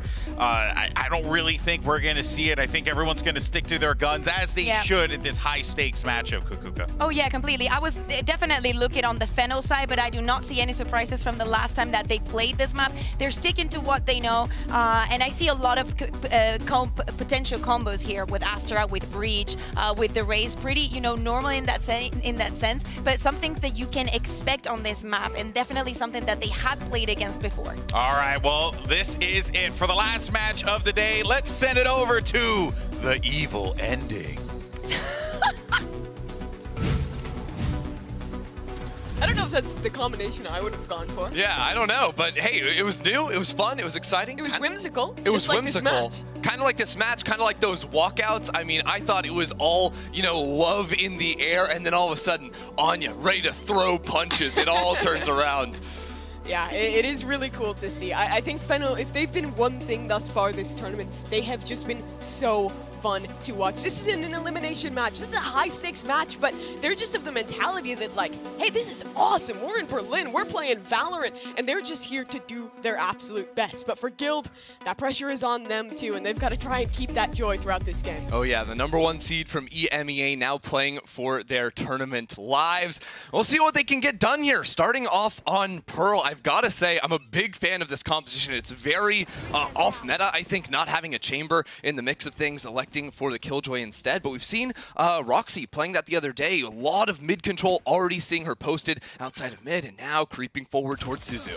And it's starting early. Suzu finds one onto Ness and is able to TP away from that one. A slow contact push from Smurfette all the way down, and does not commit forward off of her relay bolt. Well, right now we still have Roxy waiting to activate that mid lurk. There's a tripwire she has to get past, so maybe waiting for her teammates to kill Suzu. Trip is broken, and Suzu is just smashing Guild right here. Absolutely insane. The suck over in B-Link too. Kurumi plays off of it perfectly. And it all starts to fall apart. A Prime Gaming flawless to kick off this map. What a pistol round for Fennel Esports here. I mean, Guild, on that initial setup there, it felt like they just weren't completely ready with that utility to clear. Normally when you're doing an execute towards that side of the map, you'll have that Fade Cat coming through and clearing out that chamber position, but the chamber player, Suzu, was able to get away with one, escape too. Oh yeah, and look, it's all fun and games playing the Killjoy comp really strong in its own right, but there's a reason why so many teams lock in the chamber. It is B long control, and Suzu was on it right there. The 3K, and actually, because of that, she has full armor and rifle heading into this next round, which is just crazy for a round 2. Yeah, you're not going to see that one every day. And Fennel will be playing just kind of this contact setup towards B-Link, that solo chamber anchoring down B-Long, kind of just the standard stuff for your defense on Pearl here. Yeah, slow contact. Let's see what they can do. Actually, Kohal, the one with just a ghost here, so maybe not the ideal first contact as the rest of Fennel can sort of scooch on past, or Guild rather, can get on towards this A site. Maybe a fast retake here for Fennel if they want to, but the real power hitters in the Raze and the Chamber not quite in position just yet. The overpush comes straight on in to Kurumi, and she is there to get a couple before Claudia trades her out. 1 for 1, that's a gun recovered, and space towards the spawn side. Guild has a comp that is strong in these post plans, so this is getting quite dangerous. Suzu for 1, but trades are there. It's only her left, and Claudia's found 3. Claudia's just farming down there in secret, out of nowhere, it seems like, and they actually steal away a Vandal heading into this next round. Absolute madness, the trading, and just sort of the hand-holding from the teammates of Guild there, making sure they were always in a position to trade one another, and Fennel just seems like they got caught off guard before the full retake came in. Again, Festival and Suzu were so far away that in the time it was taking them to rotate over, Guild was just pushing towards their spawn. Yeah, and for Fennel now, that is putting them in a very tough situation. They put a very heavy investment into that second round and now have to try and make some sort of adaptation. It'll be this fight through mid here initially. Yeah, we've seen this play from them the other day, where it's the quick suck in A main that allows Smurfette to play off of it very quickly. Fennel actually 4 players in mid. Very quick to take all of that space. Potential for them to run into Roxy if they work in through window, but the plant is going to come in completely uncontested, and I think that's going to make Roxy very sus of what's going on here. You still haven't heard anything on site. It's just Roxy here running into a multitude of players, swinging into it, maybe a little bit ambitious, and a rifle now into the hands of Fennel. But that's information now. Guild's reaction should be a push either into Art or towards the spawn side, and you see their idea is to take space outside the secret. Positioning from Kaoru over in Art could potentially set up the team with a couple of flashes as they work out of A main, but the deep hold Guild had, actually just fighting into it, electing to take those very long-range fights, sets them up very nicely, and Claudia with a back-to-back 3K gets it done.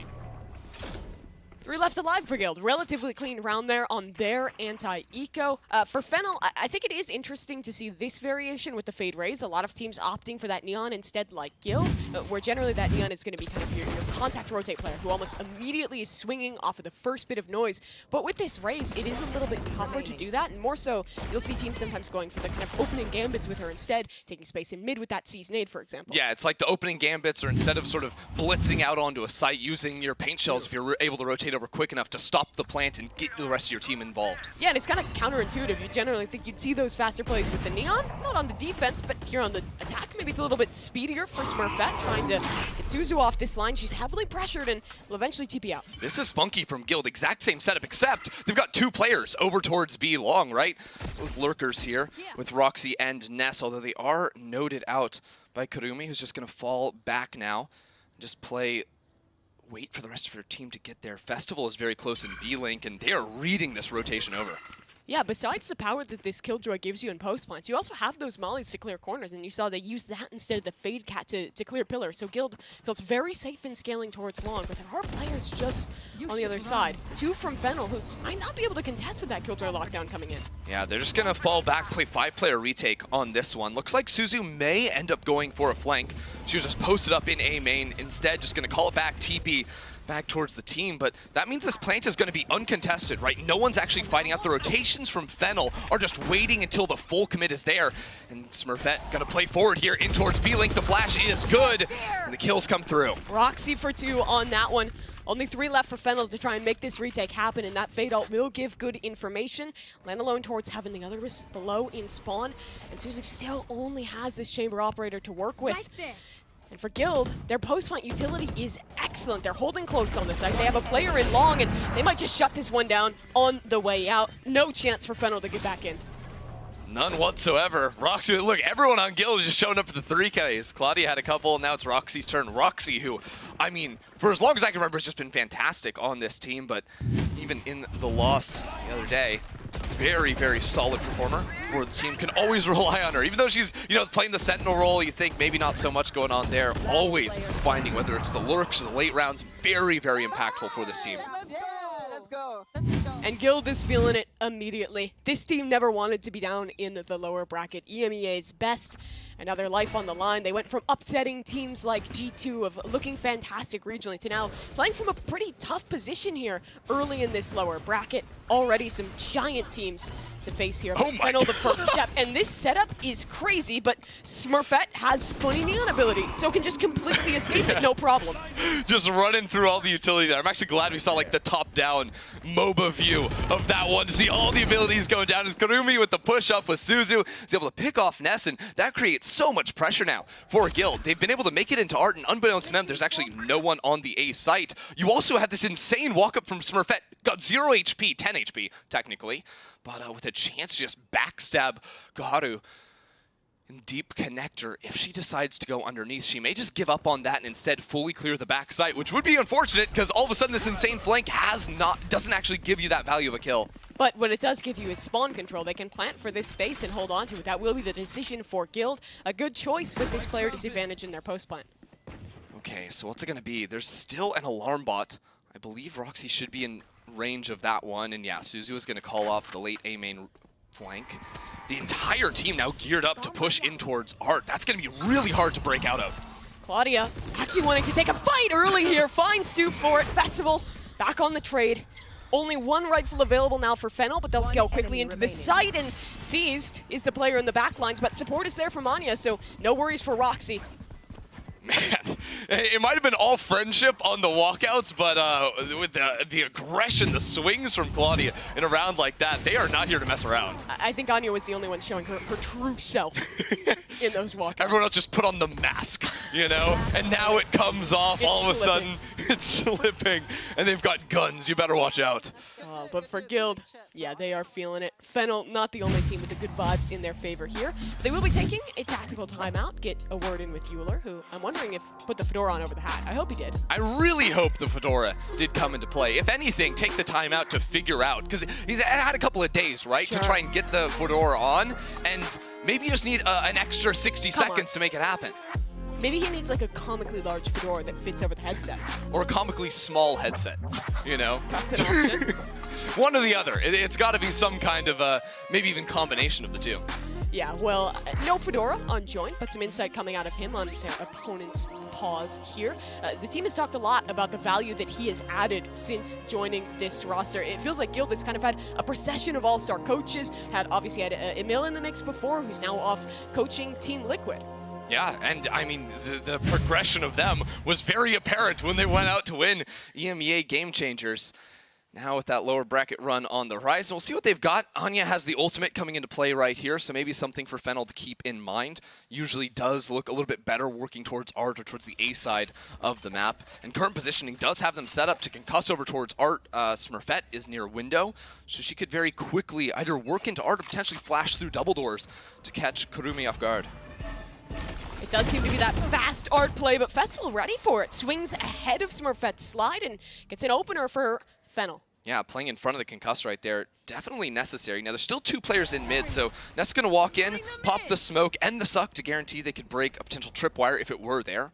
Unbeknownst to them, it was actually over to the B side of the map, but Guild, even in a 4v5, do feel a little bit locked into going for an A hit. The concuss is good onto Festival. Oh no, Anya able to catch her straight off guard, and now all the options to burst into the safe site. Yeah, Claudia just contacting out. There's 2 players trying to fight from Art. It's successful, but they don't expect Claudia. Only one. Roxy needs to trade. She does not have the chance. Now a 1 versus 2. Both positions noted. A backstab forthcoming. Spotted on the haunt and sprayed through the wall. Kurumi shuts down, and Fennel have their second. Well played. I mean, it looked like the site was just going to open up straight right there, but Kurumi's positioning fantastic. Playing next to Kaharu in Art right there. Just shuts it down completely. Actually forces the A main players, instead of actually taking the side or maybe even pushing towards Secret, to sort of double back, pinch into Art. Maybe had a chance, but not able to secure that second kill. Really good stuff.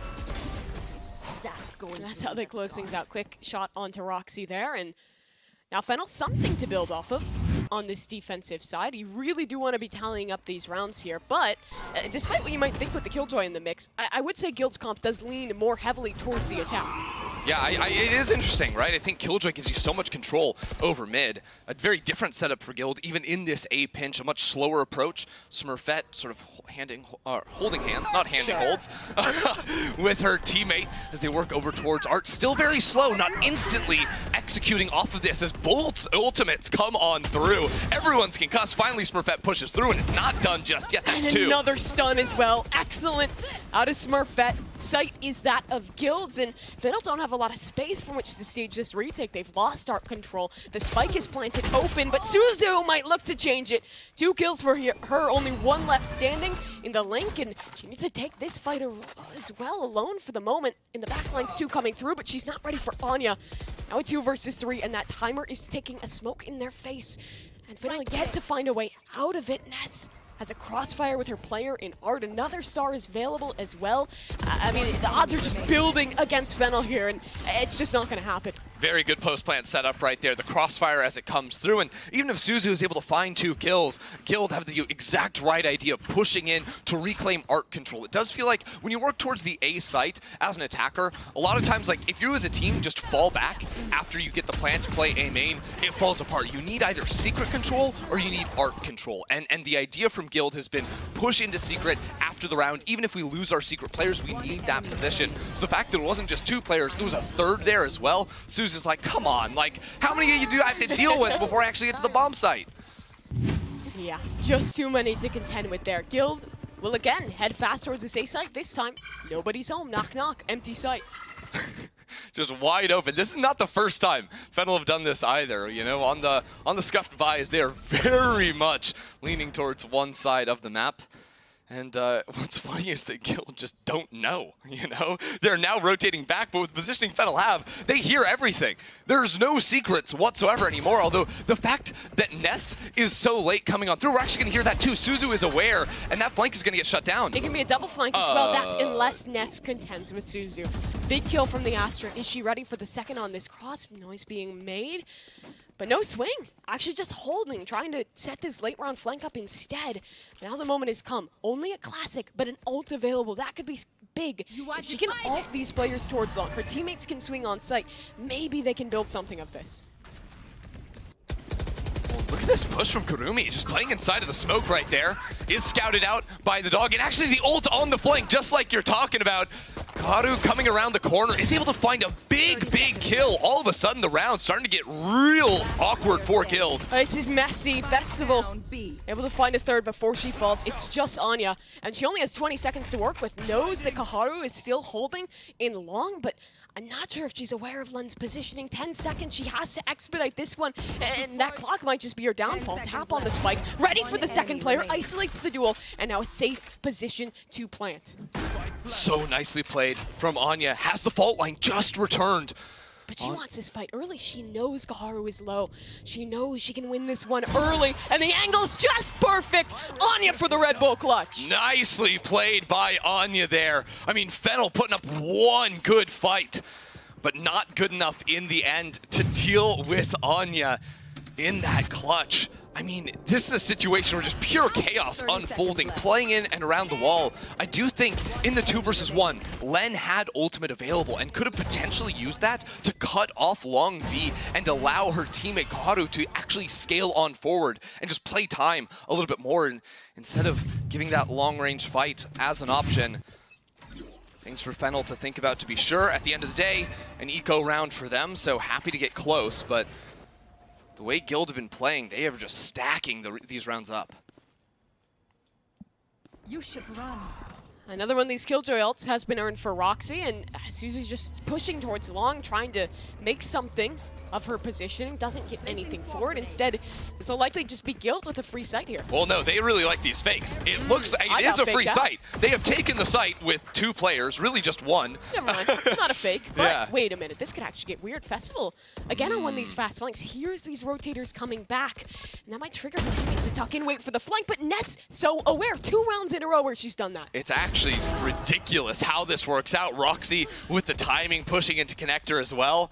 It actually pays off for them, not instantly taking the site because of the confusion that Fennel have. It's like, wait, is it a fake? They should be on site, but no one's planting. What's going on? All of a sudden, you hear multiple players rotating through CT, and yet they're also in your spawn. I don't know. It's just so chaotic to think about for Fennel.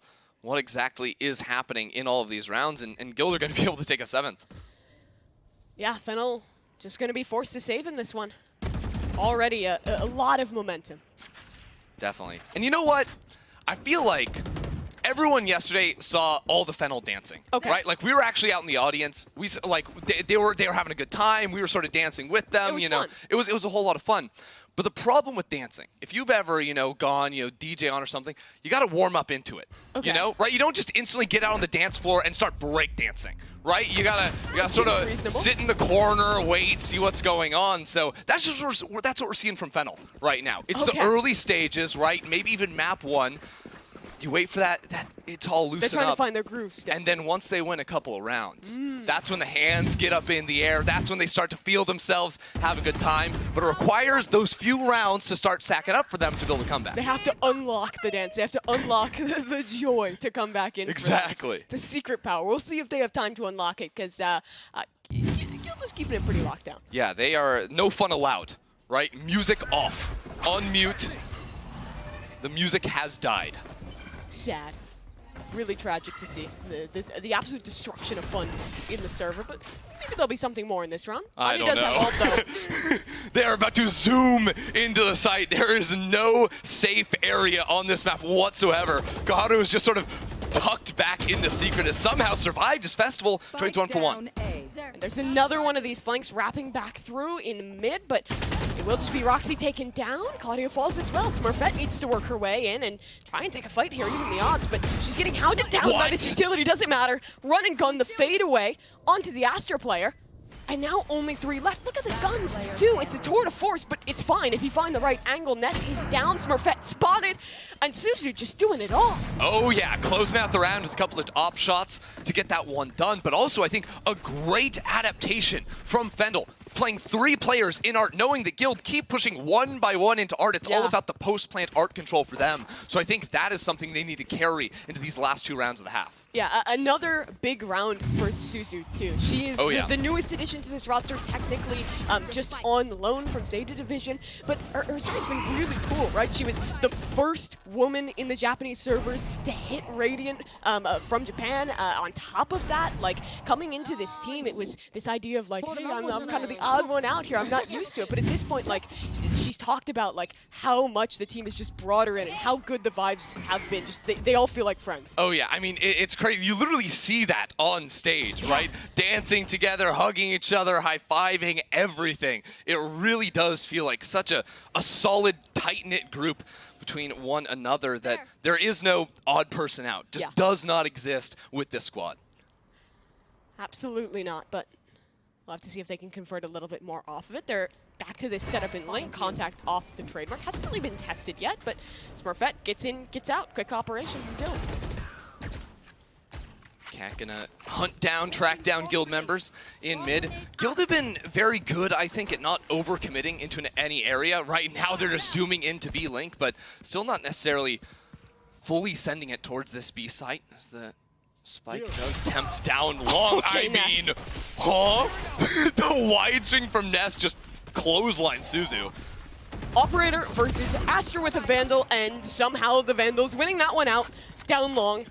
Absolutely ridiculous from Ness. She has been so good thus far in this tournament. I think she is like probably the most underrated player on this team. She might even be the best player on this team. She is just owning. I mean, even in this game, just like the most like Giga Chad swings ever too, right? Like who does that? Just sprinting down long. You could pull back star or anything, you know. No, doesn't care. Is just gonna actually take that fight up against the operator every single time.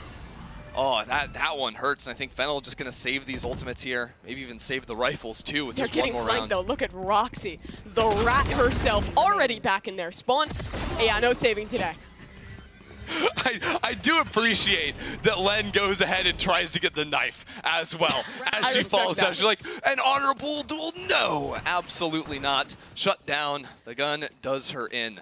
So a bit of a dishonorable Prime Gaming flawless for Guild there, but still do love to see it for them. Absolutely no honor whatsoever. The flank, the pinch, you know, just absolutely brutal. Watch this again. The knife. Actual NT there.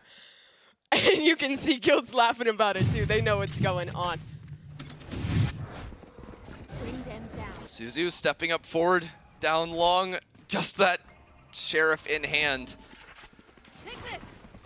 Was so good back on the pistol round, but a little bit different when the enemy team brings rifles into play. I do feel like Guild have just been so crisp on this attacking side. Again, no real options for Fennel to find flanks or whatsoever because of how well Roxy's controlled mid. And, well, the Astral ult is in play too, so it's a free plant one more time. Nice sees to stop Smurfette, but it doesn't really matter with that wall up. This is going to be Guild able to just play this post plant from long, and oh, they've got a lurk. It's Roxy just applying pressure. Kind of a crazy repeat to take, but she wins it out regardless, and Smurfette has one of her own. Confidence flowing here for Guild, and Fennel, not much more to work with on this retake. Kaharu does have that rifle. Utility to work with too, it's something. It is. You have the Cosmic Divide as well for Len if they actually manage to get out on site. They have just been locked out for eons. Yeah, there's double mollies on the spike too. Like, you gotta act quickly, you gotta act now. And yeah, there's a kill traded back by Len, but still just a 2 versus 5. Claudia entrenched in backside, ready to trade, swing off of her teammate. And the clock ticks away. I mean, the round's just lost. It's done and dusted. Fennel taking a little bit too long on that retake, and Guild do claim 9-2.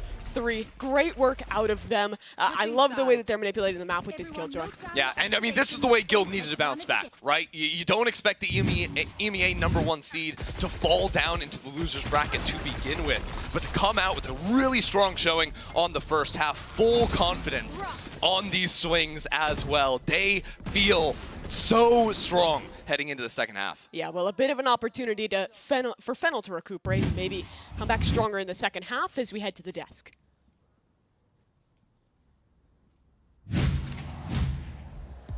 Thank you so much, guys. And, you know, a great showing in that first half for Guild there. And Sapphire, I mean, right out of the gate, you're seeing that coordination. It definitely feels like at the beginning they were a little bit rocky, a little bit nervous, but then after that, they were just basically guns firing perfectly. Yeah, we saw a lot of confidence, especially in round 7 is a perfect example. Smurfette is just taking those really great quick entries on that Neon, and this is what we wanted to see from her. There's getting a lot of A main control here, and while she does get these 2 frags, the team gets the side. It was beautiful. It's a double team gets the early plant. Suzu does punish them, but then there's another layer of that. They're pushing so much, but then Anya is waiting for them, and they finish up the round. Just beautiful retake. I love what I'm seeing here because I was talking about how nervous Guild was yesterday. This is not the same Guild that I'm seeing today. I see a little bit of mistakes, you know, maybe in overheating sometimes, but the way that they're setting themselves for victory is insane. That was a double stump because first you get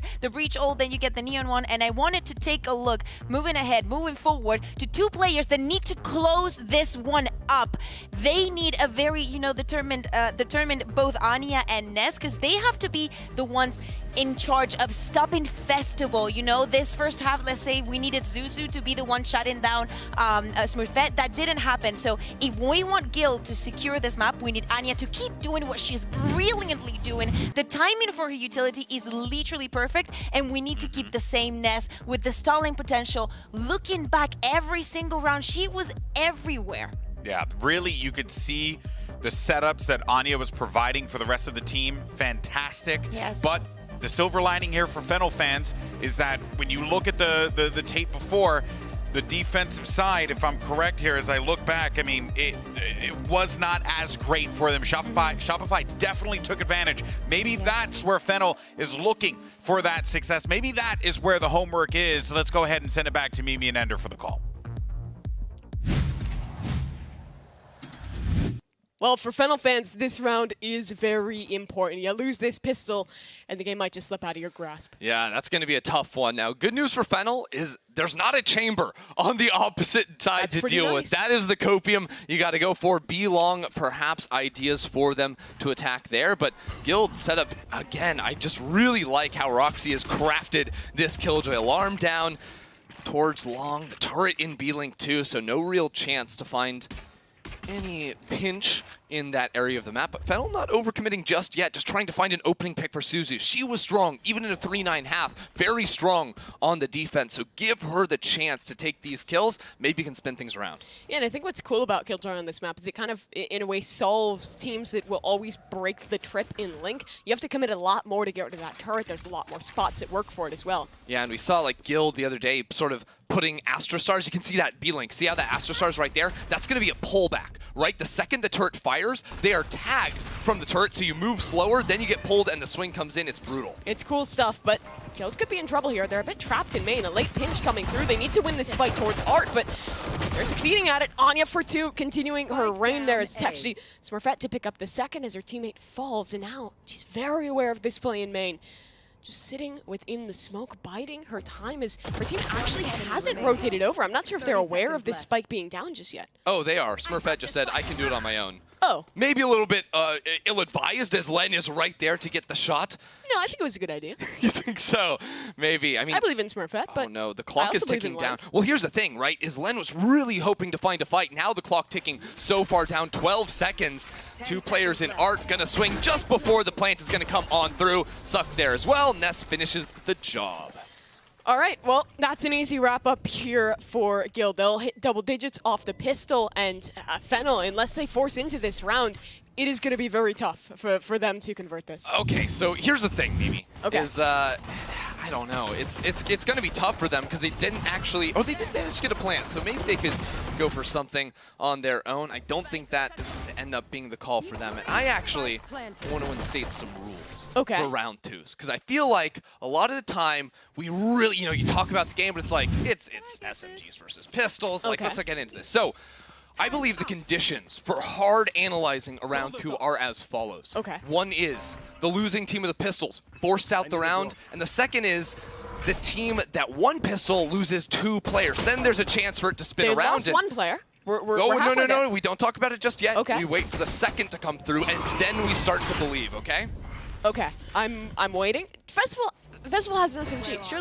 Surely we've met the rules already. That's sort of, well, no, they picked that up. Okay, we've met the rules. We've now, met the rules. Fennel Talk has about 2 the game. kills, and Guild has a Bucky left. This could be a catastrophe for the EMEA first seed, as they're down to just 2 now. Fennel's been able to split all the way through into this B site, and now Roxy has a shotgun, and it goes for the retake.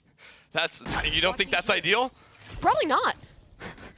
I don't know, right click used to be pretty good. Oh, she switches up with the Ghost. It's not the Bucky that's going to do you, and it's the Ghost, the Molly too, to push Festival off this angle. Still some belief here. Interesting choice from Festival to eat up some damage and potentially get an earlier peak timing. Oh, but look at Roxy, she's contacted so close. Len not ready for her. Another kill on the Ghost. What? Dude, what the hell is Roxy doing? Roxy is just unreal. With the Ghost, is just finding all of these kills, turning it completely around. Guild managed to win that. Revise the rules. You can never count Guild out of a second round when they have the money. Unbelievable. I just don't even know what to make that Festival too. Finding the headshots through the concuss, gotta love that. That's just a certified Roxy moment. She's been so good. I mean, the heartbreak, again, for Fennel. It feels like they did everything right that round. And then one Killjoy with a ghost. It's in the name. What can I say? I'm not biting on that one. Not funny. Denied. Joke denied. Okay, that hurts. You just don't get comedy. I'm sorry. Okay, that's your job now. I'm serious mode. Oh man, and Smurfette with the early push. I mean, good news for Fennel is that still, of course, they're going to have rifles coming into this one. Bad news is Kurumi already out of the picture. That's a tough one to recover from. Something good for Fennel, though, is Festival. She's in a pretty solid position here. And check this out. I got to note, Fennel smoked off the Killjoy turret. So that's something that is a much more difficult, I think, to do with the chamber trip that's a little bit more out in the open, but that will allow them to actually get all the way up into connector. Roxy should be aware. She saw that smoke, so they're very, very aware of this possibility. You see Smurfette working her way all the way through to contain the possibility of the spawn push. Is she ready for two players, though? Chances for Fennel to trade one another out, or Suzu just to instantly get this kill. Still a tough position to walk into, but Len is good on the shots.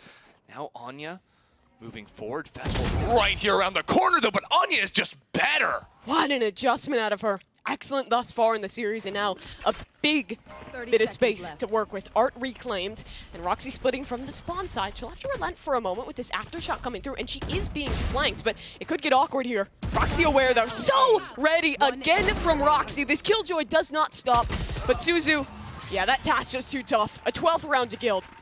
Yeah, I mean, this is just a tough one because it feels like Fennel, really creative way, smoking off the turret and then pushing down deep into connector. Very clever idea to come into the round, but just in the fights, Guild winning out nearly every single one. It's hard because you outthink the round, it feels like. You figure out exactly how you want to play it, but the fights just aren't there for you. Festival dropping here really shouldn't happen. It's not really something you can fix, I think, in comms. It's just got to be better play. It's got to be stepping up in the moment here against a very strong Guild roster. Yeah, Guild is looking excellent right now, and Fennel feel a little bit outclassed. They're going to have to dig deep in this timeout and find something if they even want to have a chance, if we even want to start discussing the possibility of a comeback. Yeah, I mean, it's going to be Spectres and Bulldogs, it looks like here, just around the 3,000 mark in Maybe terms they should of, just buy Ghost. Credits. Yeah, if Roxy taught us anything, lock in the Ghost, and that's better than guns. Don't think that's what the coach is going to be telling them in this timeout, but you never know. I would hope Euler has maybe something a little better to be saying. I'm sure he does. I really, really hope that. Honestly, I think they identified a potential weakness in the defense, right? Being able to smoke off the turret.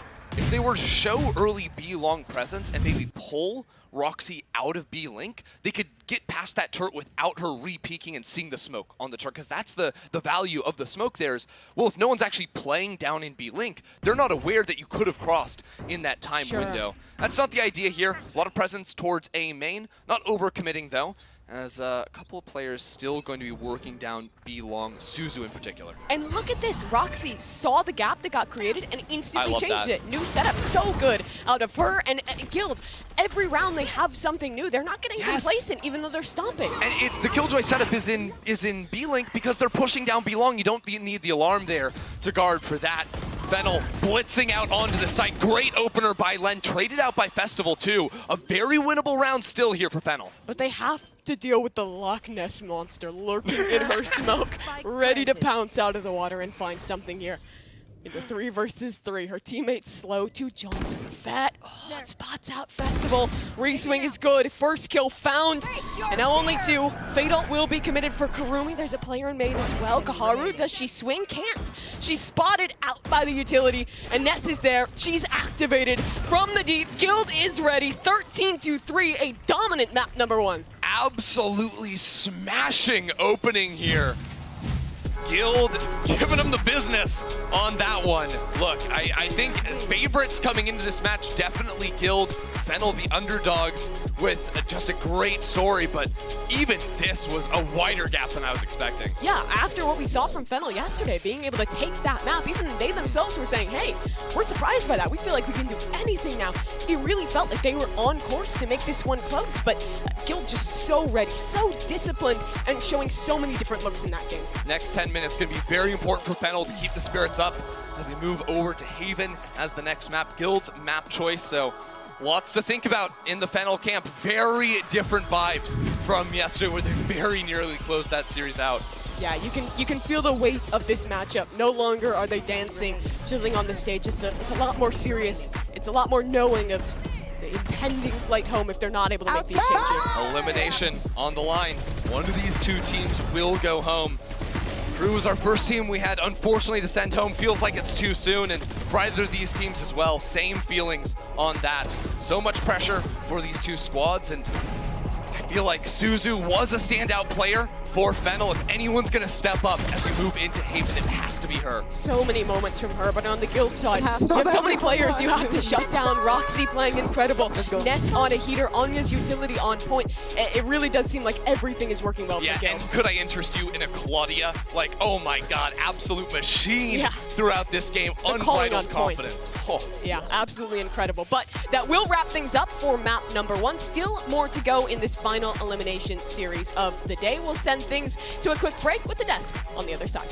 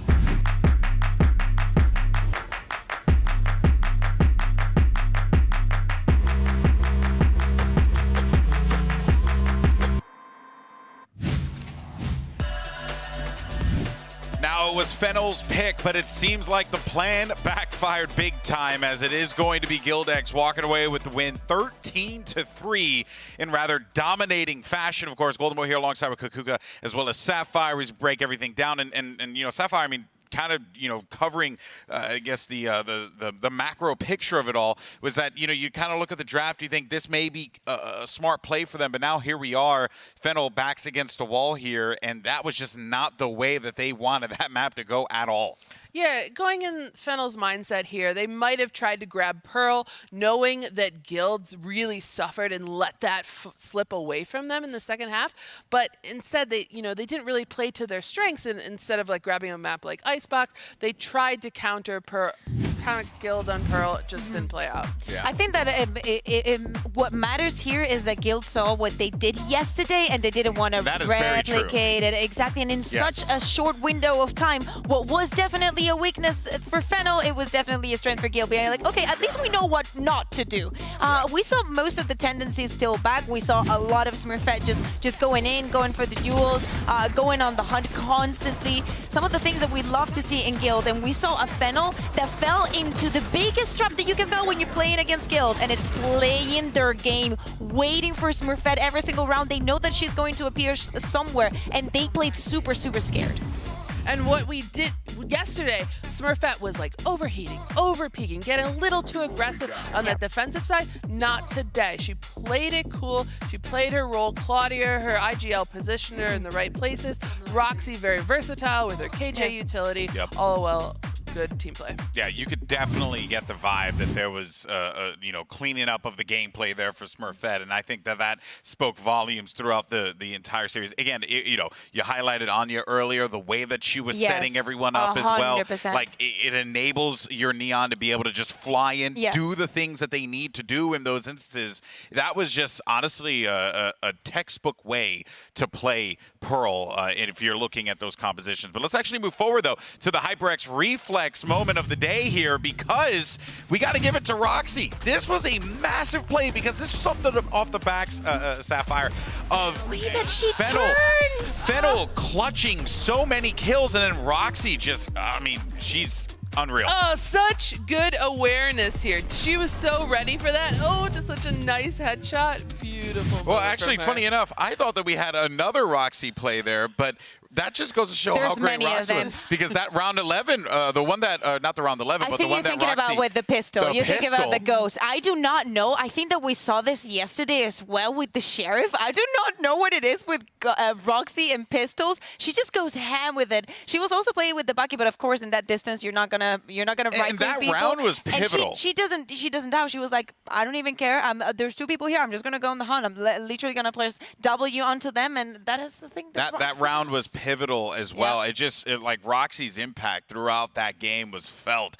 Everyone from Guild was fragging out. Hear me out. I understand that, and I think that Roxy is a player that you can always count on. But if you take a look at the composition that this team is playing, at the compositions that they play along the maps, you're going to see Roxy most of the times playing on that Killjoy. So, of course, we know that she's a great player, but she also has the freedom of sticking to one agent and having the possibility of master it. Very true, very true. Well, let's go ahead, though, and feast our eyes on some aim lab shoot-arounds here, because we are going to be taking a look at Fennel's Festival as we get ready for this one. And I think even though it wasn't the pop-off game that we are used to seeing from Festival, still played rather well. Her and Suzu were definitely picking up a lot of slack there on the field, but we are certainly going to be keeping our eyes on her as we go into this second game here, especially for Haven. Yeah, of course. This is going to be a fun map for her. She's one of the team's superstars. She was mastering her aim there, and so we're going to need to see that in Haven so they can stay alive here. Yeah, and well, let's actually go ahead and see where we're going for map number 2. As we mentioned before, it is going to be Haven. And interesting little factoid here for Haven is that Kukuka, Fennel have not lost Haven since the formation of this team. 100% win rate. They've only played it 4 times, but again, this team's only been together for a week. Exactly. It's a team that has played, 18, 19 maps in total. So, of course, it's a complicated match, a complicated sample, let's say, because we do not have the progression. We have seen them play a little bit of different compositions, changing maybe just the controller. We were talking about Festival, and we need her to shine on the Jet. But, on the other side, this is a really, really good map for Guild. We even saw the one that they picked yesterday. Exactly. We saw them take down Shopify on it. What was very interesting, that even when they were down 4v5, they won every single 4v5. And that's because Roxy's still alive. And Roxy is essentially like a 6th player with all her util. Yeah, it's going to be interesting, to say the least, how this plays out. I mean, I'm worried about Fennel, genuinely, because if you start losing this, right, you have 100% win rate, you start losing it, then I worry about the mental. Oh yeah, of course. And not only that, I mean, this definitely could feel kind of like a win for them, being like, okay, we decided to go for the Pearl. It didn't go as planned. But yesterday we also had a rough start, and look at what they did on what we did on the second match. This is true. Of course, I wanted them to pick Icebox just because of the performance that they had and how surprising it was. But maybe they thought it could be too predictable. As you said, they hadn't been together for that much time. So of course, your textbook is not going to be so long, so extensive. So now jumping onto Haven, I love to see Roxy. We were talking about her. I love to see her smiling. Definitely, as I said, a different face of Guild that we're seeing. Now for Fennel, scratch that game. Think about what you did yesterday. Think about overcome and think about all the things that you have ready and set for this Haven, because you're going to need to use everything that you have. And then, unfortunately, a different face for Fennel right there. We're not seeing the dancing. We're not seeing the smiling. I know. We need them. Maybe the coach has to put his fedora back on, get them, get everyone going. Back into the mood. Exactly. All right, well, Prime Gaming Agent Select, Fennel's last chance here. At this point now, they have no other choice. It's do or die here at the Game Changers Championship in Berlin. Win this, force that game 3. You're going to go to bind, I believe. Yeah, you go to bind. Yeah. So maybe that's where you can pull a rabbit out of the hat, and well, in this case, out of the fedora. But let's see now what we're going to end up getting here, right? The KJ for Guild. You know, you're going to probably see the chamber here as well with Suzu. That's what I'm expecting to maybe some changes, maybe Festival. Okay, she's going to stick to that jet. Maybe she wanted to go for something more explosive, like the Raze. We have talked about all the combos that you have available, but no surprises here on the lineups. The same agents that these teams have played before. Of course, we did not expect Guild to change their composition from one day to another, especially in the one map that they won. Yeah, well, here we go, folks. For Fennel, it's a chance to stay alive in this best of 3. But for Guild X, they could shut it out here and now and move on in this competition. Let's send it back over to the meme-der. I don't know if we're making improvements, but I want to pivot to something more normal, because for Fennel now, this looks bleak, but they've been here before, and I want to paint a story. East Asia qualifier, to get into this event, they lose their first match. They look down, they look out. A player on their team is feeling really bad. The mental is shot. But that night, the entire team bands together. They go out together. They have a fun night. They get the vibes back up. They go on to win that event and qualify here. Not just they go out and have fun out. They were out until 6 a.m., we were told, and then woke up the next day is game day. On a match day, by the way. And they just smashed, just absolutely insane. I got to shout out our casting counterparts in the Japanese scene, Hiromu-san and Yukishiro-san, for helping us out and giving us that information. They're over on the Japanese channel right now. And we'll see if Fennel got their mojo back during the last break after getting absolutely smashed on Pearl. It's either that or Guild meets Cloud9 White in less than 24 hours. The pressure on for both of these teams, but Fennel in particular, as Guild will look towards B, or excuse me, Fennel instead towards B on this opening round, and Karumi just caught blindsided by Roxy. Yeah, Roxy is just still getting it done from map to map now, although the positioning of Festival is ridiculous. Chances now to pinch down on Ness, who's playing long, but it doesn't matter when the 1 kill comes in, 2 kills comes in, all the people we were hyping up in the last map. A Prime Gaming flawless to silence Fennel.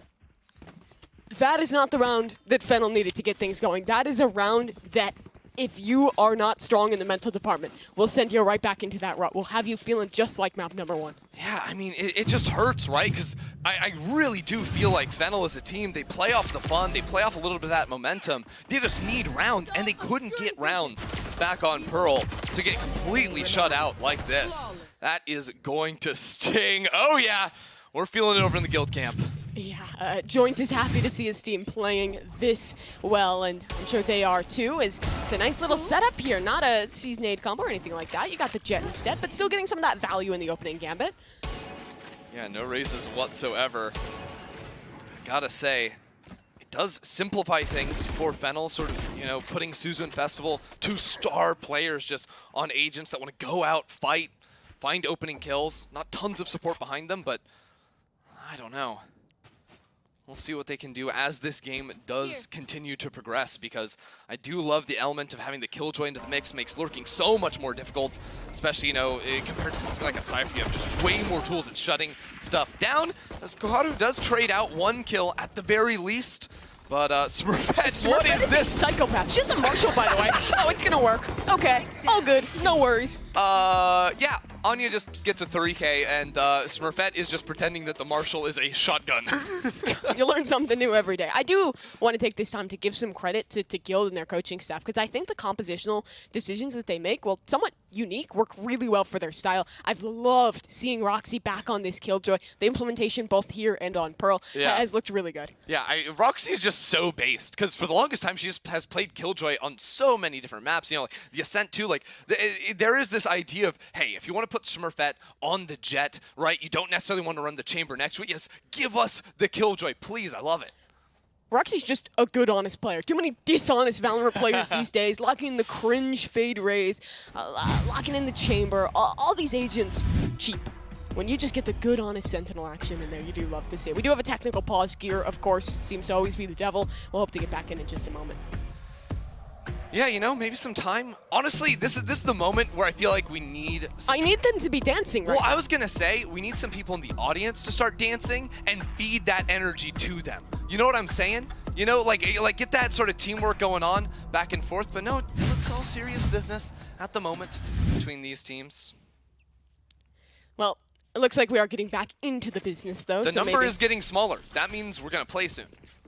Very astute. Yes. Very smart analysis there, I suppose. There you go. I do what I can. Interestingly enough, Guild set up like you would if you had a Fade, Raise, Breach combo, but no Fade in this one. Instead, just posting up Smurfette on the angle. The only player actually carrying a rifle into this round, so making sure she can find a fight very early on with the suck-clicking Cuss. Festival is just trying to escape from all this utility, and she succeeds for a moment, but Smurfette is there for 2 kills. There's a C's deep as well that they're pushed into by the Aftershock. This is so good. And it's interesting. Guild's approach to this map feels like when it was like the triple flash meta of this map and Aster was busted, where everyone would pull off the rip and defenders would instantly have a lobby control every round. It's since moved to that control through Fade Raise combos, but now they're kind of rewinding the clock and have their own style of taking that space. And I think a lot of people shifted away from the Jet because the Raise allows you to get kills, get big damage with the combinations without putting your life on the line. You don't have to take the gunfights, and hey, that is certainly ideal as Anya finds another. And yet, the Jet forces you to get involved, which, hey, the way Guild's been playing, and after a game like Pearl, too, like, absolutely put Smurfette on the Jet. That's the normal pick for her, but looking real good. And look how many players they can keep towards A because of this Killjoy setup.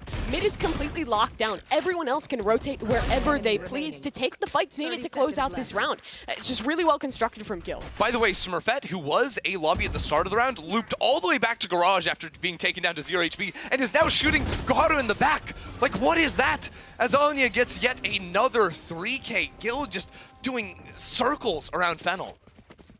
Yeah, Fennel have a tendency on this map. You heard that us talking about it in the pre-show, that they are the slowest team to plant in this tournament. And I think that's kind of a token of their region, right? A lot of teams in East Asia and in Japan love getting super aggressive right off the rip on attack, and on defense, and it will give you those opportunities. But with the way Guild plays, they're not really giving those chances away. So instead, you end up in this situation where you're holding this default, where you're not really gaining any space, and instead you're just kind of sitting in spawn and letting your opponents take really pivotal map control. Yeah, you know, it's hard to take space against the utility use that was just so crisp out of Guild, right? The combination of the Astra pull on top of the Breach Concuss, and then there's just a Jet right up in your face. Like, it's just so hard to actually deal with all of those pieces working together.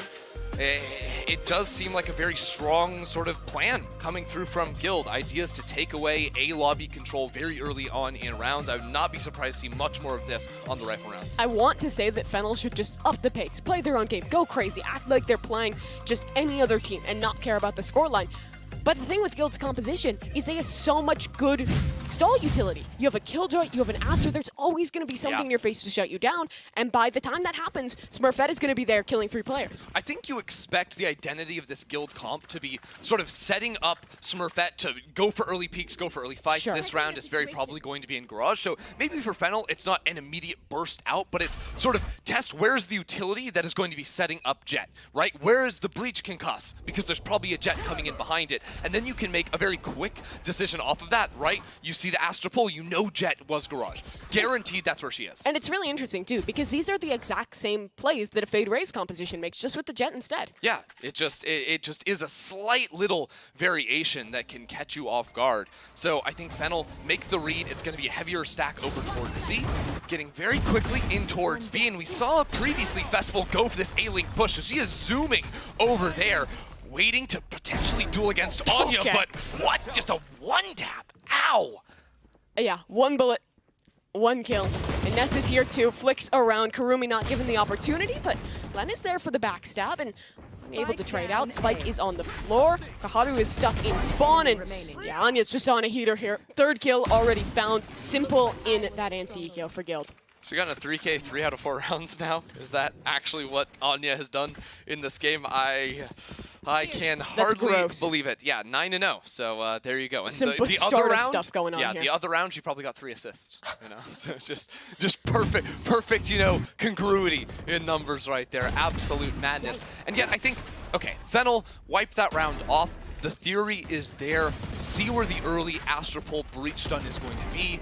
Then you know there's a Jet peeking behind that. You expect the lean to be there, because I think the way Guild have been playing is sort of 2 players in the general vicinity of Jet and then Killjoy on the opposite end of the map. So I think that early scouting could really inform their mid-round decisions. This time Smurfette is shut down. We were talking about the double contact of Suzu and Festival needing to be big, and that's a pivotal opener. Claudia's not done though. She's immediately following up on that one. Getting a little bit ambitious and continuing on the flank. She could be an absolute pain here as Suzu steps forward. Doesn't fully commit to the fight though. She's spotted out. Breach ult available though. Guild can go fast on this retake sword C. They're looking to concede that space and push back in quickly, but Fennel's a different idea, trying to push through garage window, but Roxy's better than that and realizes the positioning. Karumi able to get one up. It's not impressive, but the trade is back, and now there's space for Guild. And the spike was in window in Kurumi's hands. It just drops up there, and now you have just an almost impossible decision to get back into garage. Interestingly enough, Roxy fell away from garage window, so it is just Claudia here. They believe that she can hold down garage. I don't know if that's going to necessarily be the case. They want to reflank through mid. They trust her to stall, so they'll push together on the other side. That's great from Guild, and they were absolutely right. Claudia up to the task, and Karu alone. 1 versus 2 now. She knows the positioning of the other 2 players, and she now has a spike. This is very winnable. Oh, she might just go for it.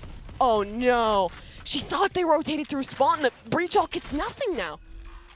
Absolute confusion off of that one too, and now they know where the plant is going to be. They know exactly where Koharu is going to come out from and peek them as all the utility comes down. I don't think Koharu knows where they are, but gets 1 kill. A chance for the 1v2. Koharu comes up clutch to get Fennel on the board. I don't even know what to say to that one. Everything went wrong that is possible in that round. The spike falls in garage. No one is there to claim it. Guild moves away from it, refights in mid. You breach out the complete wrong location, but she just wins it anyway. Yeah, I'm trying to go back and remember the information that Koharu actually had, because I don't think she saw Ness behind Only Roxy. knew about the one, maybe. That's why she was sort of ulting towards spawn, expecting that she was maybe getting pinched down on. That's the only thing I can think of, and I think in the replay that did confirm my suspicions off of that one. But I mean, even zooming back to the start of the round, it opens up with Smurfette getting shut down. That is so big for Fennel to have a chance in this one. This time around, it's just absolutely scuffed. Even in the 1 round, they have no guns, Mimi. Yeah, Kaharu is a very kind player and gives her weapon over to Festival, but everyone else has pistols. That's it. Yeah. Frenzies, I guess, you know, we've seen them do some damage. No, that's not going to be easy. Suzu's 2-off chamber ult, maybe that's something. Festival's 2-off 2-off knives, sure, yeah. Sure. You could get some ults rolling, you just need these first couple kills. Oh no, but they're walking into a stack. You know, 2 players deep on the back of site. That's going to be a 3rd as Anya rotates on over. So Fennel try to activate this pinch with Festival fully pushing out, actually going over towards the B site. This is wild. I've never seen a player who dashes at her opponents more than Festival. Some psychotic stuff, but Anya even more so lines up too. Kaharu will trade back with the Frenzy, but that gun's on the floor, unrecoverable. And Vettel's walking straight into Claudia's line of fire. She doesn't miss those. First frag easy onto Suzu, Smurfette in support, and Len. There's just no chance. 1v4 Frenzy, and can't even find one. Unreal. Claudia lines them up on that one. Fennel have really liked to activate Festival, whether it's moving into B and then pushing A-Link or there, sort of wrapping around through C-Link onto the B site. I think it's very creative, but she has just been silent so far, has not managed to find a kill in 6 rounds. The star player, one of the stars next to Suzu previously, but not finding the impact she needs to get her team these wins. At this point, it seems like Guild is just trying to speed run towards Cloud9 White. They want as much time to prep as possible. And for Fennel, they are really struggling to find solutions. Yeah, imagine that. #1 seeds from NA and EMEA matching up, just like everyone expected. Except it's in the lower bracket. Yeah, definitely not what everyone had on their prediction cards in their pick'ems or whatnot, but still work to be done here on Haven. 2 big ultimates, I think, for Guild to try and secure this round. Roxy could potentially just throw that lockdown in if there's going to be pressure, but nah, she wants to fight. She wants to hunt. Festival is on the board, and now they can pinch into sight. Run and gun and dash forward. Nest down, though. Trade good from Suzu, so a C site taken. Festival's always dashing forward. It's absolute madness. Still big numbers advantage for Fennel. Big meaning 1. That's a it gets the job done. Yeah. It could be big with Smurfette, just the operator to try and get this retake to happen. Guild committing the ultimate for it. We'll see, he's actually gonna only connect onto one here. Smurfette swaps over to that Vandal. Hunt is there, broken immediately. Karumi as well. Still no ears, stuck on default. Swing coming through. Guild is here, and 2 players on site are down. Garage Still flank. Len alive, and there's a flank coming through. An Astropole, that can be first contact. Not coming through just yet. Smurfette is holding. Gets it to half. 1 versus 2 now. She can try and isolate these duels, but it should be possible. Oh, not quite. Absolutely insane. I think Fennel had expected Smurfette to pull off the spike, which she ended up doing. Definitely a difficult decision to full commit onto the defuse right there, but Fennel do pull together a very nice round. The late reflank from Kaharu into Garage. Necessary, I think, to have that sort of 90-degree angle, make it really awkward to deal with a long player too. There's the laughs back. There's the smiles. That's what we've been waiting. That's the step last 1. hour and a half for. Right. First, smile. Second, laugh. Third, the dance moves. They bust them out. We're still on step 2. The 3-step program. Let's see if they can complete it today. They're on the road towards it. Already good information towards A short, but look at this stack for Guild. 4 players strong, heavy on this A lobby fight, and Suzu. This is a very pivotal shot there, loses her life to Ness. I mean, Fennel just instantly sprint away from the A site. Like, how many people do they actually note there? All 4 with the utility flying on in. There's a turret to spot them working down. See along the ultimate, gonna sell this idea as well. All remaining players of Fennel onto the C site. In terms of a post plant, Kaharu does have the ultimate. Oh my god, they're going for an insane push! It's an awareness of this lockdown. It's actually a great play. They're going to be able to break the utility. Roxy, though, she's QB sneaking this one. She can go back through the site. Anya in spawn finds too. Now this is a strange pinch where Fennel have a post plant, but they're playing off-site, and they're wrapping back to Garage, where it's kind of planted for them, but not really. And now there's a Rolling Thunder available too. Only Goharu left. Roxy's getting this diffused through. Goharu, they don't know! They have absolutely no awareness as to her position, and now it's just a 1v1. Claudia not sticking. Kaharu has the read. Where is Claudia spotted? Just on the other side, but no utility. A jump peek through. Awareness there. Time is her game. Kaharu just needs that final shot again. Claudia off this spike. And another tap. She needs to stick eventually. She needs this half now. And it's just not going to happen. Kaharu with the pistol. She may miss the shots, but she'll get the round. What a play. The dance of Kaharu there. That is not an easy one. With the pre-fire, the jump peaks, everything. Getting the right timing too. Waiting right before the chance. You have to get it to half. The Red Bull clutch from Kaharu there. Necessary, and all of a sudden, in the madness of that round, we're within 2. Okay, I think I need a 3-step program for figuring out that round, because we started things off with a hit towards C, then it's a fight through garage. That's 2. Killjoy ult broken with the deep push spawn, and then a wrap back through garage, a retake from CT, and then Kaharu clutch. That's like a lot of steps. That was like 6. I was counting them on my fingers because I realized I'm just not going to say it out loud. That was 6 steps right there, I think. Maybe. Tough program to learn. It was a really hard program. Fennel's successful with it. We'll see if they can replicate it here. Again, Kaharu, ultimate team player right there, clutches it up. Obviously ended up dying at the end, but the only player with the Bulldog into this round. We'll see if the smoke can open things up. That was successful for them, but if it ends up being, it looks like they were trying to go for that sort of B pinch. Again, working up into garage, into window, towards ceiling, potentially. No, there's this turret up here, so they're going to put the smoke down and blitz into A-Link. Could potentially plant for that area as well, or just go all the way to the A site. Smurfette is completely alone here, but she does have this operator, and the first shot will miss. She's stuck now, needs a fight here against Len. Achieves it, Bladestorm too. Is she confident enough to go for it? Oh yeah. To the operator. Is that even a question, Mimi? Let's see it. Op shot, that's a second. Bladestorm, not yet. Still, just on that op, just buying time, and Roxy is on a flank. Who's flanking who? A double flank, by the way, for Guild to wrap back through. Smurfette is still alive in short. There's another piece of utility available from the breach of Anya! And Smurfette finds that one too. Festival alone, but this one's winnable 1 versus 2. Dash forward into the face. No kill this time. The Turkish shed enough.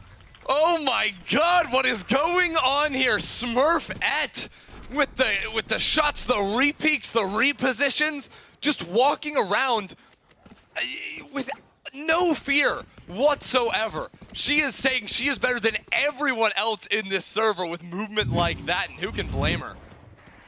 Every one of these rounds is like a round I've never seen before. You know when you shuffle a deck of cards, and it's probable that no one has probably ever shuffled that exact order of cards before. Yeah, there's like 15 billion cajillion possible it's combinations. Like that with this game of Valorant. This is a round you've never seen before. The last round one, you probably haven't either. And it's just gonna keep going. I mean, Fennel certainly have a unique style, right? They love wrapping around to the back on you, right? Instead of just a normal, you know, casual A hit through A lobby, which early on they got blasted by, it's like these B pushes into A link. Could plant it on B, but nah, we prefer the A site. We want to go for that. It's madness. It seems like Fennel's leadership was like trained at a military academy. You have to have a flank. You have to attack from 2 angles at all times, but it kind of works for them. It is very unusual, but it's been effective for a few of these rounds. They are back down to the eco this round, though. I think that ultimate only actually tagged the 1 player. Actually looks like 2, maybe even 3. Ness with this push on board down towards long. They've held these positions before. You're never ready for Roxy, though. No idea about this second player. Can she get more, though? A little bit wounded. Only the Bulldog in this corner. Double swing, but no trade just yet. Festival will eventually complete that one, so long controlling this post plant, but the retake's very fast. And Smurfette is on the flank with an operator, of course, instantly reacts for the shot. Kaharu, we've seen it before. It was a 1v3 previously, but not going to be possible against the skill of Anya. Guild move on to 7. 7-3 now. Fennel looked like they were going to be able to push towards a competitive half, but Harika round not successful. This one now will be very pivotal for them. The difference between 9-3 and 7-5 is a world, not just in the round count and in the ability to come back, but also just for their mental, to feel good going into this half. I mean, the thing about Fennel is you can try to think about how you play out the next round, but it's like, is it going to be a normal side execute, or is it going to be a mid split off towards C or A through one of the links? We might actually get our first real attempt going here with a peek down towards C long.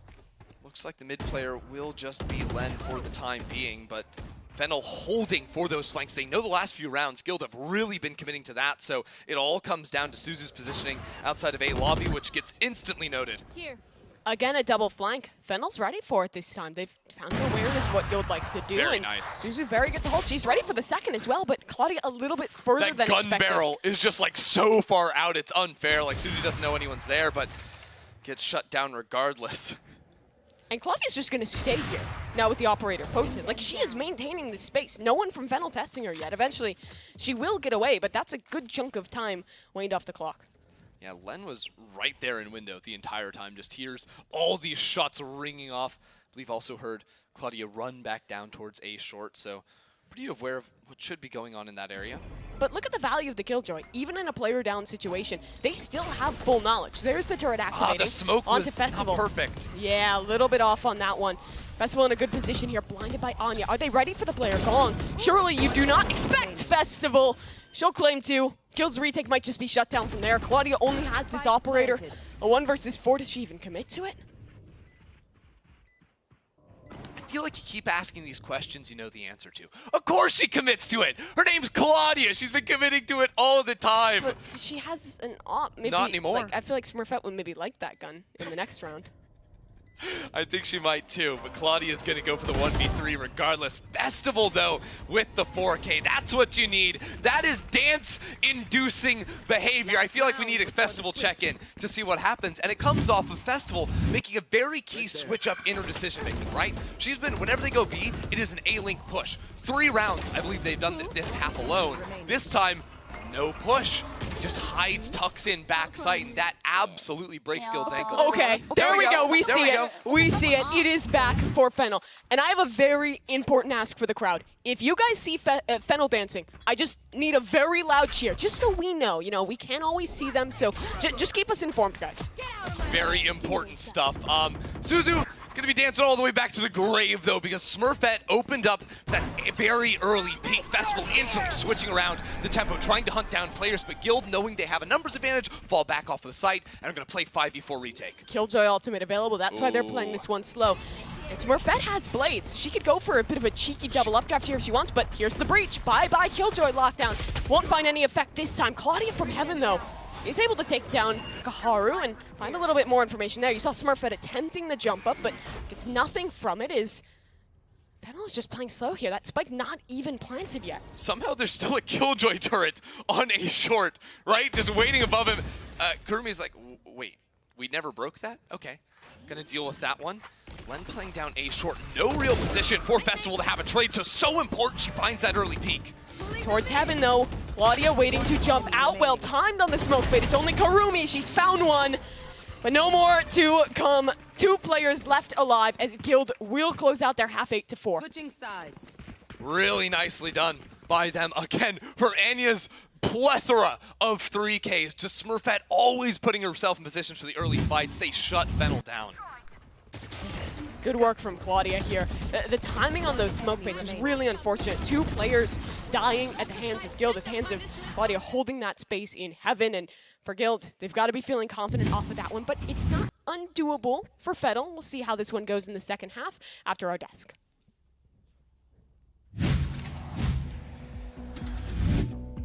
Thank you so much. And wow, it has been a scrappy game, to say the least, from both teams, you know, but hey, you know, sometimes Fennel, that's just how they roll. Yeah, so especially at the beginning of the game and how this whole attack was unraveling, I wanted to take a look back at round 6 because this is the second time the Fennel was trying to get that entry through double doors. We see how they set it up.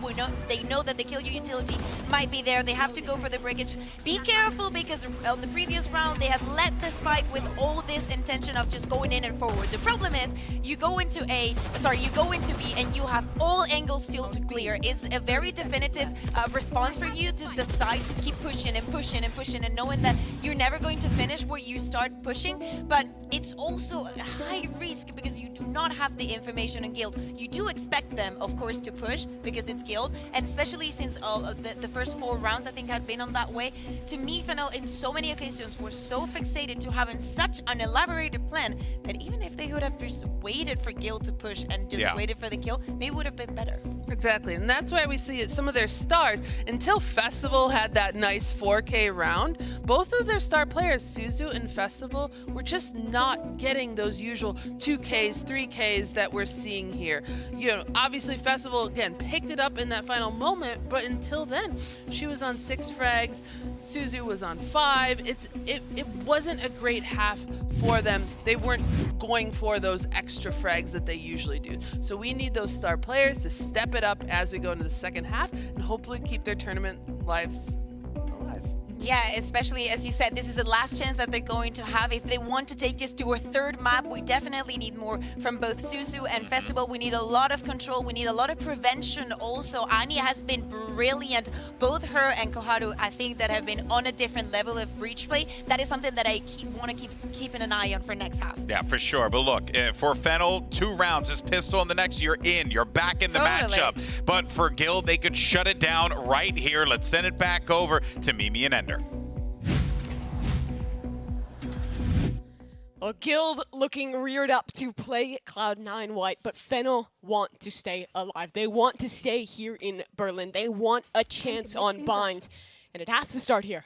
And it's going to start with Festival and Suzu, the star players, holding hands and creeping down C-Long. No one to intercept them too soon from Guild, apart from Ness, jump peeking that angle. Festival's going to hear that, and that might de-incentivize her from going for the peak. Tried to get the timing on that. It was, as the jumps were fairly consistent, but no dice. And if Guild's been doing their homework, they should know that Fennel loves these contact pushes. They do it so often on their defensive side. I hate that. Festival, fun fact, Festival, Korean player on this team, does so much to actually learn the Japanese language. Definitely doing her homework on that one as she opens up with a kill. 2 instantly traded back with Guild going for a very Fennel-like play, looping through ceiling to the back of C. Yeah, but Festival's still alive. You were talking about her, and she's making damage, but it's only been her to find a kill thus far. Now alone.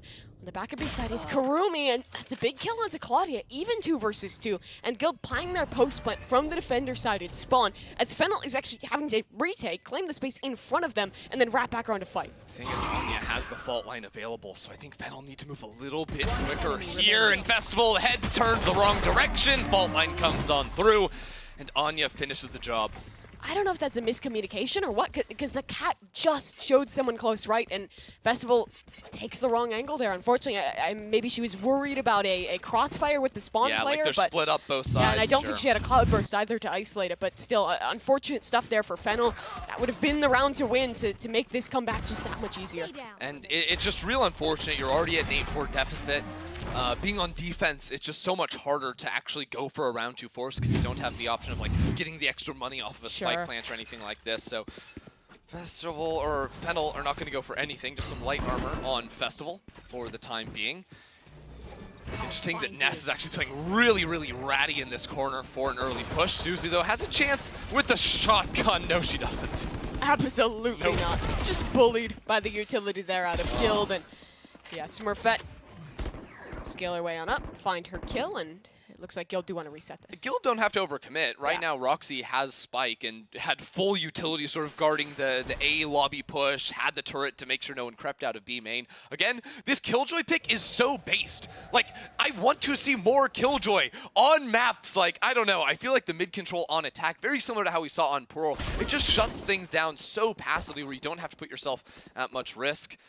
And speaking of that risk, right now it is Claudia again looking to creep on forward and spots the head. Yeah, it feels like Guild is just playing whack-a-mole in this round. Oh, someone popped up. Let's deal with it. Nope, there's someone in mid. Can't deal with that one. That mole shoots back! I don't think the moles are supposed to do that. I don't remember the patch where they give moles guns. Oh my word, Len too and Koharu. Okay. Okay. Surely there's a regulation against the whack-a-mole being that dangerous. Yeah, I don't know. The German government needs to get on this one. The arcades in Germany a little bit different, perhaps. But, I mean, still, Guild able to move up to 10. And Guild, say, bonuses? Cringe. Rifles coming into play with triple Bulldogs. A Vandal on Smurfette as well. So they are looking to just make quick work of Fennel.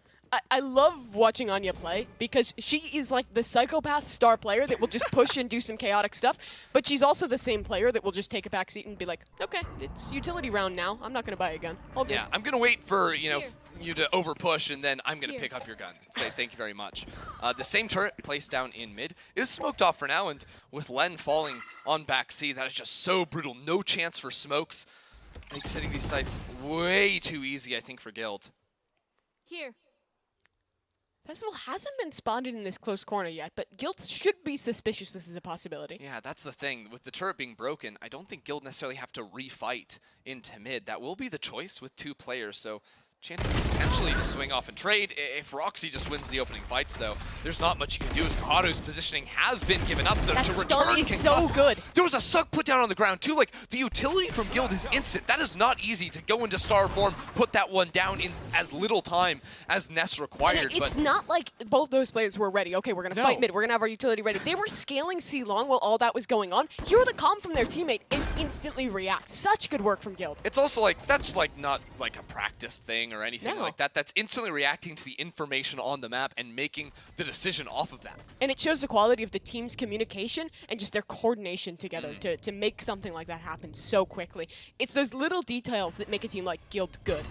Yeah, it's those little details that let them beat G2 and finally remove them from the throne in EMEA. Suzu, though, speaking of players that can dethrone, 1 versus 2 now as the clock continues to tick down. A couple of good kills can make the highlight reel, but not make a round win. You have to do more. You have to make it happen.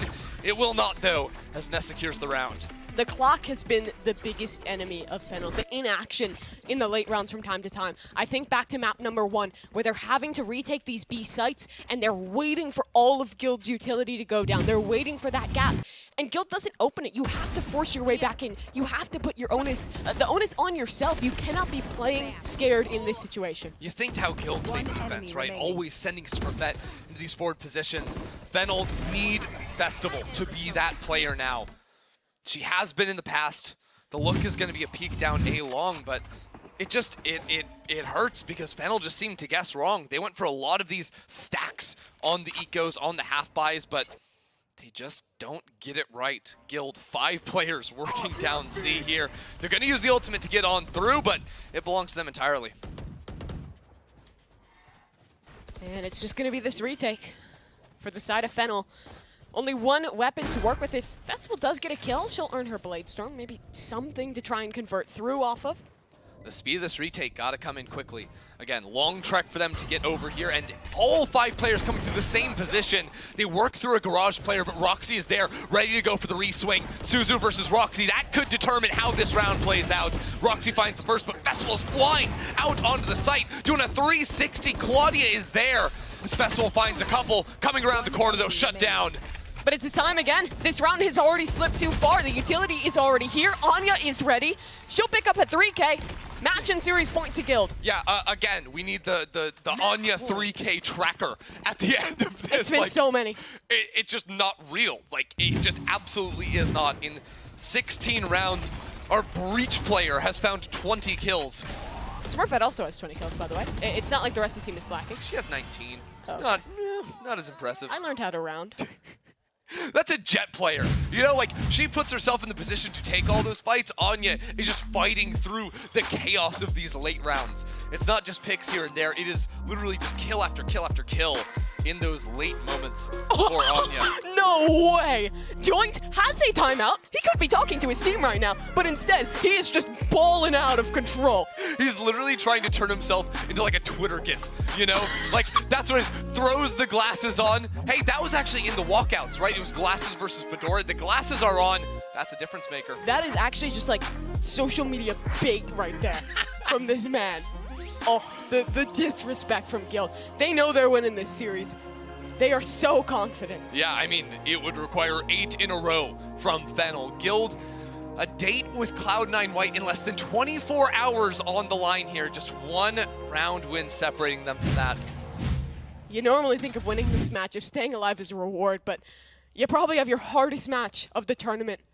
One that would feel so incredibly difficult. But Guild, they've already played an incredibly close game against a Shopify that has looked fantastic. They have dominated here against Fennel thus far.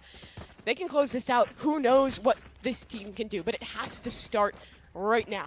And the crowd favorites Fennel will not go out without a fight. Festival, judge in hand, Blade Storm ready to go.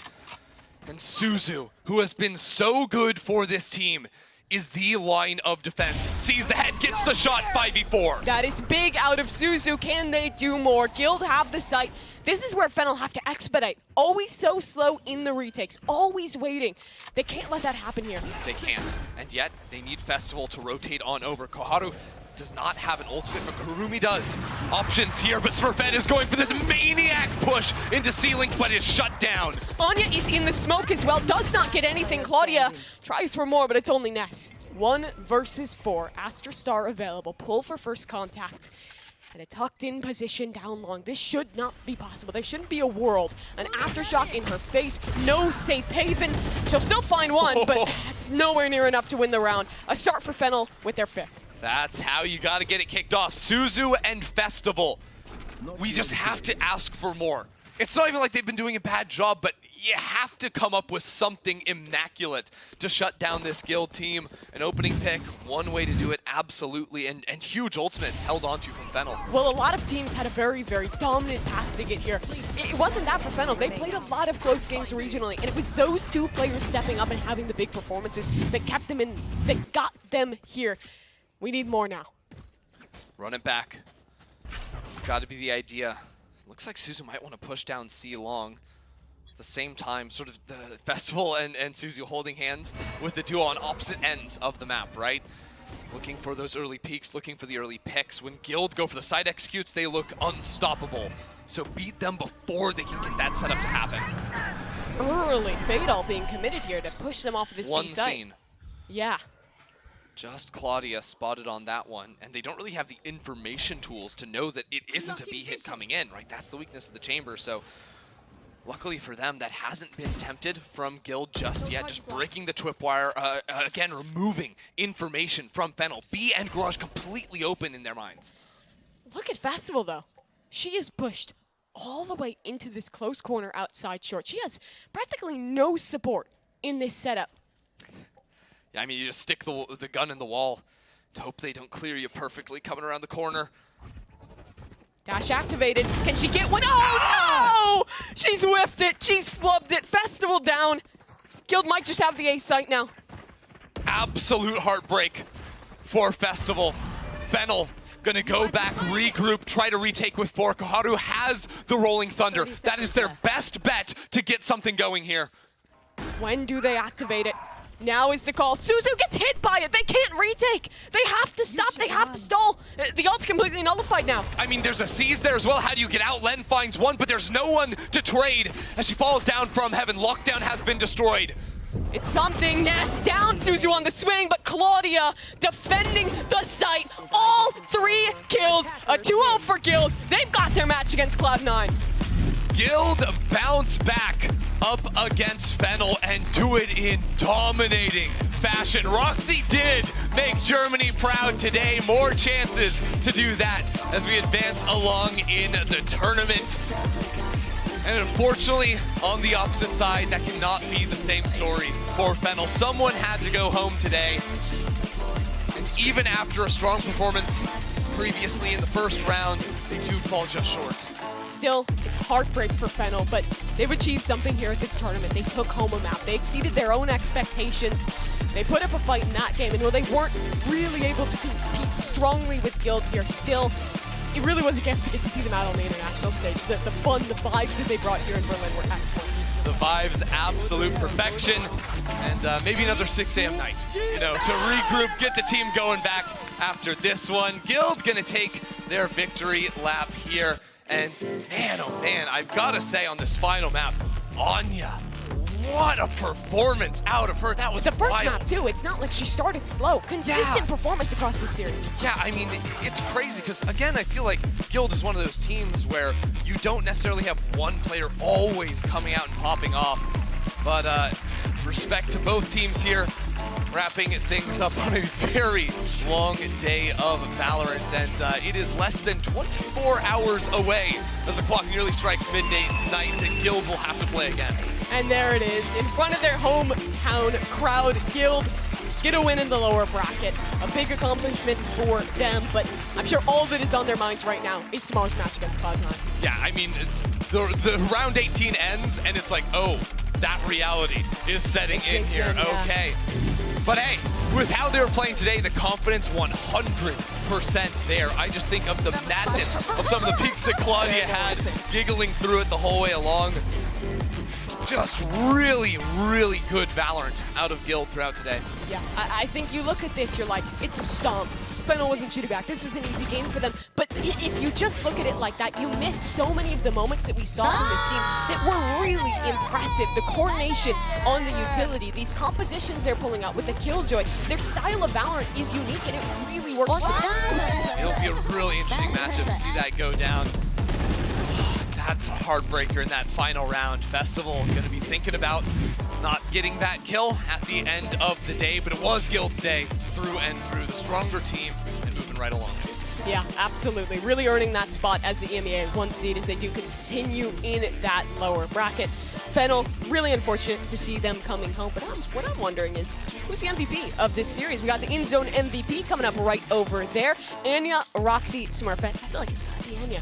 Yeah, that would be my vote personally, but I hate giving an opinion on this because I don't want to swing the vote. Oh, I do. You know? I'm here to be biased. Vote Anya. Well then.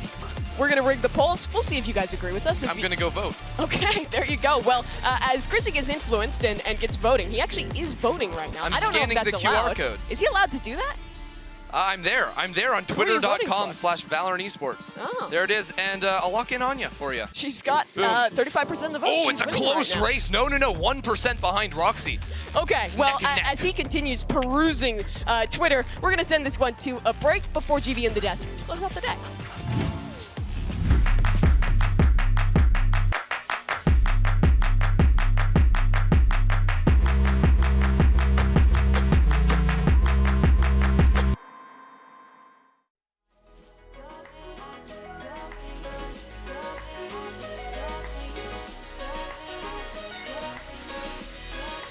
But you're gone.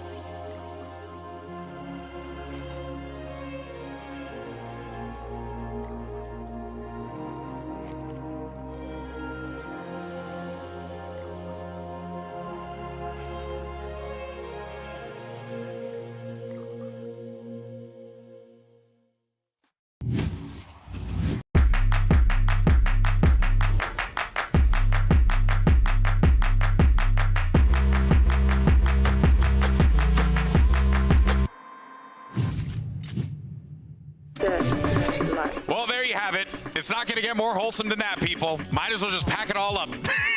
Listen, the fact that they know that this is an elimination match, the fact that they know that everything is on the line for both of them, the fact that they say hello to each other in such a respectful and loving way definitely sums up what Game Changers means to them. Electing to take those very long-range fights sets them up very nicely, and Gladio with a back-to-back 3K. There's two players trying to fight from heart. It's successful, but they don't expect Claudia. Spotted on the haunt, it's sprayed through the wall, and Fennel have their second. Look at Roxy, she's contacted so close. Len not ready for her. Another kill on the ghost. Dude, what the hell is Roxy doing?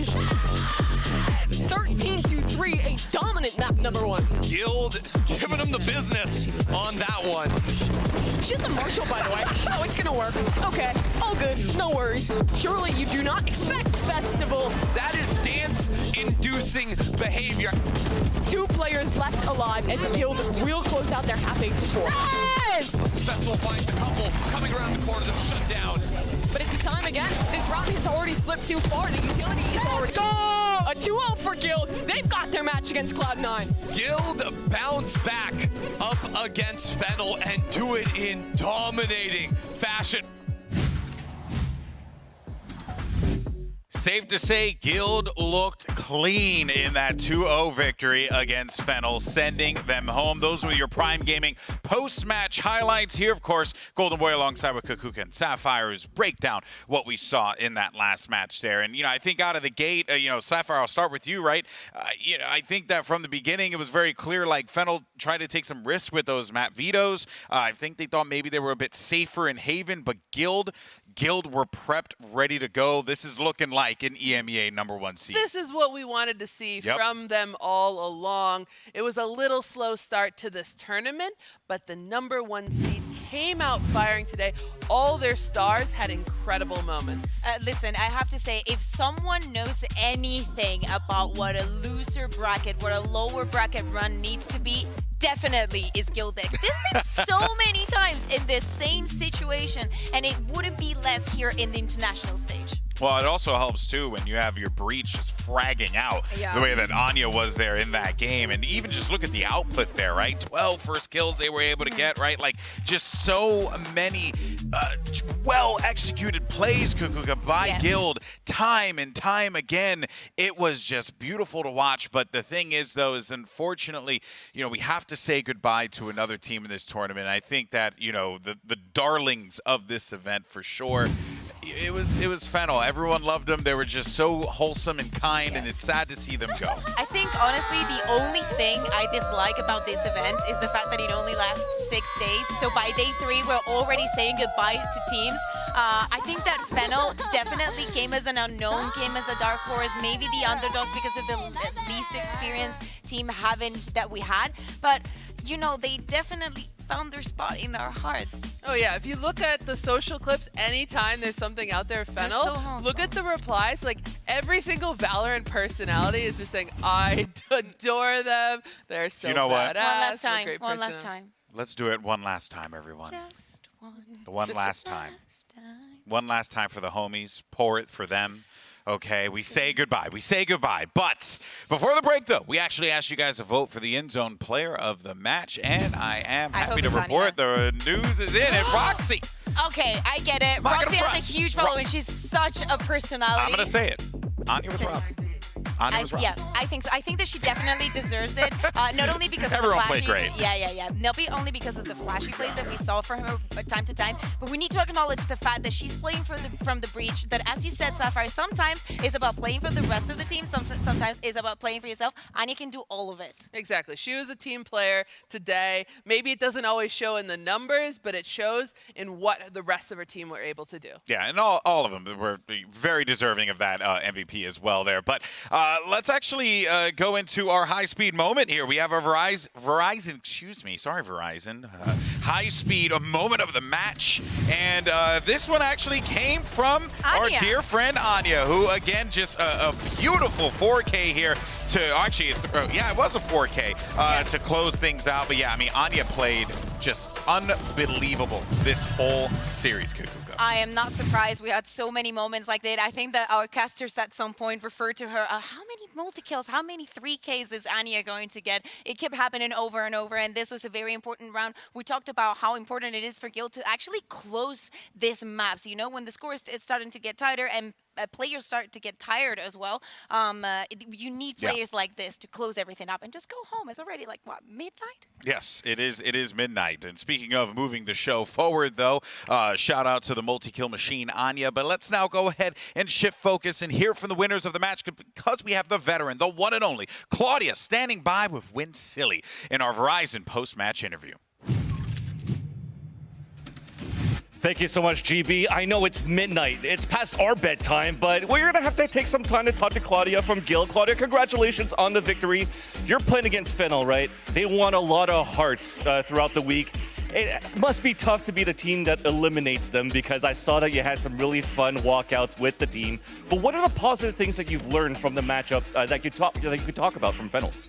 I think Fennel is an upcoming team. I think they have incredible aim. They showed it on the first round of Pearl. I was like, oh geez, okay, this is a game where 100% they need to be respected. We didn't go in doubting them or anything like that. They're great players, and I think they have a lot of potential. And of course, like, their charisma is unreal. I think they're like definitely the MVPs of the tournament in terms of look, style, everything. So. Yeah, definitely. I think from that pistol round was when it was like, oh crap, there's some firepower in here. Definitely. But let's talk about those map vetoes. Tell me through the process of how you went in through the veto process to maybe turn it into your favor to have such a decisive victory of a 2-0 against them. Yeah, so to be honest, we going into the map veto, we play 6 of the 7 maps. So we do not play Breeze. We always permaban it. I guess that's news for our upcoming opponents. We are Breeze haters. We'll never play it. But focusing on that, what we did was we banned, our first ban was Breeze. They banned Fracture against us. Fracture is a very good map. And then they actually picked Pearl against us. So I don't know. I don't think we did that bad on Pearl yesterday. It was like, you know, the first match of the day. There's a lot of land nerves, definitely. And we kind of, after we lost that, we discussed like what the issues were. And going into this match, it was a complete 180. So I felt very confident on Pearl. I think we've been putting a lot of time between the last Game Changers and going into this event. So overall, I'm very like, so that was their pick, and then we picked Haven. Haven's a comfort pick for us. Awesome. And in other news, I don't know if people know, but you come into this tournament for the Game Changers Championships as the #1 seed in EMEA. So I'm a noob, right? Let's pretend I'm a noob. You're playing against Cloud9, the #1 seed from North America, and this is a lower bracket, so the loser unfortunately goes home. So hype up this game for me. Tell me what to expect. I think our match versus C9 is going to be really good. I think the results that we showed against Shopify was not 100% our best showing. I think that was us at our worst. Not to disrespect Shopify, they're a great team. They have great momentum. They have great players. But overall, I feel like we could 100% be better than that. And I mean, like, G2 is a great team. We compete against them a lot in the tournament. So I feel like we are on that level. It's just that it's up to us in game to not make these mistakes, to calm down the communication and be initiative. All right, awesome. Well, before I just toss it back to the desk, I know we're peering over this camera, and you have an ex-teammate from a couple of years ago being Sapphire there. Do you have any words you'd like to tell her? You look great, Heather. And with that, Claudia, congratulations. Good luck tomorrow versus Cloud9. And we're going to pass it back to my ray of sunshine, GB.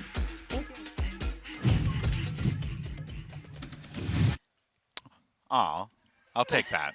I like to think of myself as a ray of sunshine. Depends on the day, though. Of course, though, with 2 teams eliminated today, let's go ahead and take a look at where we are in the bracket, because we have 3 more matches for you lovely people tomorrow with, by the way, an earlier start of, and I asked them to put this in the prompter, 1 p.m. CET. Don't miss me with that 24-hour clock there. We're going to be kicking things off with some pretty awesome matches. I mean, look at this, guys. Shopify Rebellion, X10 Sapphire. Cloud9 White versus Guild X, and G2 Gozen versus Team Liquid. Sapphire, these matches are going to be bonkers. Every single series tomorrow is going to be insane. Like, who would have thought Cloud9 White and Guild X would be facing off in the lower bracket? Not even the lower semi. Like, this is earlier than that. Yes. I think the production was just insanely smart. They were like, this is all going to be bangers. 100% we're going to go to the third map in each series. So let's start very early so we don't have to miss our bedtime again. So I'm very happy. Every single team that's still standing in the tournament is playing tomorrow, and still we're saying goodbye to 2 of them. Yeah, it's, man, it's going to be wild stuff. Only but 4 remaining after tomorrow. Again, only 4 remain, but that is the way the cookie crumbles. Unfortunately, we're going to be treated to some stupendous matchups there. I would ask you guys to pick one, but I think that's impossible. I pick EMEA. Oh, of course you do. Of course you do. Well, then I mean, who went home? I get 2 NA matches tomorrow. Hey, look at that. Hopefully 2 wins. Well, actually, we get 2 EMEA matches. It doesn't matter. The point is, folks, it's going to be an incredible day of Valorant, and we hope you join us. Once again, don't forget, we're going to be starting at 1 p.m. CET, so we're going to be starting a little bit earlier tomorrow. So make sure you set your alarms so that you join us for all the matches. It's going to be awesome. We thank you so much for tuning in. A big shout out to our entire production team who's been putting in so many hours across the board here to make this show happen. And most importantly, we'll see you guys tomorrow for some more Valorant Game Changers Champions right here from Berlin. We'll see you then. The journey for both of these teams so far has not been easy, but what a statement it would make to take a dub here, because there is a ticket straight to the upper finals on the line. Could I actually get Sonder down by 5%? Can you turn Sonder down like 10%? Dude, she's not gonna do that. Yes, she is. No more can Campanita. She can do something more. 2 kills, Spike on the floor, 20 seconds. And Bonita just does it all. Let's go! Showstopper. Oh, that could be 2. Sonder for all 3. Sands is her domain. Wait, guys, let me knife him. Let me knife him. Let me knife him. Let me knife him. Finds her, and 2 falls to Yara. But Bastarda wins the round. Oh, to delay the push through, but Showstopper is out. Sonder! Shopify Rebellion take map 1, 13-10. Oh no, need a lot of trouble here with the suck there, blocking off 3-4 players, and it all comes down to this. 1 versus 3, too big. Team Liquid live, overtime achieved. That was insane. I've never seen that before. Should be a free kill. Flash ready. Her teammates falling all around her. DRN sends us to Icebox. Absolutely, no, they are getting pumped. They're getting excited. That is going to be a prime gaming flawless. All about to fall, and DRN ready on the swing. And the patience from Team Liquid, just being, and Bastarda. A miracle on map 2, a dominant map 3. Team Liquid in the top 3. Both of these teams still have so much they need to prove here, and the scary thing is this might be the last chance for them to do it. This is very surprising, getting this far ahead, and the dash over the top gets away. This is disastrous for X10, not looking so good now. Support on the way, great defense coming out from Crew, defending that spike plant. Gonna keep a strong lead towards the half. 3 quick kills back to back, and B is looking inaccessible, but it will be Crew with map 1. They know they're still there, the flash a little late, but perfect timing for Beish to swing. And Romy, this is a shutdown and a shutout. And Polly with a huge 3 kills this time. Polly, the absolute teammate, sent from above. This is just a different looking X10, Mike. It's night and day. This is the elimination map. Nothing happens to me. Look, we're throwing peace signs still. We're still having fun. Crew trying to make their entrance, trying to be a problem, be that nuisance they can be, but the numbers are still good for X10. Great work from Muffin, and now the 2 players can swing from the side. A lovely post plot, but Beish still doing everything she can. Ult's ready to go. Sends it for Polly. Gets the kill. What? Spot 1, but doesn't go straight for that. Keeps cool, keeps composed, keeps 3. Make it 4. Now Muffin, what are you gonna do with it? What? Oh my God, Muffin! X10, stay alive. Fantastic performance here from X10. Well, there you have it. It's not going to get more wholesome than that, people. Might as well just pack it all up. Listen, the fact that they know that this is an elimination match, the fact that they know that everything is on the line for both of them, the fact that they say hello to each other in such a respectful and loving way definitely sums up what Game Changers means to them. Electing to take those very long-range fights sets them up very nicely, and Claudio with a back-to-back 3K. There's two players trying to fight from Art. It's successful, but they don't expect Claudia. Spotted on the haunt and sprayed through the wall, and Fennel have their second. But look at Roxy, she's contacted so close. Len not ready for her. Another kill on the ghost. What? A third! What the hell is Roxy doing? 13-3, a dominant map number one. Guild giving them the business on that one. She's a Marshall, by the way. Oh, it's gonna work. Okay, all good, no worries. Surely you do not expect Festival. That is dance-inducing behavior. Two players left alive as Guild will close out their half 8-4. Yes! This Festival finds a couple coming around the corner, they're shut down. But it's time again. This round has already slipped too far. The utility is already... Go! A 2-0 for Guild. They've got their match against Cloud9. Guild bounce back up against Fennel and do it in dominating fashion.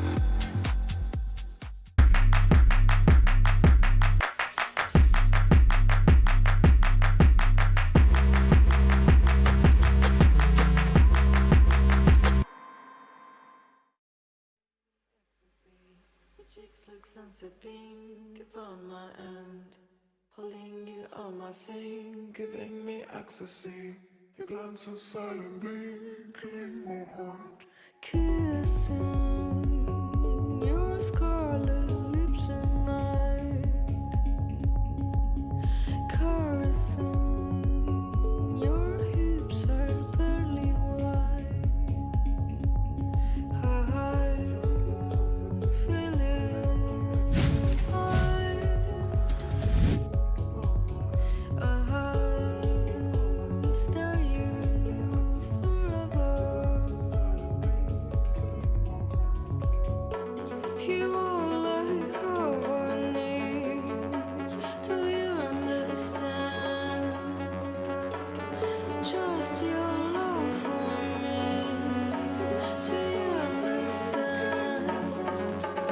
Just look sunset pink, giving me ecstasy.